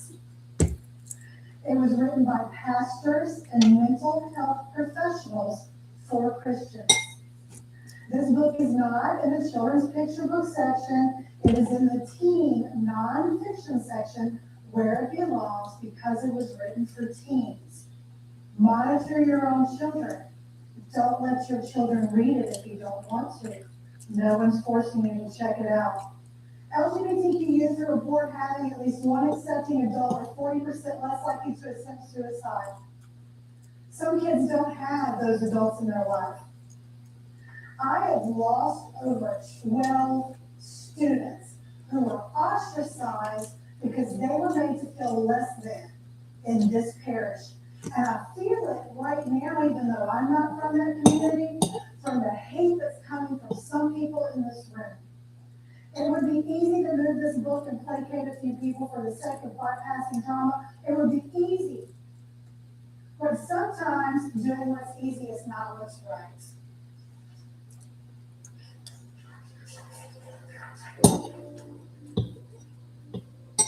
The board would like to protect children from inappropriate material and would prefer to remove the challenged material while the library processes this request. I'll be damned if we're gonna lose another kid because of something our community has done to make them feel less. I've had former students reach out to me and have told me books have saved them. And then there's the kids that grew up and killed themselves because they were ostracized in our community for this part. And if I was silent, or silent to do our compliance, and I am not going to be complicit in the death of children, I even under the hurtful feelings, or I'm not going to participate in that anymore. Because even though the girls who participated in it before, I went to the hospital. I'm not going to do that. This last straw widow child, and that happened. I'm not going to lay down never again. Yes, and he's pregnant, that's it. Get him into custody now and out of my house. Till he gets you into custody again, lady. Is the email list for the FCC? There's email list for everything. And they're watching that record, and they're trying to keep their own personal politics out of it. Well, there are. The point is to get out to everybody, everything. Out there. America are right smack dab right there in the United States. After more than a year of controversy, But FCC is correct because you were using, because it is. That's there.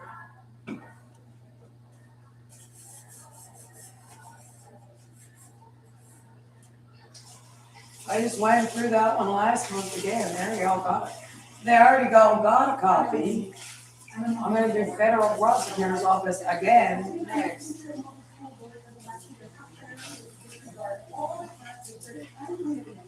All of them. See, look, that's the what do you call it? Federal bar. That's every federal lawyer out there. I get out of office notices, but my phone line is cut. I need to get out of this. I went through every one. You don't trust the principals, you don't trust your teachers, you don't trust the parents. You're coming for teachers and librarians. I just, every time I call back, they've got me. I know. Well, that's embarrassing. Sorry, I just don't know what. Ow! On that thing. And my God, is that rape, you filthy son of a bitch. Yeah. All throughout this. Day one. You know, I reported day one, all of this. The created evidence is out of control and the man has been stalking me ever since. And so incredibly horrifically. I need this monster in custody now. Okay? That's the end of it. Coming into our communities and interviewing people and finding who they thought would best represent their interests. And that's who they backed for the hundreds of thousands of dollars. It wasn't until we started getting these mailers that we realized what was happening. We're talking probably 7, 8, 9, 10 flyers these people are getting, covered with images of crying children and saying they've been exposed to foreign school, and your kid is being made to feel guilty for being white. All of these things that are just simply untrue. Then we started sharing them online, and we found out the school district's neighboring ours had the exact same flyers paid for by the exact same pack, but just with the pictures of the candidates interswapped with theirs. And we were like, oh my goodness, this is a large-scale coordinated effort to take over school boards across the state of Texas. One of the keys is the school boards, right? The school boards are the keys that fix the lot. This was their blueprint, and they succeeded. They backed 11 candidates in North Texas, all 11 candidates, and now they've told a majority, and the president, vice president, and secretary on all 4 school boards, so they decided they're going to keep this vote. Just on school boards here for now, but our goal is to spread this as large as we can to other states and other communities that are practically wanting what we're doing here in their communities.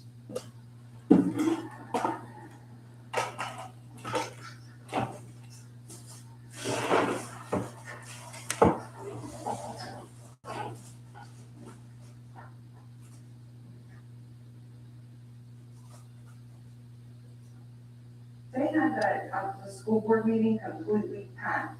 I'm sure. And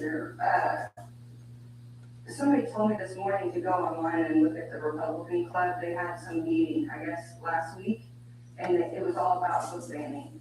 And they had speakers come in, so they got them all riled up and gave them all their talking points so that they could all come to this meeting and completely drown anybody else's voices out. That's what they did. That's what they do. Well, you know, a lot of these people actually make threats, you know, about having a gun and yada, yada, yada. It's just like so ate up with hate, and there's not enough voices countering it. Of the United States and of this state. Of the United States and of this state. So help me God. I ran on this platform. The porn and the grooming and pedophiles in schools. I felt like it was there, people just didn't know, or they didn't know where to look, and I was gonna find it and do it. So that's what I did, you know, that's why I ran. No, get off of me. And so I did the research. I was expecting to find something that would relate to what they were saying, but nothing even came close. It didn't even come close. It just became very apparent that You're stupid, lady. Get this man off of me. Get him out of my house. He cannot stalk me anymore. That thing is unbelievably bad ease of access to just fully rape, beat, sexually assault. That is one hell of a device he's created over there with that thing. Really, you need to get him his crimes. You have no idea what that man has done if you haven't been here that long. I've been stuck with that damn thing forever now. That's all the email I sent off with that. Was a conversation I had with one of my former co-hosts. I felt he needed to let our community know that it's not in the schools. He told me to stop talking to my fellow trustees, just completely cut off communication. I refused to do their bidding, and I said, no, I'm not doing that, that's not right. Now I'm enemy number one with them, surprise, surprise. Court Door has been an entire and complete and total disappointment. Yes, I would say disappointment is a big word, and I go back to that culture of, do you want to do the right thing and not be liked by everybody? I guess court is wrong. Should we, court is wrong? I guess it was, now, what they're saying. Yes. You can't say that it's not foreign school because there is. I knew I was gonna get backlash, but I never thought it was gonna rise to the level that it did. There was a June meeting where a gentleman, it was actually his grandfather, came with a firearm. No, that's something that you do. You just wait. I don't think we're gonna say, we're gonna have to take the rules to 10 miles. And I'm gonna start now. We have profile sheets on Courtney Door, which is not here.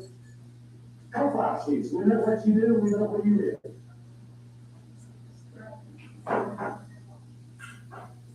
One of my younger brothers came over here and actually slept on our front porch that night, just to make sure we were safe.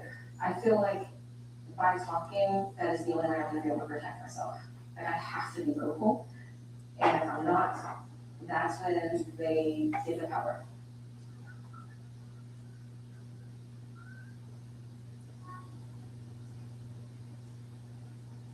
Last day in Granbury,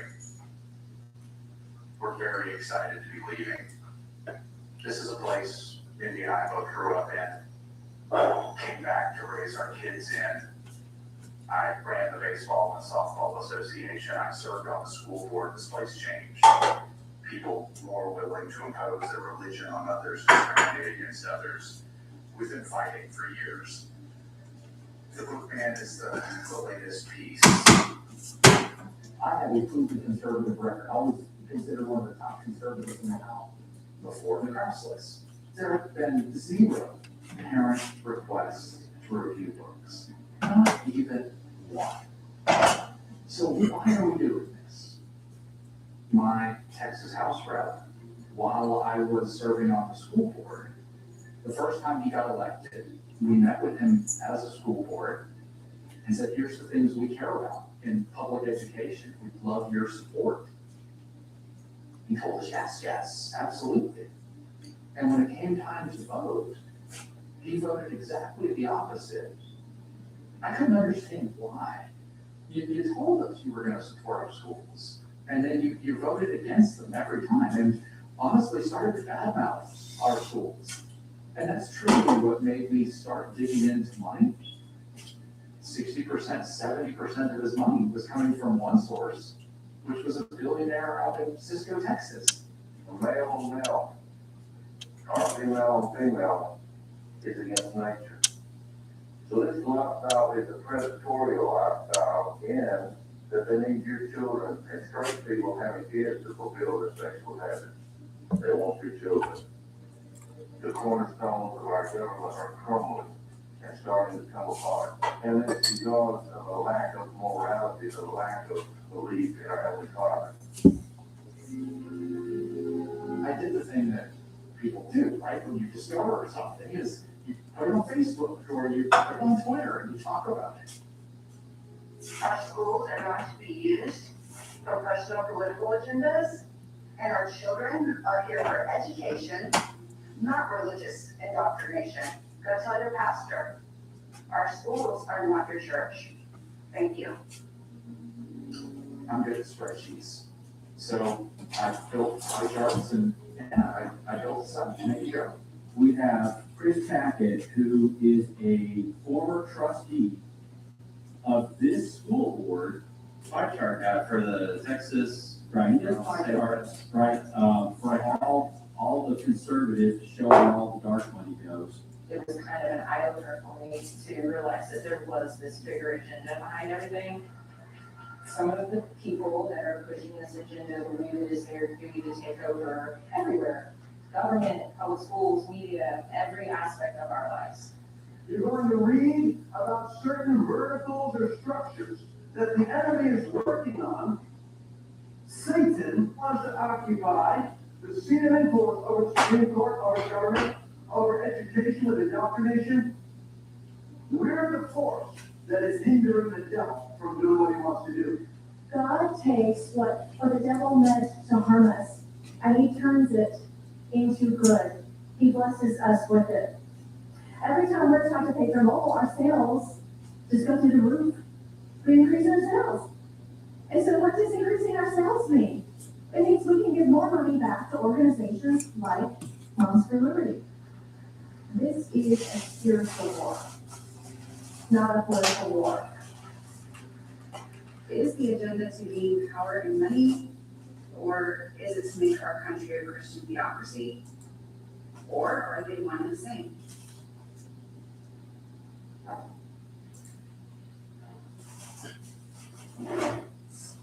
Thank you for having me, all of you.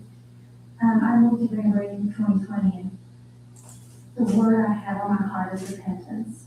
Not all of us have a hand in what's happened here, though we are the ones who are present to solve the issues.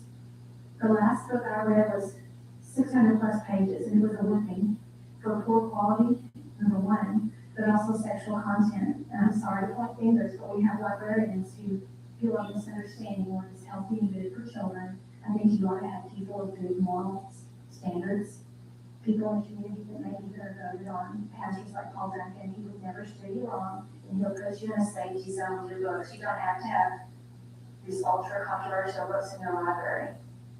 Hey, TikTok, I got a wild one for you. In 2018, I received this text from my mom after coming out and was expecting to cut off my family and 8 younger siblings. I came across this video showing my mom speaking at a school board meeting in Texas, calling for the district to remove books, repent, and appoint a pastor to review and approve educational material. She even filed charges against librarians in Granbury, Texas. Literally, you have thousands of books, so what harm is it to let go of some of them? And that's all I have to say. Thank you, sir.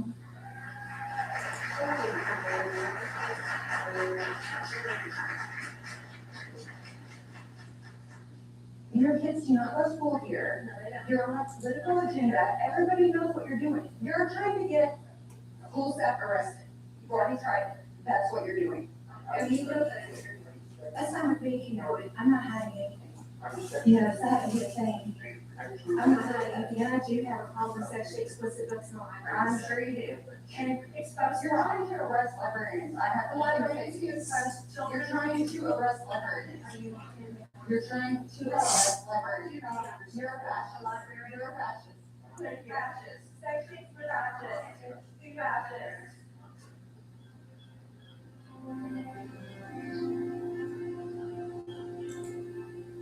I moved here to San Diego. I got a bunch of prints. My siblings from a few years back, one of the last times I got to see them. And my partner here, his name's Andrew. Growing up, none of my siblings, there's 9 of us total, none of us have stepped foot in a public school. Every piece of printed material that came into our home was curated by my parents. I'm starting a little collection of books. It's off to a small start. The book that started it all Boys Aren't Blue. Right off the bat, this book is saying there are some heavy topics, like be aware. It all seems so much smaller and like depressing.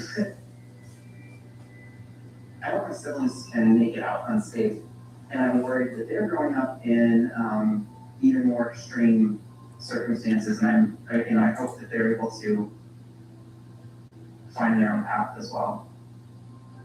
What my parents, the people that my parents learned from, are doing is so harmful, and they deserve to be put back in their lane.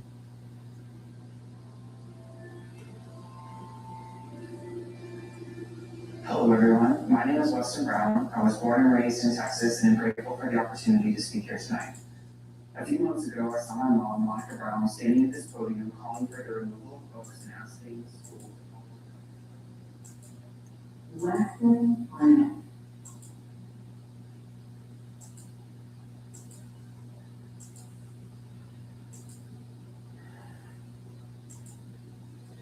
From a young age, I was taught to give a voice to people who are disregarded, elevate the marginalized, and love our neighbor. Today, I strive to be the person I needed when I was young. Someone who would stand up, speak out, and protect the kid that felt alone. Growing up, we read the Bible cover to cover from the earliest age I can remember. We repetitively read graphic depictions of sex, violence, genocide, sexual assault, and incest. However, topics related to dating, safe sex, drugs, alcohol, or sexual identity were deemed inappropriate or too heavy to discuss. I was getting things to read a book with a character that felt the feelings I felt, ask the questions I couldn't ask, and learn the lessons that I needed to learn. It's been nearly 5 years since I came out to my family.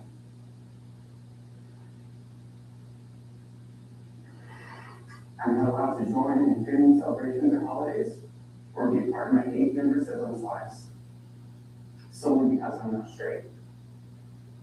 I'm here today to implore you to listen to librarians, educators, and students, not those speaking from a religious perspective or at the bidding of a political group.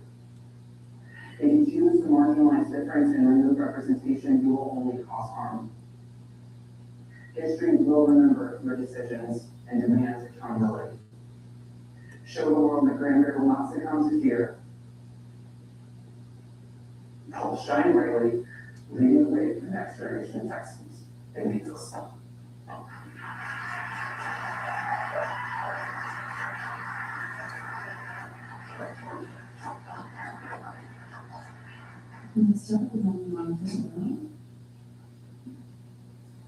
Thank you. And I mean, I was kind of looking tonight.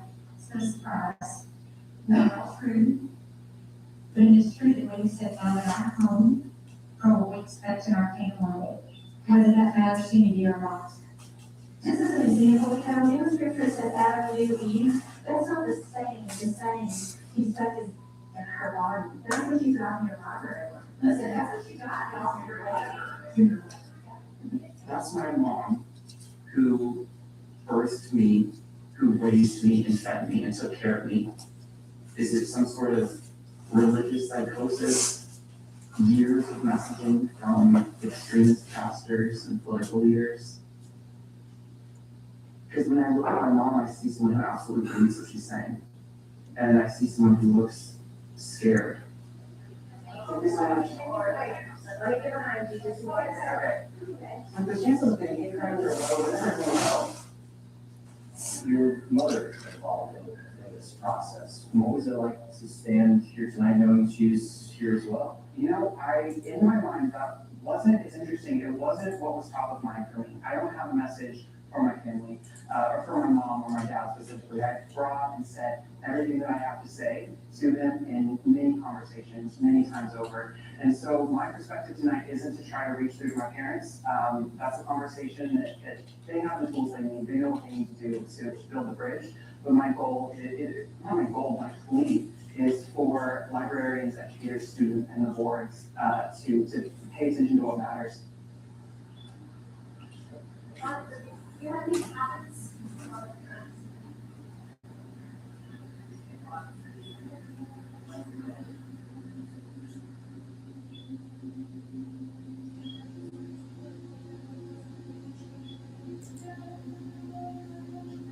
I think as librarians, we recognize that we're on a continuum, that the swing between these polarizing views are having catastrophic effects on our social structures and our communities.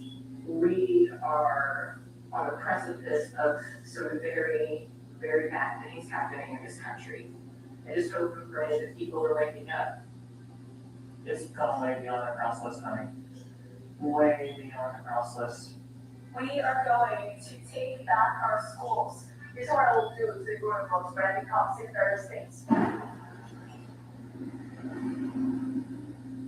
The consent is the basis for House Bill 666. They feel that this legislation could be used to threaten schools to remove books or face arrest just because someone does not like a book.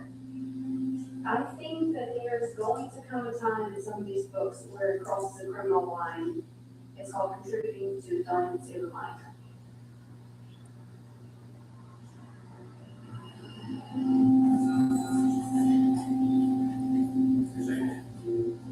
I've had this time for 3 days, and in that last day, I had people calling me left and right, "Are you okay? What's going on?" I was like, "What are you talking about?"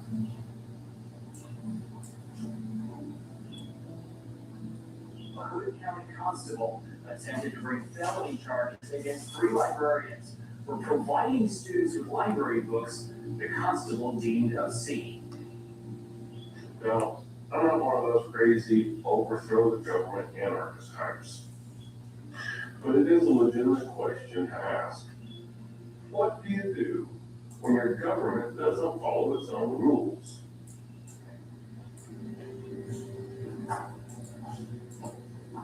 How does a sheriff arrest someone for violating their constitutional rights? I had some complaints come in on Friday and talked about making a report about the books. Do you know if they use? No, on him. Also get with that. Please, get off of it. Please. Get off of it. You have to, otherwise they're going back to doing it. Right back to doing it to everybody. As well. They haven't stopped so far. What do they look like? Had actually put the books on the shelves then it was then elevated to a felony. I'm doing criminal investigation and some of your staff. No, see? You're right back to doing it. Did somebody just go down?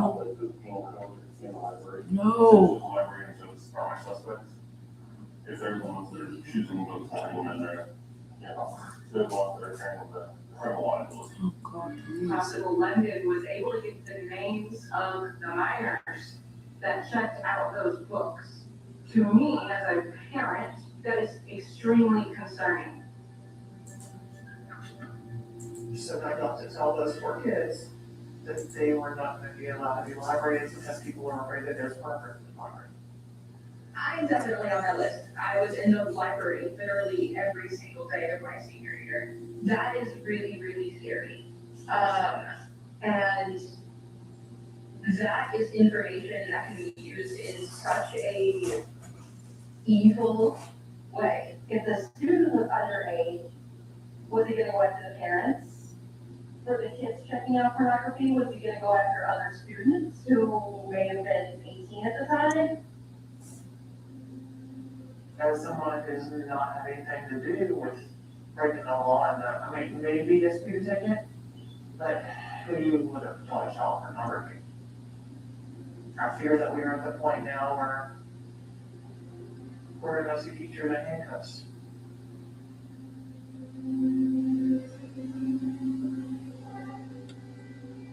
There are forces that want to manipulate and to control the dissemination of information. Some of us feel the depth of responsibility to help our community navigate.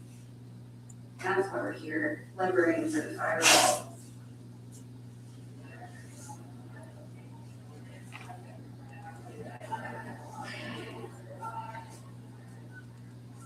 I happened to come in contact last year with our state senator, Andrew Zwicker, who after hearing my story, put forth the New Jersey Freedom to Read Act. I went down to Trenton to testify in front of the Education Committee in favor of the bill. There is a proposed committee substitute which establishes requirements for library material in public school libraries and establishes protections for school library staff members and librarians. Being one of your best students over the years. Oh, what embarrassing. I'm talking that thing about what embarrassing things I do in the kitchen. Yeah, the refrigerator looks good though. It looks like bacon, liver, and onion. Yeah. It's good. Of restrictions on how to perform a census. Your personal. That's good. It lasts a week and it's got, it's lots of bacon. I know the penis is inappropriate for fifth grade, but thank you. That's all I want. Thank you. Had I been permitted to speak further, I would have reminded her that fifth graders have penises.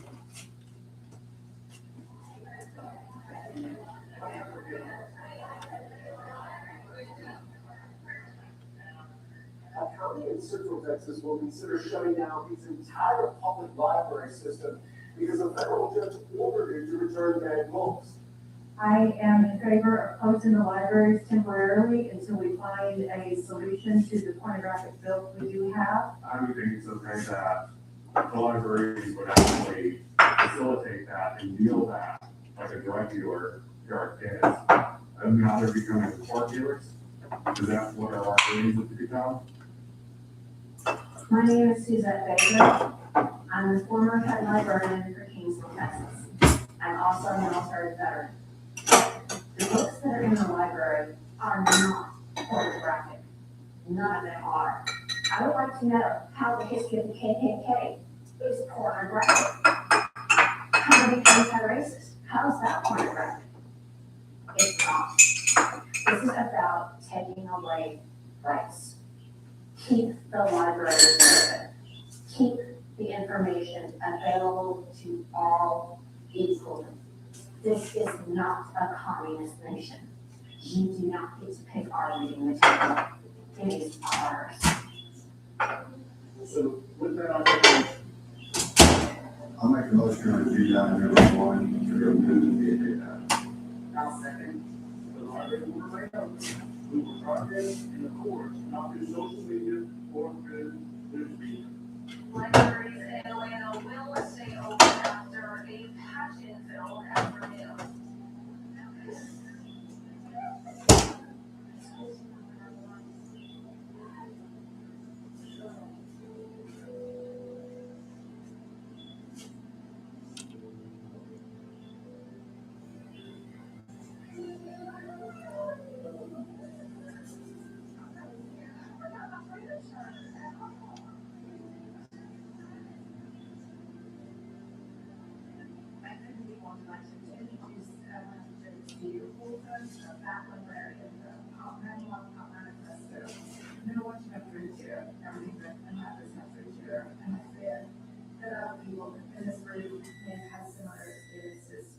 We are so grateful for all you do on the front lines. Wow. Oh, stay in my town? Oh, this is my town. They go to hell.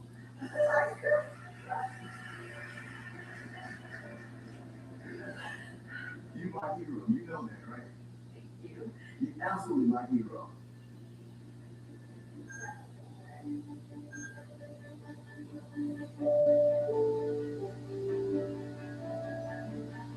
I don't know what's gonna happen next. I cannot imagine us being on a cliff. That's just too much. But I don't know, maybe we are and we've gone over.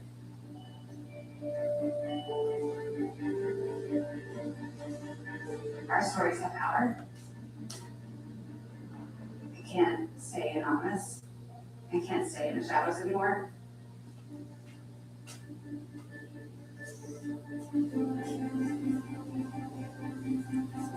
I can't let them keep my story in the dark. I won't be censored. Just like we can't let them keep censoring the stories in our books.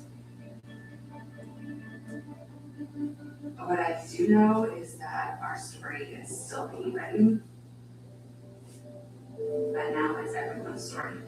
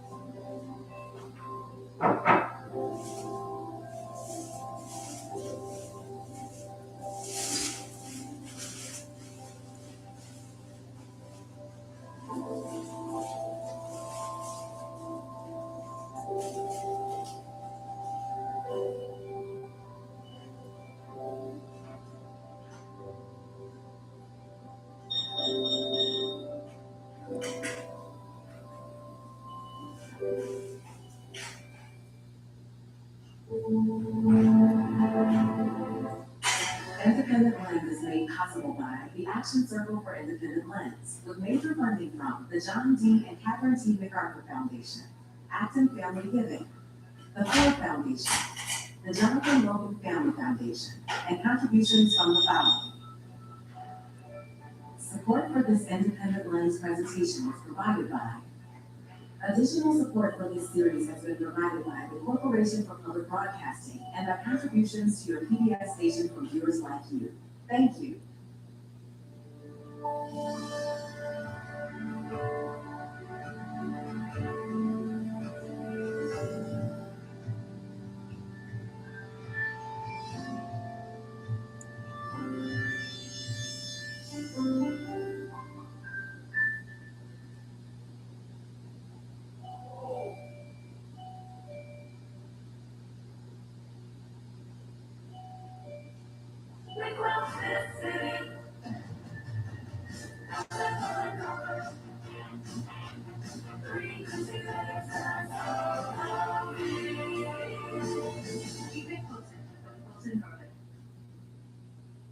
Duct taping your inventory, returns, and shipping is messy and expensive.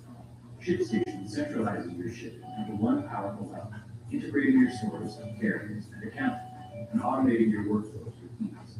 Upgrade to ShipStation today.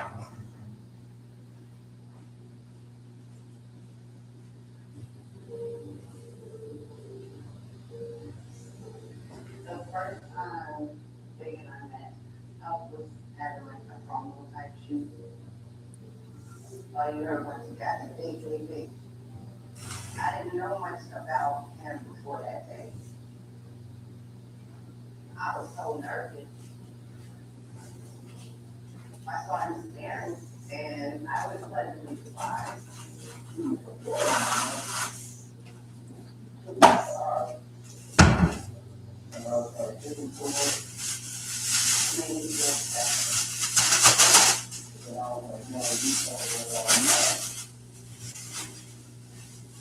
We were young, we were spontaneous, and we were always in love. It's unlike any love story you've ever heard. We had very strong feelings that seemed a little strange, but it felt like These amounts of both. We were always alone. We were about to live life. Oh, man.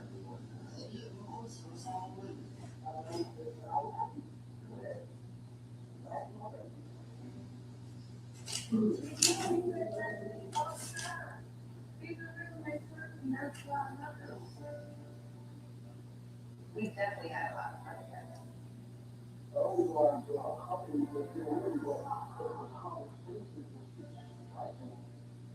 We both had very strong feelings and attractions that seemed a little strange because it was all moving so fast. It was almost like teenage type love. So much so that there were things that I probably didn't even pay much attention to, like certain emails. I think that my black lines was demonstrates that we passed around the neighborhood at your face hot. And they were in a good relationship. I was out there working love way before being that thing. This is somebody who I have in my house on and off, she was doing mine. Introducing Charlie Baltimore. That was another nightmare. Didn't take long, maybe about 4 or 5 months in, he was saying he loved me. I'm like, oh, he's like, he's somebody like out like that. I think he's being kind of patient, the way he's going out of things. It was very hard for Gabe to balance her private and public persona. They were, you know, the premier hip hop couple of their day. Betrayal. It's a hell of a love story. With all that.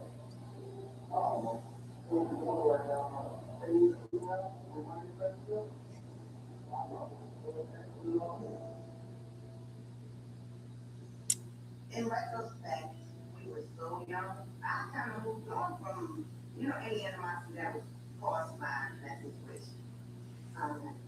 So, you know, Dave was 21 years old when he got that. That's not at all excusing that. Yeah, he made some bad decisions, but I don't think he got a chance to fully find himself as a grown man. Period. Let alone in a marriage, regardless to how it played out in the world. In my heart and my mind, I don't look at our marriage as a failure. I think it was a great love story that will always be exactly that. Because I feel exactly the same love. No way. So just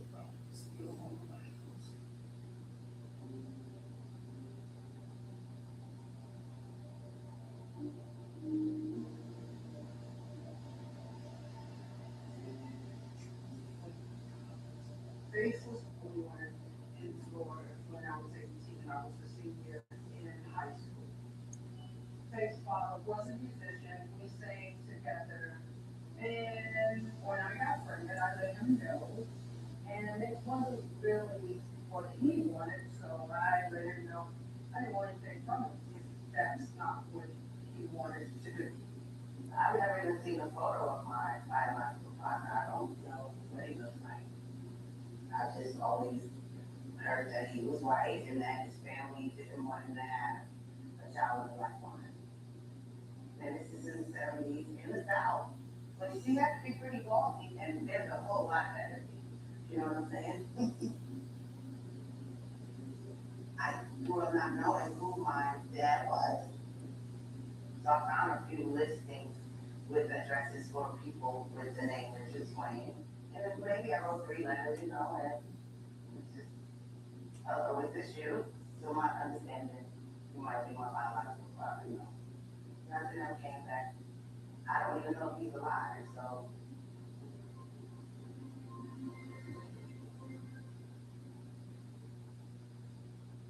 My mom is known as David Porter as being a rebel.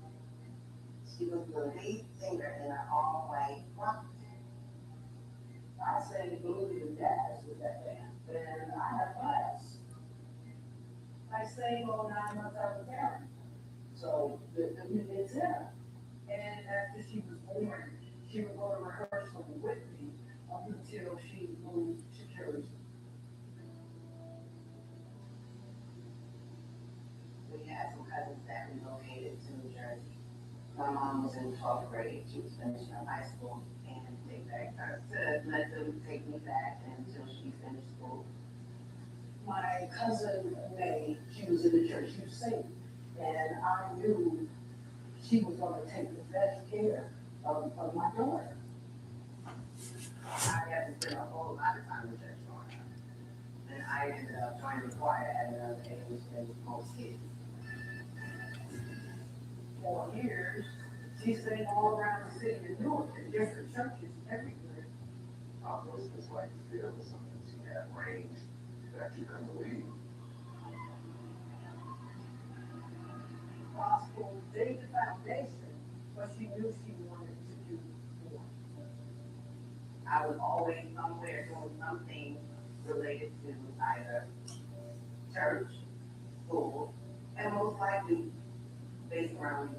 That was always an outlet for me to kind of get out and make those. She was smart in school and everything, but she just had the boys on her mind. Girl, what's she as a teenager? Fast.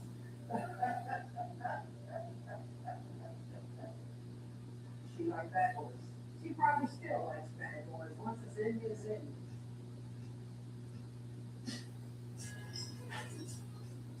She and I both grew up not having a relationship with our father. She was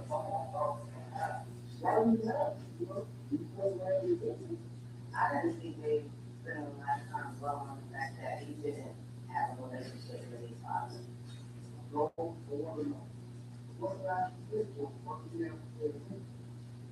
Big was a Catholic school kid with straight A's, coming from a very strict Jamaican household.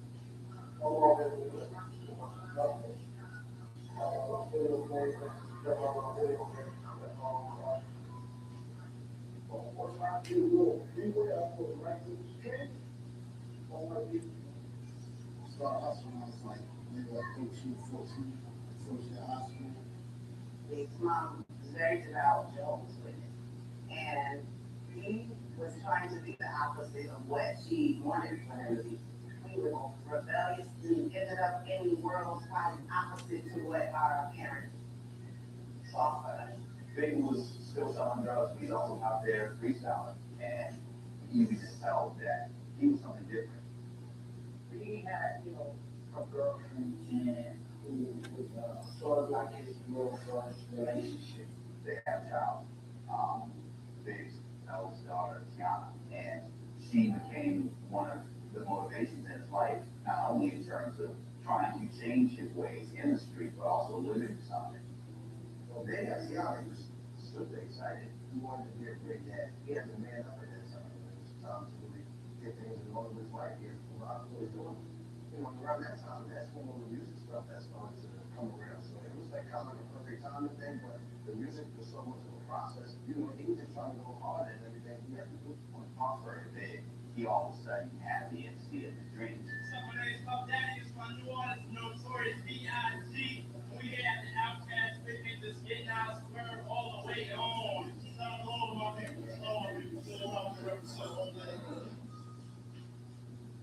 City Mafia were basically just the people on St. James, like little Steve. It's almost like his son. This Steve was so much younger than Big.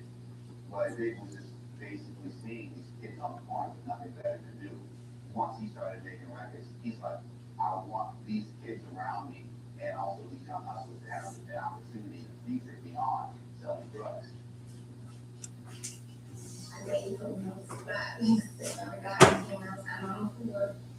He's like, yeah, Carol, you know, I'm around. I said, yes, I said. And I started running. And so then he was like, yo, you should do something downtown to make bad money. It was like all those things just that was around there that all the drug dealers wanted to get with. You know what I mean? Like everybody was on localize. He was like, so short little pretty girl that was always fine. And they weren't a real relationship. Without a doubt. Without a doubt. It was in love, all for them. Way before people like me. I went to Townsend Music School for academically inclined students. I just happened to also be musically gifted. She knew she was going to college. She had to go. How we was going to get her there, we figured it out. I learned like toward the end of my senior year that I was going to get this academic scholarship to Fordham University, which is an excellent school. But this is also around the time that I was very much into writing. Really discovering that I was kind of good at it. I was already doing my own thing, even though it wasn't on anybody's label. And then a few times they asked me to play some vocals, then they started inviting me back more and more and more. I said, you can sing, I know you want to sing, but you need something else to fall back on. You cannot depend on that. So what's cool? Learn something else. I had just finished my first year on my scholarship to Fordham University. And I ran into Ty Almerton in Penn Station coming back from school. I was familiar with him from church and from school because he played in the jazz band. I guess we kind of messed around a couple of times, and I ended up getting pregnant. I took the test to confirm it. Sure enough, I was pregnant. I was very scared because I had never considered having a baby.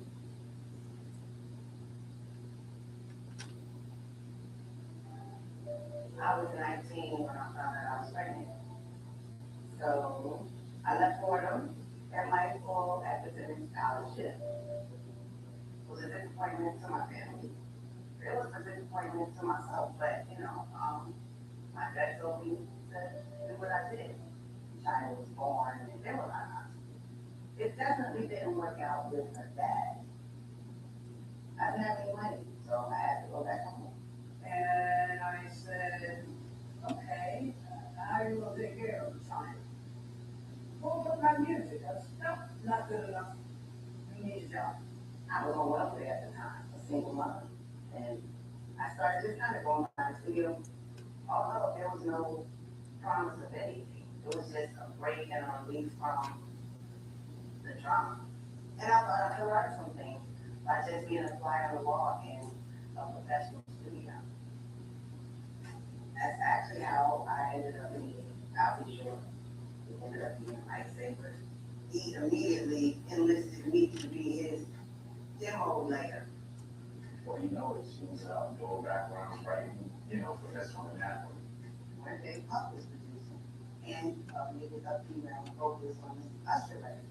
So they asked me to come in there. I had been there for a couple of hours and I was hearing, the melody and whatever was being sung. So I went in the room. I was very humble. I was like, oh my Kelvin, I don't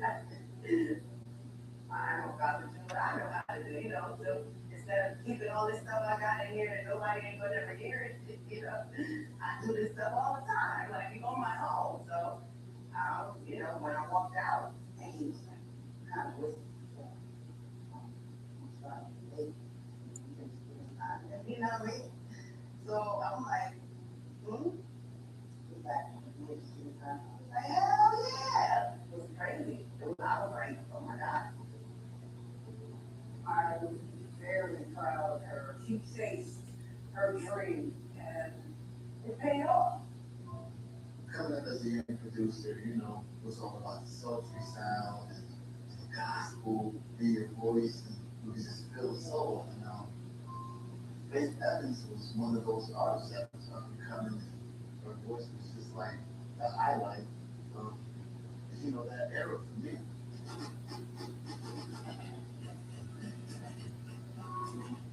The first time Big and I met, I was having like a promo type shoot for like all the artists that he had just assembled on the roster for his new label.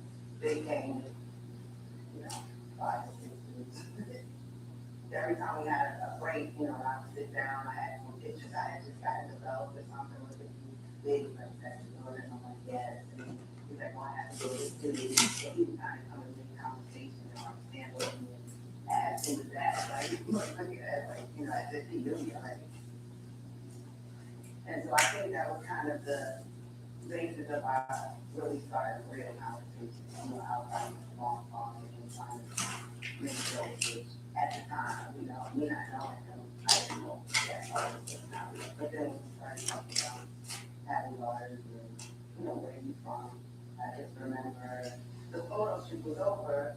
He's like, where you going after this? I'm like, well, I gotta take my friend in Brooklyn. He's like, we can ride with you. Because we going to Brooklyn too. So that's where it started.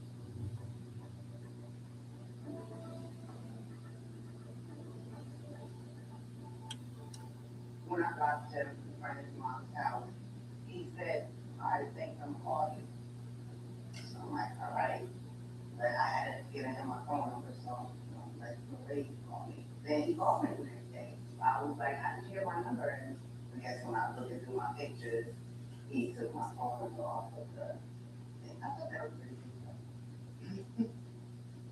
He couldn't stop talking about her. He loved her. He was like, that's my wife. From the moment he laid eyes on her, he was like, that's my wife.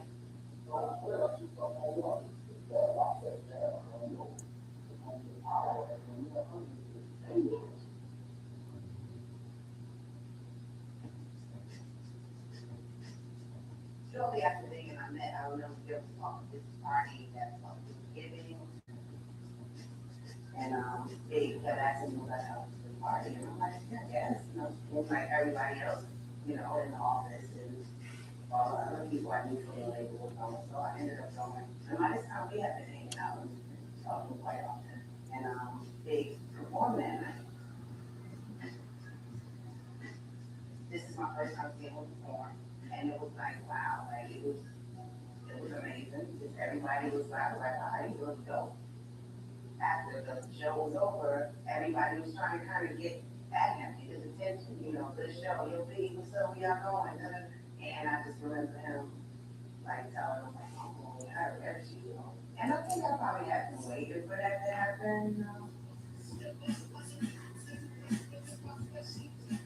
Our first weeks were, I would like to say, simple and fun, almost like teenage type love.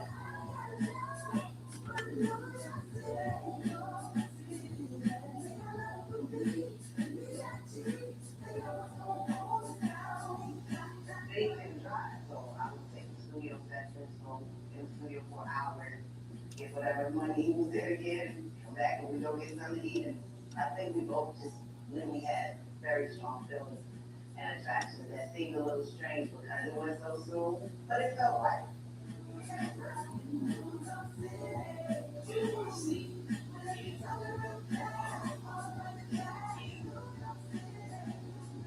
One day, probably will just take him to the studio and bring him back. And he kissed me before he got out the car. And he was like, I love you. And I was like I was probably shocked, but I kind of felt the same way. Yeah. So we got married. I was a little bit. Like, what? I said, if you guys love each other, really want to get married, wait 6 months. Wait 3 months. So they go. It was like, we got married. I was like, what?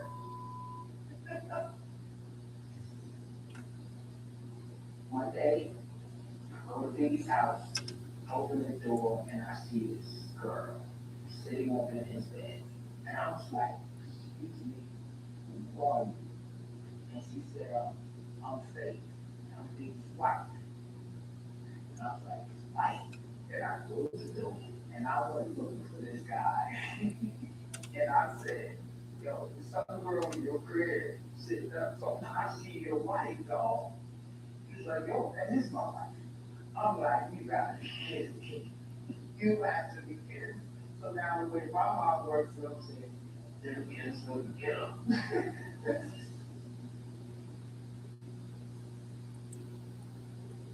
After Faith and Biggie got married, shit was looking better. Oh, AK-47 looking better. That's what you're about me out very sensitive. I ain't gonna talk. I'm sensitive. Little Jim sets down now, arguments, fights, breaking with stuff. It was the best. He was in love with Faith, and he was in love with Kim. You know, but Faith was his wife. And I said, okay, I love Kim, right? I love Kim. She's part of my group, she's part of my team. And this is my wife. This is what I'm gonna be with. This is what I'm in love with. I lived there for 20 years. No! It's almost got arrested. No! When we got married, I was aware of how they felt about us. Stop for a second. He was not going to Jersey, they tried. He said, look, his mom, right, you know, that switched this around. That was like a hurdle in the beginning, like, I'm not gonna, I don't know this, because I can't do this every day driving. Brooklyn, and spending the night somehow, like, we're married now. So I ended up having to get rid of my apartment and just while I was up to find a place in Brooklyn. I felt comfortable enough to move China over there. And he already had a cool relationship with China because she was with me a lot of the time. He was always just very faithful with China. He would put her in the empty wardrobe box and close up the top, and then she would start banging on it like, "Hell, let me out." When he opened it up and said whatever, then she started laughing and telling him to do it again, like, "Go ahead." Like that was their little thing that he would make sure he did before he left the studio. Although China always had a relationship with her biological father, I do know that at some point she might be big to her dad. That was the feeling that, you know, he gave her, I guess.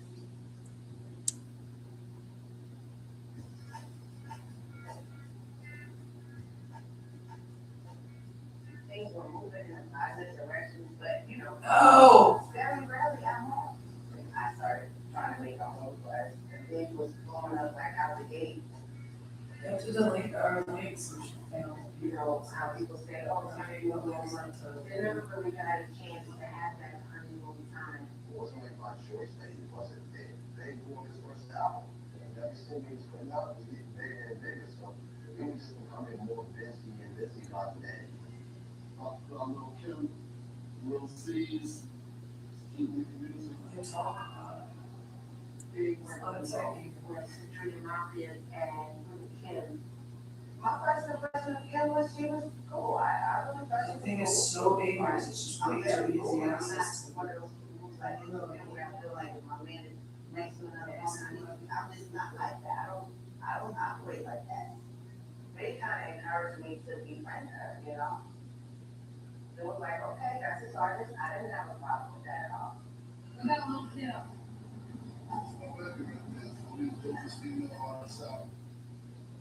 After Faith and Biggie got married, the Kim Biggie relationship shifted and Biggie started putting more emphasis on the artist part. And that's hard because now it was about managing Kim's emotions, and she was in love and she was hurting.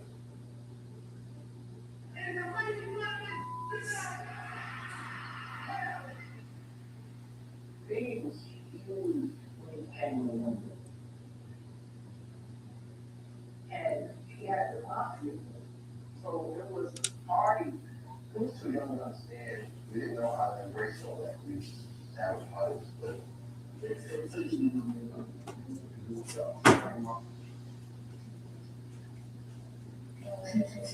it's a more say something else quick. You can follow us. We didn't feel it was a change. And he was able to kind of speak to it around it. At the same time, there are limits. And he was trying to figure out all of these things in real time with becoming a celebrity, with touring. You know, Dave was just young, he was sort of at that time. He was just getting caught up and just forced it, and it messed up their marriage. That's incredibly illegal. Like it allows for so much crime outside of the law.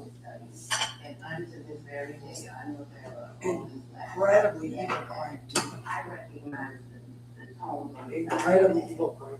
and dialed this girl's number back. No, she pressed me down on the phone. And she listened to the tone. Pressed me down. Listen to every tone.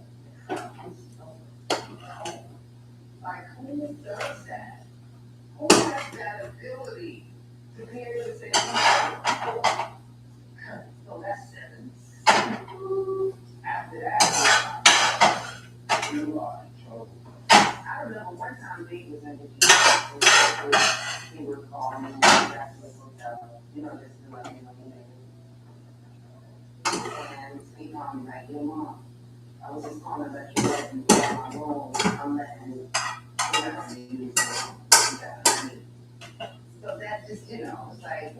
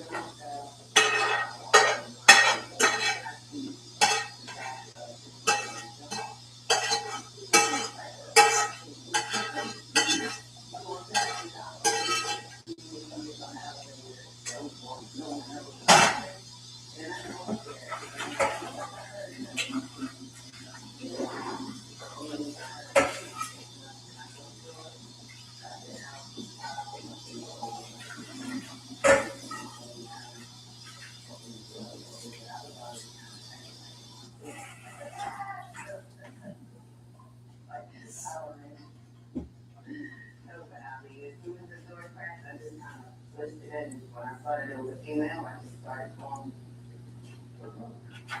While this is happening, I'm looking over at him, he's looking at me, why are you doing that? Why are you doing that? I was like, what do you mean? What do you mean, Mom? You know what? And he was like, I didn't even. And I'm like, well, you should have. And I was 20, today was a fight. She wasn't around. The other day, we'll things out as possible. You know, no, so the girl sent me a call wrapped up. I'm like, that. Basically, we had looked at that. We had pretended. In New York, she was like, she just came here and did that. And I was looking at the girl, so they're shaking. I'm just like, son, I didn't really get in love because his wife, she still loved it. I was very humiliated, but what I'm not gonna do is let my feelings right now affect the fact that I have to do.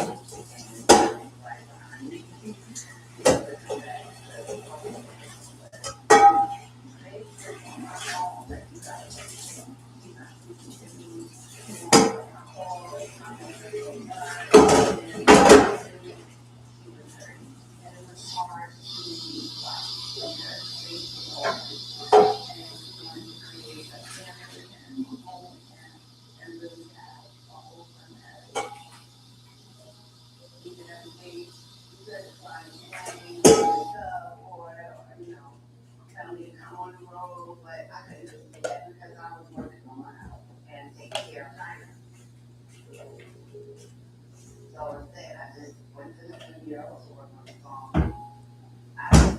hysterically crying when he walked in the video. You know, he was going so much, we would, you know, argue, try to find out something. As soon as I get home was certainly a song that I specifically wrote with the thought of, I wish he would be there.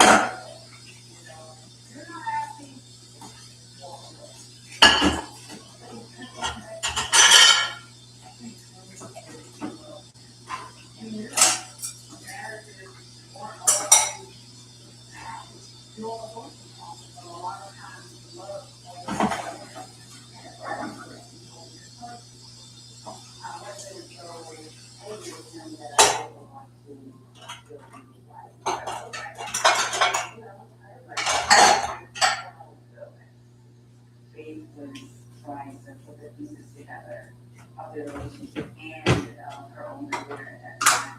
This is all unfolding before us while we're trying to figure out how to be married. I mean, success, my, you know, release of myself, just everything that was going on. It was just all happening at a very, very rapid pace. It was like really trying for us.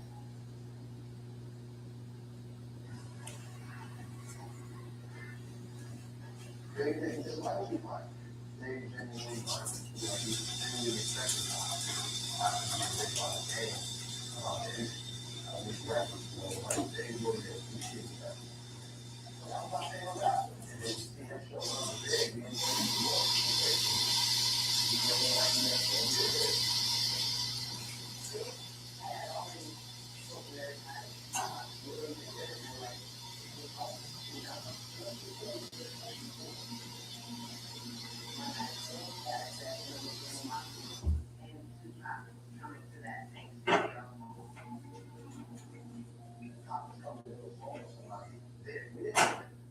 I just have to see him on the service.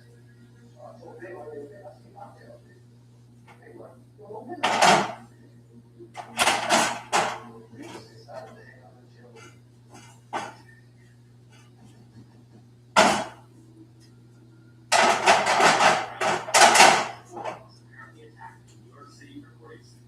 Shakur was shot 5 times Wednesday during a armed robbery.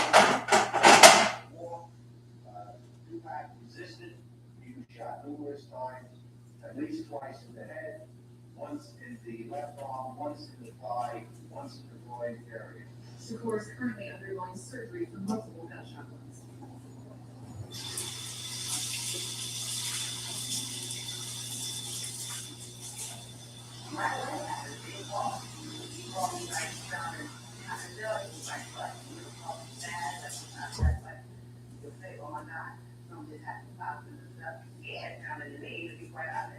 So, he told me he was gonna go to Bellevue, make sure he was okay. Rap artist Tupac Shakur is expected to recover from gunshot wounds to the head and groin. She did call me afterward, Mom, did you hear that Tupac got shot? She called me afterwards, I said, yeah, so, after that, we just kind of started hearing the media stories, and I guess where also Tupac was alleged. Shakur was apparently attacked by robbers as he and 3 other men arrived at the New York City police station. At some point, you know, he chose to say that they set him up. There wasn't no problem. They just like Tupac. He just felt like, okay, like, cool, like, fuck it out. They was genuinely confused, like, what the hell is going on? And last week, the accusation formed a whole different climate, I think it's fair to say, in hip hop.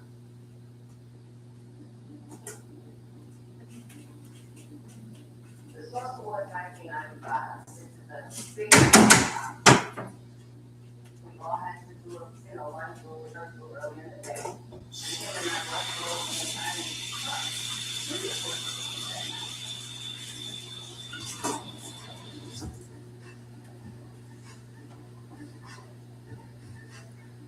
I was born, they used to love me at the Source Awards, and Little Kim performed with it. That was behind the stage nightmare. Because Kim was hurting more and more every day. It was always why I say, why choose her? And this role was just going to improve.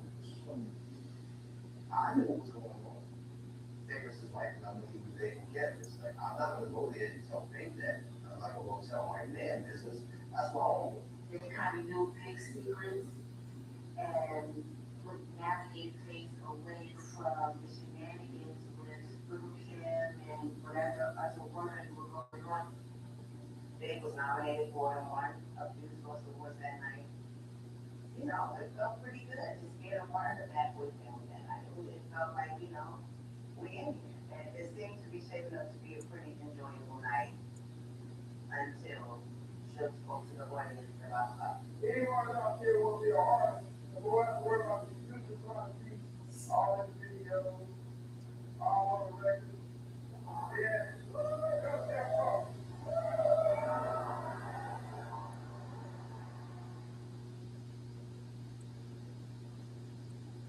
Well, we should have gone there and said the things about, I was pissed.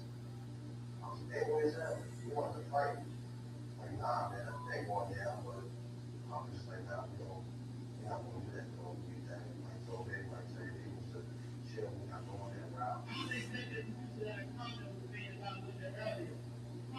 Check this out. Contrary to what other people may feel, I would like to say that I'm very proud of Dr. Ray and Steph for national night accomplishment.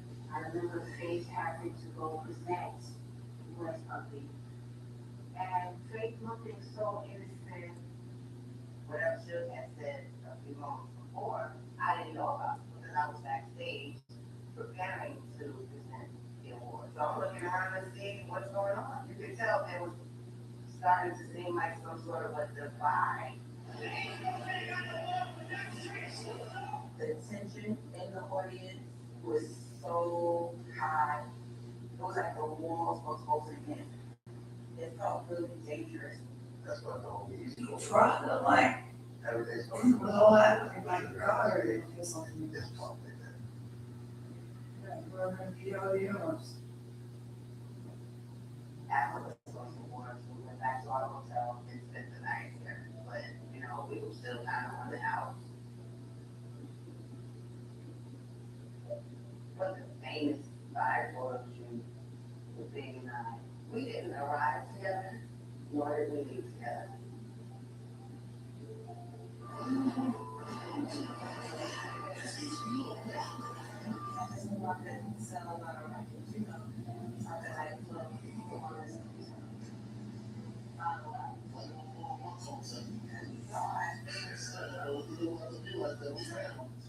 We were cracking jokes like we always do, but it wasn't real. So the bad boys and the bad girls, we are married or whatnot. Yeah, of course, what's wrong with it? Which is it's not real in this business for us. So to be out there, people know about it and everything. We have to represent somebody when you go out there.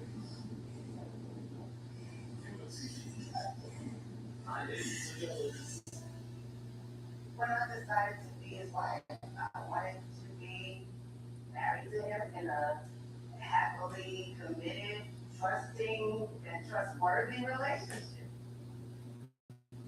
But, it's not like we took the time to figure it out. He was traveled, even more so now.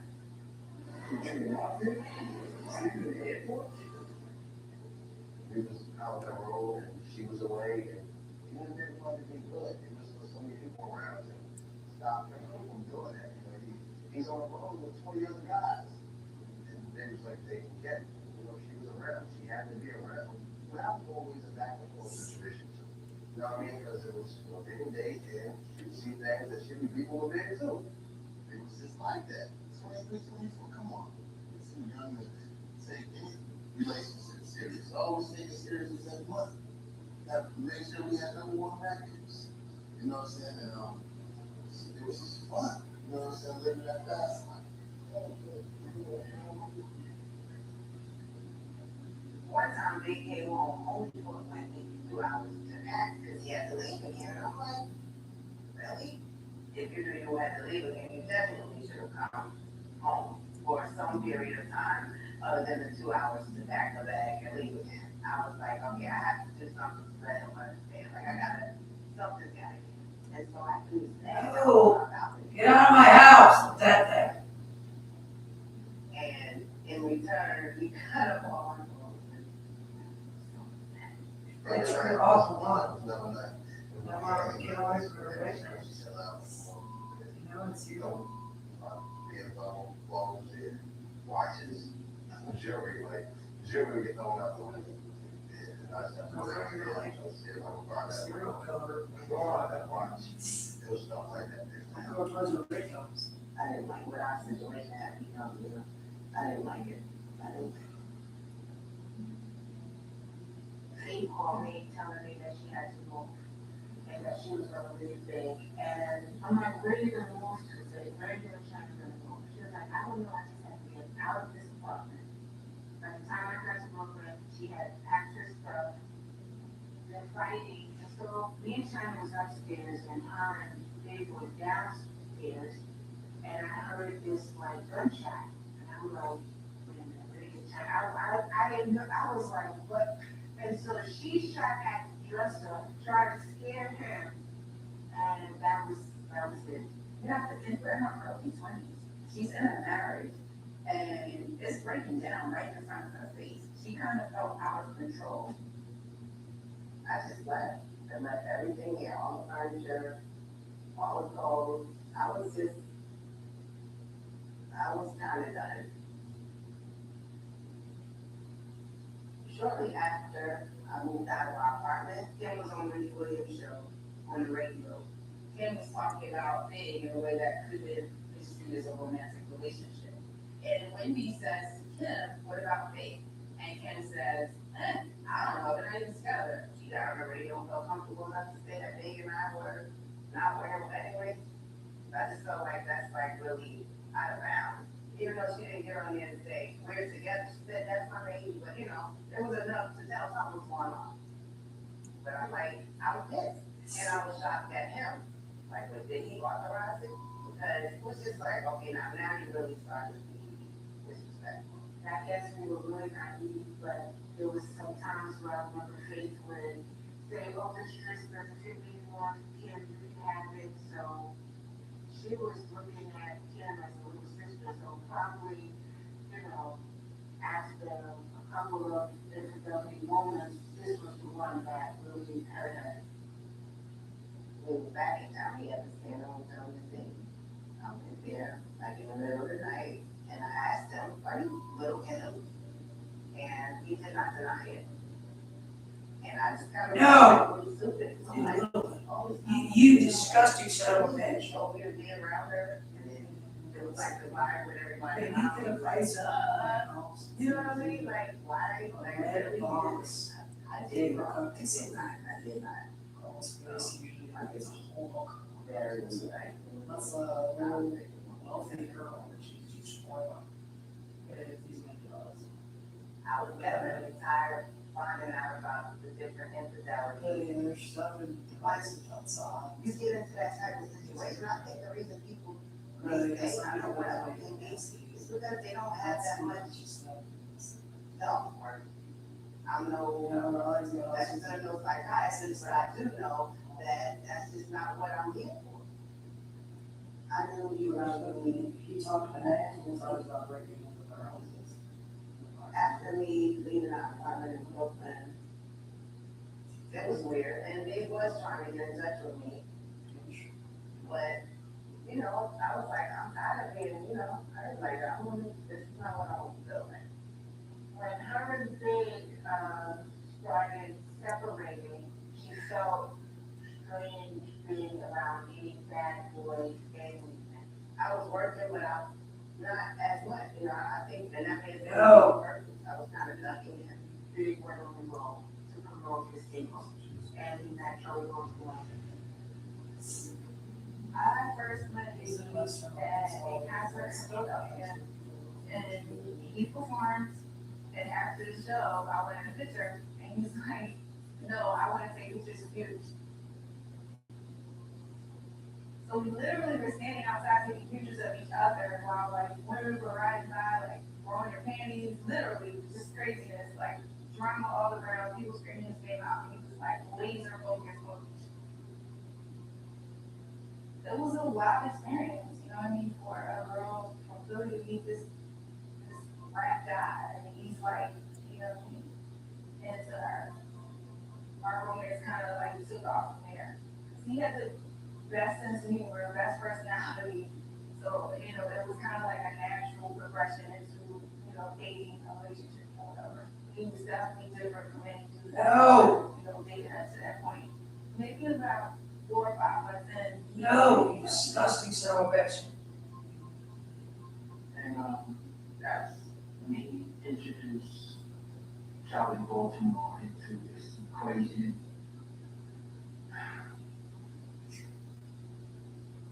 I just remember hearing that he would be, you know, out there around the places where, you know, I'm like, oh, he's like, he's somebody like out like that, because he sure would be cool if I was doing that. Like, that would not be okay. I'll still his wife, get her, I'm mad about it.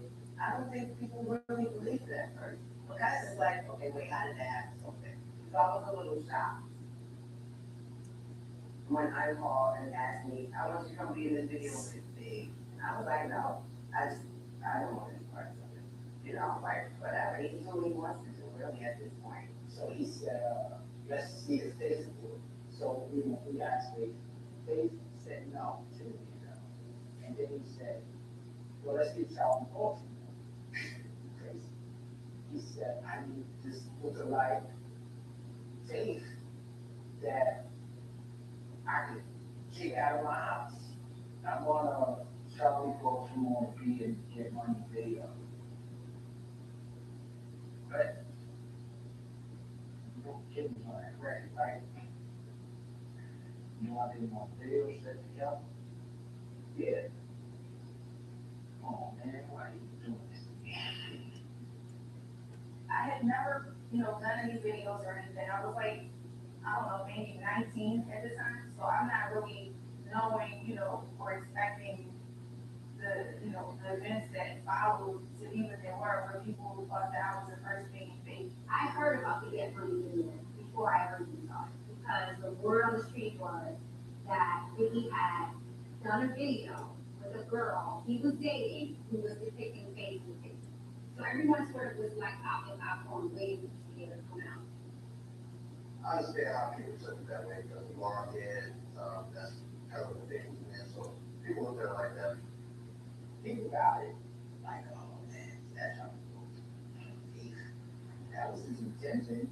The press, they wouldn't know, she's not, you know, just a girl, but she's just playing a role in the video, what deal? We were like, come on. This sounds like a stab at faith, the big stuff like, you know, your breakup. If you wanna get meta about Get Money, you've got the song with all these subliminal misses about faith. You have Charlie Baltimore playing the faith pipe. And so you got Kim in the video, she's rhyming her perspective, but she's already about to get replaced by the faith local like, yeah, she was definitely her. She was definitely her. I know she genuinely loved it. Charlie was like this, I was girlfriend away from it, but at the end of the day, she was part of Junior Hockey. She was a rep, she had to be a rep, they brought the rules, it was just that. Deal with it. People knew, including me, that Charlie was a new girl, and that she was more of an official girl than someone like me with Kim. By the time the record came out, they put the video out, I just was like, oh, between Charlie Baltimore and him and Kim's relationship, I was just over it. I was really fed up, and so I, you know, walked away from it.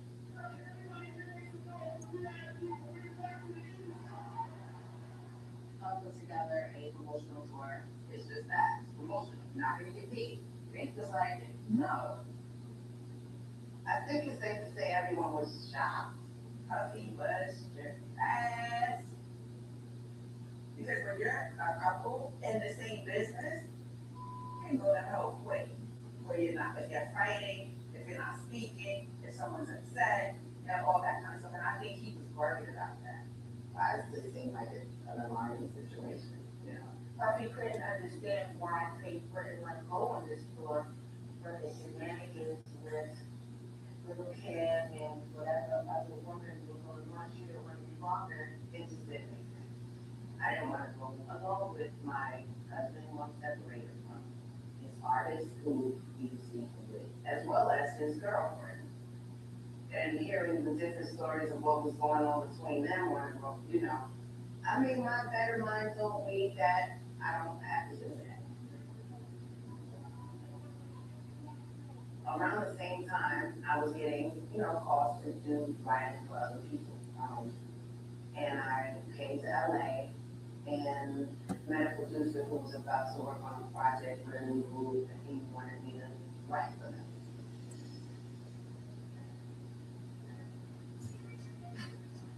No. While I was in Los Angeles, It's how powerful Ted's that girl. We didn't even get to use that one on her. Where is that freak? That was when I met two cops Zebulon, Arkansas. Actually, he was with Trench. People are unbelievable. You're like in prison. When he was locked up, and that he would love to do a record with me one day. I was pleasantly surprised, and I was like, No, you do not touch me. So we exchanged information. I knew that he had made some false claims about me and the guys being involved in the shooting at Quad Studios, but he had been away in prison, and 9 months passed between the incident at Quad Studios and when I was in LA at that club, and I met Tupac. Tupac and I negotiated me getting $25,000 for writing and singing those. And at that time, that was I needed the $25K. I do remember Faith reaching out to me, and she reached out to me, saying that Tupac had went ahead to sing on this record. I didn't think it was a good idea. When I called Big to tell him that I asked me to be on his record, he didn't tell me not to do it either. As long as the money was straight and the business was straight, then it didn't seem like something I shouldn't do. Tupac had told me he was going to send the car, and then he actually came to pick me up, and it just kind of felt strange. He picked her up in a convertible with the top down. And she's like, what is this about? We get to the studio, and I basically think I'm just coming to love with you. It doesn't take me very long. And when I got in the recording room, it was full of people. I think probably every room kind of had people in it. And I think maybe the first familiar face I saw was a rep. And then I looked over and see Suge. So it was like, all of a sudden I realized, like, what the? Is that supposed to be something?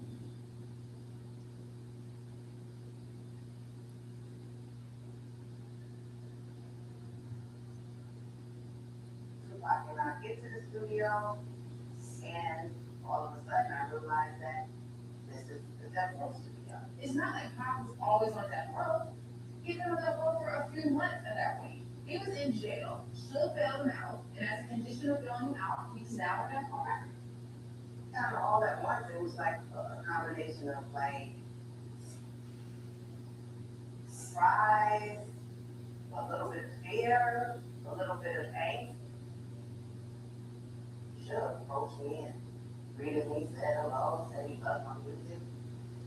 I was kind of like not sure what to say other than thank you, because I was still in shock, because now I'm thinking about the Source Awards, and Tupac getting shot at Quad Studios. Shakur was shot 5 times during the current robbery attempt. I just wanted to hurry up and get this hook done. I went in the booth, and the song was called Wonder Why They Call You Bitch. And it was just all such a very weird moment for me to be in this place to sing this particular song and kind of almost realizing that I don't think I'm supposed to be here. I made it to the session and he told me that his manager was gonna bring the check to his room. We could drive to the hotel, wait for him, or I could get it from him tomorrow. And I was like, no, I can go, we can go get it, especially in this situation. I'm like, I definitely gotta get my money. They is in the lobby at the hotel. He says, come downstairs with my money. And he says, no, you come up, I'll give it to you. She goes up. When we get to his room, his friends, they all, kicking it and having drinks and smoking. And Tupac was just like, you set me up. And, so I kind of just was sitting there like, like, you really think that you, I just kind of felt it becoming a little menacing in a way. So I asked, like, what is your fancy color? He said, and then he said that I needed to suck it to get my money. And I was shocked. I was a little scared. But I think I kind of started crying a little bit, like, being somewhat humiliated that he would even think that that's how it is. And I never got my money. And literally, she was devastated. She was stunned. She was shaking. And all she could think about was, he did this to get paid. He was using faith to get back into kids. It's that belief of, okay, if you have a rivalry, like the best thing that you can do is go after someone's wife, right? That's like your ultimate win. They already had a plan to win, any means. Sister Art Wars was called the crossfire. It was evident that Tupac knew what he was doing, sort of took a picture of them. It looks like they were sexually together. I just knew I needed to get back home, talk to Dave, and try to explain to him what really happened.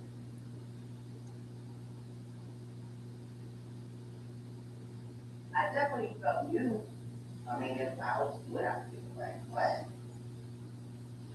At the same time, still trying to figure out why was I the poster child for the beef? Like, what is really going on?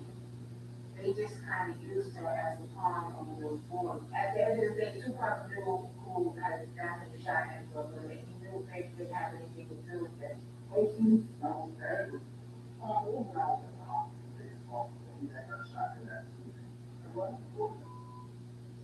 Sure, use that as a marketing move.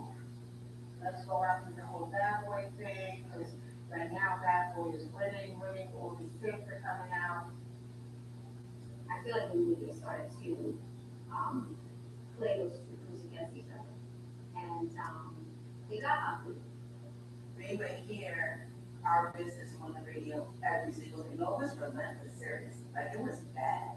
Is there really a rap war in progress? On the East Coast, you have superpowers, and on the West Coast, you have superpowers. I know when you destroy it now.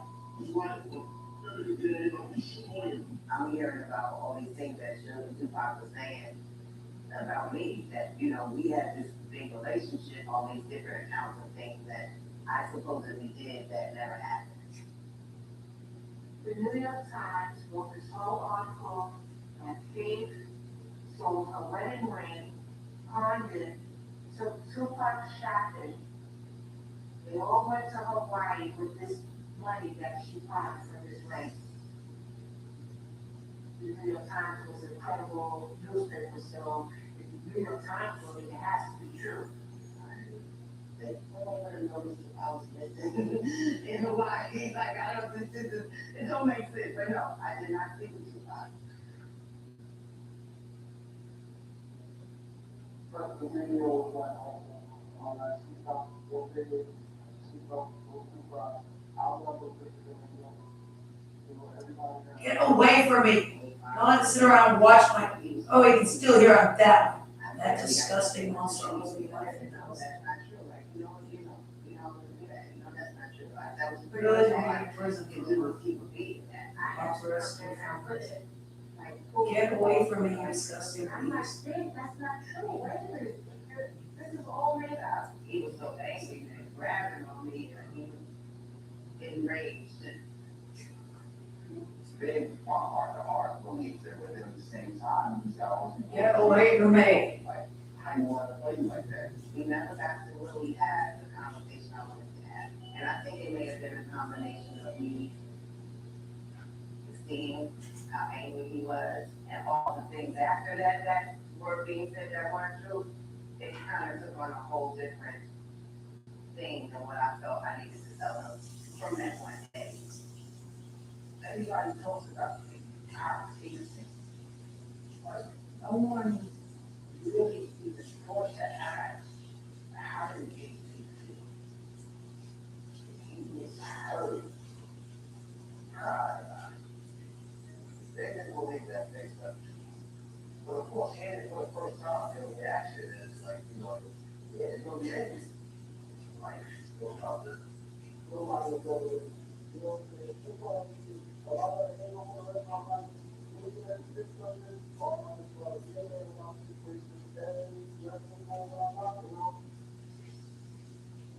He was on the road, we had to see each other for months.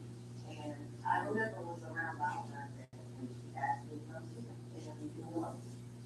I felt really good when he called me, I was shocked. I probably wouldn't say, are you still hurt? I may have said, are you still hurt? But of course, I mean, there was no hesitation. I mean, the love was still very much there. I obviously knew that he missed me. I mean, I missed him too. And I wanted to see him. I knew I was going to have this time. I knew I was going to have this day. I knew we was going to laugh. I knew I was going to get hanging out with fellas. He was going to roll with Junior last year, him included. And I think I remember her kind of feeling some kind of way when she thought that I was there too. I didn't care about all that. I was really happy. He would always tell me, he mentioned like, whatever, trying to kind of like play it off, but it's like, okay, that's it.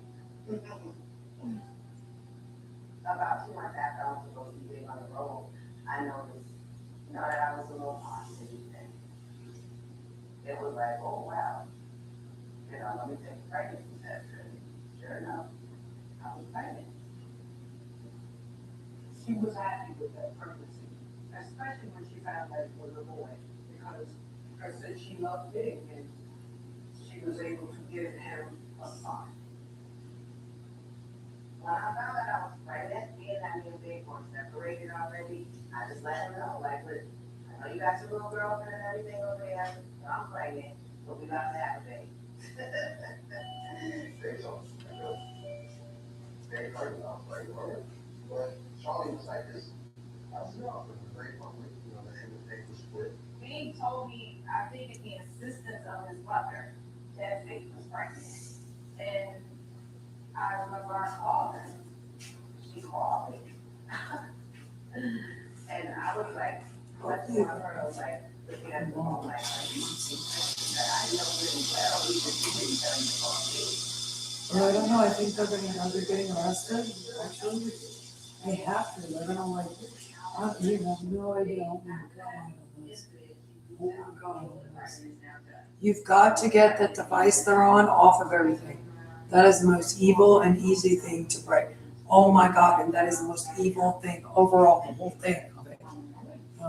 Get him into custody, please, now. We jumped in a taxi and we went to the studio and certainly with the purpose to fight her. I was gonna have all the patience with him. That was wild.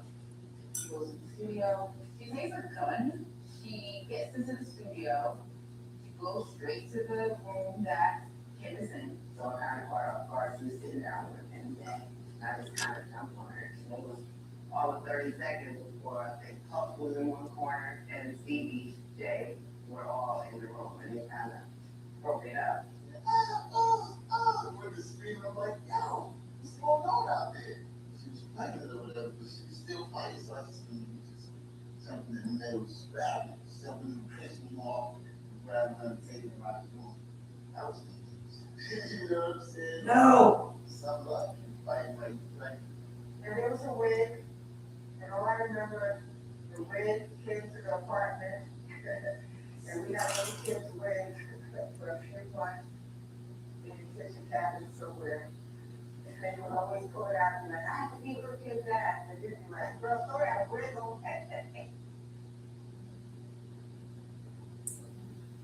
They were together and most people didn't know she was pregnant. And then, you know, it was released. Yeah, my mother did deal with that. Tupac said that he's like, I mean, you know, by this time, I can't even tell you what friend of mine was. You know, I did not speak to Tupac. And nobody believed me.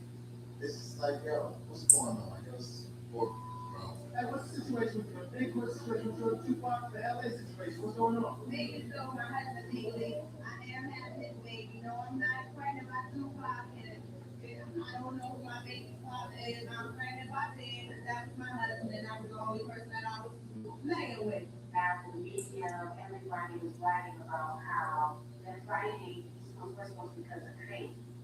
There were a lot of people just saying, if you're from the East Coast, don't come out, just straight up threats. The atmosphere was becoming more and more charged and dangerous. The streets were safe. There was some more going on. It felt like, you know, somebody is going to get hurt.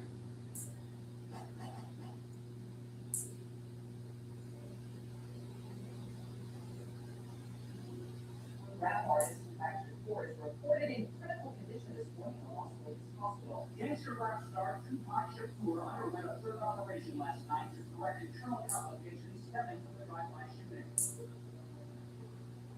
Rapper Tupac Shakur has died in Las Vegas. His car was sprayed with bullets in an apparent ambush. Rap star Tupac Shakur died last night after a brief life in a rough business. He was 25. I think I was in my apartment in Manhattan when they called me to tell me that Tupac was killed. You know, I felt bad for Big, to be quite honest. He still never got a chance to figure out what the issue was that he had with him and, you know, why all of these other things happened. So I really know that. Things like a drive-by shooting won't happen. You know what I mean? That should happen. It's crazy when you even think about this.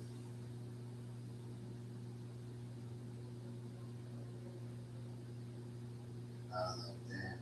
Tupac Shakur, one of the biggest rappers in the world. That's- Oh, come on. He was beaten. No, you're going to prison, you disgusting monster. On the East Coast, so Listen. That's the way I started to feel big things. People sometimes will celebrate the things that they stand for, which they don't even know the truth about sometimes. And I just did not want that to ever affect the people that I love. Thinking I'm getting talked as much, you know. He would check on me, pregnancy and stuff, but we didn't get it all the time. But I do remember him. So they're getting arrested. What's going to happen next? That was time that I really did wish we were a little closer. Yeah. Because I specifically know that was the moment that I heard a big voice.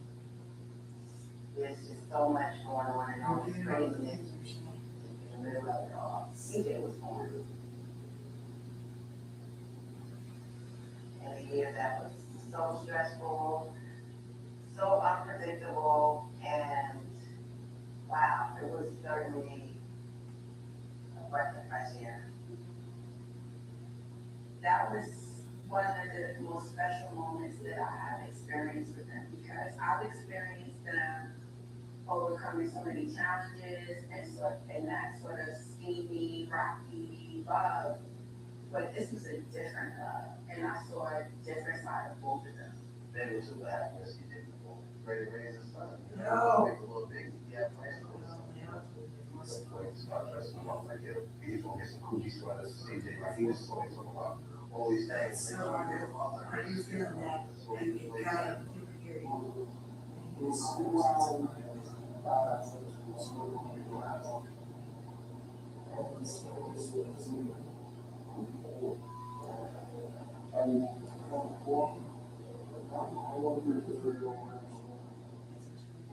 They would think that he really been thinking about his family structure, and the word family things to come up quite a bit. And it did give me the thought that maybe he was thinking about getting back together. It certainly didn't sound like a bad idea. I mean, the love was still there. It was on Christmas Eve, and I was supposed to go spend Christmas with me the next day in the kids. And he called me and said he was going to buy a session and such and such. And I don't know, something just told me to go to his townhouse in Teenage. I knew that the garage was broken, but you could still lift it up to get into the elevator, which led us into the house. It was all dark, and I just started touching around, like, you know, and I felt somebody right there, and he turned on the light, and it was like him. I just started hitting it.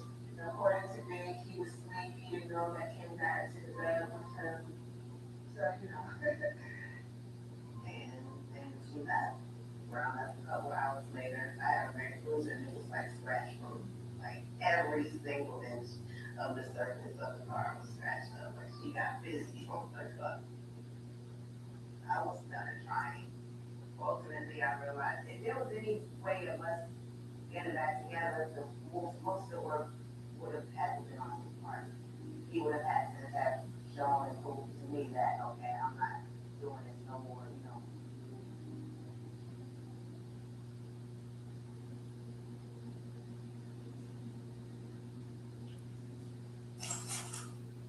Sparkle keeps everything nested, and it won't be repeated. Tax season is here, and Tax Act got you again. It's a maximum refund guarantee. But you can't open it until you do your taxes. Tax Act. Let's get them over with. A lot of dry rubs out there, but they're nothing like the dry rubs in here. It's Zaxby's famous fingers and wings from savory garlic parm, spicy Nashville, and zesty lemon pepper. You see that? How Zaxby's is just rubbing it in. Who's got the sauce? They went to LA after I passed away because he didn't want no more deaths happen. So they told me, we're walking on 4 miles, but I'll let them know, like, this gonna stop. It wasn't really a beef to me in the beginning. You know, the alcohol, somebody else, right? What's happening with me? School. I just came home. Trying to like basically squash it. I never had a problem going to LA. I never felt like I shouldn't be there. But when I was there, the weekend of the Soul Train Awards, it felt weird. They've had a friend from New York kind of taking us around in a bulletproof Benz. You know, and I guess that kind of just spoke to the seriousness of the beat. We were with him like every day up until the Soul Train Awards. When I found out that Puffy and Big were going to the Soul Train Awards, I did not feel that that was a good idea. I just didn't. It just felt eerie. His attitude about it was, you know, I got love out of people. Like, people love me. I got fans. I think because he had been for maybe a month or so. Working and people want to say boo, but then there's a lot of people that love him, you know? People were acting as if Benji State, and they misread the attitude of Los Angeles, which was born in Tupac. When they went to Baker's presentation, everyone just started booing. The attitude was like, why are you in Los Angeles? What are you doing here? The plan was that he was going to call me the next day, and that I was going to basically go with him from party to party. There was a black party, Houston Art Museum. I went to the party with a few of my friends, and I remember my friend asking me, "You go over there and think so?" And I was like, "No, he's on here." You know, I never went over there to say anything to him. No. I never went over there. I know he kept making eye contact. We both kind of glanced and but not quite trying to look at each other, but it was just like just quiet. No. Just immature, just doing dumb stuff. Things started to shut down, it was crowded, and I was being in the parking lot, hearing some sort of noise. Apparently it was gunshots. We didn't know anything. I mean, I got in the car, we were all headed to a party that was going on after that in Hollywood Hills. I was talking plus, you know, everybody was like, yo, the most frequently like scores to the light. Like, we followed them up car, red light. It was a yellow, okay, we're good yellow. And we stopped at that red light. And then this car just had rolled up on the side of us. Shots, man. So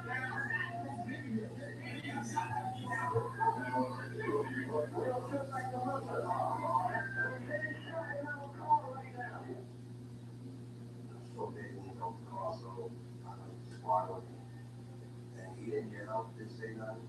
He just was looking with his eyes wide open, like they got me type of look. And it's just like he was just trying to fight. And he pulled over and was like, babe, I think something happened to me. I think you should go to the hospital. It was just like, oh my God.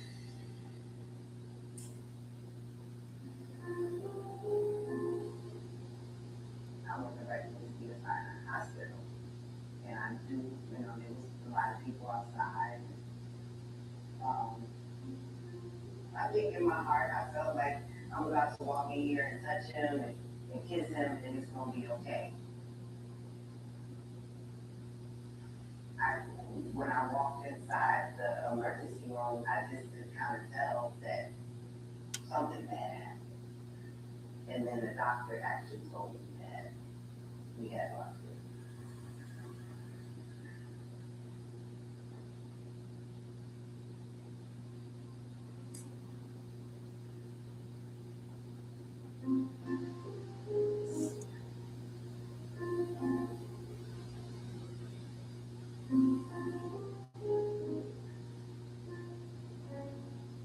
That's like one of those days of life.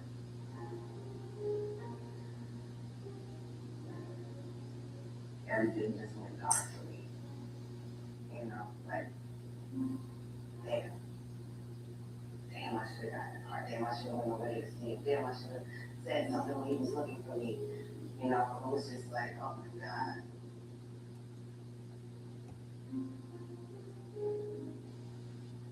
They was really breaking down and just like, really hurt, crying, throwing her rings, her jewelry, the pain that I saw on her face and the tears that I saw like that. It was hurtful, very hurtful. I was shocked because I couldn't believe he was gone. He was too young. I mean, and it was crazy. I just couldn't understand why. Yeah, I don't think I've ever felt like that.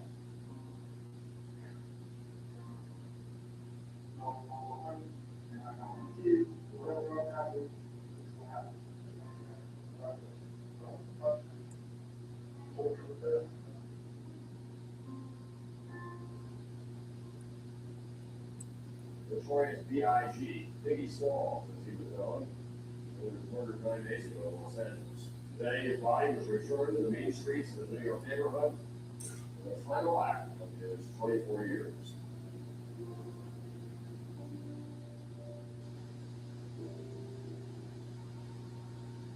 They caught the whole NDR drive. So they give a police escort all the way through Brooklyn.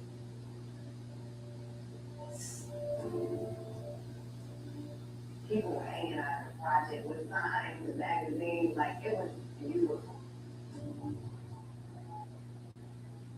My thing was focusing on faith.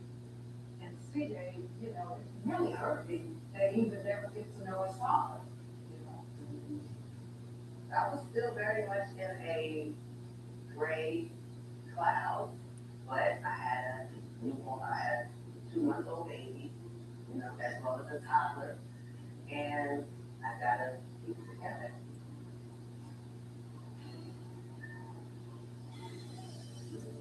I seen Charlie across the street.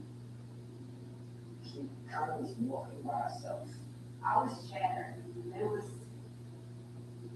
It definitely was one of the worst experiences I've ever been.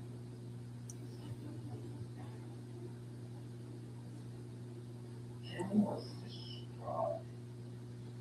We had Kim, she sat around at the casket and then picked her up and Marion speaks to Faith and I was like, Faith was the light, no matter what.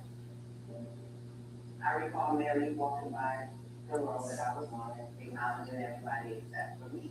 Well, for me, No, get away from me, you monster. now that I've gotten to, reacquaint myself with him the last few years, I kind of wish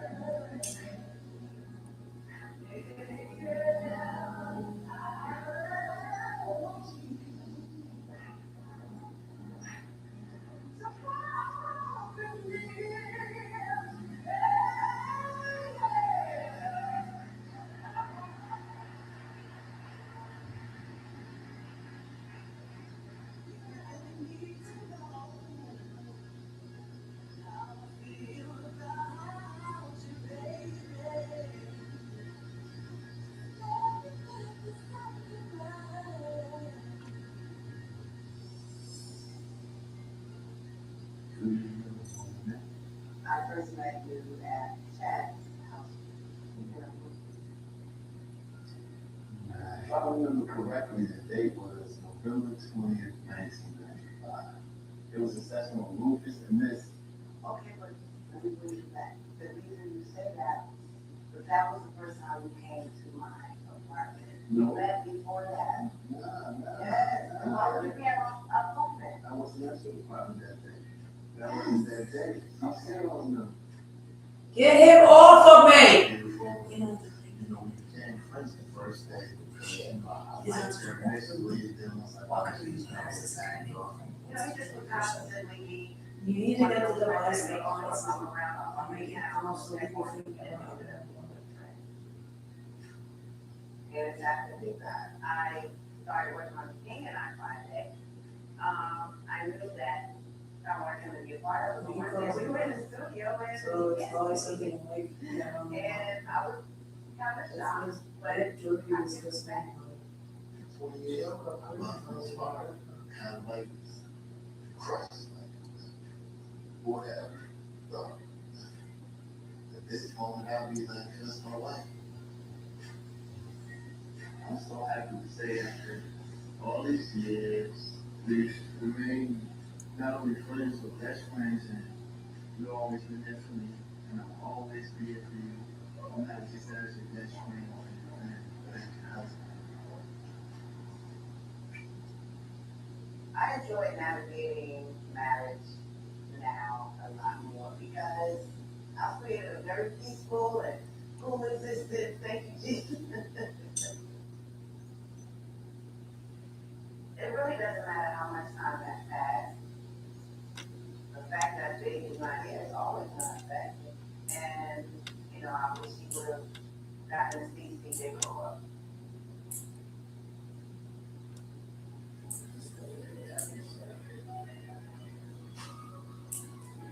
I can't tell you that I remember the turning point of why, but I know that when I started working on the King and I was around the time that I started realizing, like, hey, it's been a couple of years and I'm noticing that I cry about big a lot more.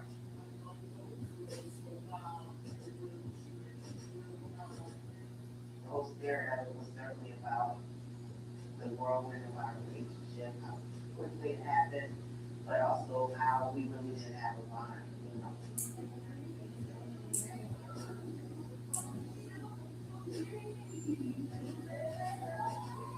Was really cool. I mean, a lot of times I felt like I really felt him tapping me on my shoulder, giving me a nod of approval, like a few times in the studio. And it is a collaboration I do between myself and Dave.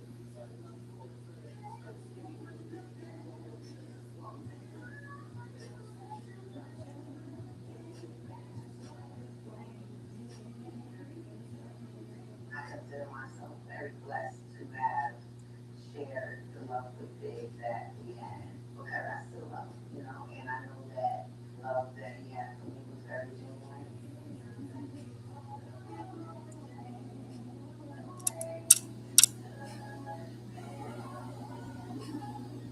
It's still, to me, you know, just one of the greatest loves. You need to get that sexual assault device I have off of of them and put it in prison for the rest of its life. That thing is so incredibly evil what they're on. That is just evil. I mean, that is one hell of a evil criminal tool.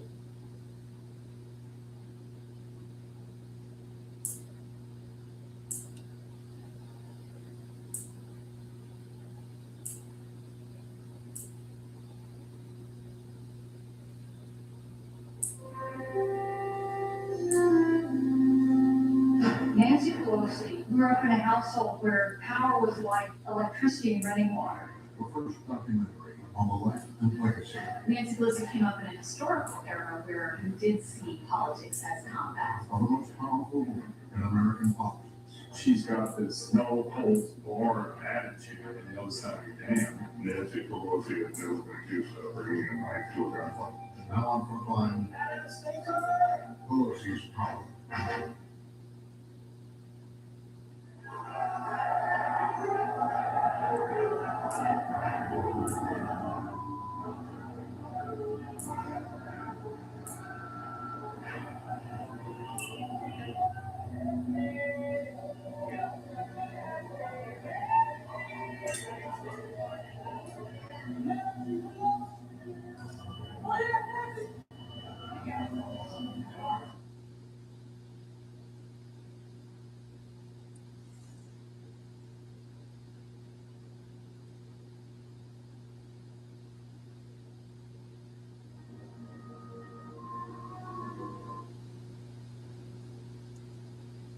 RJ Jacker, I'm a private investigator.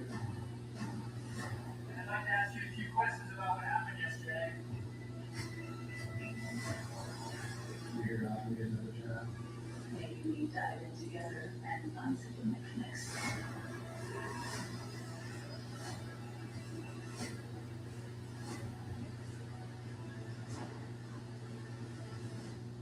Yeah, it's complicated.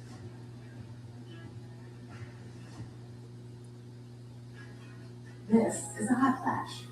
This is a not flash. This is a hot flash.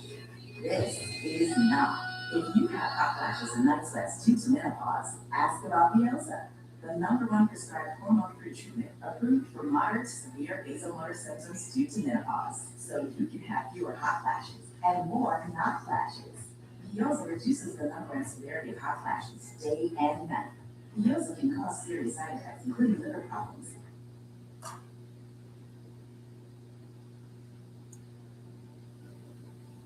The man known to history as Ludwig van Beethoven was most likely born on the 16th of December 1770 in the city of Bonn in Germany.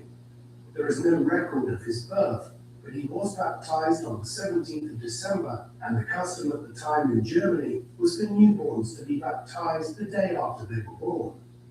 His father, Johann van Beethoven, was a singer at the court of Maximilian Friedrich, the Archbishop Elector of Cologne. Johann's father, Ludwig, whom the child was named after, served as Kapellmeister, or music director at the Elector's court in Bonn. The van in the family name indicates that the family came from the Low Countries, hailing from the Belgian village of Betancourt, known in Dutch as Betauer or Bettenhoven. Though unlike the German von, this was not necessarily an indication of noble heritage. His mother, Maria Magdalena Keberich, was the daughter of the head chef for the Archbishop Elector of Trier.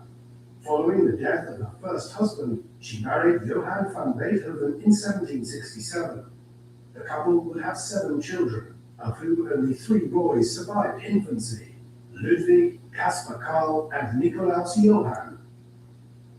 Beethoven's native Archbishop Electorate of Cologne was one of over 300 states of the Holy Roman Empire, the medieval political entity that claimed political authority over much of Germany.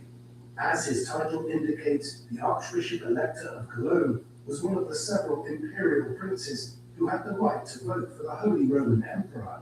From the 15th century, the emperor was almost always a member of the House of Habsburg, the rulers of Austria.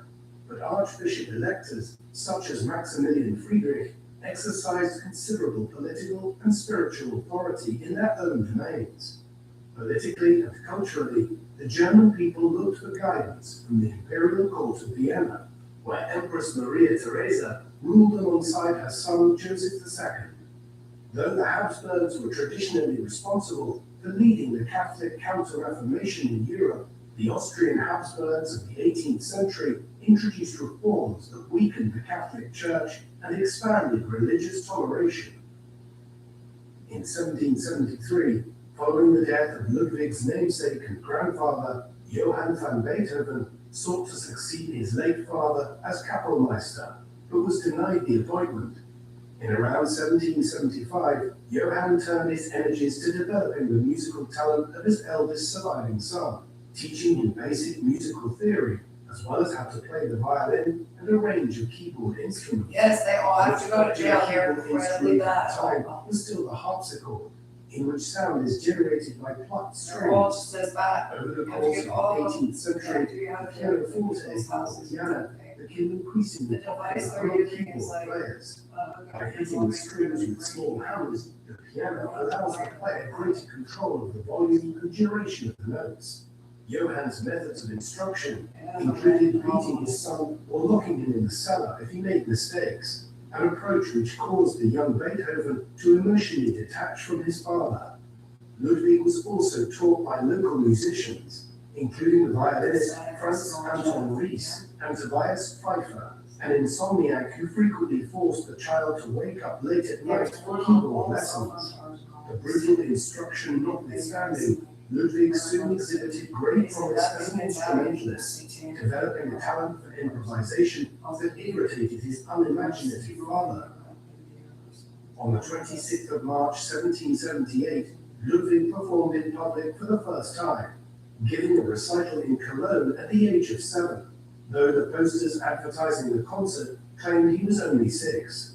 Johann hoped that his son might follow the example of Wolfgang Amadeus Mozart, who impressed Maria Theresa in Vienna as a 6-year-old prodigy in 1762. But Ludwig's performance on this occasion drew little attention. At around this time, Ludwig started his schooling, where he learned Latin and French. While he struggled with numbers and letters, he continued to show promise as a musician, learning to write music at around the age of 10. Given his musical promise and the expectation he would follow in the footsteps of his father and grandfather and become a court musician for the Archbishop-Elector, in late 1781, Ludwig's education was entrusted to Christian Gottlob Nefer, Maximilian Friedrich's court organist. Nefer had studied music in Leipzig, where the great Baroque composer Johann Sebastian Bach had spent his final years before his death in 1750. In addition to introducing Beethoven to Bach's well-tempered clavier, already a popular source of instruction for young musicians, Nefer further enhanced Beethoven's understanding of songs and choral music. By June 1782, the 11-year-old Beethoven was deputizing for his tutor on the organ at the court chapel, and later that year his first published composition appeared, a set of 9 piano variations to a march by the late Ernst Christoph Dressler, written under Nefer's guidance. In March 1783, Nefer wrote an article in a music magazine that suggested that Beethoven's talent could rival that of Mozart, who was then establishing himself in Vienna, where Joseph II had been sole ruler since his mother's death in 1780. In October 1783, Ludwig accompanied his mother, Maria Magdalena, to the Netherlands, where he gave several concerts. On the 23rd of November, a few weeks shy of his 13th birthday, Beethoven was given 63 florins after performing at a royal concert in The Hague, his first paid engagement. After his return to Bonn, having dedicated a set of 3 piano sonatas to the Archbishop-Elector in 1783, Beethoven was formally appointed assistant court organist in February 1784 and paid an allowance, enabling him to support his family at a time when his father was descending into alcoholism. In April 1784, Maximilian Friedrich died at the age of 76. His successor as Archbishop-Elector was the 27-year-old Maximilian Franz, younger brother to Holy Roman Emperor Joseph II. Despite his imperial brother's later patronage of Mozart, Maximilian Franz sought to cut back on court entertainment. As part of the changes to the court chapel, Beethoven was promoted to organist with 150 florins, while Nefer had his salary cut in half to 200 florins. Beethoven's salary was soon adjusted in line with Nefer's, creating tensions between the master and his teenage pupil. Despite these tensions, the 14-year-old Beethoven continued to write music, increasingly influenced by Mozart. With the court orchestra of some 30 players at his disposal, he began experimenting with instrumentation, working out how the different sections of the orchestra fitted together. However, over a 4-year period during Beethoven's late teens, between 1785 and 1789, he wrote less music than he would at other points in his life, perhaps as a result of his numerous duties as a court musician. In addition to playing the organ at Mass every morning, he performed as a court pianist and served as an accompanist for the elector's opera singers during rehearsals. In the court orchestra, Beethoven either directed the orchestra from the harpsichord or played the viola in the string section. In early 1787, perhaps following a suggestion from Nefer, Max Franz proposed Just get this monster away from me again. To study under Mozart. The Archbishop-Elector agreed to sponsor the trip, hoping that Beethoven would be in a position to increase the prestige of his patron's court upon his return to Bonn. Beethoven left Bonn in late March and would have arrived in Vienna around the 8th of April. During his first visit to the imperial capital, Beethoven recalled being impressed upon catching sight of Emperor Joseph. While Beethoven only mentioned seeing Mozart play, it is possible that the latter may have offered the young man some instruction. However, after less than 2 weeks in Vienna, Beethoven received the alarming news that his mother was seriously ill and was forced to return home. Weakened by tuberculosis, Maria Magdalena died at the age of 40 on the 17th of July, 1787. The 16-year-old Ludwig was devastated at the loss of a loving mother, leaving him with an emotionally distant and alcoholic father. His depression was tempered by frequent visits to Helena von Breuning, a wealthy widow who employed him to tutor her 4 children in music, while Madame von Breuning took the role of a substitute mother. Beethoven enjoyed playing piano duets alongside her 16-year-old daughter, Eleonora, and would later become a close friend of her 13-year-old brother, Stefan. In addition to emotional support from members of the family, Beethoven received an informal education in German literature, history, geography, and science from the Breunings and their high society guests. The teenager read plenty of literature and poetry and was particularly inspired by Schiller's ode An die Freude, or To Joy, which celebrated the divine gifts of love, brotherhood, and freedom.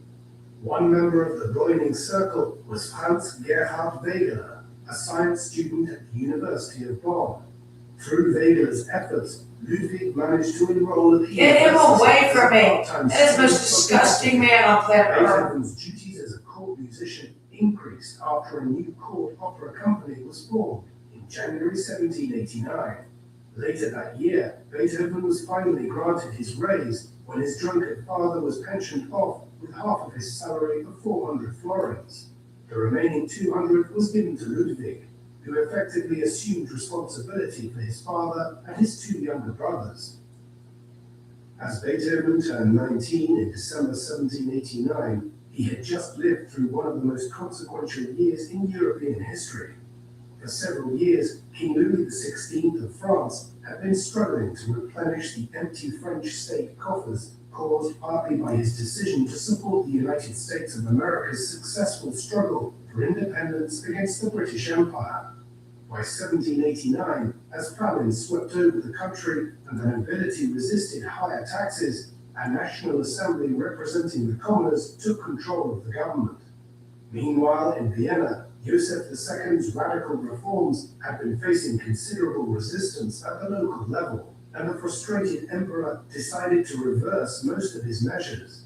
Not long afterwards, Joseph died at the age of 50 in February 1790.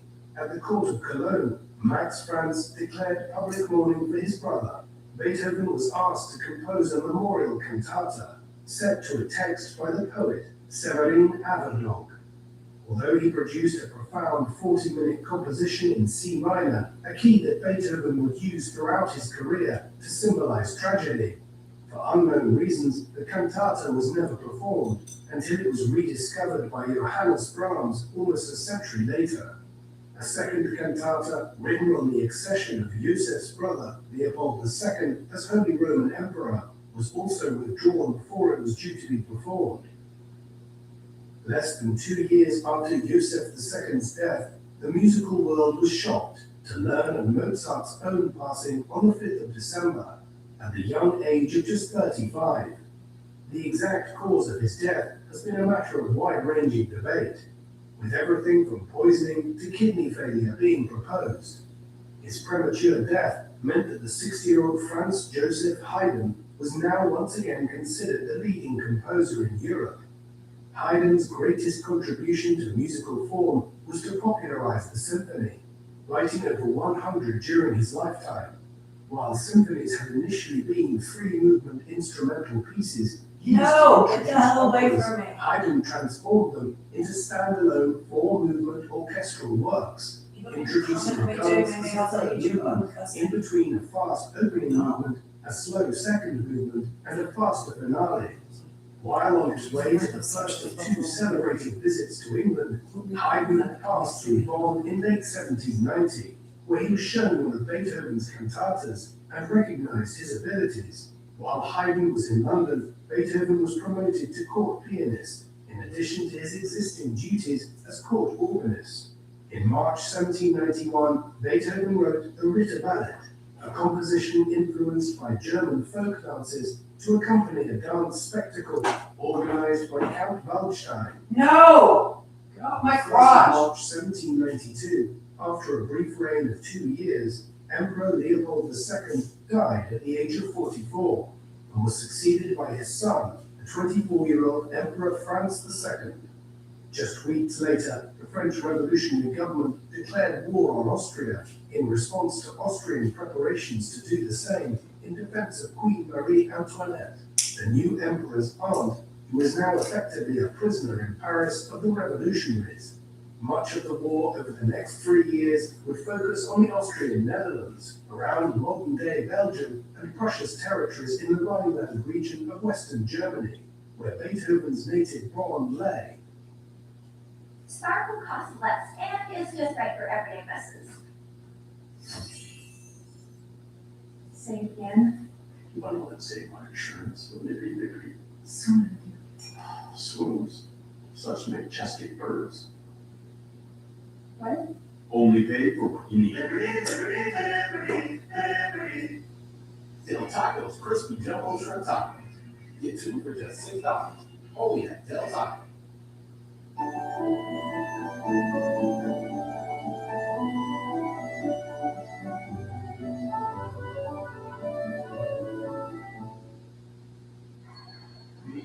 The dinosaurs.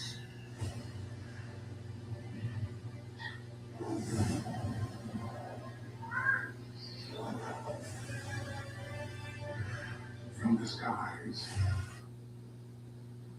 With the region now facing war, the Archbishop-Elector Max Franz decided to send Beethoven to Vienna to study under the great Haydn.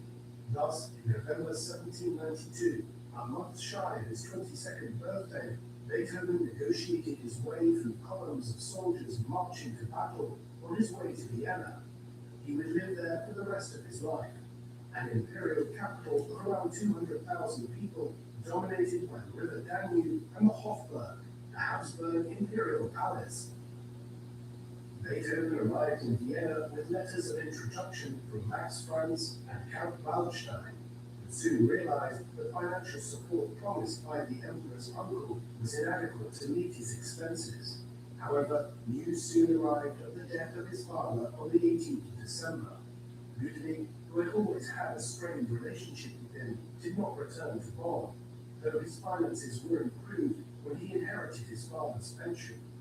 Furthermore, his career started to make major advances after relocating to Vienna. In January 1793, Haydn joked that the young man was equipped to write grand operas while he himself would have to retire. Beethoven had taken lessons from Haydn due to the latter's mastery of counterpoint, a musical interaction where two or more lines that differ in their rhythm and melody continue to maintain a harmonic relationship with each other. Haydn gave Beethoven hundreds of exercises in counterpoint, but made few corrections to Beethoven's mistakes. Within 6 weeks, Beethoven decided that Haydn could not effectively teach in counterpoint, but continued to benefit from his ability to observe. No, not some crazy nonsense. Please help. Haydn's relationship with potential aristocratic patrons. Despite his struggles, Beethoven was already making a name for himself as a pianist in Viennese society. Among the influential individuals who took an interest in Beethoven's career at this time was Baron Gottfried von Schwieten, the director of the Imperial Library and a patron of Mozart and Haydn, who dabbled in composition himself. Beethoven lived in an attic apartment above the residence of Prince Karl and Princess Christiana Lichnowsky, who also invited him to play at their Friday morning concerts. Prince Karl introduced the young musician to his brother Count Moritz, who would become a close friend. Other influential figures who would become important patrons were Joseph Franz Maximilian, Prince Lobkowitz, and Count Andrei Kirillовich Razumovsky, an amateur violinist who was appointed Russian ambassador to the Habsburg court in 1792 by Empress Catherine the Great.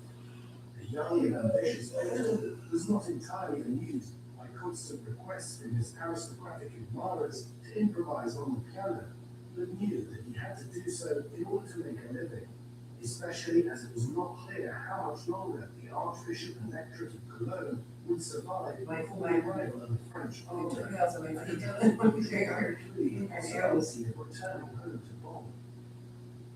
In France, both King Louis XVI and Queen Marie Antoinette were executed by the revolutionary government in the course of 1793, a French republic having been declared months earlier. Britain No! now joined the war against France. The revolution continued to see success on multiple fronts.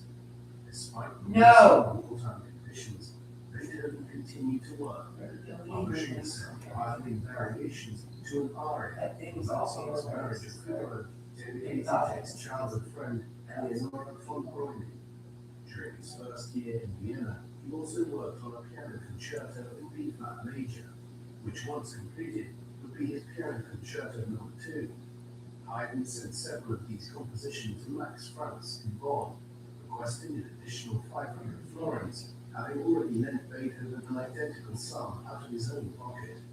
In his reply, the elector claimed that most of the compositions in question had already been performed in Bonn, refused to increase Beethoven's allowance, and indicated that he might recall the composer to Bonn. This incident, combined with Haydn's departure for London for a second tour in 1794, saw Beethoven begin to study under Johann Georg Albrechtsberger, the Kapellmeister of St. Stephen's Cathedral in the centre of Vienna. In October 1794, French armies finally occupied Cologne, bringing hundreds of refugees to Vienna, including Beethoven's younger brother Karl Caspar. The extinction of the Archbishop Electorate, which followed the French conquest, resulted in the loss of Beethoven's salary, but the Lichnowskys allowed him to continue to stay as an honoured guest at their house. On the upside, at just 24 years of age, he had begun to gain a reputation for his playing in the salons of Vienna.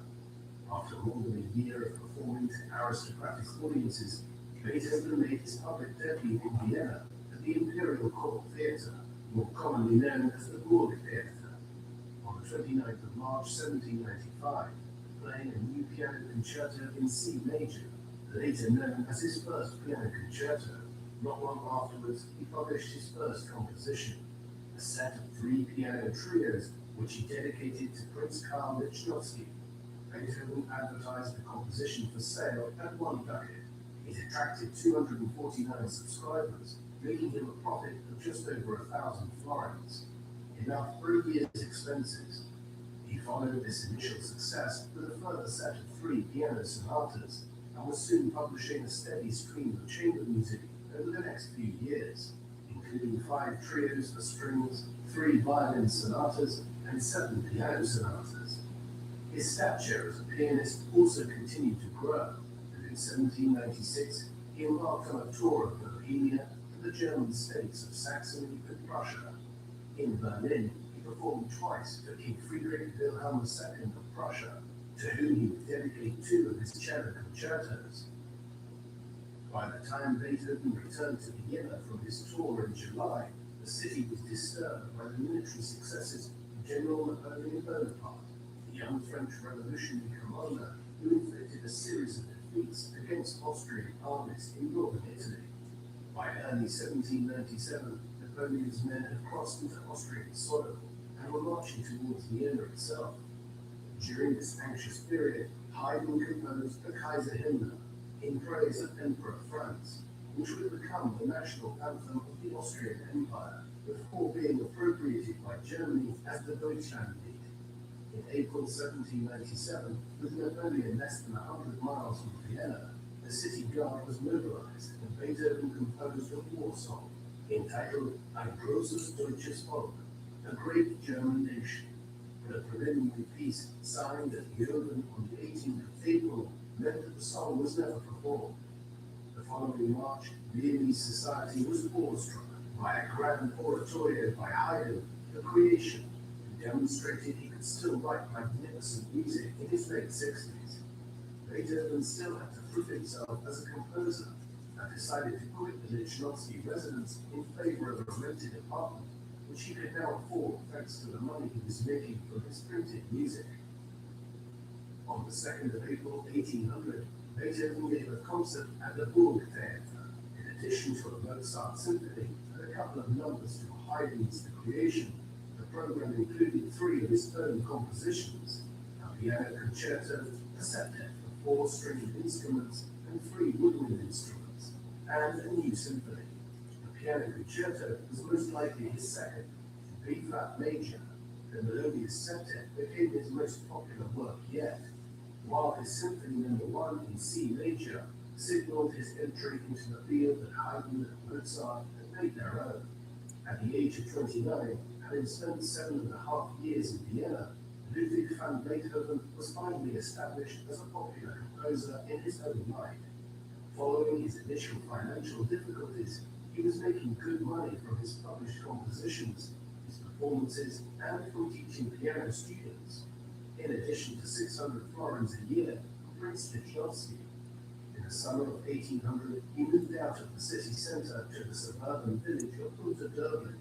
Henceforth, he would spend much of his time in the countryside, taking inspiration for his compositions from nature, before wintering in Vienna, refining his compositions and performing. Around this time, the Austrian army fought and lost the Second War against revolutionary France. In November 1799, General Bonaparte overthrew the French government in Paris and established himself as first consul of the French Republic.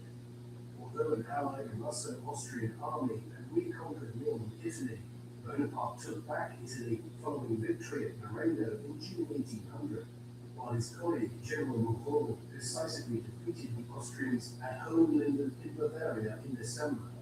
By February 1801, another peace treaty in which Austria lost further lands was signed at Lunenburg.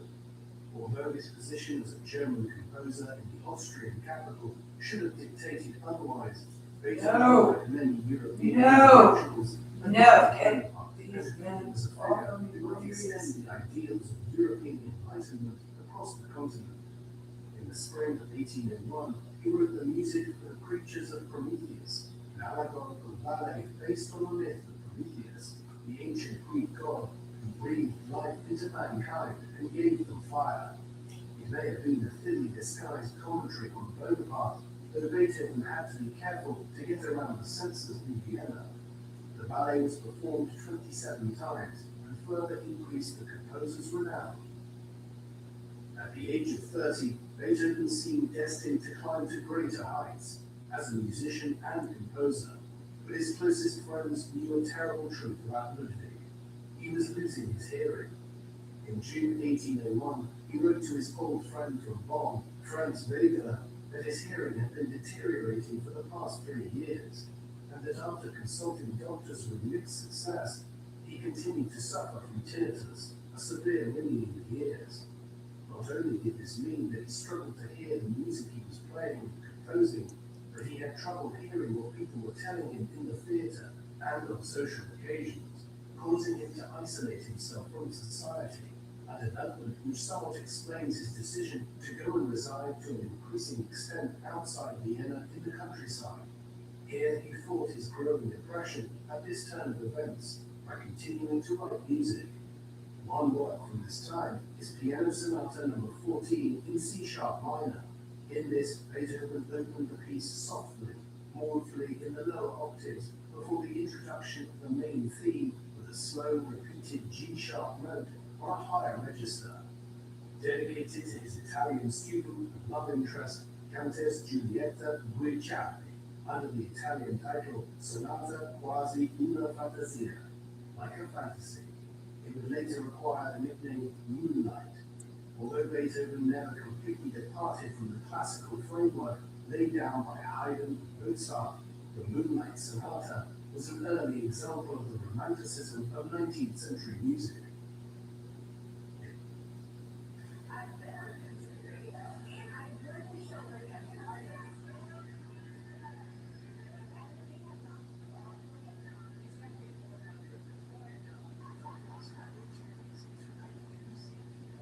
Now, Tonight, in your spacious La Quinta suite, your eyes could use a break. After a long day of seeing, things. But hey, free waffles always make you forget.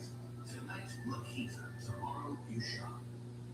Interested in GLP-1s for weight loss, but worried about high costs and hidden markups? GoodRx now offers monthly GLP-1 subscriptions. Always know what to pay up front. No surprise prices, no hidden fees, and for a limited time, you will be for only $1.99 a month for your first 2 fills plus the cost of your subscription. Get started today.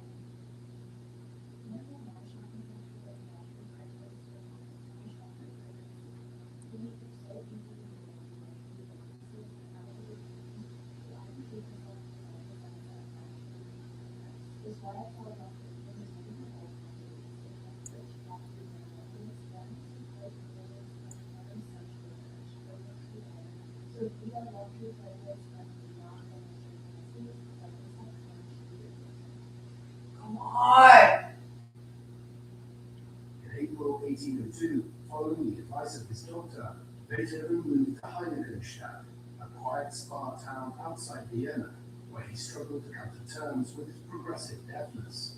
While out on a walk with his student and soon-to-be secretary, Ferdinand Ries, the son of his one-time tutor in Bonn, the latter remarked on the melodiousness of a tune emanating from a distant shepherd's pipe, but Beethoven was unable to hear it, despite following the music towards its source. Months later, in October 1802, he drafted what has become known as the Heiligenstadt Testament. In this, he addressed his brothers and admitted his deafness and the difficulties it was beginning to cause him professionally and socially. He had, he confessed, even considered ending his life, only to be held back by his dedication to his art. Despite his difficulties, he soon returned to Vienna, keen to create a work which would fit the heroic spirit of the age. What caused his deafness has never been satisfactorily resolved, with theories ranging from syphilis or typhus to lead poisoning, and even a habit he developed early in life of plunging his head into cold water when he wanted to wake himself up in order to continue working. Of course, all this raises a question. If Beethoven increasingly could not hear, then how did he continue to compose and write orchestral arrangements of the quality that he did for so many years to come? The answer is complex. Firstly, Beethoven had lived half his life able to hear, and so he knew what instruments sounded like and how to arrange music through his memory of what certain notes and combinations would result in specific sound. It has also been suggested in recent times by Evelyn Glennie, an award-winning multi-percussionist who has been deaf herself since she was 12 years old, that other parts of the body can learn to hear when the ears fail, and so the body becomes like a giant ear. In Beethoven's case, he trained the rest of his body to hear. He would place his teeth on the keys of the piano to hear the vibrations through his mouth, and also had a megaphone attached to it so that the vibrations coursed through his body would be played. Some of this may have resulted in his distinctive sound. The violent nature of some of the arrangements and instrumentation in his works was something of a byproduct of the manner in which he pounded on the keys of his piano to feel the sound he was making, particularly so from 1812 onwards, when he effectively became completely deaf. These impairments would make the music he composed in the second half of his life all the more incredible. In the early summer of 1802, Beethoven began to sketch a series of 15 variations and a fugue on a theme from his Prometheus ballet. For the first time in a decade, the European continent was briefly at peace, after Britain and France made a peace at Amiens in March 1802. Keen to leave a legacy not only as a general but as a statesman, Napoleon was in the process of reforming French law, which soon after its publication in March 1804 came to be known as the Napoleonic Code. By early 1803, Beethoven continued to play around with his Prometheus theme and soon created the framework for what would become his third symphony. Composed in E-flat major, it would become one of his greatest and most revered works. An epic opening movement was balanced by a funeral march to the second movement, followed by a quick and joyful scherzo in the third movement, reminiscent of a drinking party in an army camp, before an epic finale featuring 10 variations on the same Prometheus theme that Beethoven had grown to love. Destined to be grander and longer than any of Mozart or Haydn's symphonies, Beethoven named his work in progress Bonaparte.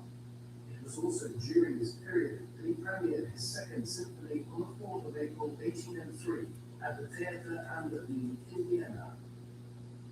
After moving back to the countryside for the summer of 1803, Beethoven completed his piano sonata number 21 in C major, dedicated to Count Waldstein, who gifted him a French piano in August.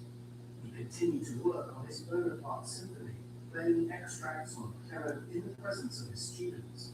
By June 1804, he was able to present it to Prince Lobkowitz's orchestra for a first rehearsal. The first movement opened with two powerful E-flat major chords before the cellos take up the theme in an energetic exposition which introduced a level of harmonic and rhythmic complexity that confused the orchestra and forced them to start again. Shortly before the recapitulation of the main theme, Beethoven intended for a horn to introduce the theme while the strings finished the development. Standing next to Beethoven, Ries assumed the horn had come too early and shouted, "That damned horn player, can't he count?" According to Ries, Beethoven did not forgive him for a long time for unintentionally slandering his orchestral arrangement. After doubtless many more undocumented rehearsals to familiarize the Lobkowitz players with the innovative symphony, Beethoven's princely patron and his orchestra decamped to his summer palace with the manuscript in August. By the time Beethoven returned to Vienna in late 1804, his emotional energies were diverted to the romantic pursuit of his recently widowed student, Countess Josefina von Brunswick, writing her a series of love letters in early 1805. At around this time, he wrote his piano sonata number 23 in F minor, the tempestuous Appassionata Sonata, which he considered his finest of the genre. When Josefina rejected him, Beethoven turned to an opera he was writing, based on Jean-Nicolas Brouillet's play Leonore, set to a German libretto by Josef Sonnleitner of the Burg Theater. The plot was inspired by a real-life tale of a young aristocratic woman who disguised herself as a boy to free her husband from prison during the French Revolution. Having been spurned by his latest and most passionate love interest, Beethoven feared that the subject matter of the fidelity of married love was one that he would never achieve. It would prove to be the case. He never married. In December 1804, First Consul Bonaparte crowned himself Emperor of the French at the Cathedral of Notre Dame in Paris, in what to many people seemed like a betrayal of the principles of the French Revolution. It was around this time that Beethoven furiously scratched out the name of Bonaparte from the title page of his Third Symphony, which premiered in public on the 7th of April 1805. After rededicating the symphony to Lobkowitz for 400 florins, Beethoven retitled the symphony Eroica, or Heroic, subtitled Composed to Celebrate the Memory of a Great Man. Like the Lobkowitz Orchestra during its first rehearsal, the audience was bewildered, and only after several performances did the critics catch up with the great composer. In August 1805, Austria joined Russia and Britain in a third coalition against France, which soon ran into disaster when Napoleon comprehensively defeated the Austrians in the Ulm region of southern Germany. Just as Beethoven was putting the finishing touches on his opera, renamed Fidelio at the last moment, Napoleon advanced on and then entered Vienna with his forces on the 13th of November. While his aristocratic patrons fled the capital, Beethoven's Fidelio received its premiere on the 20th of November. It was not a success. Beethoven withdrew the opera after a revised two-act version staged in the spring of 1806 achieved equally disappointing results. Beethoven was somewhat upset by the response to Fidelio, but he nevertheless continued to create splendid masterpieces in the years that followed, including his fourth piano concerto in G major, a violin concerto in D major, and his fourth symphony in B-flat major.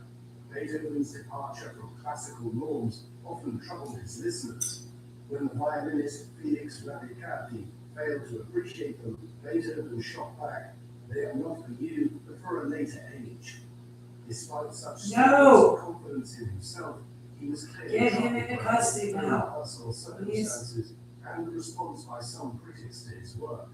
His behavior was increasingly erratic during this period, including regular fights with his two brothers, arguments with close friends, and an attempt to throw a chair at Prince Lichnowsky, which caused the prince to stop paying his annual subsidy of 600 florins.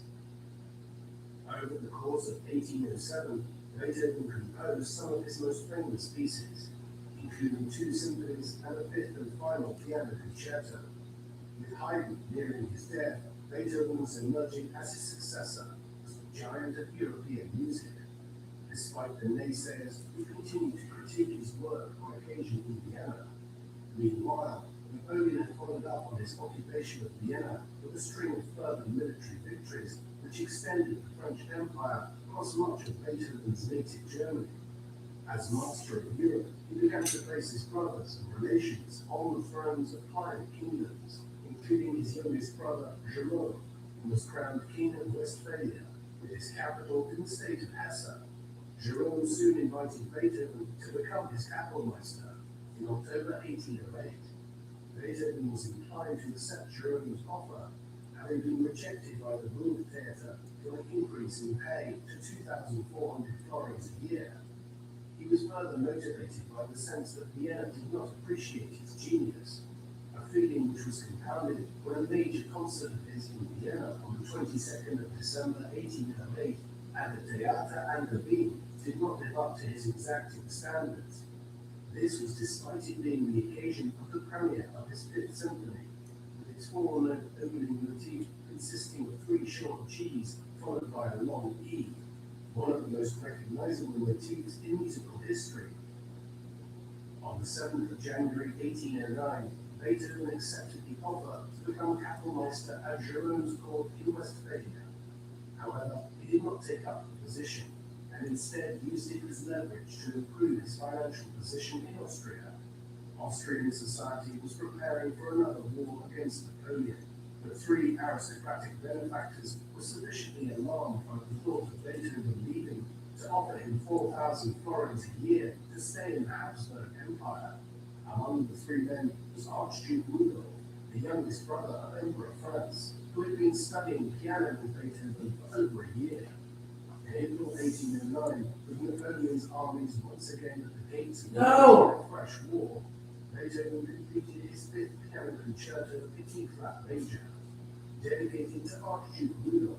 The militaristic composition is later to be called the Emperor Concerto, more likely inspired by Napoleon than the unimaginative France. On the 4th of May, as Rudolph was obliged to evacuate the capital, Beethoven completed his Piano Sonata No. 26, commonly known as Les Adieux, or Farewell. At the end of the month, with Vienna yet again under French occupation, Keep off of it! Haydn died in 1877.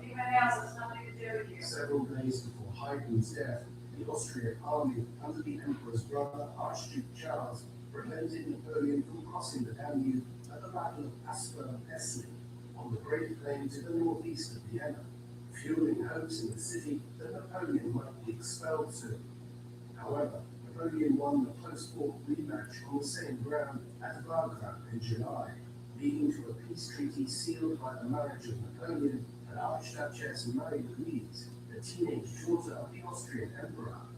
The second French occupation of Vienna in the space of 4 years left behind a devastated economy, and Beethoven's 4,000 florins a year was at risk. Although he managed to write an overture for Wolfgang Goethe's play Egmont, performed in June 1810, Beethoven's creative energies appear to have ebbed. The previous winter, the 40-year-old musician attempted to woo his 18-year-old student, Teresa Malfatti, for whom he may have dedicated his Bagatelle No. 25, later known as Für Elisa. It has since become one of his most popular works. In March 1811, Beethoven completed his Piano Trio No. 7, a work similar in vein to the Emperor Concerto, and dedicated to Archduke Rudolph.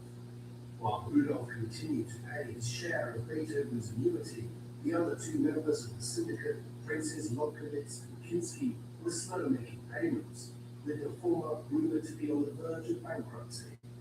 In the summer of 1812, Beethoven completed his 7th Symphony in A major, an expansive work of a martial quality, followed by his 8th Symphony in F major, a much shorter and joyful piece distinguished by an unusually long final movement.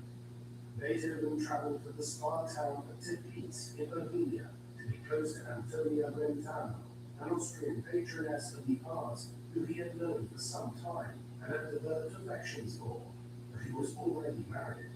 Upon his arrival at Teplitz, he wrote an impassioned letter to his immortal beloved, whose identity remained a mystery until Beethoven's biographer, Maynard Solomon, identified her as Antonia in the 1970s. Despite Beethoven's desire to remain with Antonia, who reciprocated his love emotionally, if not physically, she would soon return to Frankfurt with her husband.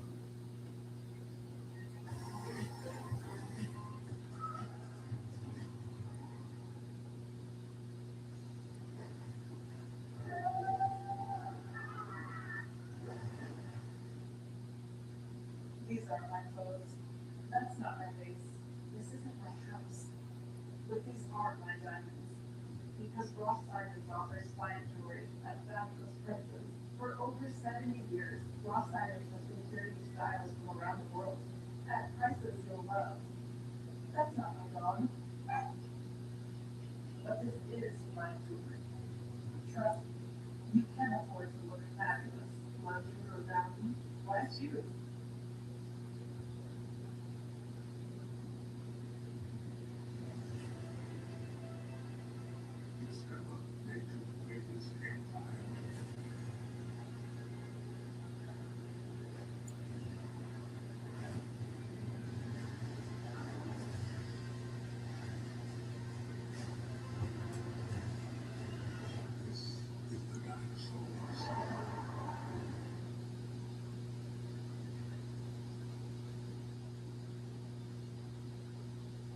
By the time of his parting with Antonia, Beethoven was 42 years old. During the past decade, he had written some of his grandest and best-known compositions, including the Eroica, the Fifth Symphony, the Pastoral, the Emperor Concerto, and the Appassionata and Kreutzer sonatas. As he entered middle age, he began to transition to a more introverted style. In Teplitz, he met one of the giants of European culture of the day, Johann Wolfgang von Goethe, the author of Faust, on several occasions. but despite positive first impressions, the writer considered the composer too depressive, while the composer felt that the writer was more interested in discussing the latest political developments in the aristocratic milieu. Napoleon had just invaded Russia with over 500,000 men in late June, and for once Austria was an ally. While the Austrian contingent saw relatively little action from the southern front, Napoleon was drawn deep into the Russian heartland, occupying Moscow in September before being forced into an infamous winter retreat. With his reputation of invincibility shattered, Napoleon's Austrian and Prussian allies prepared to switch sides in 1813. In addition to the departure of his immortal beloved, Beethoven was also having his fair share of personal troubles. He unsuccessfully sought to prevent his brother, Nikolaus Johann's marriage to a woman with an illegitimate child, while his patron, Prince Kinsky, died in November after falling from his horse, prompting Beethoven to sue the bereaved widow for the continued payment of his subsidy.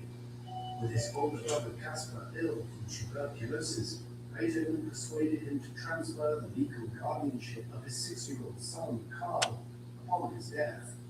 In the summer of 1813, Vienna heard the news of the Duke of Wellington's victory over Napoleon's brother, King Joseph of Spain, at the Battle of Vittoria on the 21st of June. Beethoven was invited to write a battle symphony, mixing British and French patriotic songs with the sound of cannon fire and musketry. Although eviscerated by modern-day critics as one of his worst-ever compositions, Wellington's victory was enthusiastically received upon its premiere alongside the Seventh Symphony at a charity concert on the 8th of December 1813, a few weeks after Napoleon had been defeated at the climactic Battle of Leipzig in eastern Germany, liberating Germany from French rule. Fueled by the sense of optimism around him, in 1814, Beethoven was persuaded to revive his opera Fidelio, working with court librettist Georg Friedrich Teizka to revise it.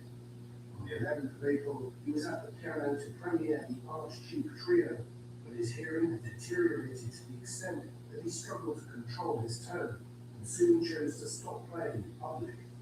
When the third version of Fidelio was staged on the 23rd of May, it was received with greater acclaim than its predecessors. This success, on top of his many others over the years, ensured that when Europe's rulers and statesmen converged on Vienna in the autumn of 1814 for a congress which would reshape Europe politically after a decade and a half of Napoleonic domination, Beethoven was in major command.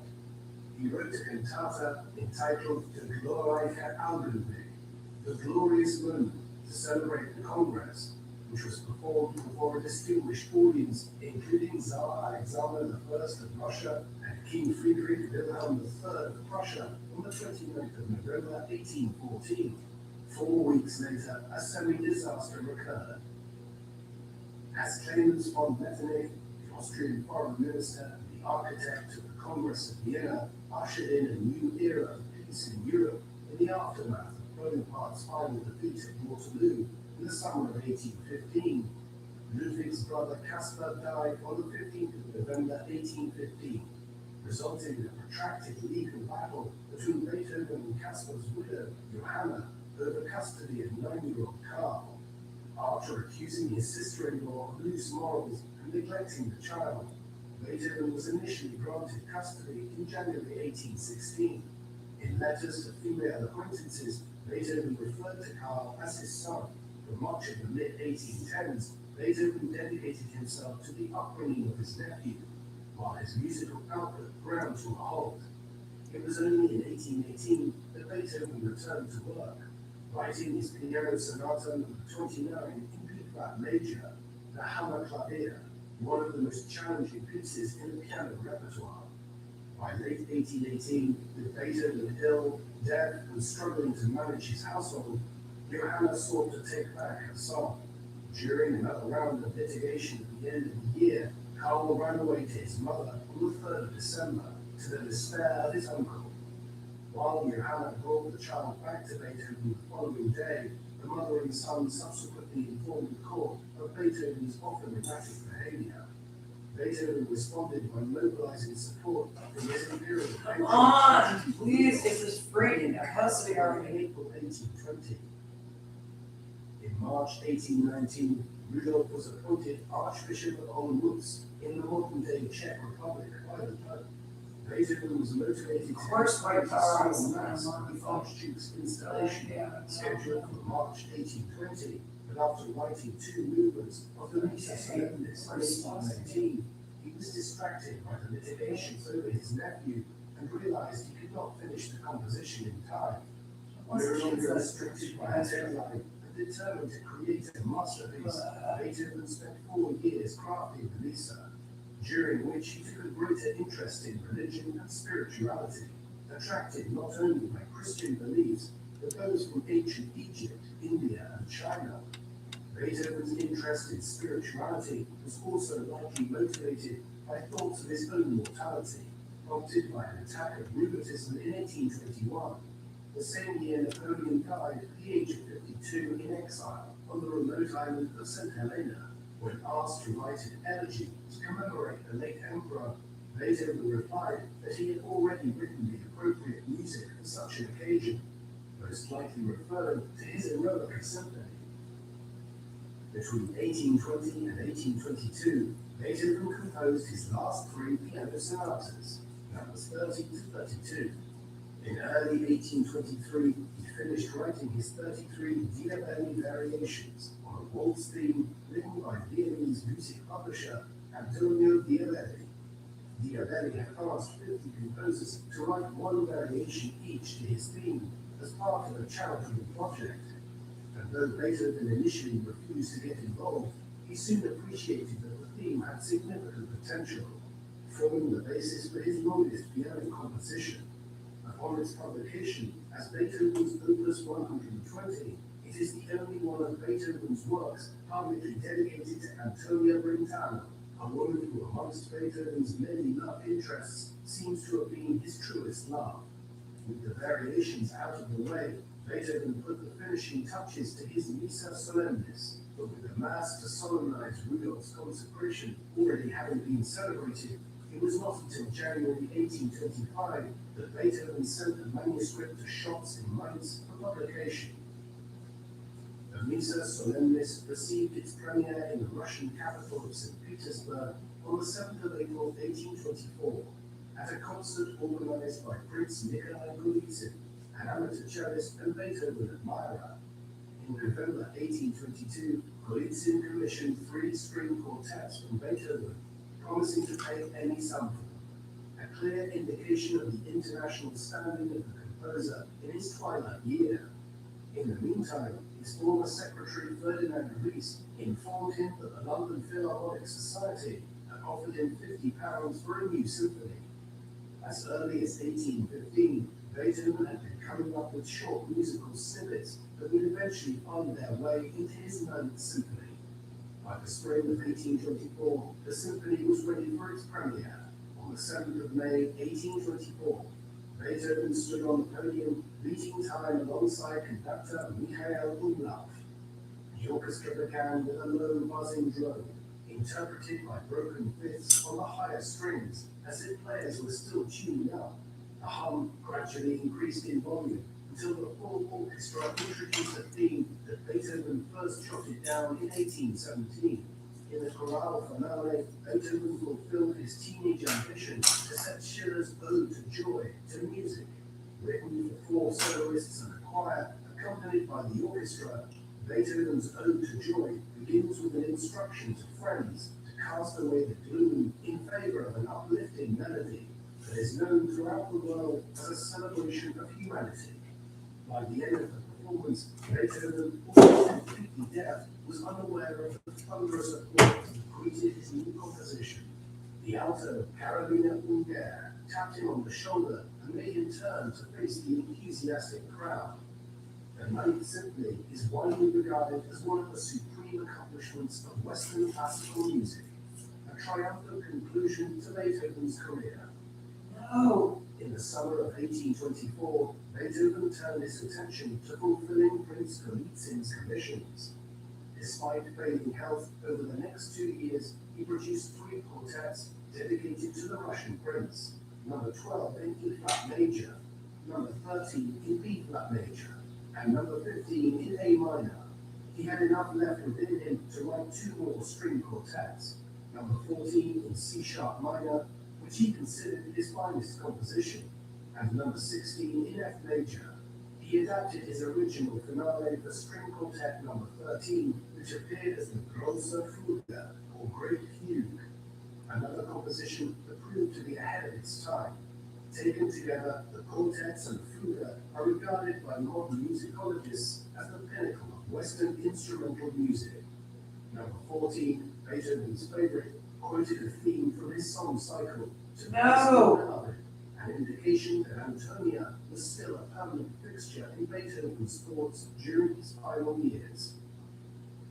Despite briefly reconciling with his brother Johann, Beethoven's family troubles remained with him. By late 1820. No, get off the tablet with your victims or whatever it is you're doing, he says.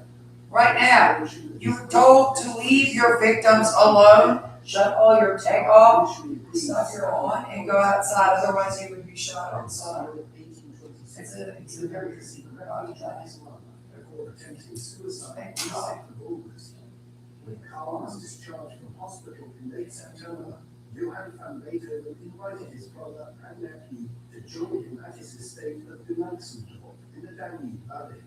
After leaving Vienna on the 28th of September with his nephew, Beethoven made the finishing touches to his string quartet number 16 in F major, critically annotating the words "must it be" and "it must be" to 2 sets of 3 notes. Either unwilling to be parted from Karl or foreseeing his imminent death, Beethoven appeared reluctant to leave his brother's house. Convinced that Beethoven was seeking to delay Karl's interview with the army, Johann urged his guests to return to the capital.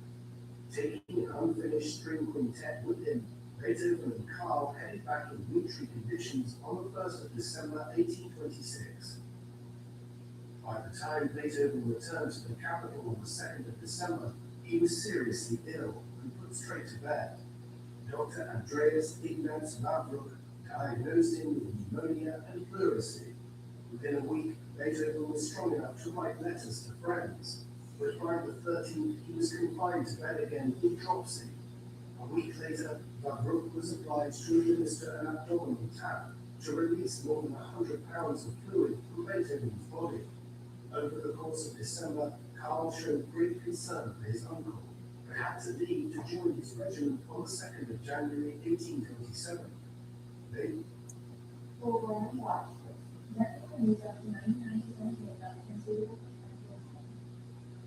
Taxis just dropped a whole new line of truck. You're not right. Who got the sauce? Get away from me.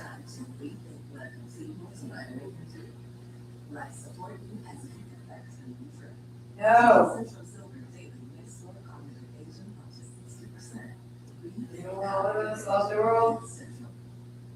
Come with me to shop Ashley's President's Day sale. This place is littered with deals, with top buys starting at just $349. Sofas, recliners, and more, all at crazy low prices. If you want the best deal, now's the time to shop.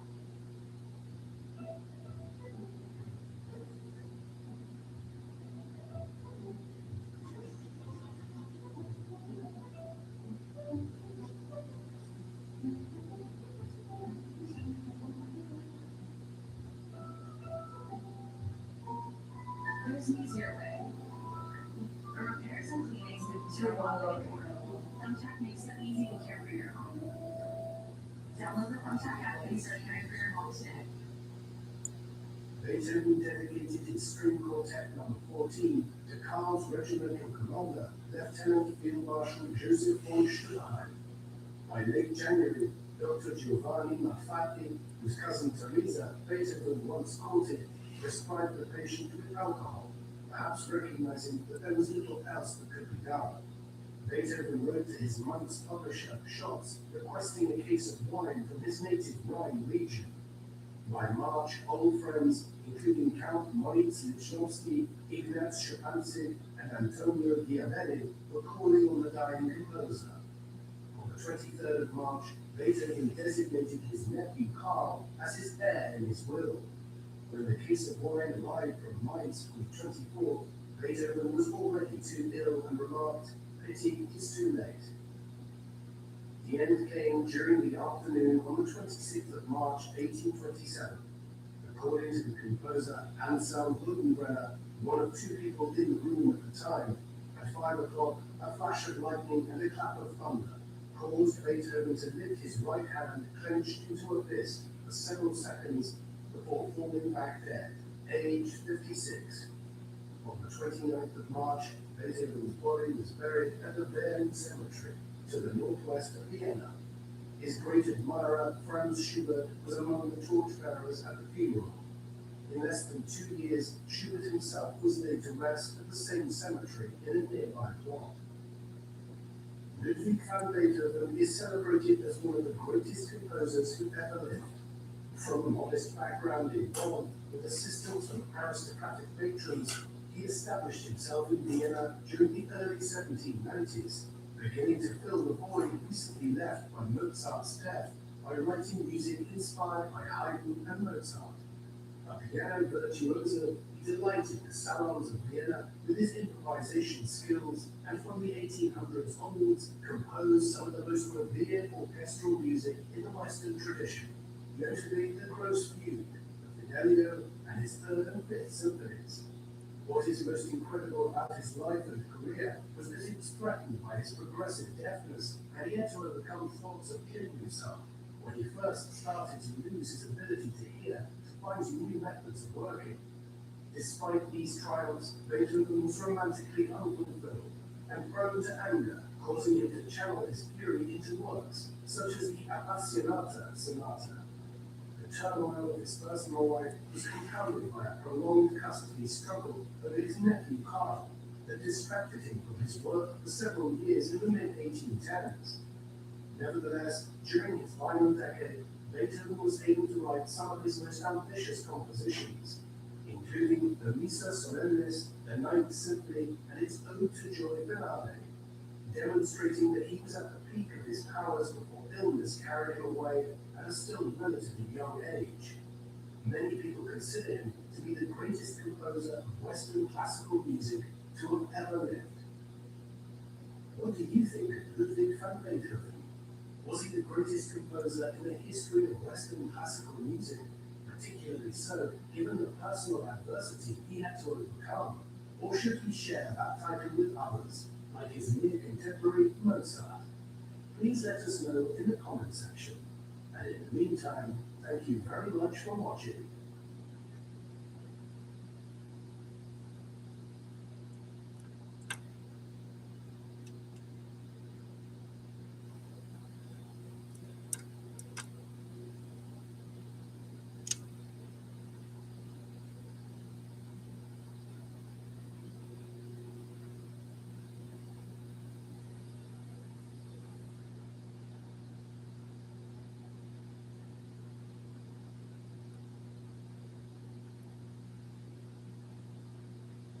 No.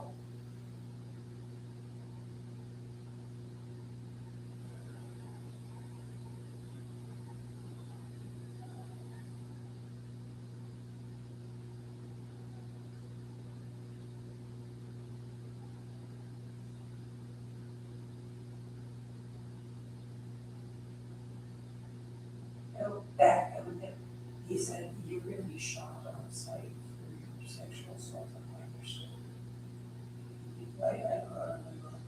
You were told to turn all the tech off, go outside, and be the police.